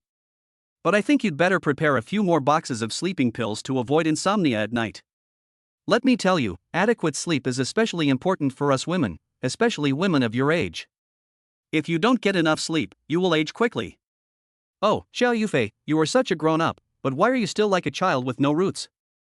You fall down at any time, but don't leave a scar on your head. You are not as pretty as me to begin with, and if you have a scar on your head, no matter how much money you spend on beauty care, you will never be able to catch up with me in your lifetime. Xiao Feifei hit her forehead and was afraid that she would be disfigured. She was extremely anxious and manic at this time. Even if others don't provoke her, she would want to scratch them to vent her anger, let alone someone like Xiao Yuzhua who actively provokes trouble. She immediately exploded and rushed over to fight with Xiao Yuzhua. You shameless bitch. You are as lowly as your mistress, mother, I will tear your mouth apart. Chapter 58. Your mom is a mistress. Bang! Xiao Yu was ruthless and said few words. He just raised his hand and slapped Xiao Yufei hard on the face. Since Xiao Yuzhua had been weak and sickly since childhood, Xiao Zhentian found a master to teach her martial arts for the purpose of strengthening her physique. So don't be fooled by Xiao Yuzhua's soft and cute appearance, she is actually a martial artist who should not be underestimated. After the slap from her, Xiao Yufei's face would definitely be swollen for several days. Chen Mo has seen Xiao Yuzhua when he was arrogant, Xiao Yuzhua when he was in a bad temper, Xiao Yuzhua when he was gentle, and Xiao Yuzhua when he was acting coquettishly. I just haven't seen Xiao Yuzhua with such murderous aura. If Chen Mo hadn't stopped her in time, she might have done something even more out of control in her rage. Yuzhua, calm down. But to be honest, Chen Mo didn't really want to stop Xiao Yuzhua, because Xiao Yufei's mouth was so stinky that she deserved to be beaten. But this is a public place, and it would be bad if the noise was too loud. He didn't want Xiao Yuzhua to be pointed at by others and become a topic of joke after dinner. Although there were not many customers in the store at this time, they were all alarmed by the noise here. They all stretched their necks to look over here. Some even walked over here, intending to watch the excitement up close. However, when they saw the two tall and strong bodyguards, they realized that some excitement was not worth watching and retreated in shame. He Zijuan saw her daughter being beaten with her own eyes. Her heart was about to break. She rushed over and yelled at Xiao Yuzhua, are you crazy? Xiao Yuzhua's face was as cold as frost, and he spoke each word with emphasis. The one who I think is crazy is your daughter, right? Ask her to tell me again, who is the mistress? He Zijuan's face looked extremely ugly. She has a pair of children, both older than Xiao Yuzhua.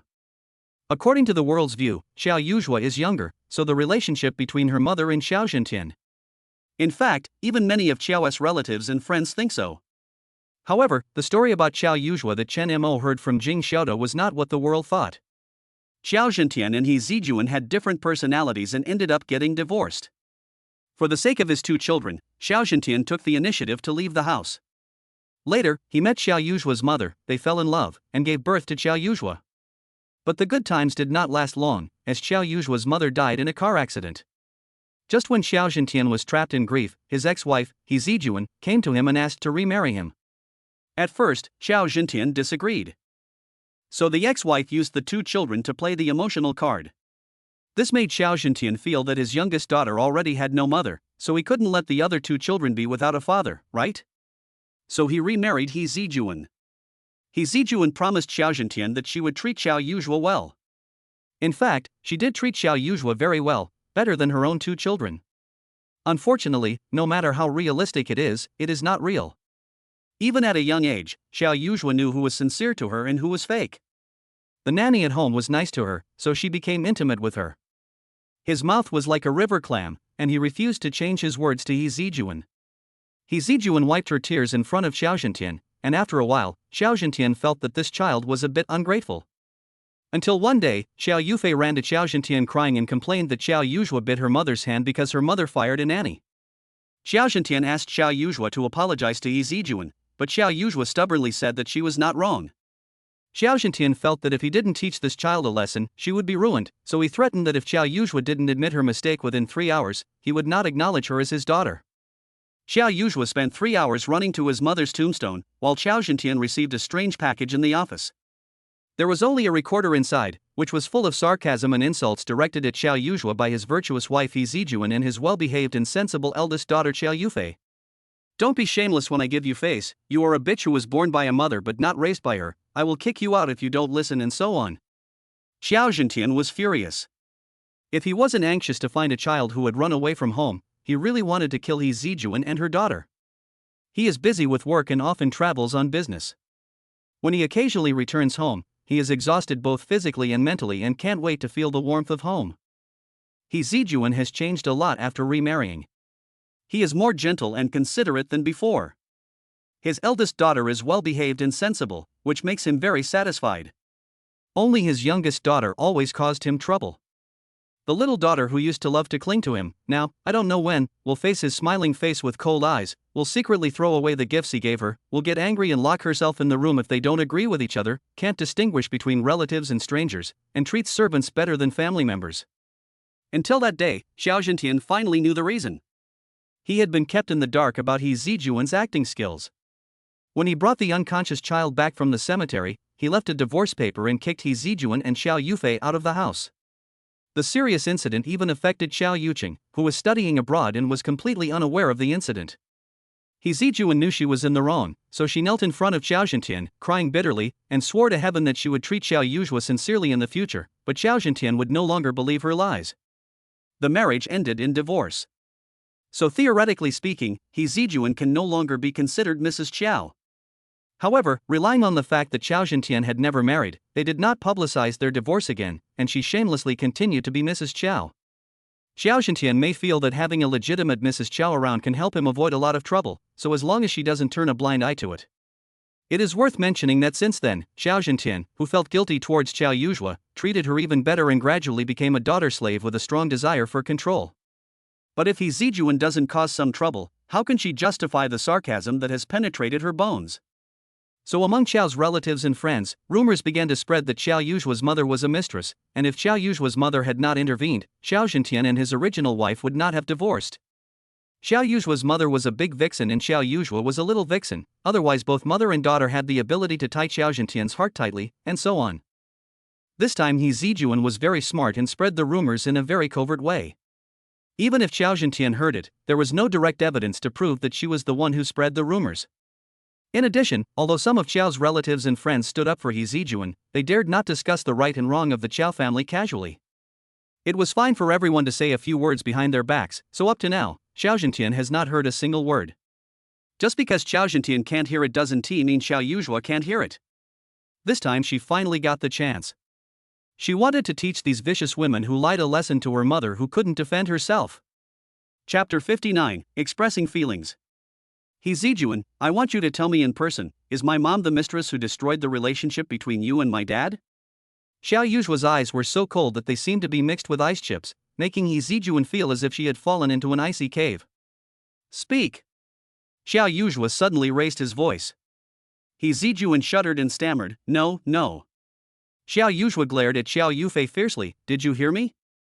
If you talk nonsense to me again next time, I will tear your mouth apart. You dare! Xiao Yufei cried. Bang! Without saying anything, Xiao Yuzhua slapped him again. As a result, both sides of Xiao Yufei's face were swollen to the same level. Xiao Yuzhua clapped his hands in satisfaction, finally it's symmetrical. This makes me feel much better. Shan Mo. Are you a devil? But he felt very happy, ha ha ha. He finally let go of the heart that had been weighing on his mind after hearing the story of Xiao Yuzhua's childhood from Jing Xiaodo. Xiao Yuzhua is even more powerful than he imagined, and no one can bully her. Under the curious gazes of other customers, the mother and daughter covered their heads and faces and walked away dejectedly. However, before leaving, He Zijuan's eyes were particularly intriguing. The first look he gave was towards Chen Mo, as if to say, "You ungrateful person, just wait for the day when you'll regret it." The second look was towards Xiao Yujua's bag. That expression, wow, it's really not an exaggeration to describe it as colorful. Her eyes looked like they were dripping with blood, and there was no doubt that her heart was bleeding as well. 100 million, just gone like that. Xiao Yuzhua doesn't have the mentality of not touching or taking things from people he hates. As the saying goes, if you don't take it, it will be wasted. If you don't grab it, it will be wasted. If you put it into her bag and then want to take it back, that's a joke. Hey, I didn't scare you just now, did I? I'm not usually this fierce, they forced me to do it. Xiao Yuzhua, whose mood has returned to normal, tries hard to regain his soft and cute image in front of Chen Mo. The more she acted like this, the more Chen Mo felt distressed. It's good for girls to be a little fierce sometimes. Really? Yeah. Chen Mo nodded seriously. Xiao Yuzhua wanted to laugh, but suddenly remembered that all his recent troubles were caused by him, so he immediately put on a proud and stern face again.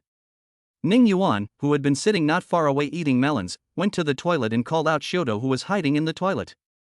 "Ga Bangdo, you have made a great contribution this time. I have earned 100 million in just one trip. You are more powerful than my father. What reward do you want? Tell me." Jing Xiaoto said aggrievedly, "Xiao Xiao, I'm really sad if you say that. Am I such a person in your heart? I want the limited edition figurine of Xiao Xiao. Xiao Yuzhua, Chen Mo, and others." He was a man of steel 1 second, but lost all moral integrity the next. Ning Yuan was secretly amazed. After eating melon for a while, he roughly understood the relationship between the mother and daughter in Xiao Yuzhua. They are definitely rich or noble, and their spending is measured in billions. Is it that scary? Could it be possible that this little girl is the vixen mistress that his cousin mentioned?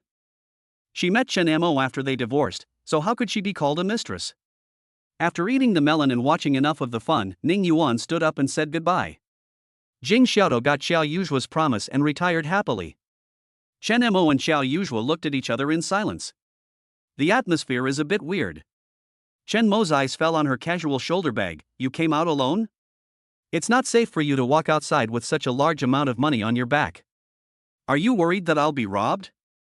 Then I want you to take me back in person." Chen Mo smiled and turned to go to the office. Xiao Yuzhua followed behind him and muttered, "Wow, you're not going to send me back now, are you? I came here in a hurry and haven't eaten yet. Please let me have a bite of food. Are you so afraid of offending my dad?" "Don't worry, although my dad looks scary, he won't kill people or commit crimes." When she said this, she had already stepped into Chen Mo's office, closed the door domineeringly, and hugged Chen Mo from behind. Her voice sounded extremely aggrieved and a little choked. "You are so afraid that I like you, but I do like you. What can I do?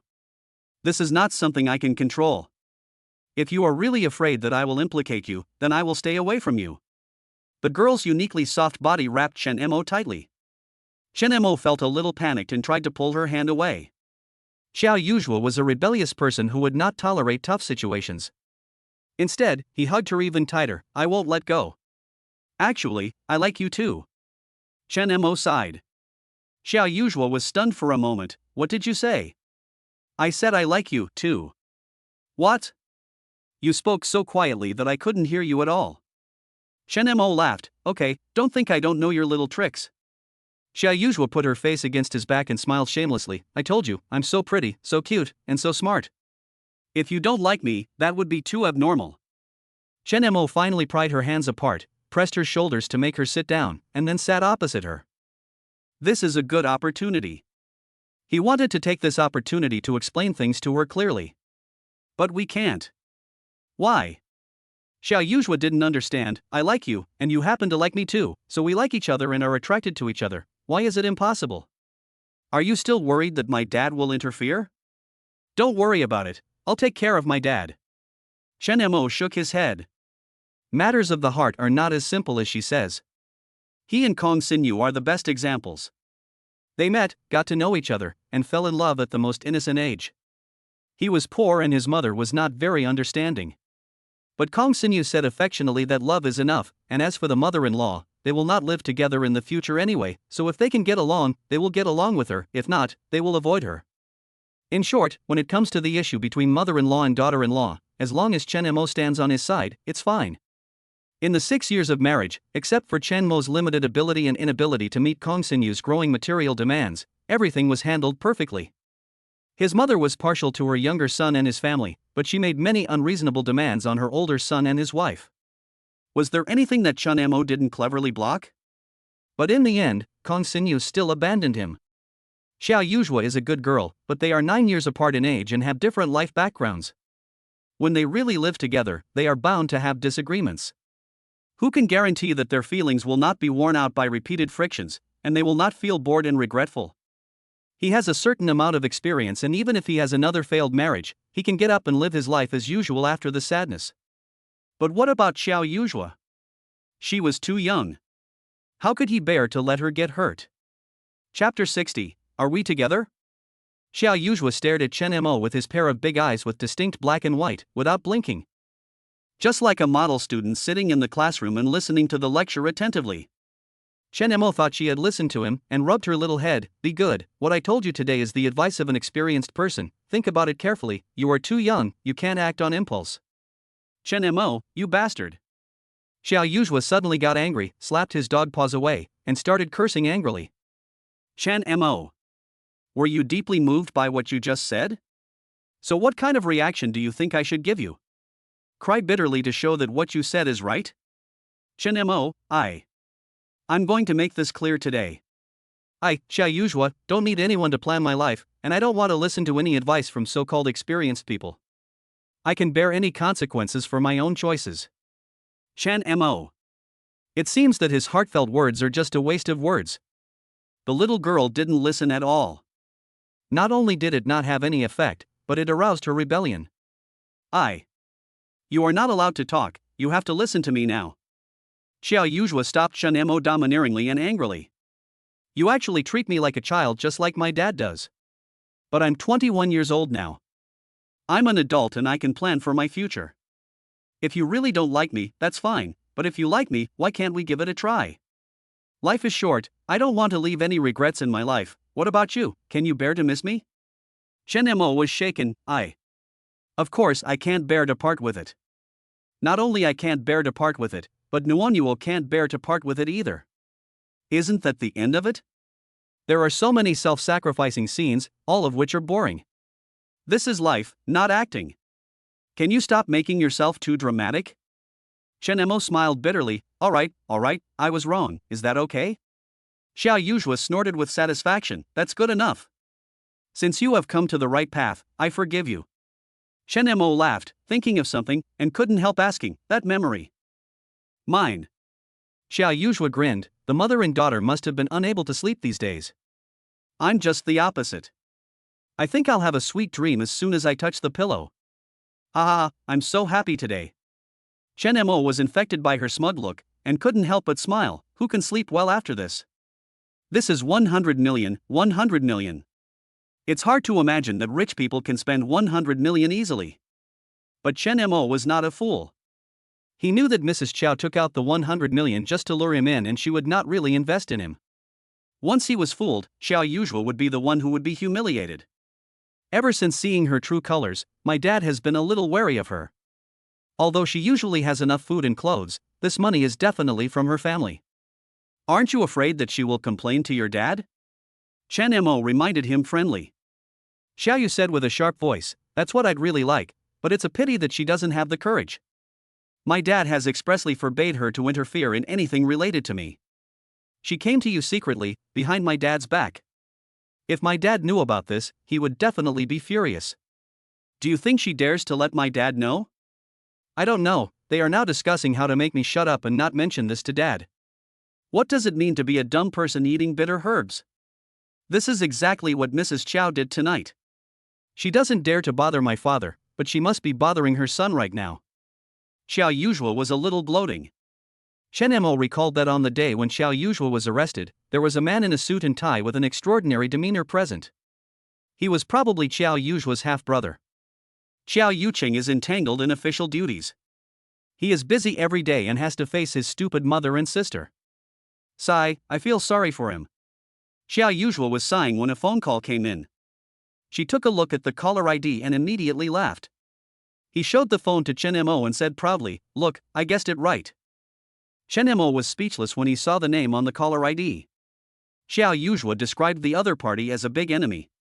Xiao Yuzhua pressed the answer button. "Hey, what's up?" "I'm fine, what can happen to me?" "They? No, they didn't do anything to me. Thank your mom for me, she gave me some pocket money tonight." "Did they regret it? Or should I return this little pocket money?" "Oh, you don't regret it? Then I'll accept it with peace of mind, don't tell my dad?" "What? This is all a misunderstanding." "Don't worry, I would have forgotten it if you hadn't mentioned it." Got it. I won't tell my dad and let him misunderstand anything." "Oh, and don't forget to thank your mom for me." Xiao Yuzhua casually put the phone into his trouser pocket, and his smug smile suddenly turned into a shy look. Chen Mo, are we together now?" This stumped Chen Mo. Although they had expressed their feelings to each other, to be together, wasn't it a little sudden? Your dad won't agree." Chen Mo was melancholy.